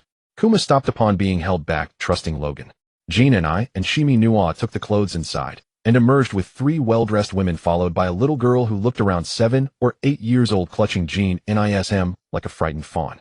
Kuma have them expel their pain and treat them first. Logan looked at the little girl with a terrified expression and suggested a method he had thought of. "Right? Kuma, use that ability of yours." Jean and eyes brightened. Kuma also suddenly realized that pain wouldn't just disappear. Logan had him wait to ensure those pirates felt the pain. He then pressed his palm against the backs of a few of them. A mass of red pain energy expelled out. As that mass left their bodies, the pale faces of the women regained a hint of color, and their previously contorted expressions relaxed. Kuma held the pain mass, his gaze sweeping over the group of pirates, ultimately locking onto the unconscious Captain Frisia and a few of the most vicious-looking subordinates. He pushed his palm, and the pain mass split into several parts, precisely entering the bodies of those pirates. Ugh! In an instant, unimaginable agony erupted within them. The ice that had frozen their mouths let out a teeth-gritting crack, sound torn apart by uncontrollable violent spasms of muscle. Ice shards mixed with blood splattered from their torn mouths. The piercing, inhuman screams tore through the sky, echoing across the entire sea. Jean and I pulled the little girl into her arms, covering her ears. The pirates who bore the pain had bulging eyes bloodshot, and quickly 2 of the weaker ones went stiff, their pupils dilating completely. They died from the pain. "Throw them into the sea to feed the fish," Logan said expressionlessly, his voice devoid of warmth. Kazan and Abelru tossed the lifeless bodies into the ocean like they were lifting small chickens. As for the ones still alive, including Frisia, who had just been awakened by the intense pain, Kazan reinforced the ice, binding them, leaving only their heads barely able to emit intermittent, desperate cries. Finally, the pain was endured, and they were locked in a cage on their pirate ship by Kazan and Abelru. "Vegapunk, they will be your test subjects later," Logan said to the curious genius scientist peeking into the cabin. Vegapunk adjusted his glasses. "For such a vile scoundrel, I will extract their final value." At this moment, the others on the ship finally realized Logan still had a purpose for these people. Jean and I, and Shimi Nua, helped the rescued women and little girl into the cabin to rest. A day passed. The sun on the Grand Line was scorching and dazzling. In the cabin, 3 women gradually regained consciousness, and everyone also learned that their families had been killed by pirates. Inside the cabin, Jean and I was taking care of them. Logan stayed back to inquire about the situation while the others trained outside, or drank and read the newspaper. "Thank you." The slightly older woman struggled to stand up, but was pressed down by Jean and I. "Don't move around, your injuries are not fully healed yet." Jean and I handed her a cup of warm water. "Take your time and tell me what exactly happened." She held the cup, her knuckles turning white from the grip, tears suddenly welling up. "We are residents of a small island. Last week Frisia's ship docked, and they killed the men, stole our belongings, and took us onto their ship." Her voice choked, unable to continue.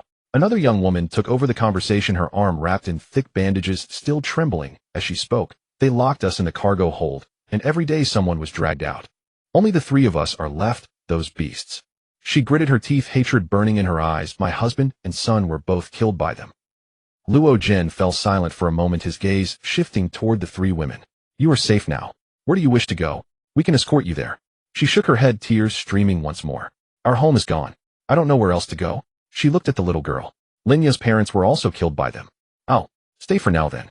The place I'm headed to can offer you a chance to live well." "Thank you. Thank you, Cap." The little girl Linya blinked, then suddenly tugged at Luo Jin's trouser leg. "Big brother, can I call you Captain Brother from now on?" Luo Jin smiled and ruffled her hair. "Of course you can." Half a month later. One morning, just as the first hues of dawn brushed the sky, Linya was roused by the commotion on the deck. Rubbing her eyes, she scrambled up and happened to catch Jean and I leaning over the railing, shouting excitedly, "There it is, Jiao Island." Jean and I stood on tiptoe, pointing animatedly for all to see. Ahead, an island composed of 2 starkly contrasting regions came into view. The western side of the island was a lush, untamed tropical jungle with steep cliffs and dense vegetation faintly visible. On the eastern side, however, sprawled a vast raucous port town. This was Jiao Island, the legendary sunken land of Shandora, the Golden City, and the starting and ending point for countless pirates, adventurers, and gold seekers searching for clues to reach the Sky Island.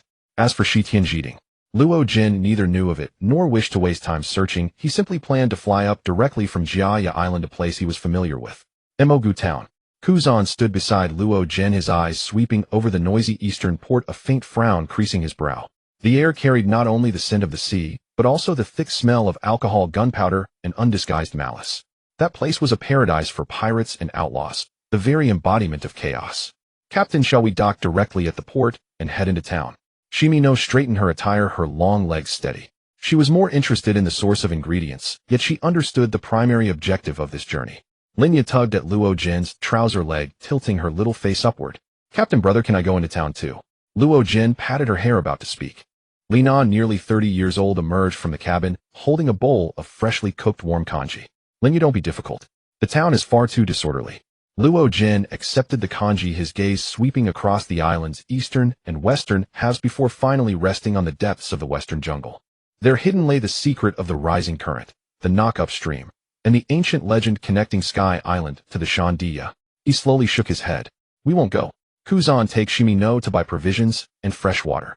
After resupplying, we'll head to the eastern coast to find someone who knows about the knock-up stream." This decision surprised both Jean and I, and Shimino. "We're replicating the Heavenly Vault plan. If we know the timing of the current, we can avoid it and reach Sky Island." Luo Jin's voice was calm, yet it brimmed with thrill. What? Another adventure this exciting? Jean Ni's eyes widened, her voice a mix of astonishment and a spark of eagerness. Deshiong and Kuzan also felt a tremor in their hearts, the corners of their eyes twitching slightly. What heavenly vault plan? Bei Jiapeng pushed up his spectacles, his eyes instantly brightening with a thirst for investigation. You'll find out soon enough. Stop asking. Go buy food and fresh water, pick up some local specialties, and wait for us on the ship. Luo Jin gestured for Kuzan to take Shimi No to the pirate town for supplies. Kuzan returned to his normal demeanor, nodded slightly, and led Shimi No off the ship. Xiachi, puffing on a lady's cigarette, also restrained her curiosity. On the reef-strewn shore, the figures of Kuzan and Shimi No appeared, carrying the purchased supplies. Kuzan reported succinctly, supplies complete. Had some eyes on us, but we shook them off. Excellent. Luo Jin nodded, his gaze sweeping the group. Set course for the Eastern Strait. Deshiong, control your power and send us over. Aye, Captain. Deshiong replied in a deep voice, fixing his gaze on the direction of the Eastern Strait. At the Eastern Strait, a small shack stood. A boy with hair as wild as tangled straw propped up a pair of oversized goggles on his nose, covering nearly half his face. He was completely absorbed in several tattered sea charts covered in hasty symbols and lines. Piled beside him were old navigation logs and weather records. A wind chime made of shells and fishing line hung at the shack's entrance. Some 10 meters above a relatively flat reef area not far from the small shack, a paw-shaped bubble controlled by Deshiong descended steadily, sending only a small ripple through the air, avoiding a massive impact. Yet this near-miraculous arrival did not escape the ears of the boy focused in the shack. Or rather, the sudden enormous shadow and the slight shift in airflow startled him. Who? A voice sharp with vigilance rang out abruptly. The torn cloth curtain was flung aside and a small thin figure darted out like a startled animal. In his hand he clutched a crude fish spear, his eyes wide and filled with extreme caution. He was Ku Liku, only 12 years old. He tilted his head back, gazing at the massive pirate ship that had descended from the sky as if by magic in front of his doorstep, and at the figures leaping down from the gunwale. Ku Liku's mouth dropped open in sheer astonishment. What in the world? A ship falling from the sky. His small body was taut, the tip of the fish spear trembling slightly, yet pointed unwaveringly at the lead figure, a youth with striking silver-gray hair and peculiar horns. Luo Jin stepped onto the reef first, followed by Kuzan, Jin Ni, and Shimi No, all wearing harmless expressions. Luo Jin looked at the boy who bore the burden of his family's obsession from such a young age, and spoke directly. Hello, I'd like to ask. Do you know if the knock-up stream will appear in the next 2 or 3 days? Ku Liku eyed the uninvited visitors warily, especially Luo Jin's unusual features. His small face was full of caution and confusion. Who are you people? Why are you asking about the knock-up stream? We've come to find the Sky Island. Luo Jin's voice was calm, offering no explanation, as if merely inquiring about an objective meteorological phenomenon. You only need to tell me the information about the knock-up stream. He knew that many in these waters were aware of the knock-up stream, but the boy before him was definitely one of the experts in predicting its violent cycles. All he needed was the approximate timing. Ku Lika hesitated for a moment, seemingly surprised that the other party was so straightforward, neither mocking the Sky Island nor probing into his background. His taut nerves relaxed a little. He looked at Luo Jin, then at the companions with their distinctive auras behind him, especially Shimi No's conspicuous chef uniform. After a moment's hesitation, he finally chose to share the results of his observations. Not a secret worth guarding with his life, just something few people truly cared about. The day before yesterday, the monster current that shot into the sky had just erupted once. Kulike's voice carried the clarity unique to a child as well as the certainty accumulated through long observation. Its eruption intervals are very unstable, but based on the patterns in my grandfather's notes and my own records, the next one will be at least 3 days later. If you want to see it, you'll have to wait. 3 days later. Luo Jin pondered for a moment. He turned to the long-legged one. Zaminuo, could you please prepare a hearty lunch here using the freshly purchased ingredients? Please invite this young lad to join us as a reward for his information. Zaminuo bowed gracefully. At your service, Captain. Her gaze swept across the rocky shore, quickly selecting a relatively flat, sheltered large rock as a temporary kitchen. Her movements were swift and decisive, her long legs supporting her body dexterously, while her hands, like magic, pulled out fresh ingredients, portable cookware, and a small stove from the shopping bag. Kulike was completely stunned, watching Zaminuo's fluid and seamless operations, his hand holding the harpoon unconsciously loosening. Jean and I grinned as she went over to help, also calling Abel Lu to light the fire. Kuzan stood silently at a distance, his gaze scanning the surrounding sea and the distant cliffs. Soon the tempting aroma completely conquered this desolate rocky shore. When Zamenhof laid out on a clean spread the portions of lunch that were perfect in color, aroma, and taste, pan-seared sea beef steak cooked to perfection, fragrant spiced vegetable stew, and soft bread, Kulike could no longer resist. He dropped the crude harpoon, and after Luo Jin nodded his approval, lunged forward like a starving beast. He grabbed the food and devoured it ravenously, grease smearing all over his mouth, the large goggles tilting askew. It had been a long time since he had eaten such delicious, abundant food. Luo Jin and the others also sat down together to eat. Zamenhof's culinary skill once again earned silent admiration. Even Kuzan ate a bit faster than usual. The lunch proceeded in a peculiar calm.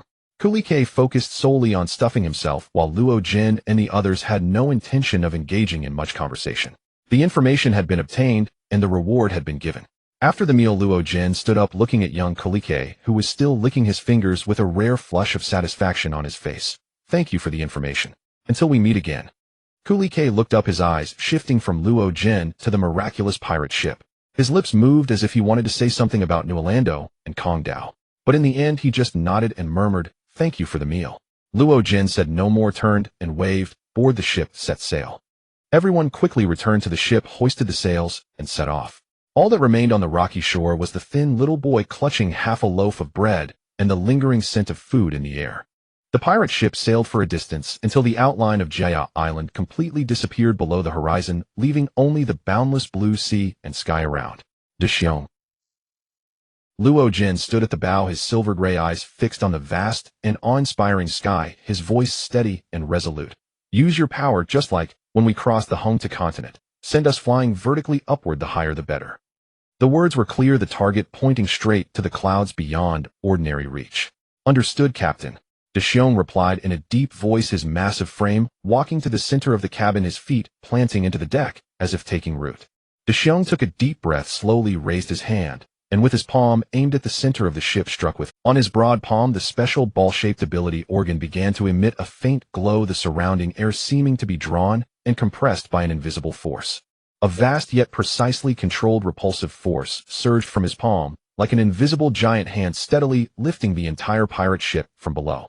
There was no violent shaking, no ear-splitting roar, only a lightness as if freed from gravity spreading through every corner of the ship along the deck. The ship began to ascend vertically at an astonishing speed. The sea wind howled past from below, carrying the salty, damp air far behind. The once vast sea rapidly shrank like a blue silk cloth being pushed aside, islands and rocks becoming insignificant specks.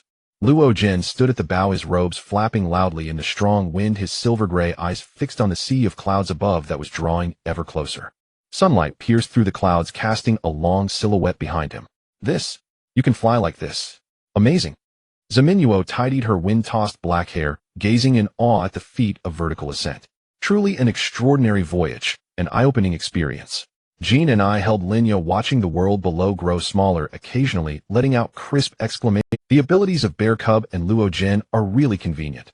Wherever you know the location, you can go. Later we can have that big brain make a submarine, and we'll be able to travel by sea, land, and air.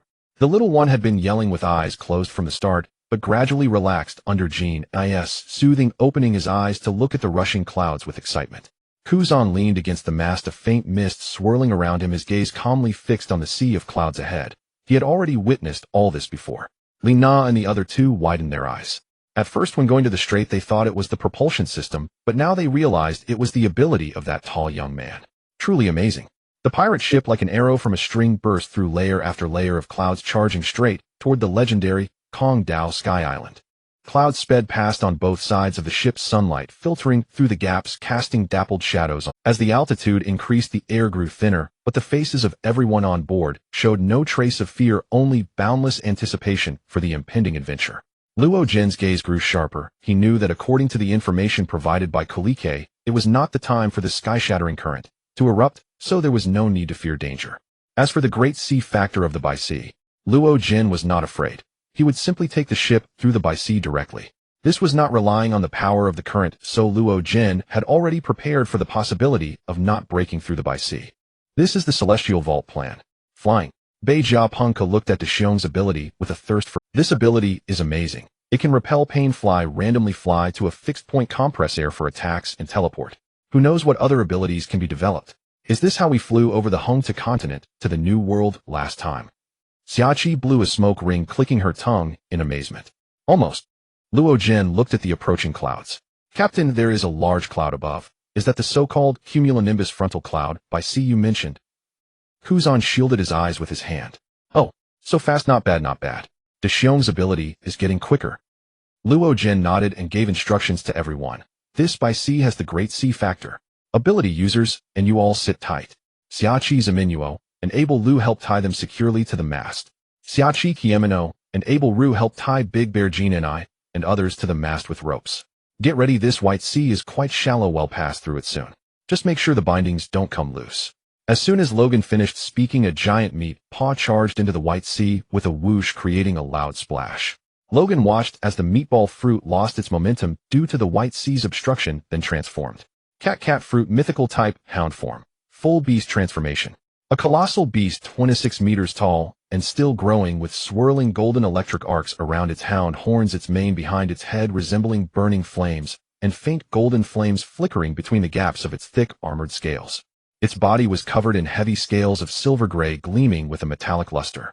Strong limbs stood firmly in midair, the contours of its muscles outlined in the void, seemingly supported by an invisible wind that swirled and lifted beneath its feet. Just as the ship was about to be completely swallowed and pulled down by the thick white sea due to the loss of power, two massive claws covered in scales and wrapped with faint golden flames suddenly emerged from below, piercing through the air with a sharp tearing sound like the arms of a deity, lifting the entire pirate ship's keel. Hold on tight and hold your breath. Logan's deep and authoritative voice boomed like rolling thunder, akin to the will of a god. Boom. The enormous hind leg of the hound suddenly stomped down fiercely into the void beneath it, as if stepping on invisible air. But this stomp unleashed earth-shattering power. Dong, dong. It sounded like the war drums of the sky being struck by a giant hammer. A visible and terrifying shockwave exploded from the hound's forelimbs, radiating in all directions. The thick viscous clouds of the white sea struck by this overwhelmingly brutal force parted instantly, like a gelatinous lake struck by a boulder, creating a huge, bottomless pit. The ship soared upward, rapidly lifted by the giant claws. Logan in hound form alternated his powerful stomps in the void. Each stomp resonated with a thunderous roar and a circle of violent energy shockwaves. No longer relying on the elasticity of the meatball fruit for flight, but instead harnessing the terrifying physical strength of the hound form and the supernatural ability to walk in the void, he forcefully carved out a furious path within the white sea, which contained elements of the ocean. The entire ship surged forward with an incredibly violent and fierce demeanor, breaking through layers of white mire, charging upward and forward. The ship trembled violently in the giant claws, emitting groans of unbearable strain. It was only thanks to Kazan's instantaneous freezing of the ice sphere and reinforcing the ship's structure that they avoided the risk of disintegration. Xiachi Kiemino and Abel Ru clung tightly to their restraints, while Big Bear Jean and I and others were tightly bound by ropes, their ears filled with the howling winds and the thunderous stomps of the hound. My God, is this the true power of the captain? Kiemino murmured amidst the raging winds, her eyes filled with astonishment. Could the captain be Joy Boy? Abel Ru looked at Logan's stance and strength with fervor and anticipation. After all, the captain was only 16 years old and still growing at a visible pace. Is this fruit really that magical? Xiachi reached out to remove her extinguished cigarette, her face filled with shock. He can even float in midair. Fire wind elements, and is that lightning on the horns? No wonder he's the man I fell in love with. In the lens of the Bega Punk, two beams of laser-like focus fixated on the giant beast, lifting the ship, resembling a colossal deity, and the pure shockwaves unleashed with each of its stomps that could tear through space. Wow, Big Brother has gotten so huge and powerful. Yet. Three Lena and Linya were filled with expressions of admiration and excitement. In just a few breaths, the dense white mist ahead suddenly thinned out, and an incredibly pure and blinding light pierced through the clouds. We're about to emerge, hold tight. Logan's roar echoed once more. He thrust the giant claw, lifting the ship upward. At the same time, his limbs unleashed one final stomp toward the thinning clouds ahead. Boom! Like a colossal sound that split heaven and earth. The clouds of the white sea were forcefully stomped apart, evaporating into a vast hollow. The blinding sunlight poured down without obstruction, illuminating the silver-gray scales of the hound, with golden lightning on its horns, and the flames between its scales bursting forth in dazzling brilliance under the pure blue sky. Fireman, quickly untie me. Jean Nis' lively personality resurfaced, eagerly wanting to see. Abel Ru looked bewildered as Jean Ni shouted at him, pointing to himself.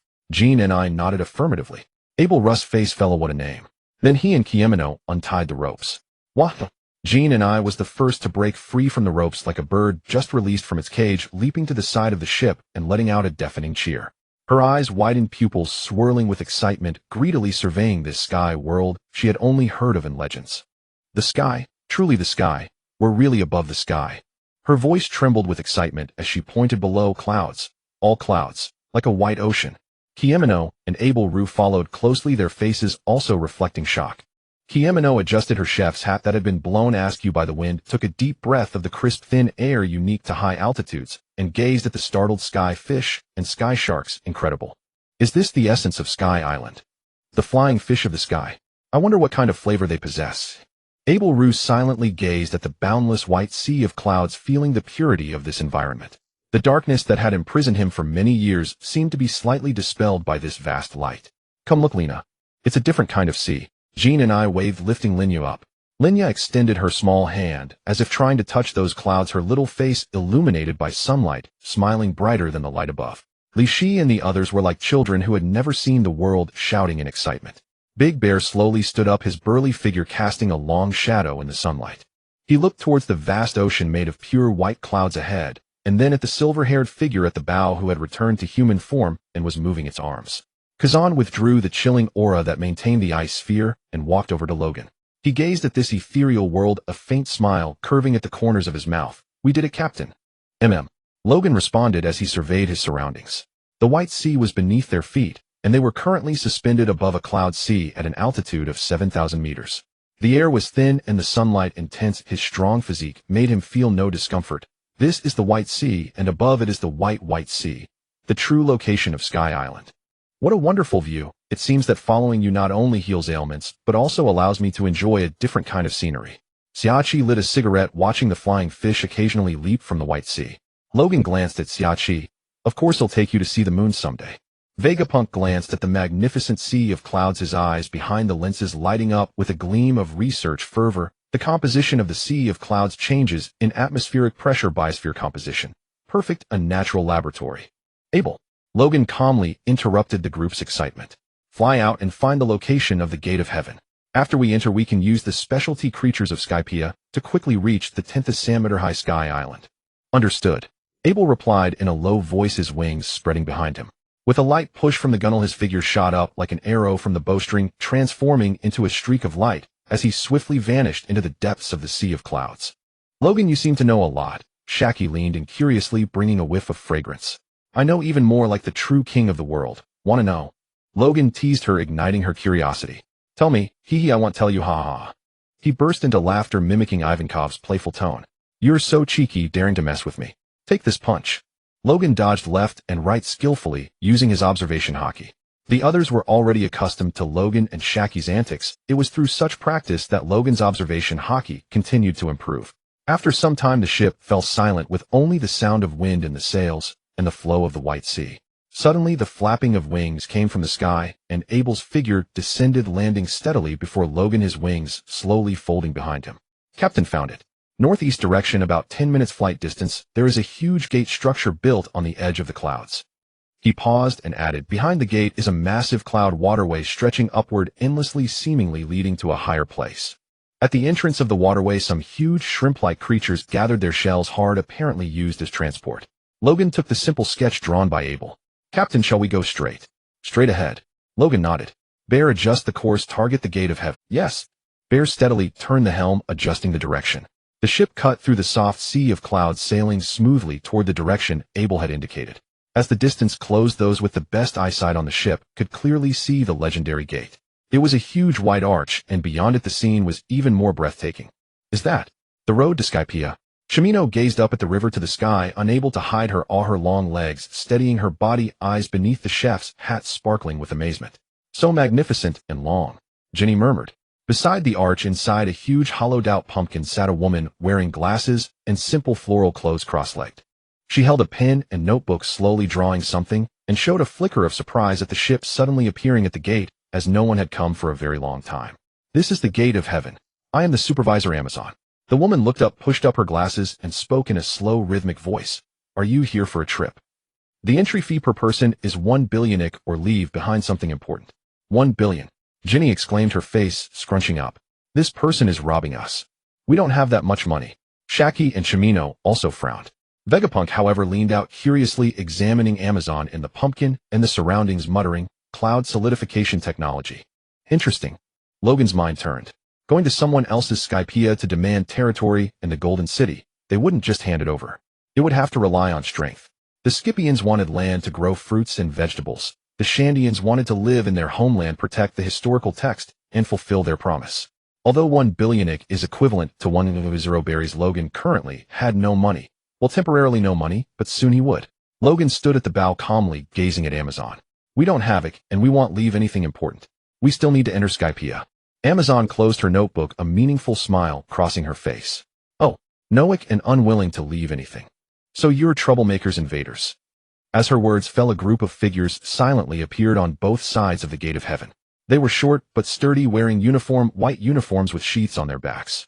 Most strikingly, they all wore skateboard-like shoes on their feet, moving swiftly and silently, instantly, surrounding the pirate ship.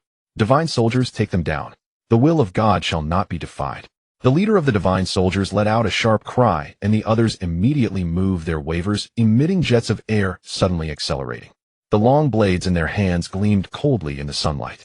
Several of them lunged at Logan and the others on the deck from different angles, their movements fierce and coordinated, clearly well-trained. Looking for death. A fierce glint flashed in Abel's eyes, and the flames on his back instantly brightened, radiating intense heat. Abel, wait. Logan's gaze swept over the charging divine soldiers, and an invisible shockwave erupted. Conqueror's Haki. The air seemed to freeze for an instant, the invisible spiritual impact like a heavy hammer smashing into all the attacking divine soldiers. Thud thud. The divine soldiers in the lead, as if seized by an invisible giant hand, instantly stiffened, their eyes losing focus, and without a sound they toppled off their wavers, falling into the island clouds below, unconscious. Only the leading divine soldier captain and 2 others farther away staggered violently, barely managing to stay on their wavers, their eyes filled with shock and terror. They had never felt such pure, terrifying will. See Conqueror's Haki. The divine soldier captain's voice trembled as he stared in disbelief at the silver-haired horned youth at the bow. The woman Amazon in the pumpkin, who had been calm all along, finally showed a change in expression. Her hand, pushing up her glasses, froze, and she stared intently at Logan. Oh, you know about Conqueror's Haki. It seems the historical legacy hasn't been broken. Now, Logan's voice returned to calm as he looked at the divine soldier captain. Can we talk properly now? Take us to see your god Ganfall, or else he'll kill you. The divine soldier captain looked at his fallen comrades, his body trembling slightly. He knew resistance was futile. The opponent had nearly wiped out his squad with just the release of his aura. He'll lead the way. The divine soldier captain forced out a few words. He turned his waver, pointing toward a wide cloud river made of island clouds beyond the gate of heaven. Please, follow me. His heart was filled with humiliation and fear, but more than that, awe of the power that youth possessed. Good. Logan nodded slightly. The divine soldier captain called for an express crab to clamp onto the pirate ship and quickly pass through the gate of heaven.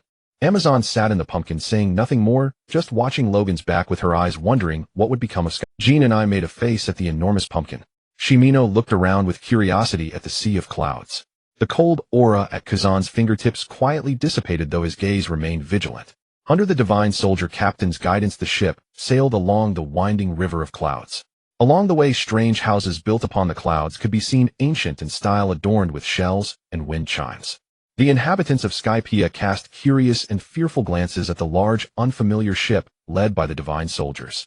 Whispers spread, especially when they saw the silver-haired, horned young man at the bow.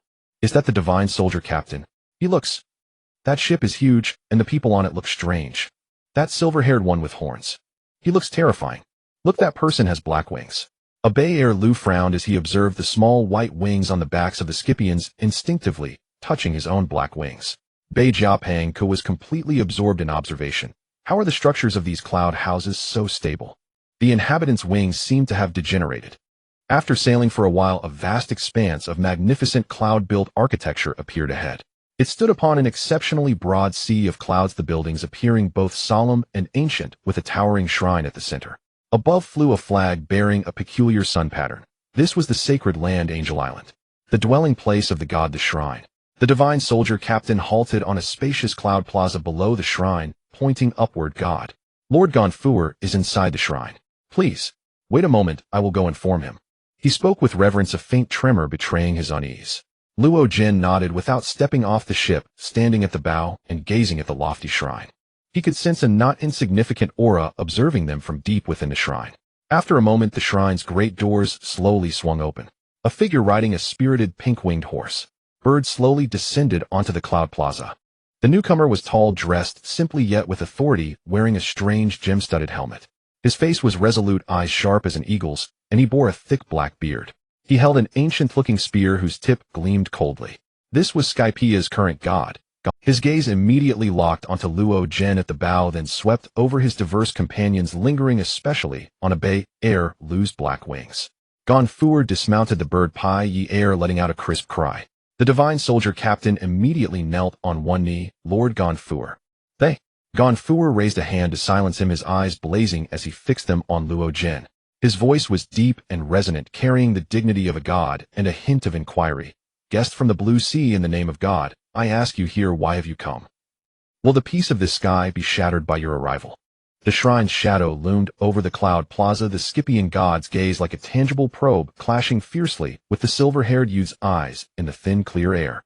Luo Jin met Gonfuer's scrutinizing look, his silver-gray eyes calm and unruffled. Neither provocative nor fearful, only a quiet frankness. He stepped forward, his voice cutting clearly through the thin air. Whether we bring storm or rain depends on the choice god Gonfuer. Luo Jin deliberately paused subtly on the word god. We will take over everything here, including a Paya duo. A Paya duo. Gonfuer's eyes narrowed sharply, his grip tightening on his spear. That was the sacred land, the root of 400 years of bloody conflict between Scythians and Shandians. It's not about plunder. Luo Jin's voice was steady and forceful, cutting through Gonfuer's rising hostility. I know that Scythians need Basi to grow fruits and vegetables. And the Shandians, hidden for centuries, only wish to return to their homeland, protect their ancestors' covenant and history, and ring the song of the island that once sounded. Luo Jin's words fell like boulders into a still lake. Not only did Gonfuer's expression shift dramatically, but even the tense divine officers and soldiers behind him let out low gasps. How did this man from the blue sea know so much? Even the existence of the song. You? Gonfuer's voice carried a barely perceptible tremor. I see the pain and persistence of both sides. Luo Jin continued, his gaze sweeping over the distant Scythians, watching with curiosity and fear. Endless war consumes lives and wears down souls. This sky should not be stained red by hatred. He pointed at the boundless sea of clouds beneath them. Skypia lacks Basi, while the Shandians possess a Paya duo, but cannot live there in peace. The crux is that both sides want exclusive possession. Once I take over, I will handle it properly. Luo Jin had come to claim this place as his headquarters. Persuasion was the best outcome, if not. Then kill. Gonfuer fell silent, his expression complex. Luo Jin's words, like a key, had precisely pierced the lock of responsibility and difficulty deep in his heart. As God, he knew better than anyone the cost of war and yearned for peace, yet he struggled to break the stalemate. What are you trying to say? Gonfuer's voice dropped, losing some of its divine authority. This place will become my headquarters. Luo Jin stated directly. I, Bernard Luo Jin, and my companions can serve as the bridge to end this centuries-old conflict. He raised one finger. First, satisfy the needs of both races. Scythians and Shandians can both live on a Paya duo. The island has expanded enormously through changes. There is no need for war over exclusive control. Second, I require you to work for me. Cloud-making technology, shell cultivation, Scythian science, shipbuilding, and so forth. In return, we promise to provide land protection, science, blue sea resources. Luo Jin's words carried certainty, as if these were not promises, but imminent realities. Gonfuer and the high-ranking Scythians behind him seemed to stop breathing. Bring land. This was utterly unheard of. The Basi Scythians depended on was precious, every inch steeped in toil and prayer. This youth from the blue sea dared to boast of bringing land. Gonfuer's eyes flickered violently. As God, he knew more than ordinary Scythians about the lost historical texts and the legend of Xiongduo La. A Paya duo which had fallen from the heavens over 300 years ago was the homeland Xiongduo La that the Shandians cherished as their lifeblood. Shandia people won't bow down and agree so easily. Gonfuer's voice carried a hint of probing. That was originally their sacred domain. Hundreds of years of blood feud, how could a few words from you resolve it? They would rather shed every last drop of blood than allow Sky Islanders to set foot on the land of Apiaduo, let alone sharing. He emphasized the word sharing, which touched the most core and sensitive nerve of both sides. If strength is not equal, you only get beaten. Logan said, calm to the point of coldness, as if stating a simple truth, and our arrival is not to be oppressors, nor to be bystanders playing peacemakers. We are here to take over and establish a new order. He swept his gaze over Gonfuer and the divine officials behind him, pressing down with an oppressive weight. What we offer is an opportunity the Shandia people can return to their homeland, rebuild their homes under the sun, guard the covenant of their ancestors, and the silent history ring the song of the island, and fulfill the promise spanning nearly 400 years. The Sky Islanders in turn gained the vast stable farmland they have long dreamed of, no longer needing to shed blood for survival resources, and can peacefully thrive and multiply. Logan's words were clear and powerful, directly addressing the core needs and touching the most primal desires of both sides. But all of this comes with a prerequisite: they must accept a new order, my order. Any attempt to use the lives of their clansmen to prolong meaningless conflict is self-destruction and has no reason to exist. The last sentence was bitingly cold. Gonfuer fell silent. He had ruled Sky Island for years and knew well the tenacity and stubbornness of the Shandia people, as well as the deep yearning of his own people for land. The plan proposed by this youth from the Blue Sea was almost the only ray of hope that could end the centuries-old blood feud, but the difficulty of achieving it was like scaling the heavens, especially making the Shandia people bow. Logan no longer waited for Gonfuer's response. He turned directly and led the group to prepare for Appiaduo. Gonfuer, are you interested in coming along? Witness firsthand how we persuade the Shandia people, or would you rather stay here and wait for the outcome? This was an invitation and also an ultimatum. Gonfuer understood that if he refused, this powerful group from the Blue Sea would directly intervene in the core conflict between Sky Island and the Shandia. Regardless of the outcome, his authority as the god would face an unprecedented impact. He took a deep breath, the thin, cold air feeling like blades. He glanced at his loyal divine soldiers and officials, then looked toward the jungle of Appiaduo. This many years of blood feud, perhaps indeed, needed a powerful external force to break this hopeless cycle. Pierre. The pink heavenly horse bird let out a clear, piercing cry, flapped its wings, and landed beside him. Gonfuer mounted the bird, his movements still dignified with the majesty of a god, but his eyes now held a hint of resolve. I will go with you. Gonfuer's voice was low and forceful. As the god of Sky Island, I have a responsibility to witness this dialogue concerning the future of both tribes. He deliberately avoided the word negotiation. A wise choice. A faint, almost imperceptible smile curled at the corner of Logan's mouth. Kuma, Kazan, prepare. We'll go directly. Understood. Kuma replied steadily. Gonfuer's temple was at the edge of Appiaduo, and it had been suppressing the Shandia people. Kazan stepped forward, cold air spread under his feet, instantly condensing a wide, solid ice bridge between the ship and the island clouds at the edge of Appiaduo. Logan stepped onto the ice bridge, first his pace steady, and the others followed. The appearance of Appiaduo was magnificent with distinctive features. Gonfuer, riding Pierre, flew low on the flank, watching the group that was about to enter the Shandia's sacred land with mixed feelings. The ice bridge dissipated on the island clouds at the edge of Appiaduo. The group stepped onto the land that the Sky Islanders regarded as sacred ground, and the Shandia people regarded as their homeland. The air instantly became different. It was heavy, filled with the scent of decaying vegetation and soil unique to primeval forests, completely different from the pure but thin air of Angel Island. Towering ancient trees rose from the ground. Huge buttress roots resembled natural city walls. Sunlight barely penetrated the dense canopy, casting dappled shadows. Everything here felt ancient, wild, and full of untamed power. Gonfuer, riding Pierre, flew low above the canopy, his mood growing heavier. He had never ventured so deep into the heart of Appiaduo. The vitality and danger contained in this land far exceeded his imagination. The Shandia people had survived in this environment for centuries, and their resilience and combat prowess were unimaginable. Kazan had been acting more and more cold since eating the ice fruit, as if that would enhance his power. Abelru scanned the surroundings warily, the flames on his back faintly glowing. He could sense many auras hidden deep within the forest. Chimino, on the other hand, took a few extra glances at some peculiar plants and fungi in the forest. His chef's instinct made him ponder the potential of these new ingredients. After traveling for about half an hour, the light ahead seemed blocked by something. Shaki flicked the ash from her cigarette, her gaze landing on a hidden shadow behind a tree. Someone is there. As soon as the words were spoken, several arrows tipped with flames tore through the air, whistling sharply straight toward Logan's face. The arrows were tied with red feathers, tracing bright arcs in the dim forest. They were signal arrows of the Shandia people. Logan sidestepped to dodge, the arrows embedded into the tree trunk, behind him the feathers on the tails still quivering. Then a dozen figures clad in animal skins, their faces painted with red and white, leaped out from behind the trees, wielding spears and bows. Just go straight through.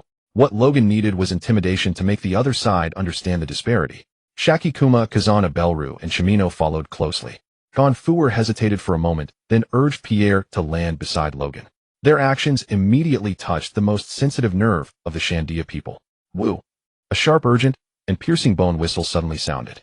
Then several more whistles rang out like alarms, instantly tearing through the silence of the jungle. Suddenly several loud roars were heard, and three figures like agile leopards burst out from their hiding spots. Jumping out from a tree hollow on the left was a young warrior wielding two blades, his face painted with red patterns, his eyes fierce as an eagle's. Charging out from behind a large boulder on the right was a tall, muscular, middle-aged man wielding a massive battle axe. Each step made the ground tremble slightly. Emerging from behind a tree root straight ahead was a relatively slender female warrior wielding a spear and moving with exceptional speed. The three men formed a triangle and charged directly at Logan, their killing intent palpable. Their objective was clear: capture the leader first. At the same time, the sound of hurried footsteps and more shouts came from the valley, clearly indicating that the main force was rapidly arriving to reinforce. Faced with such a ferocious assault, Logan didn't even pause. He merely glanced at the three charging men. Boom! Conqueror's Haki. The three Shandia warriors who had been charging with such ferocity seemed to crash into an invisible iron wall. Their forward momentum abruptly ceased, and the ferocity in their eyes transformed into boundless bewilderment. Their minds went blank, and without uttering a single sound, they collapsed limply to the ground, completely unconscious. The entire charge was instantly neutralized. The Shandia warriors who had just emerged from the underground entrance armed with various weapons witnessed this scene, which seemed like divine punishment. Their steps halted abruptly, their faces filled with disbelief and shock. Fierce axe. Raise. What happened to them? It's that silver-haired man. What did he do?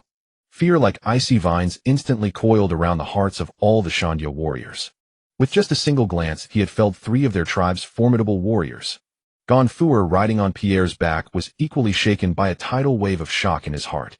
Having sensed Logan's Conqueror's Haki up close, that pure and domineering willpower oppressed even this god, causing him to feel flustered. Who exactly is this young man from the Blue Sea? Ignoring the stunned gazes, Logan continued walking without pause until he reached the enormous vine wall. He raised his right hand and tore apart the intertwined vines and roots. An entrance wide enough for several people to walk side by side appeared before them. Yunin village lay exposed before everyone. Tree houses of varying heights were built on the massive ancient branches, and below lay a precious patch of cultivated farmland. At this moment, nearly every Shandia capable of holding a weapon had gathered in the clearing behind the entrance. Men, women, elders, children, all armed. Their faces bore anger, deep-seated hatred, a determination to defend their home at all costs, and fear of the youth before them. At the forefront of all the Shandia stood an old man. He was not tall, and his back was slightly hunched with age. His skin, like the bark of an ancient tree weathered by storms, was covered in deep wrinkles. His powerful upper body was bare, his bronze muscles crisscrossed with old and new scars, a silent testament to countless battles.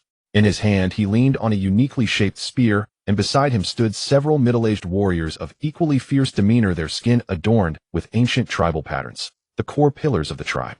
He was the great warrior of Yunin village, the spiritual leader and de facto commander of the Shandia in this generation, War Ghost Calgera. Calgera's gaze locked onto Logan. In those eyes there was no fear born from the fall of three warriors, only a will as firm as stone, the weight and scrutiny of an old warrior. Their eyes met. The air seemed to solidify. On one side stood Calgera, the war ghost of the Shandia, sworn to defend his homeland, the honor of his ancestors, and their covenant, along with hundreds of battle-hardened Shandia warriors whose eyes blazed with unyielding fire. On the other side stood Logan, the silver-haired horned youth who sought to end this long-standing blood feud and establish a new order. Behind him stood Bartholomew Kuma, silent as a mountain, Kazan radiating chill, Arbalest with faint flames flickering around him, the elegant and composed Chimino, Oshaki holding a gem-studded dagger, her demeanor lazy, and further back Ginny and Vegapunk. The god of Skypea, Gonfuer, riding on Pierre, paused to one side, his expression heavy and complex like an observer at a turning point in history. Logan's gaze met Calgera's eyes. He could feel the unyielding will forged through countless battles and the deep-seated indelible hatred for the Scipians. This will and hatred were the core that had sustained the Shandia for centuries, and also the most formidable wall blocking the path to peace. The silence was broken by a tall, middle-aged warrior with facial tattoos. He glared furiously at Logan and Gonfuer behind him, his voice thunderous with rage. Blue Sea invaders, and you false god dare to trespass into our tribe's sacred land. Centuries of blood debts remain unpaid, and today you deliver yourselves to us. Do you intend to utterly annihilate our Shandia clan? His roar, like a spark dropped into an oil drum, instantly ignited the fury in every Shandia warrior's heart. Get out of upper yard. A Avenge our fallen kin. Kill these invaders. Kill the god of Skypiea. The furious shouts like an avalanche and a tsunami rustled the leaves of the ancient trees. Hundreds of warriors tightened their grips on their weapons. Sharp spears, heavy battle axes, poisoned blowguns, shields embedded with impact dials, ready to erupt into battle. Gonfuor's face grew even darker. He could feel the almost tangible hatred of the Shandia, most of it focused on him, the god. Pierre pawed the ground uneasily. Faced with this surging tide of hostility, Logan's expression remained unchanged. He slowly raised one hand. A simple gesture, yet it carried a strange power that instinctively quieted the fervent shouts of the Shandia warriors. They stared fixedly at that hand, wondering what this man who had felled 3 of their strongest warriors with sheer aura would do next. Logan's hand pointed at no one. He simply extended 3 fingers, then spoke. 300 years ago, those few words, as if enchanted, plunged the clamorous entrance of Yunin village into deathly silence. Even Calgara's blazing eyes contracted sharply. That point in time marked the beginning of pain and glory etched into the Shandia's very bones. Your ancestors made a pact with a blue sea explorer, Mont-Blanc Norland. Logan's voice spoke steadily, each word like a stone dropped into a deep pool, stirring invisible ripples.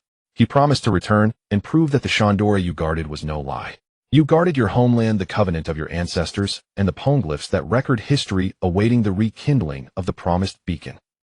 The anger on the Shandia warriors' faces froze, shifting into disbelief and profound sorrow. Norland, Shandora, poneglyphs. These were the deepest secrets passed down through generations of Shandia, hidden in the depths of their hearts. It was the spiritual pillar that sustained them through centuries of despair. This man from Qinghai, how could he know? Who on earth is he? Calgara's hand, gripping the spear, trembled faintly, and for the first time a huge upheaval appeared in his turbid eyes.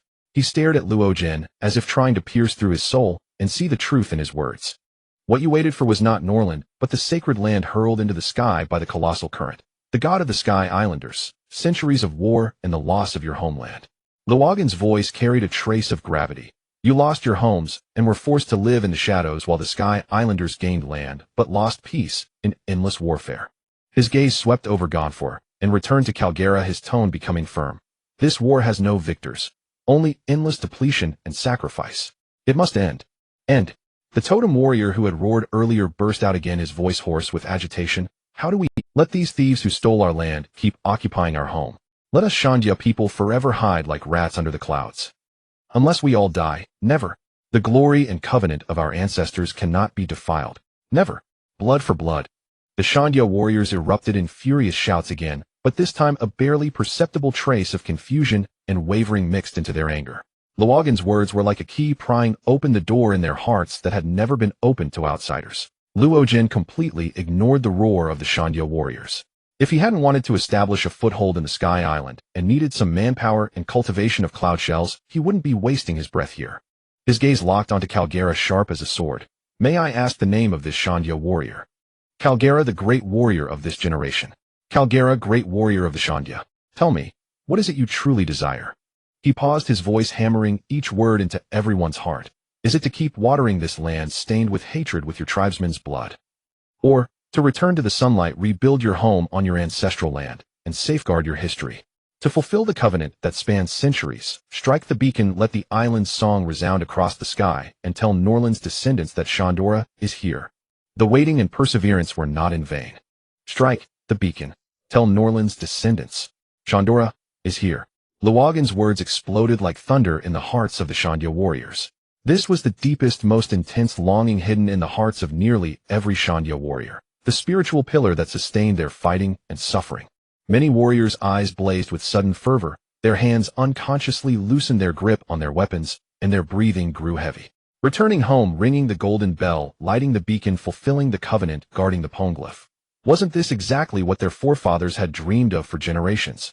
Calgara's body jolted violently. His eyes, weathered by countless storms and burning with unyielding flame, showed severe wavering for the first time. Logan's words had struck precisely at the softest yet strongest place in his heart. The duty to protect the covenant, prove Shandora's existence, and restore the glory of the ancestors. Seeing the intense struggle in Calgara's eyes, Luo Jin knew the moment had come. We can give you that chance. For the Shandia to return to Upper Yard, live under the sun, safeguard your history, and strike the silent beacon. The Sky Islanders will also gain the land they need, and the war will end. This land is vast enough for both tribes to live together. He shifted his tone, and the pressure of the conqueror's haki descended like a solid iceberg, crushing every Shandia warrior with suffocating weight. But on the condition that you accept a new order, my order. Anyone who seeks to continue meaningless conflict with the lives of their tribesmen is courting extinction. The heritage of the Shandia must not be squandered on feudal stubbornness and hatred. Logan's voice echoed like a final judgment in the silent entrance of Cloud-Hidden Village. Luogen cared nothing for covenants or guardianship. He merely wanted to take over this place and claim the gold to develop his own power. Centuries ago, Norland had been ordered to lead the kingdom's warriors in search of Shandora. Unfortunately, it had been swept into the sky, or else that kingdom would surely have plundered this golden land. Only Norland was naive enough to think otherwise. Why else bring so many warriors? All the Shandia warriors' eyes were fixed on their great warrior. Would they accept this seemingly impossible, yet tantalizing hope? Or would they lead their people to utter destruction for the sake of hatred spanning centuries? Calgara's knuckles turned white from the force of his grip on the spear. He slowly raised his head and looked at Luogen. We've searched for centuries and never found where the beacon of our Shandora lies. Do you know? Luogen met Calgara's gaze, which carried a last shred of hope, his silver-gray pupils showing no evasion, only certainty. Of course I do. His voice was not loud, yet it fell like a boulder into a deep pool, stirring enormous waves in every Shandia warrior's heart.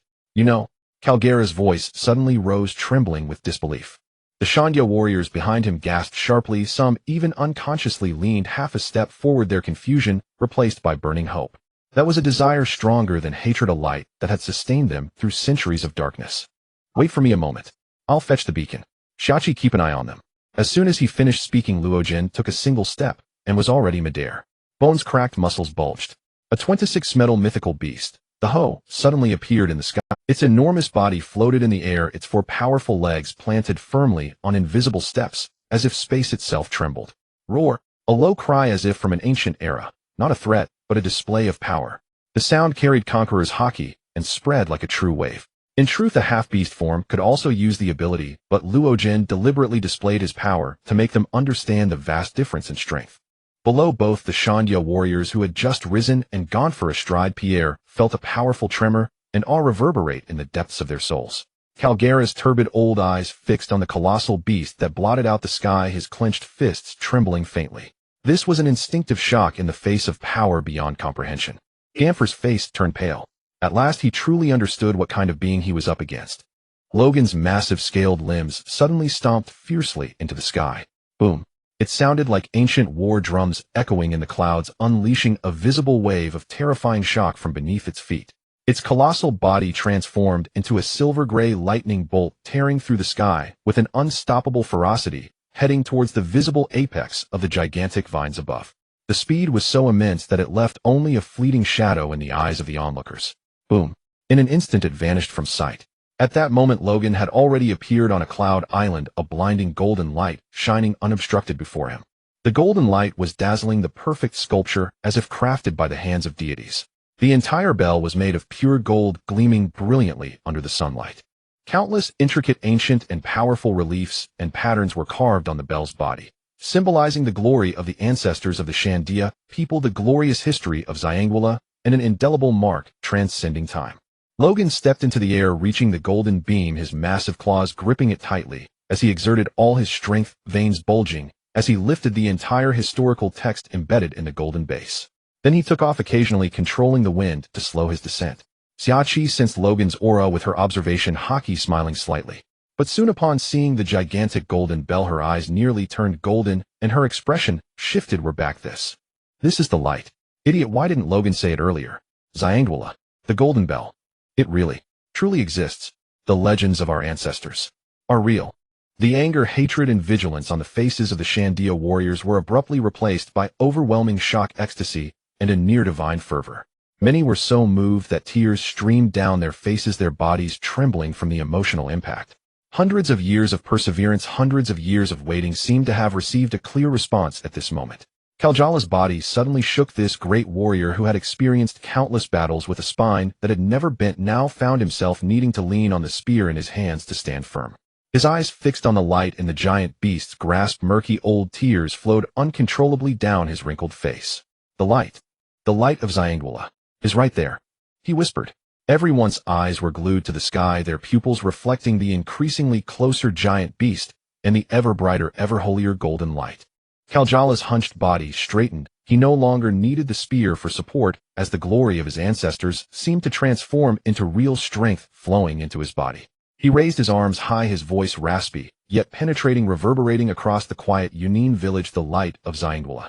Ganfu had already jumped down from Pierre's back, standing at the edge of the crowd. The god of the sky island now bore no trace of authority on his face, only pure shock and confusion, overwhelmed by the torrents of history. He gazed at the descending giant beast, and the gold, his heart racing with a single thought: crystal clear. The situation of the sky island that had persisted for hundreds of years was about to change completely from this moment on. Boom. It was not the sound of a bell, but the dull thud of a heavy object hitting the ground. Logan carefully placed the heavy golden bell base along with the massive bell firmly on the ground. The immense impact made the entire apaya seem to tremble, the earth rippling like waves and the ancient trees rustling. Dust swirled, yet it could not obscure the dazzling golden light. As the dust began to clear, the long silent golden bell, which had been quiet for hundreds of years, finally revealed itself fully to the eyes of all the Shandia people. It was gigantic, heavy, and solemn. Its entire body radiated a brilliance akin to the melting sun. The complex, ancient, and ornate carvings on the bell silently narrated the former glory of Xiangwala and the honor of the warriors. Time seemed to stop at that moment. All shouts, cries, and breaths vanished. Hundreds of Shandia warriors stood as if spellbound, staring blankly at the sacred artifact they had dreamed of for generations. Logan released his power and stepped forward, his voice echoing across the quiet Yunin village like the bell itself, carrying an announcement and a final ultimatum: Kaljala warriors of Shandia. The light of Xiangwala is right here, waiting for you to ignite it, waiting for the bell that has been silent for hundreds of years to once again resonate in the sky. This is your only chance, the only path to end centuries of blood feud. Accept it, and you will return to your homeland, fulfill the wishes of your ancestors, ring the golden bell, and let the song of the island resonate through heaven and earth. The glory of Shandia will continue in the new era. Reject it. Logan's voice suddenly turned cold and merciless, or superficially agree, while undermining it behind the scenes, continuing to stir up hatred and war.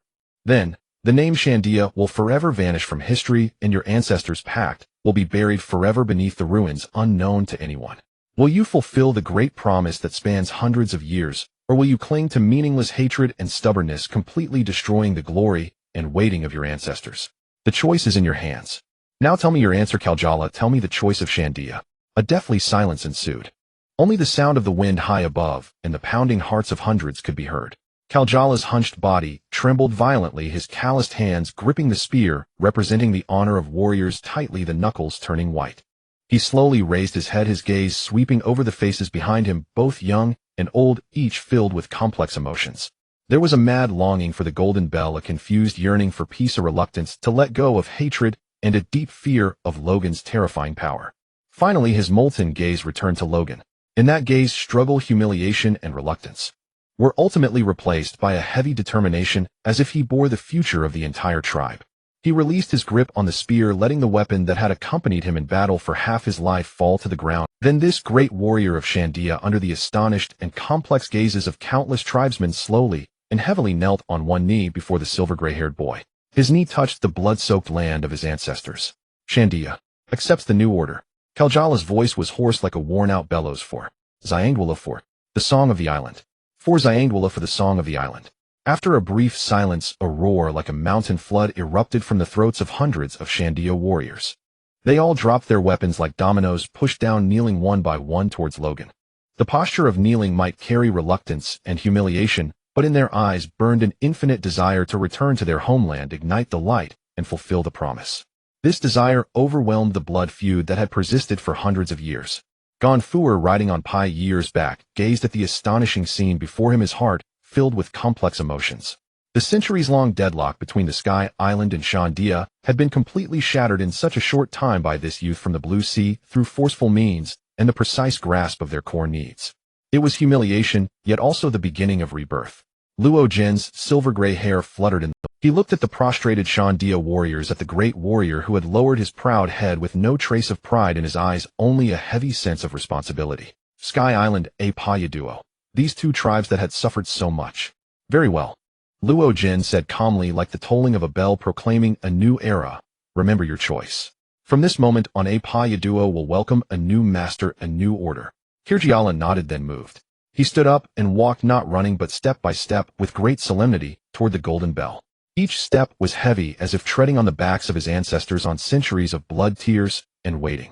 His calloused hand with reverence slowly reached toward the cold and sacred golden bell. His fingers touched it. That cold sensation, like the hottest fire, instantly ignited every emotion deep in his soul. Centuries of persistence, centuries of humiliation, centuries of blood and fire, centuries of hope.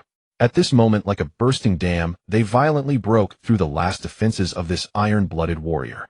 A heart-wrenching roar that seemed to scream out all the pain and hope burst from the depths of Kerjiala's throat.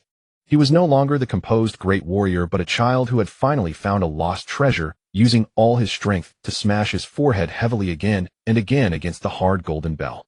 Dong dong dong. The dull thuds echoed through the quiet forest, mingled with the old man's extremely suppressed, beast-like cries. Blood flowed from his broken forehead, staining the golden bell and the ground beneath him. It was a sacrifice of blood and tears, a grief and declaration that transcended time. All the Shandia warriors' tears finally burst forth, and their silent weeping instantly turned into a torrential, earth-shaking cry. They fell to their knees, touching their foreheads to this regained homeland, and toward the golden bell, toward the souls of their ancestors, they emitted the most primitive and devout wails. The cries converged, filled with indescribable sorrow and release. Gonfur watched this soul-stirring scene, moved his lips, but in the end only let out a deep, heavy sigh. The Sky Island soldiers looked at each other, their eyes filled with complicated, inexpressible emotions. For the first time, they so directly felt the Shandia people's bone-deep pain and obsession. Xiaoqi quickly came to Luo Jin's side, pulled him into a shadowy corner, and pressed his arm into her proud chest, shaking it. Luo Jin, are you a pig? Such a huge golden bell worth at least 100 billion. And you're just giving it to them. Sigh suddenly enveloped in soft sensations, Luo Jin almost turned into a wolf. Don't rush. This is their beacon. If we take it, they'll fight to the death. Then kill them all. We're pirates. Xiaoqi leaned half her body on Luo Jin, angry and anxious. And you knew where it was all along. Why did you tell them? We could have just taken it directly, you idiot. Have some vision. We need to develop our manpower. Luo Jin was completely melted. Besides, there's also the Golden City. Let them keep the Golden Bell as their heritage. We'll take the gold from the Golden City. She snorted, released his arm, but still glared at him with discontent. You planned this all along. Enough, we'll talk later. Don't ruin my hard-earned majestic image. Luo Jin was a bit reluctant to leave that wonderful experience. Luo Jin stepped out of the shadows, his silver-gray eyes calmly sweeping over the Shandia warriors prostrate and sobbing uncontrollably, and over Kerjiala, whose forehead was stained with blood and who seemed mad with emotion. He walked to Kerjiala's side, did not stop his cathartic banging, but stood quietly, until the old man's movements slowed from exhaustion, leaving only heavy breathing and suppressed sobs. Kerjiala. Luo Jin's voice was low and clear, piercing through the remnant sounds of grief. The beacon of Xiang Duo La is already in your hands. Centuries of waiting, it's time for you to put an end to it yourselves. He turned slightly, his gaze falling on the huge golden ramming log, also made of gold, lying horizontally beside the bell. Strike it. Let the song of the island resound through this sky. Tell the descendants of Nualan Du, Xiang Duo La is right here. Luo Jin's words were like the final trumpet, igniting the last trace of hesitation in the eyes of all Shandia warriors. Kerjiala lifted his head abruptly, his bloodshot and tear-filled eyes bursting with an unprecedented light. That light transcended pain and hatred, leaving only the purest warrior's glory and the determination to fulfill his mission. He no longer needed anyone's support. Using all his remaining strength, he staggered, but very firmly walked toward the huge golden bell hammer. More than a dozen equally tearful and emotionally charged Shandia adult warriors immediately rushed forward.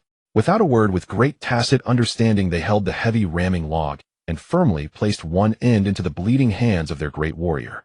Kerjiala gripped the cold golden ramming log with both hands tightly. He took a deep breath, his chest heaving violently, as if to inhale centuries of waiting, his people's hopes and his ancestors' glory into his body. A battle cry gathering all the life force within him erupted from his throat, full of power. The muscles and veins on his arms bulged beneath his bronze skin. The heavy golden ramming log, with the combined force of him and a dozen warriors, was slowly and steadily pushed forward. Dong! When the huge golden ramming log violently struck the golden great bell that had been silent for centuries, a magnificent sound beyond words erupted abruptly. It was no longer a dull thud, but a roar like the dawn of creation. The sound wave condensed as if tangible, like the fiercest tsunami, violently surged outward in all directions from the golden bell. where the sound wave passed the branches and leaves of tall ancient trees were swept as by a typhoon. Thick clouds were torn apart instantly, revealing the blue sky. The ground of Apa trembled, and the clouds of Angel Island rolled. The sound wave instantly swept across the entire sky, including the nearby small sky islands. On Angel Island, all the Sky Island residents stopped what they were doing, covered their ears in astonishment, and looked up toward Apa. The bell seemed to strike directly into the depths of their souls, pure and melodious. Gonfal and the priests and soldiers behind him were shaken pale and mentally unsteady by the grand sound wave. For the first time, they truly felt the power of that Song of the Island. The Song of the Island, really, is ringing. Gonfal's eyes were filled with indescribable complex emotions. The Shandians of Cloud Village, men, women, children alike, at the moment the bell rang, all faced the direction of Apa, knelt down, tears streaming, uttering their most sincere prayers and shouts. The bell did not stop. Dong, dong, dong, dong, dong. Calgara and the warriors, like tireless machines, pushed the heavy battering ram time after time, using all their strength to strike the golden bell. 5 tolls, 5 consecutive tolls. Each strike was accompanied by an even louder, grander, more soul. Every spread of the sound waves was like a holy light, cleansing everything, sweeping across every inch of Apato's land, across every patch of cloud of Angel Island, across the White Sea, and even faintly traveling downward toward the boundless blue sea below. 5 bell tolls, like 5 thunderclaps spanning centuries, resounded through the sky, proclaiming the return of Shandora, proclaiming the fulfillment of the promise, proclaiming the unyielding spirit of Shanya. As the echo of the 5th bell toll still reverberated between heaven and earth, Calgara finally ran out of strength and released the battering ram. He staggered back a few steps, supported by the warriors behind him. On his blood-streaked face appeared a pure childlike smile of relief. He gazed up at the golden bell, and with his last bit of strength shouted to the sky, to his ancestors, to the land beneath his feet. Norland, did you hear that? Shandora, it is right here. This heartfelt shout, mixed with the grand echoes of the 5 bell tolls, lingered long in the sky above Apa, as if truly traversing time and space, reaching the distant blue sea below.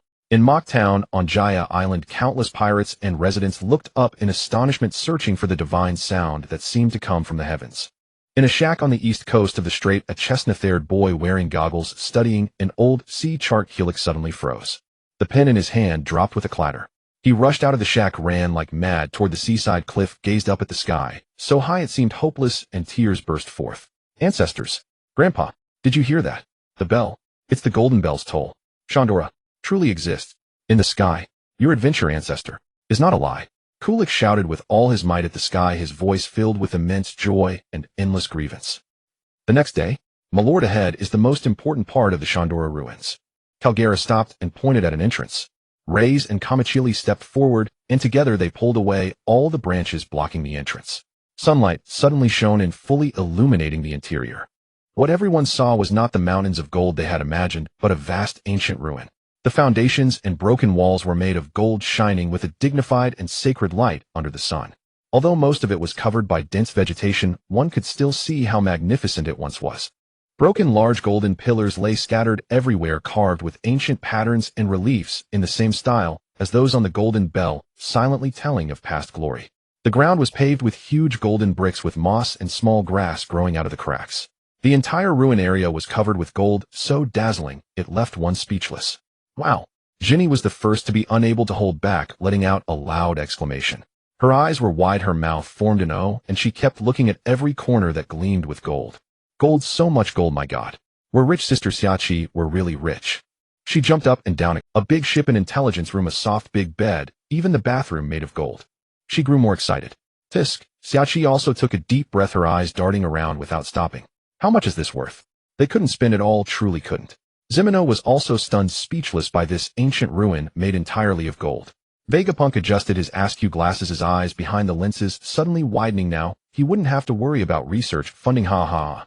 Golden Land, Shandora. Luo Jin's voice was deep and steady, sounding in the silence. Vegapunk, is the funding enough now? You stay and exchange technology with the scientists on Angel Island. Everyone else, free activity. Xiachi, you come with me to look for something. Calgara, you all go back and help with the relocation. Luo Jin had originally planned to fully transform into a beast and carry Xiachi flying. But Xiachi insisted he use the human beast form and carry her on his back like in the Valley of God. How could Luo Jin dare? No, how could he refuse such a good opportunity? He steadily held the crook of Xiachi's knees and flew slowly. Why fly so fast? It messes up my hair. Xiachi wrapped her arms around Luo Jin's neck, her lips slightly parted, breath as fragrant as orchid. What a... There's even a higher expert than me. Luo Jin only felt a warm, soft, moist touch on the back of his neck, accompanied by that soul-stirring whisper. An electric tingling instantly shot through his entire body, causing his arm, holding Xiaqi's knees, to unconsciously tense up. Under his silver-gray hair, the roots of his ears rapidly reddened at a visible rate. You? He turned his head, wanting to glare at this woman who was taking advantage, but met a pair of beautiful eyes close at hand, filled with mischievous laughter. Those eyes shimmered with watery light, reflecting his somewhat embarrassed appearance at that moment. Xiachi let out a triumphant chuckle, not pulling back, but instead resting her chin lightly on one of his shoulders, her soft body pressing even closer, her breath fragrant. What's wrong with me? Little Captain Fly steadily. Sis is afraid of heights. The tone was lazy and drawn out with obvious mockery. Luo Jin's Adam's apple rolled as he forcibly suppressed the strange feeling surging in his heart, a flicker of helplessness flashing in his eyes. He turned his head back, looked straight ahead, and tried to focus on flying, but the warm and soft sensation on his back and the faint fragrance lingering around his nose penetrated everywhere. His flying speed unconsciously slowed a bit more, truly, leisurely, weaving through the clouds like a leisurely stroll. "'Tis troublesome," he muttered softly, but his tone couldn't be hard. Xiachi curled her lips in satisfaction like a cat that had successfully stolen cream, contentedly enjoying this exclusive mount and the vast sky scenery, even humming a tuneless little song lazily. After flying for nearly an hour, the rolling sea of clouds below gradually gave way to the outline of a relatively small sky island shaped like a giant mushroom cap. This was Baika, a remote and nearly forgotten edge sky island seldom mentioned even among the inhabitants of Tianshur Island. Sparse vegetation made it appear desolate and silent. Landing at a secluded, uninhabited corner. "Get down." Logan turned his head about to let Xiachi step down, only to see her eyes closed, breathing steadily, fast asleep. Logan cast his gaze over this small sky island, ultimately fixing it on the central temple, standing highest. The Logia-type rumble fruit might be hidden there. After all, this fruit had vanished from the seas for centuries. Surely, it had been carefully concealed by someone. Thus he stood for half an hour. Xiachi fluttered her long lashes, slowly opening her beautiful eyes. Seeing they had already landed while she was still lying on his back, she asked softly, "Why didn't you wake me?" "It's fine. We'll move when it's dark." Xiachi slid down from his broad, muscular back, stretched her waist, and yawned, her graceful curves tracing a captivating arc in the air. Logan gazed at Xiachi's figure, his eyes fixed without blinking, forgetting even to blink. He snapped out of it. "Captivated by me so soon?" Xiachi caught his expression from the corner of her eye, her laughter crisp and pleasant like wind chimes ringing softly by the ear. With such beauty, this is only natural. You know you are the renowned #1 beauty in the pirate world of this era." Logan defended himself with a serious face, inwardly thinking the love of beauty is universal, and I am merely a perfectly normal man. Upon hearing this, Xiaqi's smile deepened. She raised her hand to tidy the wind-tousled strands of hair. "Oh, #1 beauty. I like hearing that." She patted her little belly and suddenly changed the subject. "I'm hungry. Catch me a fish and roast it. I noticed you're not afraid of seawater. Can you tell me why?" "Just destroy the demon inside the devil fruit." Logan's face flickered with various expressions, then he put on a serious look and started fabricating nonsense. Xiaqi's beautiful eyes lit up instantly, as if she had uncovered some great secret. But after a moment's thought she frowned. "Yet in Logia and Paramecia fruits I have never heard of a demon's consciousness. For those two types you have to soak in the sea to die, and then survive." Logan responded with an utterly serious face. Xiachi looked at him with a half-smile. "Do I look like a fool?" "No, but this is the most likely method." "I guessed." Logan's voice weakened. Guessed." Xiachi's eyes widened, clearly feeling tricked. "So how did you yourself break the sea's curse?" I don't know either. I was just born without the fear." Logan spread his hands, muttering inwardly, "I'm not lying, I really don't know. This ability came as a gift from my transmigration." Fine, catch the fish quickly, or there'll be firelight when it gets dark." Xiachi rolled her eyes. Not fearing seawater was good, no weakness, and she dropped the subject. Xiachi sat on a stone, peer her eyes on the fish tail over the fire. "It's about to burn. Turn the fire." Logan's hand was currently partly beastified, with Ho flame burning on it. In the other hand he held a dagger, skewering a silvery flying fish's face, full of helplessness. He gently twisted his wrist, flipping the flying fish on the dagger. The tender white flesh peeked through the cracked skin, and a sweet fragrant aroma wafted out. He handed the roasted fish over. Xiachi reached out and took it, suddenly blushing. "This is a betrothal meal." "Betrothal meal?" Logan's hand trembled, his face stunned with unprepared surprise. "There's such a saying. I've never heard of it." Xiachi blew on the roasted fish, took a small, deliberate bite, closed her eyes, and chewed with enjoyment, as if not seeing Logan's embarrassment. After swallowing, she raised her eyes, a smile dancing in them. The rules of Amazon Lily. Is it not allowed? She shook the fragrant roasted fish in her hand. When a woman accepts food personally caught and cooked by a man, it is considered a betrothal vow. Especially this kind. Cooked with handfire. The intention is even deeper. She deliberately emphasized the word handfire, her gaze flicking over Logan's claw still covered with scales and wreathed in pale golden flames. Logan opened his mouth, looking at Xiaqi's attitude of being the authority, then at the fish he had just roasted in her hand. For a moment he was speechless. Amazon Lily's rule. How could he know if it was real or fake? But seeing Xiaqi speak so seriously, though her eyes were full of mischief, he couldn't refute it. You're making things up. Logan squeezed out these words after a long pause. He abruptly retracted his partially beastified arm. The scales and flames vanished instantly, as if that could distance him from the matter. Oh. Xiaqi raised an eyebrow, then took another slow bite of the fish, her voice muffled yet clear. Then this fish. Who did you roast it for? For you, of course. Logan answered instinctively, then abruptly stopped mid-sentence, realizing he had stepped. Roasted it for me. Xiaqi smiled like a cat that had stolen the world's best fish, extending her pink tongue to lick the corner of her lips, the movement carrying an innate temptation. So this betrothal meal, I am enjoying it very much, little captain. She drew out the words, little captain, softly and slowly with an indescribable hint. Logan felt heat rising to his face, his heart pounding uncontrollably. He abruptly turned around, facing away from Xiaqi, and said gruffly, hurry up and eat. After you finish, we move. It's dark now. And don't add little to captain. His voice carried a faint hint of panic.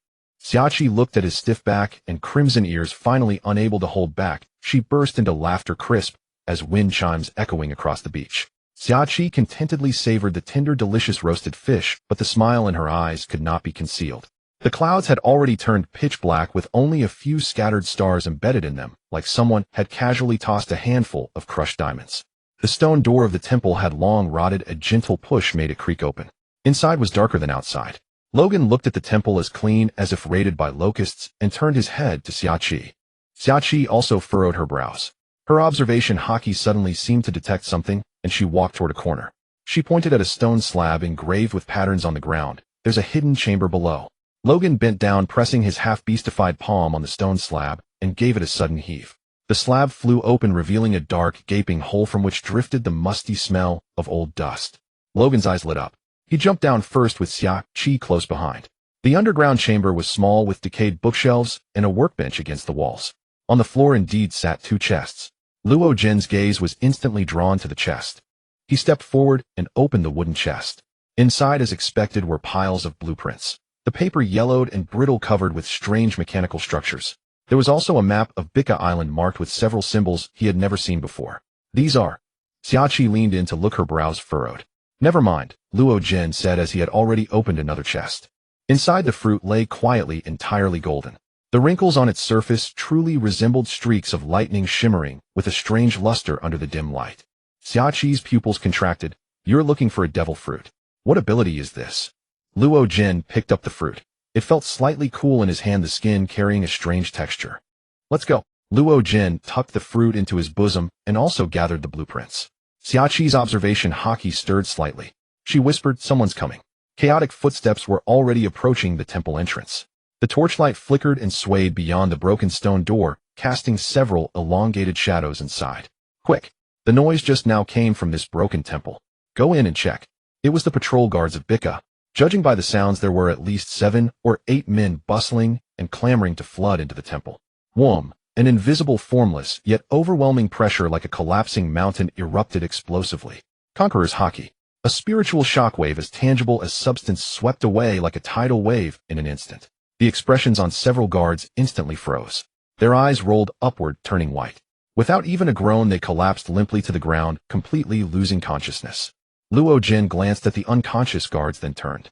His sharp claws, covered in silver-gray scales, easily lifted the heavy stone slab back into place, erasing the last traces of their presence. After finishing, he swept his arm around and directly lifted Xiaqi by the waist. A ring of air burst from the spot. His figure holding Xiaqi transformed into a blurry silver-gray streak, like lightning tearing through the night sky, shooting out of the temple. By the time those guards awakened from the shock of Conqueror's Haki, there was not a trace of anyone. In the night sky, the wind swept by with a fresh, cool touch. Xiaoqi, one arm tightly around Luo Jin's neck, her cheeks flushed like dipped in sunset, used her other hand to fish out the fruit from his bosom. You haven't told me yet. What fruit is this exactly? Logia typed the rumble fruit. Luo Jin's voice was utterly calm. Rumble fruit. Xiaoqi's eyes widened and her arm around his neck tightened instinctively. The night wind lifted her stray hairs, brushing across Luo Jin's jawline, bringing a subtle tickle, yet it didn't diminish the tremor in her voice. So that means if you eat it you can. You can become lightning itself and control electric currents. Luo Jin's tone remained steady, his gaze resting on her face. Xiaoqi suppressed the urge that almost burst out. Take a bite, and this legendary, nearly invincible power would be hers. She took a deep breath, her voice hiding an expectation even she hadn't noticed. Then this fruit. Who do you plan to give it to? How rare a Logia was, how astonishing the ability of the rumble fruit. She knew better than anyone. They'll give it to a Berlu. He hasn't eaten a fruit yet, Luo Jin said as he activated the wind element. The airflow around him surged, and his speed suddenly increased. Xiaoqi stared at his sharp, clean side profile.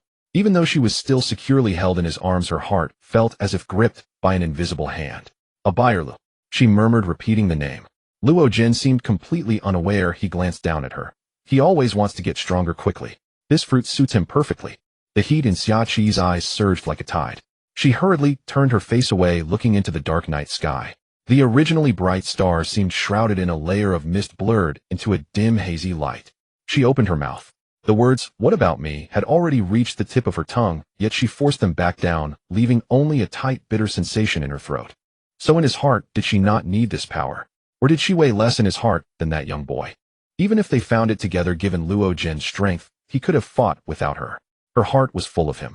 How could she do something as foolish as fighting for it? The person in his arms suddenly fell silent. Luo Jin lowered his head slightly and saw her reddened eyes at a glance. Her appearance was like a small animal abandoned by the roadside, wronged and at a loss. Luo Jin was stunned for a moment, then after a brief thought he suddenly let out a laugh. You want this fruit? The sudden words were like a beam of light.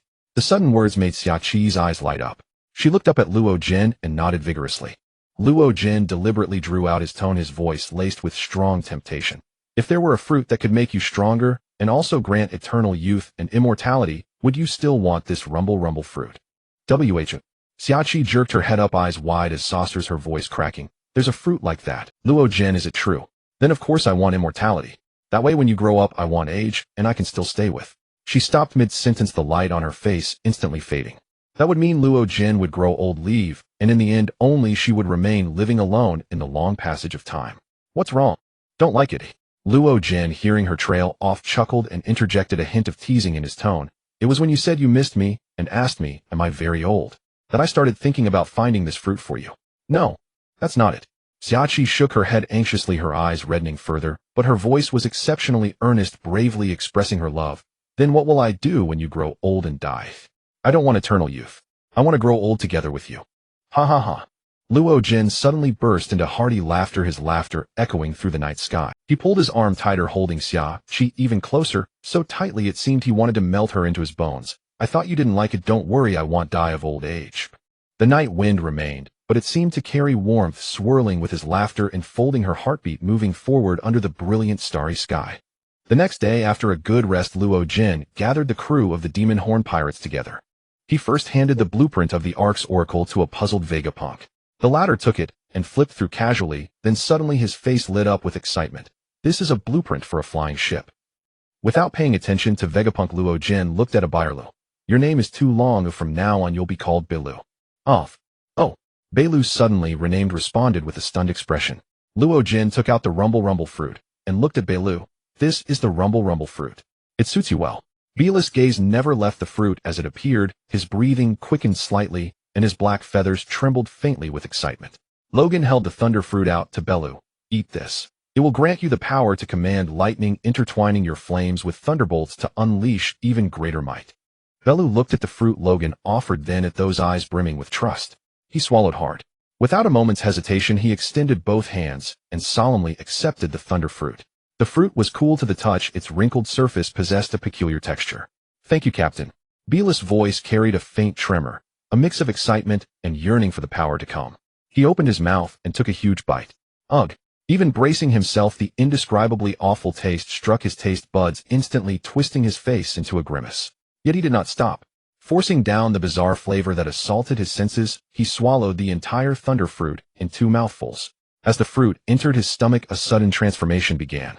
A wild, searing current, as if capable of tearing heaven and earth apart, erupted violently from within Bellu. Blinding blue-white electric arcs like an awakened dragon surged across his entire body. His black wings were enveloped in electric currents crackling with sparks. A visible electric field formed around his body, ionizing the air with a sizzling sound. Bellu groaned, his body trembling uncontrollably. Blue electric patterns instantly filled his pupils. He could clearly feel a brand new power, vast as a sea of stars, surging through his veins. It was the power of thunder, the ultimate embodiment of speed and destruction. Focus your mind, feel it, and control it. Logan's voice, like a soothing balm, rang in Beela's ears. Don't resist, guide it. Bellu clenched his jaw, following Logan's guidance to forcefully subdue the raging currents within. A bolt of blue-white lightning shot from his fingertip, striking a massive golden pillar nearby with a dull explosion, leaving a scorched black mark on its surface. I did it.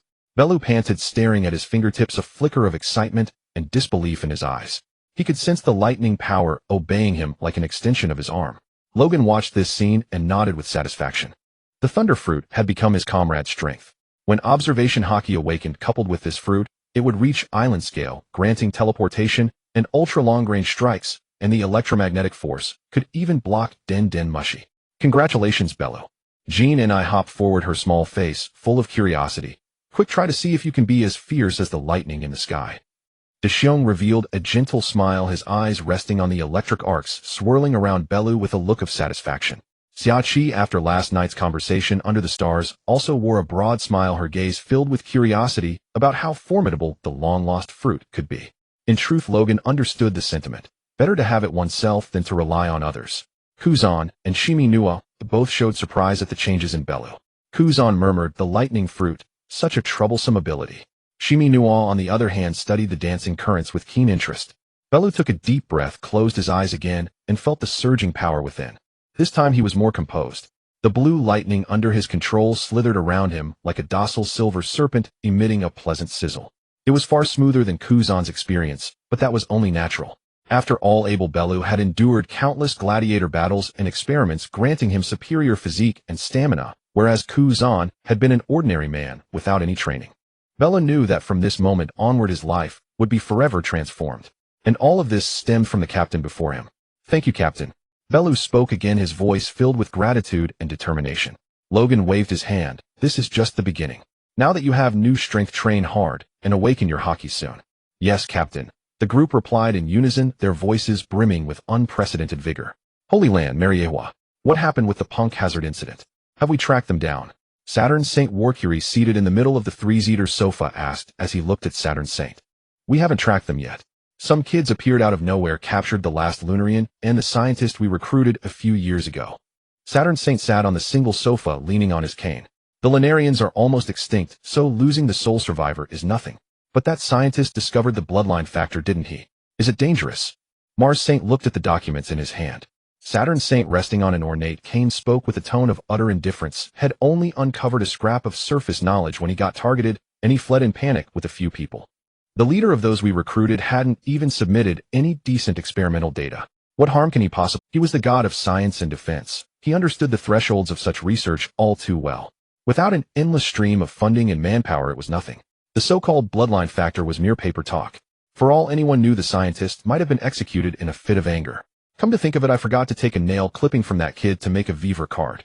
Saturn Saint suddenly recalled this oversight, a cold smirk curling on his lips. But it doesn't matter. How divine can a Vivre card really be? Mars Saint raised an eyebrow. Oh, Saturn, do you have some insight? After a few rounds of human experimentation, Saturn Saint prodded the documents with his cane. Make someone die once, heart stops, and the Vivre card turns to ash. Even if you revive them with electric shocks, the card won't come back. Mars Saint chuckled lightly and pushed the documents aside. Then let's leave it at that. Venus Saint Zarin V. Nostro suddenly spoke, his hand resting on the Shodai Kitetsu at his waist, lenses obscuring his eyes. Let the Navy and the Cipher Pole handle the search. They're just a pack of beaten dogs. Let's discuss the next reverie. Compared to a nearly extinct race and a scientist, the reverie is far more worthy of our attention. Grand Line, Skypea. Sunlight streamed through the thick clouds at the edge of Angel Island. Logan stood on the highest terrace of the temple, his silver-gray eyes surveying the bustling scene below. Under Calgara's command, the Shandians were methodically moving down from the Cloud Village, building new tree houses on the designated area near Angel Island's side of Upper Yard. Their faces bore less of the former oppression and hatred, replaced by a glimmer of hope for rebuilding their home and a hint of uncertainty about the future. Under the organization of Gonfuer and the priest, the Sky Island residents cautiously stepped into this land they once called the Holy Land. Far from the dwellings of the Shandia people, they began to till the soil and sow seeds using cloud dial tools. The air was thick with a blend of earthy scent, the aroma of cloud dials, and an atmosphere of caution. Order has finally been established preliminarily, Luo Jin said calmly. Yes, my lord. Gonfuer stood half a step behind him, replying respectfully. The preliminary list and resource inventory of the Sky Workshop have been compiled and will be sent over shortly. Cloud craftsmen, shellfish cultivation experts, and waiver technicians have already begun their work. What about Beijiapank? Mr. Beijiapank. Gonfuer showed a hint of helplessness on his face. He took a few members of the Sky Island Science Squad early this morning to study the spaceship blueprints you brought back. Luo Jin's lips curled slightly. Let him be. Give him the highest support, fulfill whatever he needs as much as possible. Yes, sir. How is Kair Jella doing? The Great Warrior is arranging people to stand guard in shifts protecting the Golden Bell and the Poneglyph. The selection of shellfish cultivation experts is also underway. The Shandia people are indeed more familiar with the special shellfish in the forest. Very good. Luo Jin turned around, his silver-gray eyes fixed on Gonfuer. Keep it as it is. Coordinate the relations between the two tribes and avoid conflicts. Whoever dares to disrupt the new order, be it Shandia or Sky Island people, will be severely punished. Understood. Gonfuer's heart tightened, and he answered solemnly. On the edge of Appiato, there was a wide, open platform far from the residential areas. It had once been the base of a sacrificial plaza in Xiangdwala, now serving as a natural training ground. In the center of the platform, Bei Lu stood with his eyes closed. He was bare-chested, revealing sturdy muscles, his skin bronzed. The pair of black wings on his back were slightly spread, and on them, besides flames, small blue-white electric sparks danced. Flames and electric currents intertwined, emitting a faint crackling sound, and the air was filled with a scorching and intense aura. Luo Jin, Xiachi Da Xiong, Kuzan Jin Ni, and Qianmi Nua all stood at the edge of the platform watching. As for Li Na and the other three, since Gonfuer had already given the temple to the Ghost Horn pirates, they were there helping to manage the temple. Bei Lu, try it now. Use that electricity. Jean and I shouted eagerly, her small face full of excitement. Bei Lu slowly opened his eyes, and deep within his pupils a flash of blue electric light seemed to pass. He took a deep breath and raised his right hand. Zla. A blue electric arc as thick as a thumb suddenly burst from his fingertip like a swift venomous snake, instantly crossing a distance of over 10 meters and fiercely striking a broken golden pillar at the edge of the platform. Boom! With a loud explosion, the hard golden pillar was blasted with a bull's-eyed hole, its edges scorched black. Wow, amazing. Jean and I clapped and cheered. Kuzan raised an eyebrow slightly. Instant penetration and high temperature. Strong destructive power. De Xiong nodded calmly. Bei Lu looked at the destruction he had caused, a flash of excitement in his eyes, but then he frowned. He could feel the rampant lightning force within him, like a runaway wild horse, difficult to control precisely. That strike, just now he had aimed at the center of the pillar, but it missed. Decent power, but too crude. Luo Jin's voice rang out as he stepped onto the training ground. Lightning is one of the most violent and swift forces in nature. To control it requires not only skillful development, but also willpower. He walked up to Bei Lu, his eyes staring straight into his. Feel it. Don't drive it with brute force. Use your will to guide it, to resonate with it. Let it become an extension of your limbs, a part of your breath. Bei Lu focused his mind, raised his hand again, and tried to concentrate, attempting to control the arcs leaping at his fingertips. Too deliberate. Luo Jin shook his head. Relax. Imagine that you are thunder itself. From today, you and Kuzan will double your training according to my cultivation manual. Awaken the two-color Haki as soon as possible. That is the threshold to becoming a true powerhouse. Qianmi Nua, you too. Even if you don't become a top powerhouse, at least be able to protect yourself. You can consult Xiachi later. She is proficient in the two-color Haki. Understood. Free. Bei Lu clenched his fist. I will become stronger. Following the captain's footsteps, I will cut through all obstacles and burn everything. Good. He patted his shoulder. All right, you free train. The rest follow me. Luo Jin led De Xiong, Jin Ni, and Xiachi back into the ruins of the Golden Land. Sunlight filtered through the gaps in the dense leaves, shining on the broken golden pillars and moss-covered gold bricks still gleaming with an ancient, alluring light. Before resting last night, Luo Jin recalled that there was a gigantic python in the Golden Land. Why hadn't he seen it? Yesterday, I was too busy admiring the gold and didn't search this place thoroughly. Luo Jin's silver-gray eyes swept sharply around. Luo Jin, what exactly are you looking for? More gold. Jean and I asked curiously, looking around. Not gold. Luo Jin's lips curled up, changing the subject. A particularly large python. Luo Jin used his recently awakened observation Haki, but found nothing. He turned to Deshiong and said, Deshiong, use your air cannon to strike around the ruins. If it's hiding inside, it should be forced out. Deshiong heard this, didn't ask any questions, and nodded. He crouched, slightly extended his large hand, and continuously struck at the ruins of the damaged golden buildings deep in the ruins. Air cannon. One after another, visible spherical shockwaves flew from his palm, tearing through the air with a sharp whistling sound, and blasted into that area of ruins. Boom, boom, boom. Continuous loud noises, smoke and dust mixed with golden fragments and plant debris splattered everywhere.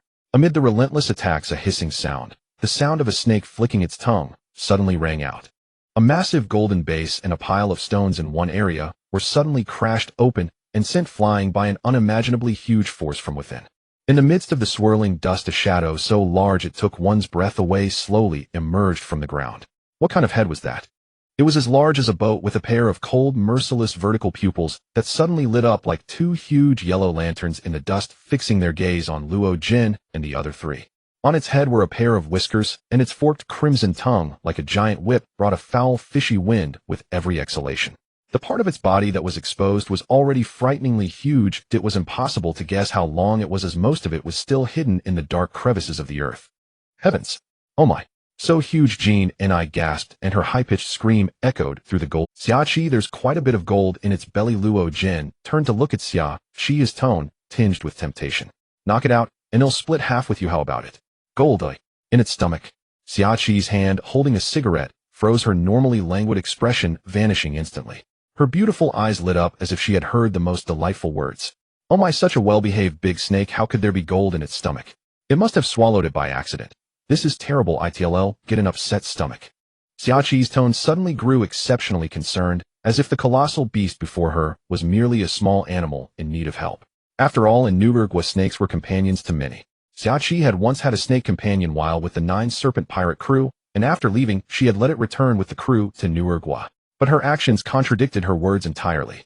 Before she finished speaking, she had already vanished from where she stood. Her physical technique was astonishing. Her speed was ghost-like, or rather spectral, leaving barely a faint shadow in the air. The next moment she appeared directly in front of the giant serpent's enormous head, almost pressing against its. The great snake, evidently enraged by the sudden approach of this tiny creature, let out a low hissing sound from its throat. Foul-smelling saliva dripped down, corroding the gold beneath. It abruptly opened its gaping maw, ready to devour this reckless woman in one bite. But Xiachi merely smiled, a captivating, confident smile. Such bad breath, you'd better shut your mouth. She didn't even assume an attacking stance. She simply raised her right hand casually. That fair hand clenched into a fist instantly covered in a jet-black metallic sheen.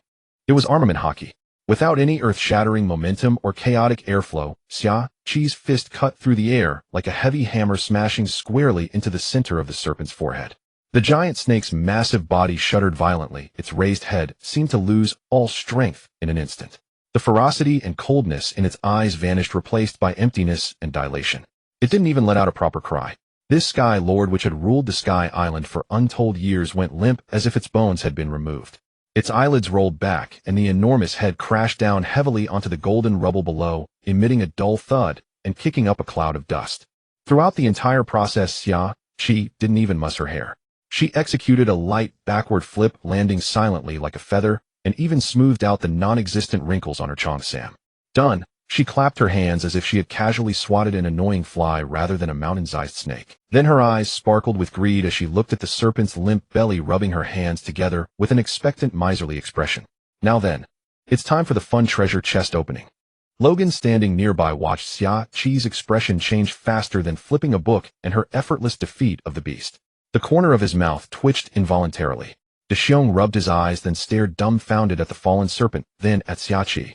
His enormous hand unconsciously clenched. He needed to become stronger, far stronger, to protect everyone. Jean N's eyes were wide, her mouth forming an O as she looked from the snake to Xiachi, then suddenly jumped up. Sister Xiachi, you're so cool. Gold. Let's get the gold out of its belly quickly. Jean, you can be this strong too. You need to practice and develop your fruit ability more. Logan took over. You said you can copy any form, but the copy fruit can only store 2 forms for now. If you want new ones, you have to discard one. So first copy Bei Lu's rumble fruit and Deshiong's pop-off fruit. The Rumble Fruit lets you teleport attack at range and cover a large area with observation Haki. You already know the benefits of the pop-off fruit. Jean Nis eyes lit up, and she nodded seriously. I remember. I won't waste the copy fruit. He'll go copy from Bei Lu and Xiongzai later. Logan nodded and looked at the limp serpent's head. Knocking it out isn't enough. We need to get the whole thing out to With that, he activated his fruit ability, rapidly enlarging his body. The whole form emerged again, a 26-metal colossal frame, exuding an ancient fierce aura. Silver-gray scales gleamed coldly in the sunlight, filtering through the leaves. Transformed Logan's two massive forepaws covered in thick scales and armament Haki clamped like steel pincers beneath the head of the Sky Lord, a head larger than a ship. Lift! Logan let out a resounding roar, his muscles bulging as terrifying power exploded. Rumble! The earth groaned in agony. Amidst teeth-grinding sounds of rocks scraping and earth tearing, the serpent's massive body hidden within the crevice was dragged out inch by Logan's unstoppable force.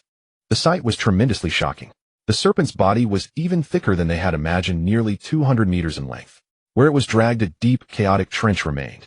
Finally, this Sky Lord, which had ruled the Sky Island for centuries, was completely hauled out of the crevice by Logan, occupying a vast area on the Golden Ruins. A breathtaking visual impact. My God, this is huge. Jean and I craned her neck to see the full extent of the behemoth, unable to help but exclaim. Xiaqi's eyes gleamed as if she saw not a snake, but a walking mountain of gold. Logan de Xiong hurry in through its mouth and bring out the gold. Naturally, the dirty work fell to the two of them. De Xiong with a grimace stepped forward to pry open the snake's mouth. Logan stopped him. This snake is huge. Cutting open its belly will just be a small wound. Let me do it. He moved his massive, beastly legs, raised his sharp claws, tips glinting coldly, and aimed at the serpent's abdomen. Ryup. Like a hot knife, through butter, the claws easily sliced through the tough snake skin and thick fat, revealing the churning, sour-smelling stomach within. Logan's movements were precise and steady. Soon a bulging stomach sac blackened by gastric juices was exposed. With a gentle claw tip, he punctured it. Instantly, a dazzling golden light burst forth, impossible to hide, even in the dim stomach. Amidst some undigested animal remains and viscous gastric fluids, a torrent of various gold artifacts gushed out like a flood. There were gold vessels engraved with ancient patterns, broken gold bricks, deformed gold jewelry, and many unprocessed gold nuggets. They piled into a small mountain on the ruins, glowing intoxicatingly under the sunlight. We're rich, we're really rich. Ha ha. Jean and I was the first to cheer, diving onto the pile. She grabbed a gold brick larger than her head, her small face flushed with excitement, her eyes curving into crescent moons. Xiaqi also caught her breath, then a satisfied and delighted smile spread across her face. She quickly walked over, picked up an ancient golden goblet, and examined it closely. The quality is really excellent, and it feels steeped in history. Far more distinctive than those ordinary gold pieces below. Even the usually composed bear, gazing at the small mountain of gold, showed a flicker of astonishment in his eyes. Luo Jin, transformed back into human form, shook his hands as if flicking off non-existent blood and smiled at the excited duo and the pile of gold. All right, don't get carried away.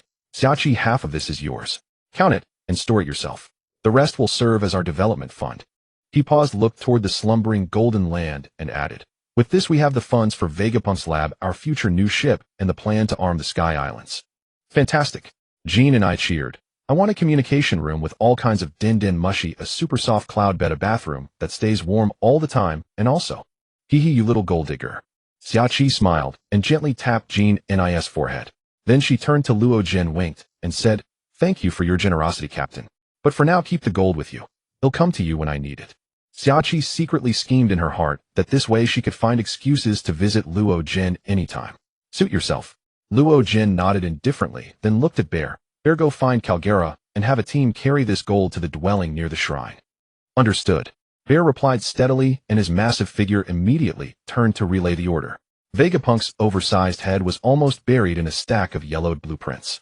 He wore a custom magnifier, his eyes bloodshot, yet gleaming. Meanwhile, in a temporary large research room, a strange mixture of paper, ink, and cloud's hell material filled the air. Vegapunk's oversized head was almost buried in a stack of yellowed blueprints.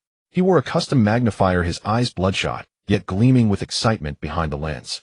Several members of the Sky Island scientific team busily scribbled down the terms and data. He muttered continuously or carefully operated simple instruments to conduct experiments. Brilliant, absolutely brilliant. Using the Rumble Fruit's power along with a conversion system, the Sky Island's unique cloud solidification technology, and shell propulsion. This blueprint is a stroke of genius. No, it's a masterpiece ahead of its time. Vegapunk gesticulated wildly, spit flying, with just a slight improvement in materials and optimization of energy circuits.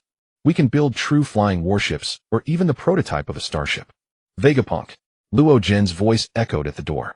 Immersed in his scientific fantasy, Vegapunk looked up, saw Luo Jin, and immediately grabbed a thick stack of blueprints, rushing over Luo Jin. You came just in time. Look, these blueprints are worth more than gold. You keep studying the blueprints. What about the number I asked for earlier? Luo Jin cut him off directly. He truly couldn't understand these things. Vegapunk paused, then slapped his forehead. Oh. Dufeld's contact information. He quickly fished a crumpled slip of paper from under a pile of draft papers on which were scrawled a series of numbers and a strange symbol. Here. This is the emergency contact cipher he left when he funded my research. Use an encrypted den mushi to dial this number, and say the code Golden Gear to reach him directly. But that guy is a pure businessman. Only cares about money and profit, and has a pitch-black heart. Luo Jin waved his hand. We're loaded with money now. Just list the experimental equipment you need quick. A list, right? A list. Vegapunk immediately dove back to his desk, scribbling furiously while muttering, high-precision observation instruments, precision elemental analyzers, alloy smelting equipment, and sea stone. Yes, better get some sea stone powder too. Soon a densely written list accompanied by a few rough sketches was shoved into Luo Jin's hand. Without even glancing at it, Luo Jin passed it to Jean Ni. Keep it safe, Chief Financial Officer. Jean Ni took it, folded it, and solemnly tucked it into her treasure pouch. On the edge of Angel Island, a quiet cloud beach, Luo Jin pulled out a permanent log pose borrowed from an underworld arms dealer, inscribed with the words "Country of Endless War." Perhaps he had been selling weapons to that country. Seeing this log pose, Luo Jin recalled the tall, uniformed man from the movie, Douglas Barrett. It was December 1489 of the Sea Circle calendar. Next year would be the time when Barrett, after eating the merge fruit, was betrayed and then destroyed 2 countries. The timing was close. He had to recruit Barrett before the betrayal, train him, and gain another powerful combatant. After arranging the training of Ku Zanbei Liu and Qianmi Nuo, as well as matters regarding Sky Island, Luo Jin set out with Bear Jean Ni and Xia Qi to the country of endless war to invite Barrett and purchase equipment. Bear teleport the ship to the secluded eastern strait of Jaya Island. Standing on the deck of the pirate ship, Luo Jin gazed at the sea of clouds. Jean Ni tinkered with a den mushi while Xia Qi sat on a fixed chair, cigarette in hand, reading a newspaper. All right. Bear walked to the deck, bent down, and clapped his hands on the deck. A giant paw-shaped shockwave enveloped the ship, which vanished instantly, then reappeared below the cloud sea, rapidly descending toward Jaya Island below. The wind roared in their ears. The scenery of Jaya Island's eastern shore unfurled below like a painting. Dense forests entwined with gray-brown reefs, and the salty sea breeze carrying sand that battered the hull, a stark contrast to the soft clouds of Sky Island. With a loud crash, the ship's bottom scraped over a reef shoal, splashing up a cloud of sand. Luo Jin was the first to jump ashore. His boots crushed several shell fragments as his gaze turned toward the distant Mogu town. He tugged at his collar, pulled the paper slip from his pocket, and handed it to Jean Ni. Jean Ni double-checked the number and dialed it. Jean Ni tiptoed over, took out the encrypted den mushi, and carefully pressed the digits from the paper. Bring, clicked the den mushi, connected, transforming into a masked figure, then opened its mouth to emit a wary, hoarse voice. Hello? Who's this? Golden Gear. Luo Jin uttered the code. The other side was silent for 3 seconds, then the den mushi shifted into a face with large ears, thick lips, and a cigar, its voice suddenly turning strange, introduced by Vegapunk. I want the den mushi number of warehouse King Giberson. Luo Jin stated his demand directly. Phone number. No problem. I'm a businessman. 2 million berries. The gravelly voice of Du-Feld, the Lone Shark King, came through. Do you have someone in Mogu Town on Jaya Island? Hand over the money, and you'll get the number. Luo Jin couldn't be bothered to haggle. They were flush with cash now. Gold. Go to the largest hotel in town. Just mention my name, and they'll give you the number. Click. Luo Jin hung up the den mushi and gestured for Bear and Jean Ni to head into town together. Logan, 2 million berries for a single number. This is outright robbery. Jean and I couldn't help complaining. Does he think he can fleece us? How about after the deal I go take it back? Xia Qi suggested half-jokingly. Don't stir up trouble. We might need to do business with other underworld emperors in the future. Luo Jin knew Xia Qi was used to a life of plunder. After all, the Amazon Lily thrived on raiding, but he paid it no mind. In the calm belt where resources were scarce but strength was abundant, the fastest way was indeed to take. Considering the motley crew of Mocktown, Luo Jin turned to Deshiong and said, Deshiong, you go. If those two go, they're bound to cause chaos in this pirate-infested town. All right. Xiong nodded with a smile, took the estimated value gold from Jean Ni, and vanished in an instant with a teleportation. Mock Town, a haven for pirates and outlaws, remained as rowdy and chaotic as ever. The taverns echoed with crude games of finger-guessing and drunken curses, while the streets were prowled by men with fierce eyes and weapons in hand. Xiong's towering figure moved through the streets like a moving hill, drawing wary, greedy, or fearful glances from all around. But the sheer pressure of his massive frame kept most ill-intentioned onlookers at a distance, too intimidated to cause trouble. Xiong asked for directions and headed straight for the town's most luxurious establishment, the Siren's Song. He pushed open the thick wooden door, and a wave of air thick with alcohol smoke and sweat washed over him, the clamor inside growing even louder. Ignoring the stares, Xiong walked directly to the counter. Behind it, a one-eyed bartender in a vest wiping a glass looked up and froze for a moment at the sight of Xiong, but quickly regained composure. New face. What'll it be? Du Feierda. Xiong's deep voice cut through the noise easily. The one-eyed bartender stopped wiping the glass, scrutinized Xiong, then set down the glass and murmured, "Follow me." He led Xiong through the raucous hall, down a dim corridor, and into a small storeroom. When the door clicked shut, the noise from outside was instantly muted. "The goods, hey?" The bartender reached out directly. Xiong pulled the bag of gold from his coat, heavy and solid, and placed it in the bartender's hand. The bartender hefted it, opened the sack to glimpse the gleaming gold inside, nodded in satisfaction, and drew a folded note from his own pocket, handing it to Xiong. "The boss wanted me to give you this. Take it. Once you're out that door, I know nothing."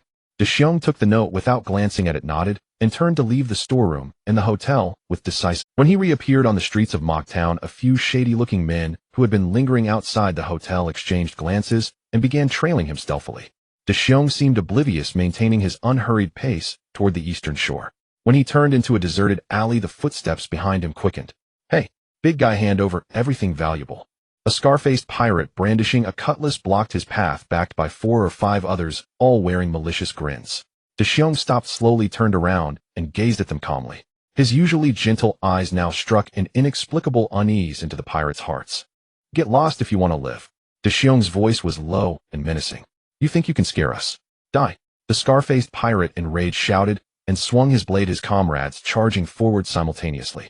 Xiong didn't even move his feet. He simply raised his palm, the soft pad, aimed at the attackers, and swung. Air cannon. Boom. A highly compressed shockwave erupted, instantly striking the group dead center.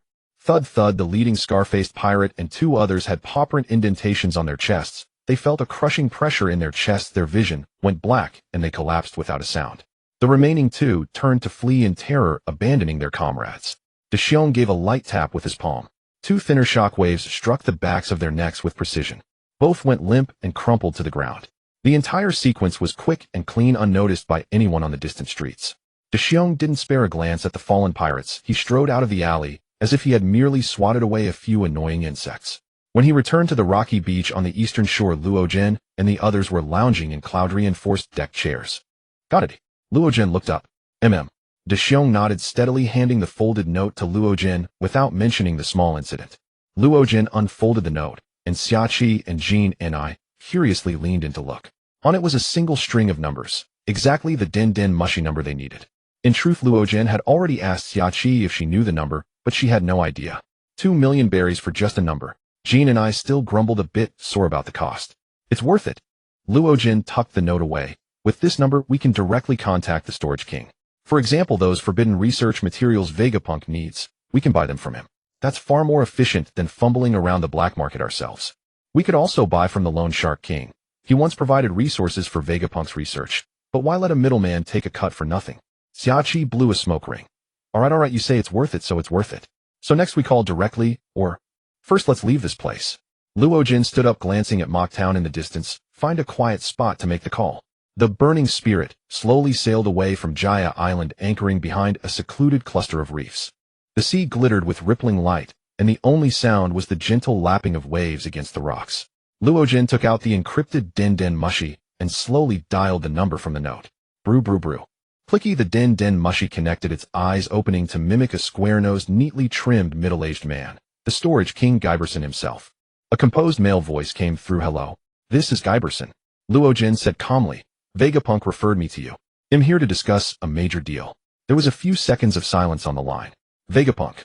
Wasn't he reported killed in the news?" Guyberson's tone carried a hint of skepticism and amusement. "He's working for you now." "Interesting." You're the newcomer Luojin from the Ghost Horn Pirates. What do you want to trade? I am Bernard Luojin. I need a list of scientific research equipment, the highest precision and most advanced models, plus some materials like alloys and sea stone powder. Luojin stated his name and requirements directly. Money is not an issue. Heh. Giberson let out a low chuckle. Money, of course, is never the issue. The problem is security and trust. How do I know you're not CP agents from the world government trying to set me up? You set the location for the exchange, but it must be in the first half of the Grand Line. Luojin remained unflinching. As for trust, you can choose not to believe us, or believe in us and the gold we can pay. He stressed the word gold. He deliberately emphasized the word gold. There was a brief silence on the other end of the line, as if weighing the pros and cons. Dealing with a new force that dared to snatch Vegapunk from the world government, and was so wealthy indeed carried risks, but the benefits were tangible. The words just spoken were merely an attempt to seize the initiative. The list. Giberson's voice rang out again. Send me the detailed list of what you want via an encrypted image den mushi. I'll quote the price and arrange the transaction based on the list. Remember, don't try any tricks. Fine. Luojin nodded. I'll send it to you shortly. Click the den mushi hung up. Luojin said to Jean Ni, take a picture of the list Vegapunk wrote, and send it over using the image den mushi. Got it. Jean and I immediately took out the image den mushi, aimed it at the densely written list, and began snapping and transmitting photos. Now we just wait for Giberson to quote a price and tell us how to trade. Xiachi stretched lazily, her clothes pulled taut, outlining every curve. I hope this king of warehousing isn't too greedy. Luojin glanced at her and silently praised the fabric's durability. If he dares to cheat us, we'll find someone else, or... Jean and I waved her little fist, making a snatch gesture. At that moment, a large white seagull flew in from afar, circling above the grog. It wore a police cap and wore an anthropomorphic expression as it gazed at the people on deck. Xiachi raised her hand and beckoned. The news bird immediately swooped down, landing steadily on the ship. Deftly, it tucked a newspaper under its wing and handed it over. Xiachi fished 50 berries from her bosom, since she had no pockets, and passed them over. The news bird's eyes instantly turned into hearts, and it stood there dumbfounded. Xiachi grabbed it and tossed it into the air with practiced ease. Oh, isn't that Jiza, the book fruit user? Xiachi, holding what Luojin called his spiritual sustenance, scanned the newspaper headline. Huh. The moment Luojin heard the words book fruit, he sat up straight and hurried over. Where? Xiachi blushed, thinking he was asking where the berries were. They're tucked inside my chest. Wanna see? Doesn't seem like a good place here. Unless you shield me. Luojin was stunned, thinking, what the hell? Was that what he meant? But it wasn't entirely out of the question. Ahem. He drew a deep breath of cold air, his chest heaving as he calmed down. I meant the book fruit user. Hearing this, Xiachi realized she had misunderstood. Her face flushed even redder like a ripe apple, and she quickly pointed to a spot on the newspaper. Here. It says he just landed in Queen of Spring City. Luojin, hearing that the man had only just landed, turned to Jean and I. Do you have a permanent pointer for that island? Jean and I immediately began frantically rummaging through her treasure pouch. After a moment, her eyes lit up. Got it. This one. She pulled out a pointer, whether bought or borrowed was unclear, and quickly handed it to Luojin. Kuma, use your ability to send us flying in that direction right now. We must find that ability user. Luojin turned to give the order to Kuma. Why the rush? Did that guy offend you? Xiachi took a long drag of her cigarette, composed herself, and spoke in a leisurely tone. That ability can store things, Luojin said rapidly. And it's a nearly infinite alternate dimension. As long as you have enough mental and physical energy, it can be used as a prison to hold people and store items. Moreover, time inside is relatively static. What does that have to do with us? Kuma scratched the back of his head, looking bewildered. Luojin stared at him with an expression of, you fool. Idiot. Have Jean and I copy that ability. Luojin's words struck like a thunderbolt, instantly waking the others. An infinite alternate dimension where time stands still. Xiachi's hand holding the cigarette froze midair, a gleam flashing in her eyes. I knew Jesus' books could imprison people, but I never imagined that was just one facet. She immediately understood why Luojin was so eager. With such an ability, storing items, holding prisoners, or safekeeping valuables would become incredibly convenient. Jean and I, for her part, was wide-eyed, her mouth agape before erupting in sheer excitement. Really? If I copy it, I'll never have to worry about my treasure pouch being too small again. Gold berries, den mushy, new clothes. I can store everything. She was already fantasizing about a future with her own mobile warehouse. Although Kuma was a bit slow on the uptake, he too realized the importance of this ability and wore an earnest expression on his simple face. Understood. He checked the exact direction indicated by the permanent pointer, pointing toward Queen of Spring City. He walked to the middle of the deck, slightly crouched, and slapped the ship's hull hard with his massive palm. Directional pawpaw flight. Without specific coordinates, he could only use his pawpaw ability to propel the ship forward until the infused power was exhausted. The next instant the grog was violently launched, vanishing instantly and hurtling at breakneck speed toward the pointer's direction. The scenery outside the ship blurred into a stream of colors. Propelling a medium-sized sailing vessel at such high speed placed a tremendous strain on Kuma's stamina. Landing, launching, landing again. In just half a day the grog had crossed a distance that would normally take several days to sail. When the surroundings finally came into focus again, a bustling, joy-filled island lay ahead. A tall Ferris wheel, glamorous theaters, brilliantly lit streets. This was Queen of Spring City. We're here. Kuma let out a long breath, his breathing a little rapid, sweat beading on his forehead, as if he had just finished a marathon. Good work, Kuma. Luo Jin patted his arm, his gaze fixed on the bustling island. Kuma, rest on the ship. Kuma nodded while panting, didn't push himself, and sat cross-legged on the deck, beginning to regulate his breathing to recover his strength as quickly as possible. Jean and I emerged from the cabin carrying a plate of seafood fried rice and handed it to Kuma. Here, boy, I just stir-fried this. Eat quickly. Thank you, Jean and I. Kuma accepted the steaming fried rice and gave a gentle smile. Jean and I waved her hand carelessly. Luo Jin's sister Xiaoqi, let's go find that Jiza quickly, or he'll disappear, and we won't know where to look. Emma, makes sense. You and Luo Jin go search the casino. It's safer. Xiaoqi handed the newspaper to Luo Jin and added, I'll check the tavern for information. Sister Xiaoqi, I can handle it alone. I've gotten much stronger. Jean and I waved her fist. You haven't even awakened armament Haki yet, strong my foot. Luo Jin deflated her, then looked at Xiaoqi. Better go together. If you go to the tavern alone, you'll just cause a commotion. Jean and I walked behind Luo Jin and mimed a series of left and right hooks, sticking out her tongue and making faces. But inwardly she vowed to train harder. Luo Jin felt a slight breeze at his back and shrugged unconcernedly. Xiaoqi's beautiful eyes met Luo Jin's, and she nodded. Inside she thought, is he concerned about me? Worried about me? Yes, it must be so. Oh, I'm so happy. I can't bear it. Her cheeks and earlobes grew even redder. Jean and I stopped her antics, staring wide-eyed at the blushing sister Xiaoqi, then sneakily glanced at Kuma, who was wolfing down the fried rice. This idiot. Should I be as brave as sister Xiaoqi? She shook her head. No. Kuma is a year younger than Luo Jin. I'll wait a little longer. Soon the three of them walked along the pier toward the town center. The night in Spring Queen City was even livelier than they had imagined. Neon lights glittered along the streets, uniformed attendants in front of the casinos enthusiastically handed out flyers, and even the air was thick with the scent of money. This is at the Golden Rose Casino. Logan pointed at a large building ahead, its guards wearing long blades at their hips, watching passers-by with wary eyes. Ginny immediately sidled up to him, standing on tiptoe to peer inside. There are so many people in there. Could Kisa be inside? Xiaoqi adjusted the jacket she had just thrown on and stepped forward first. Just as a leering guard was about to block her path, she pulled a gold coin from her pocket and handed it over with a smile. We're looking for someone. Kisa of the Blade Pirates. Have you seen him? The guard weighed the coin in his hand, his expression softening. Rich people not to be trifled with. He left not long ago.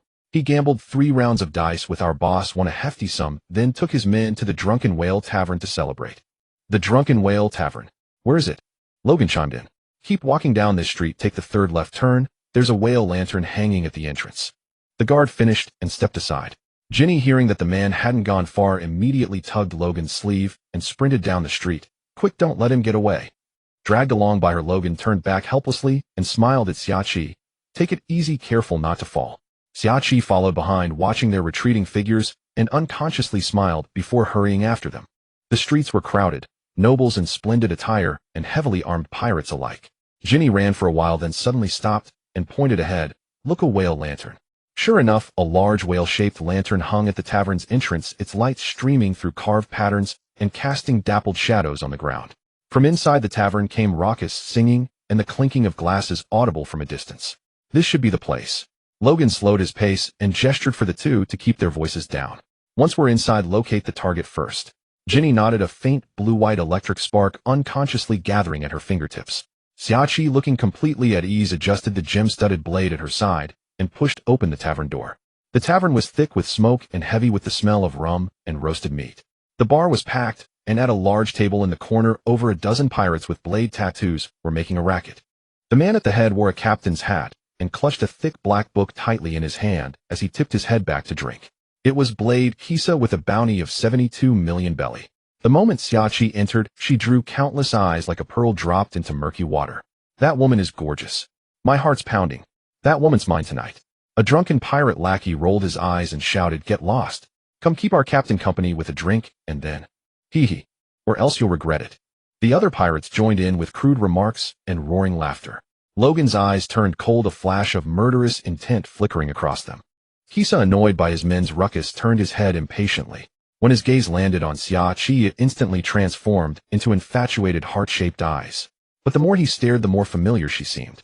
A long-forgotten, wanted poster flashed through his mind, and a wave of dread suddenly washed over him.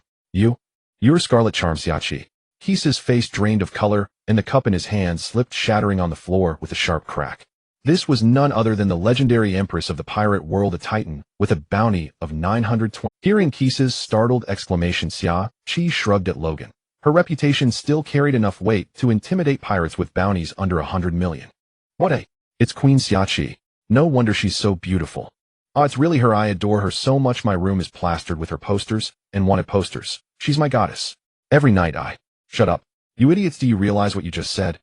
Remembering the vile words his men had spewed, Kisa broke out in a cold sweat. He kicked the instigating lackey hard, kneeled down, and begged the queen for mercy. "Oh, you recognized me." Xiachi raised an eyebrow, her tone lazy yet teasing. She took a slow drag of her cigarette and exhaled a smoke ring. Seems this has been pirate still commands a bit of fame. Her gaze swept over Kisa and his suddenly tense men, as composed as a queen surveying her domain. The pirates who had moments ago demanded she serve drinks now turned pale with fear, wishing they could crawl under the table. Kisa forced himself to stay calm, plastering on a grim smile. "Your Majesty's name is known to all. May I ask what brings you here and what your orders are?" As he spoke, he instinctively tightened his grip on the thick black book. Logan stepped forward, placing himself half a pace in front of Xiachi, his silver-gray eyes fixed on Kisa. "Orders?" "Not exactly. That village you massacred 3 days ago. You remember, don't you?" This was news Logan had seen in the newspaper earlier, conveniently used as a pretext. Kisa's face turned ashen. A tall, thin pirate behind him hastily shouted, "That was my men's own doing, nothing to do with our captain." Before he could finish, Logan's figure vanished. Almost simultaneously, his hand blade, coated in armament Haki, drove precisely into the tall pirate's chest. "My killing you has nothing to do with you." The icy words rang out simultaneously with the sound of flesh being pierced. The tall pirate's eyes bulged in disbelief as he looked down at his bleeding chest. He opened his mouth, a gush of blood spilling out, then slumped to the floor without another word. The instant Logan struck, Kisa reacted swiftly, hurling the book into the air. But Logan had anticipated. One of his arms transformed into a beast claw, and a fireball shot directly at the book, incinerating it into ashes in an instant. At the same time, he lunged toward Kisa.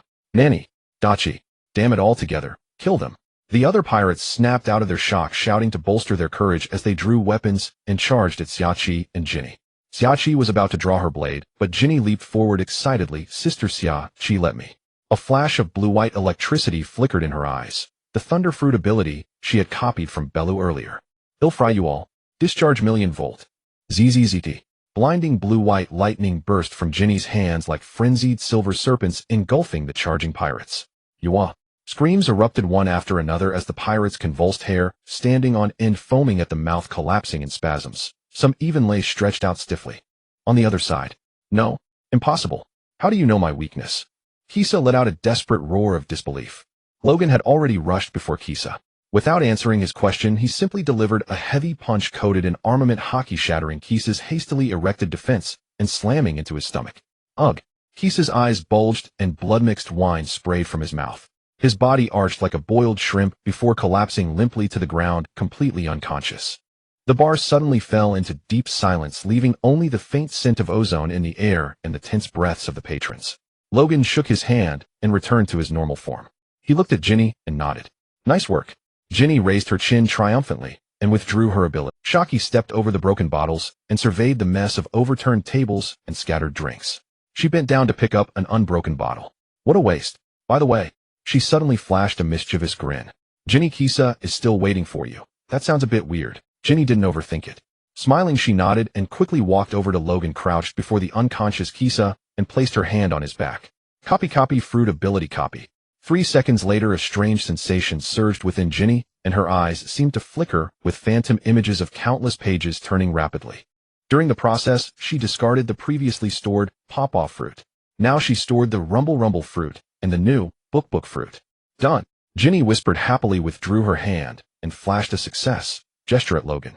"Boss, this pirate is yours to deal with." Consider it compensation for our broken tables and chairs. Logan turned to the trembling bartender behind the counter, nodding toward Kisa on the floor. After all, pirates couldn't be claimed for bounties. Logan glanced at Ginny thoughtfully. With that, the three of them paid no heed to the fearful or admiring gazes of the patrons and turned to leave casually. Behind them remained only the unconscious Kisa, the twisted and scorched pirates, and the wrecked tavern. Only when the door closed did the barkeep suddenly cry out, "Be boss. He's Demon Horn Logan of the Demon Horn Pirates. Bounty of 100 million berries." No wonder he took down Blade Kisa in just a few moves.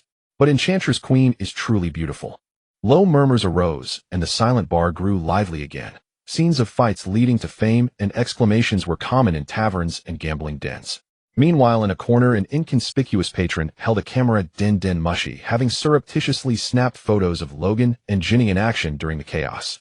Marine Headquarters, Malinfanjuo. The atmosphere in the Fleet Admiral's office was tense. Fleet Admiral Kong stared at the latest intelligence with a furrowed brow. Opposite him sat a grim-faced Admiral Sengoku and a tired-looking Vice Admiral Tsuru who had just returned from the West Blue. What about Garp picking his nose? Chasing after Roger all over. All leads on Punk Hazard have hit a dead end. Kong's voice was deep. It's as if they vanished into thin air. Even Vegapunk and that Lunarian kid disappeared together.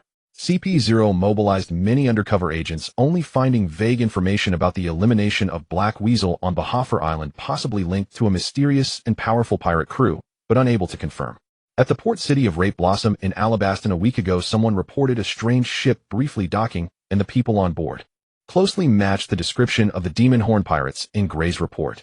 Sengoku added, tapping the sketch portraits in the report, especially the silver-haired boy with horns on his head. Demon Horn Pirates. Vice Admiral Tsuru pushed up her glasses, reflecting a glint of light. In such a short time, they emerged from the South Blue, attacked a world government research facility, defeated Gray's fleet, and now appear in the first half of the Grand Line. What are they after? Forget it. If we can't find them, let the CP organizations handle it. The most important thing is the New World. Kong's voice carried fatigue and irritation. Rock's remnants. Shiki the Golden Lion, Edward Newgate of the Whitebeard Pirates, Charlotte Linlin of the Big Mom Pirates, and Wang Ji of Beehive Island have all raised their own flags. And that Roger Slippery as an eel running around searching for poneglyphs. The balance of the seas is crumbling, and the New World is the heart of the storm. He suddenly stood up, exuding the authority of a fleet admiral, and slammed his finger on the New World region of the world map on the desk. Recall Garp from chasing Roger. Tell Garp to stop tailing Roger. Also summon Gray and Zephyr immediately from leave and patrol duty. Have them all head to the G1 branch in the New World to take command. Use their fists to crush the restless pirate spirits in the New World. Let those lawless bastards know the Marines are still here. Yes, Fleet Admiral. Sengoku and Tsuru stood simultaneously and saluted respectfully. Brew, brew, brew. The ringing of a Den Mushi was jarringly loud in the solemn office. Kong frowned and grabbed the receiver. This is Kong. The Den Mushi transformed into a calm, efficient face. Fleet Admiral, this is CP Image Intelligence Analysis Division. 3 minutes ago, we received photos sent via encrypted channel from an intelligence agent in the Drunken Whale Tavern of the Spring Queen City.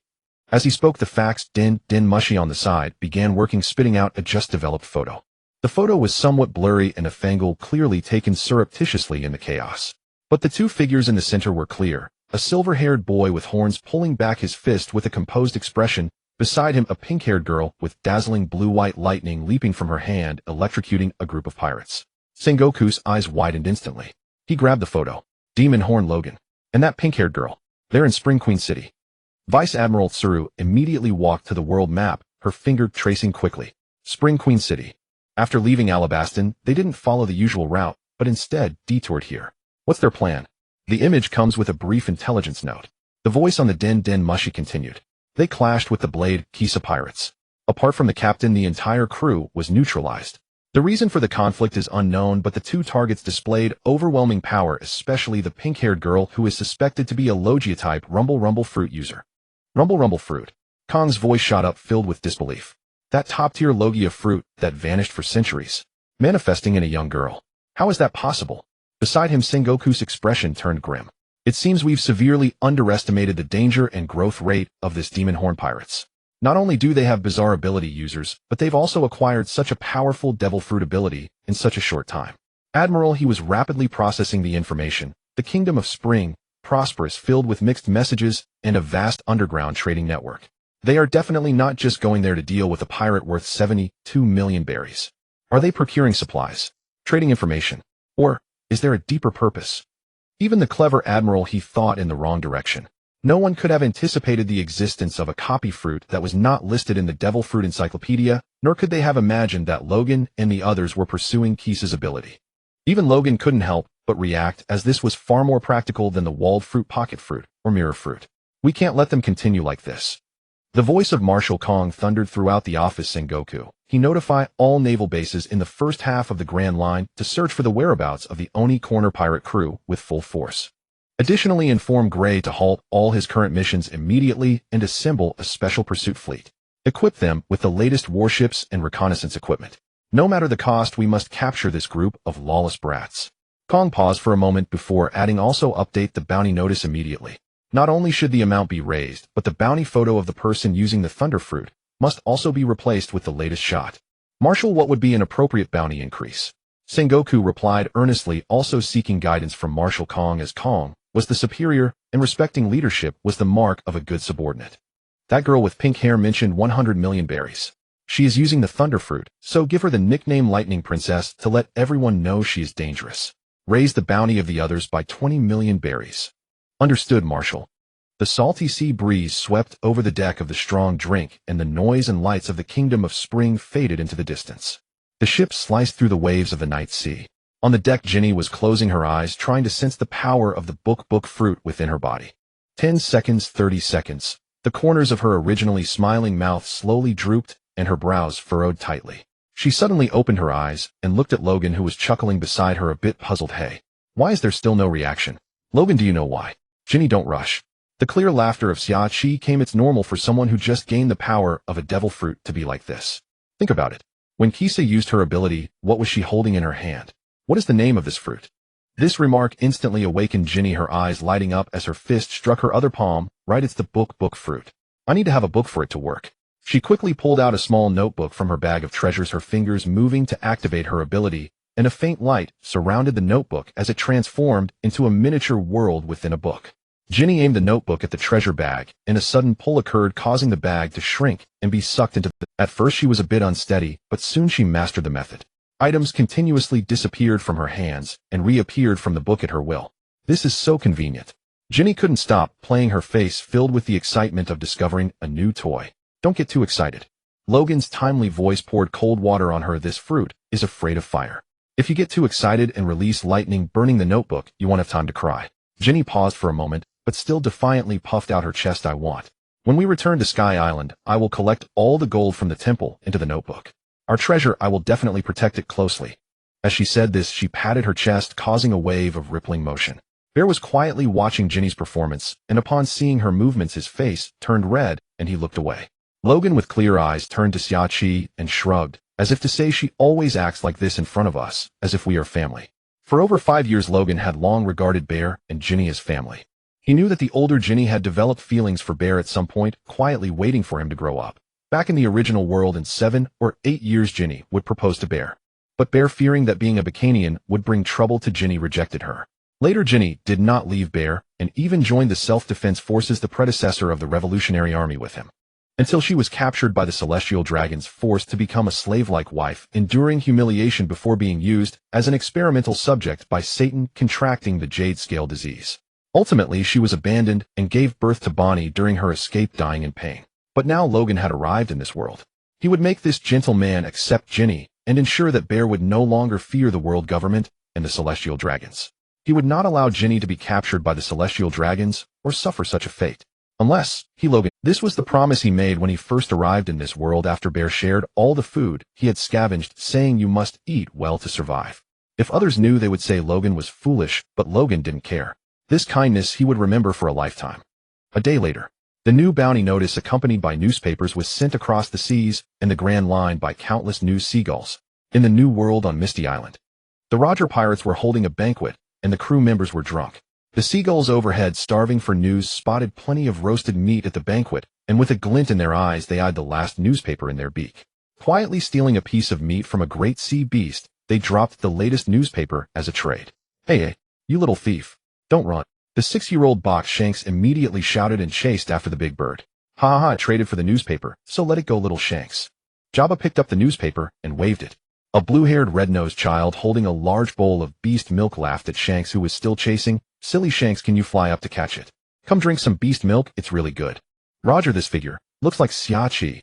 Jabba, slightly sobered, looked at the blurry image on the newspaper and shouted loudly. Roger, with his mustache now grown out, instantly dashed to Jabba's side, snatched the newspaper, and stared closely at it. This still isn't clear, but this Oni Corner pirate crew does look somewhat familiar.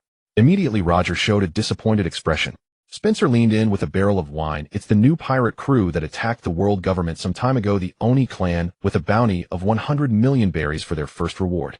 Right. So Xiachi is in this pirate crew. Roger shook his head. Isn't it impossible? Wouldn't she be better off returning to the Nine-Snake pirate crew? It seems to be the case, but where did Xiachi go? Could it be? Jabba found Roger's reasoning sound, but became puzzled again. It won't be the case. Garolio said she returned to Amazon Lily 5 years ago. Rayleigh shared what he knew, but he was also unsure where Xiachi had gone. Ha ha ha ha, if we don't know, then let's not worry about it. Let's continue the banquet. Roger laughed heartily and quickly forgot about Xiachi.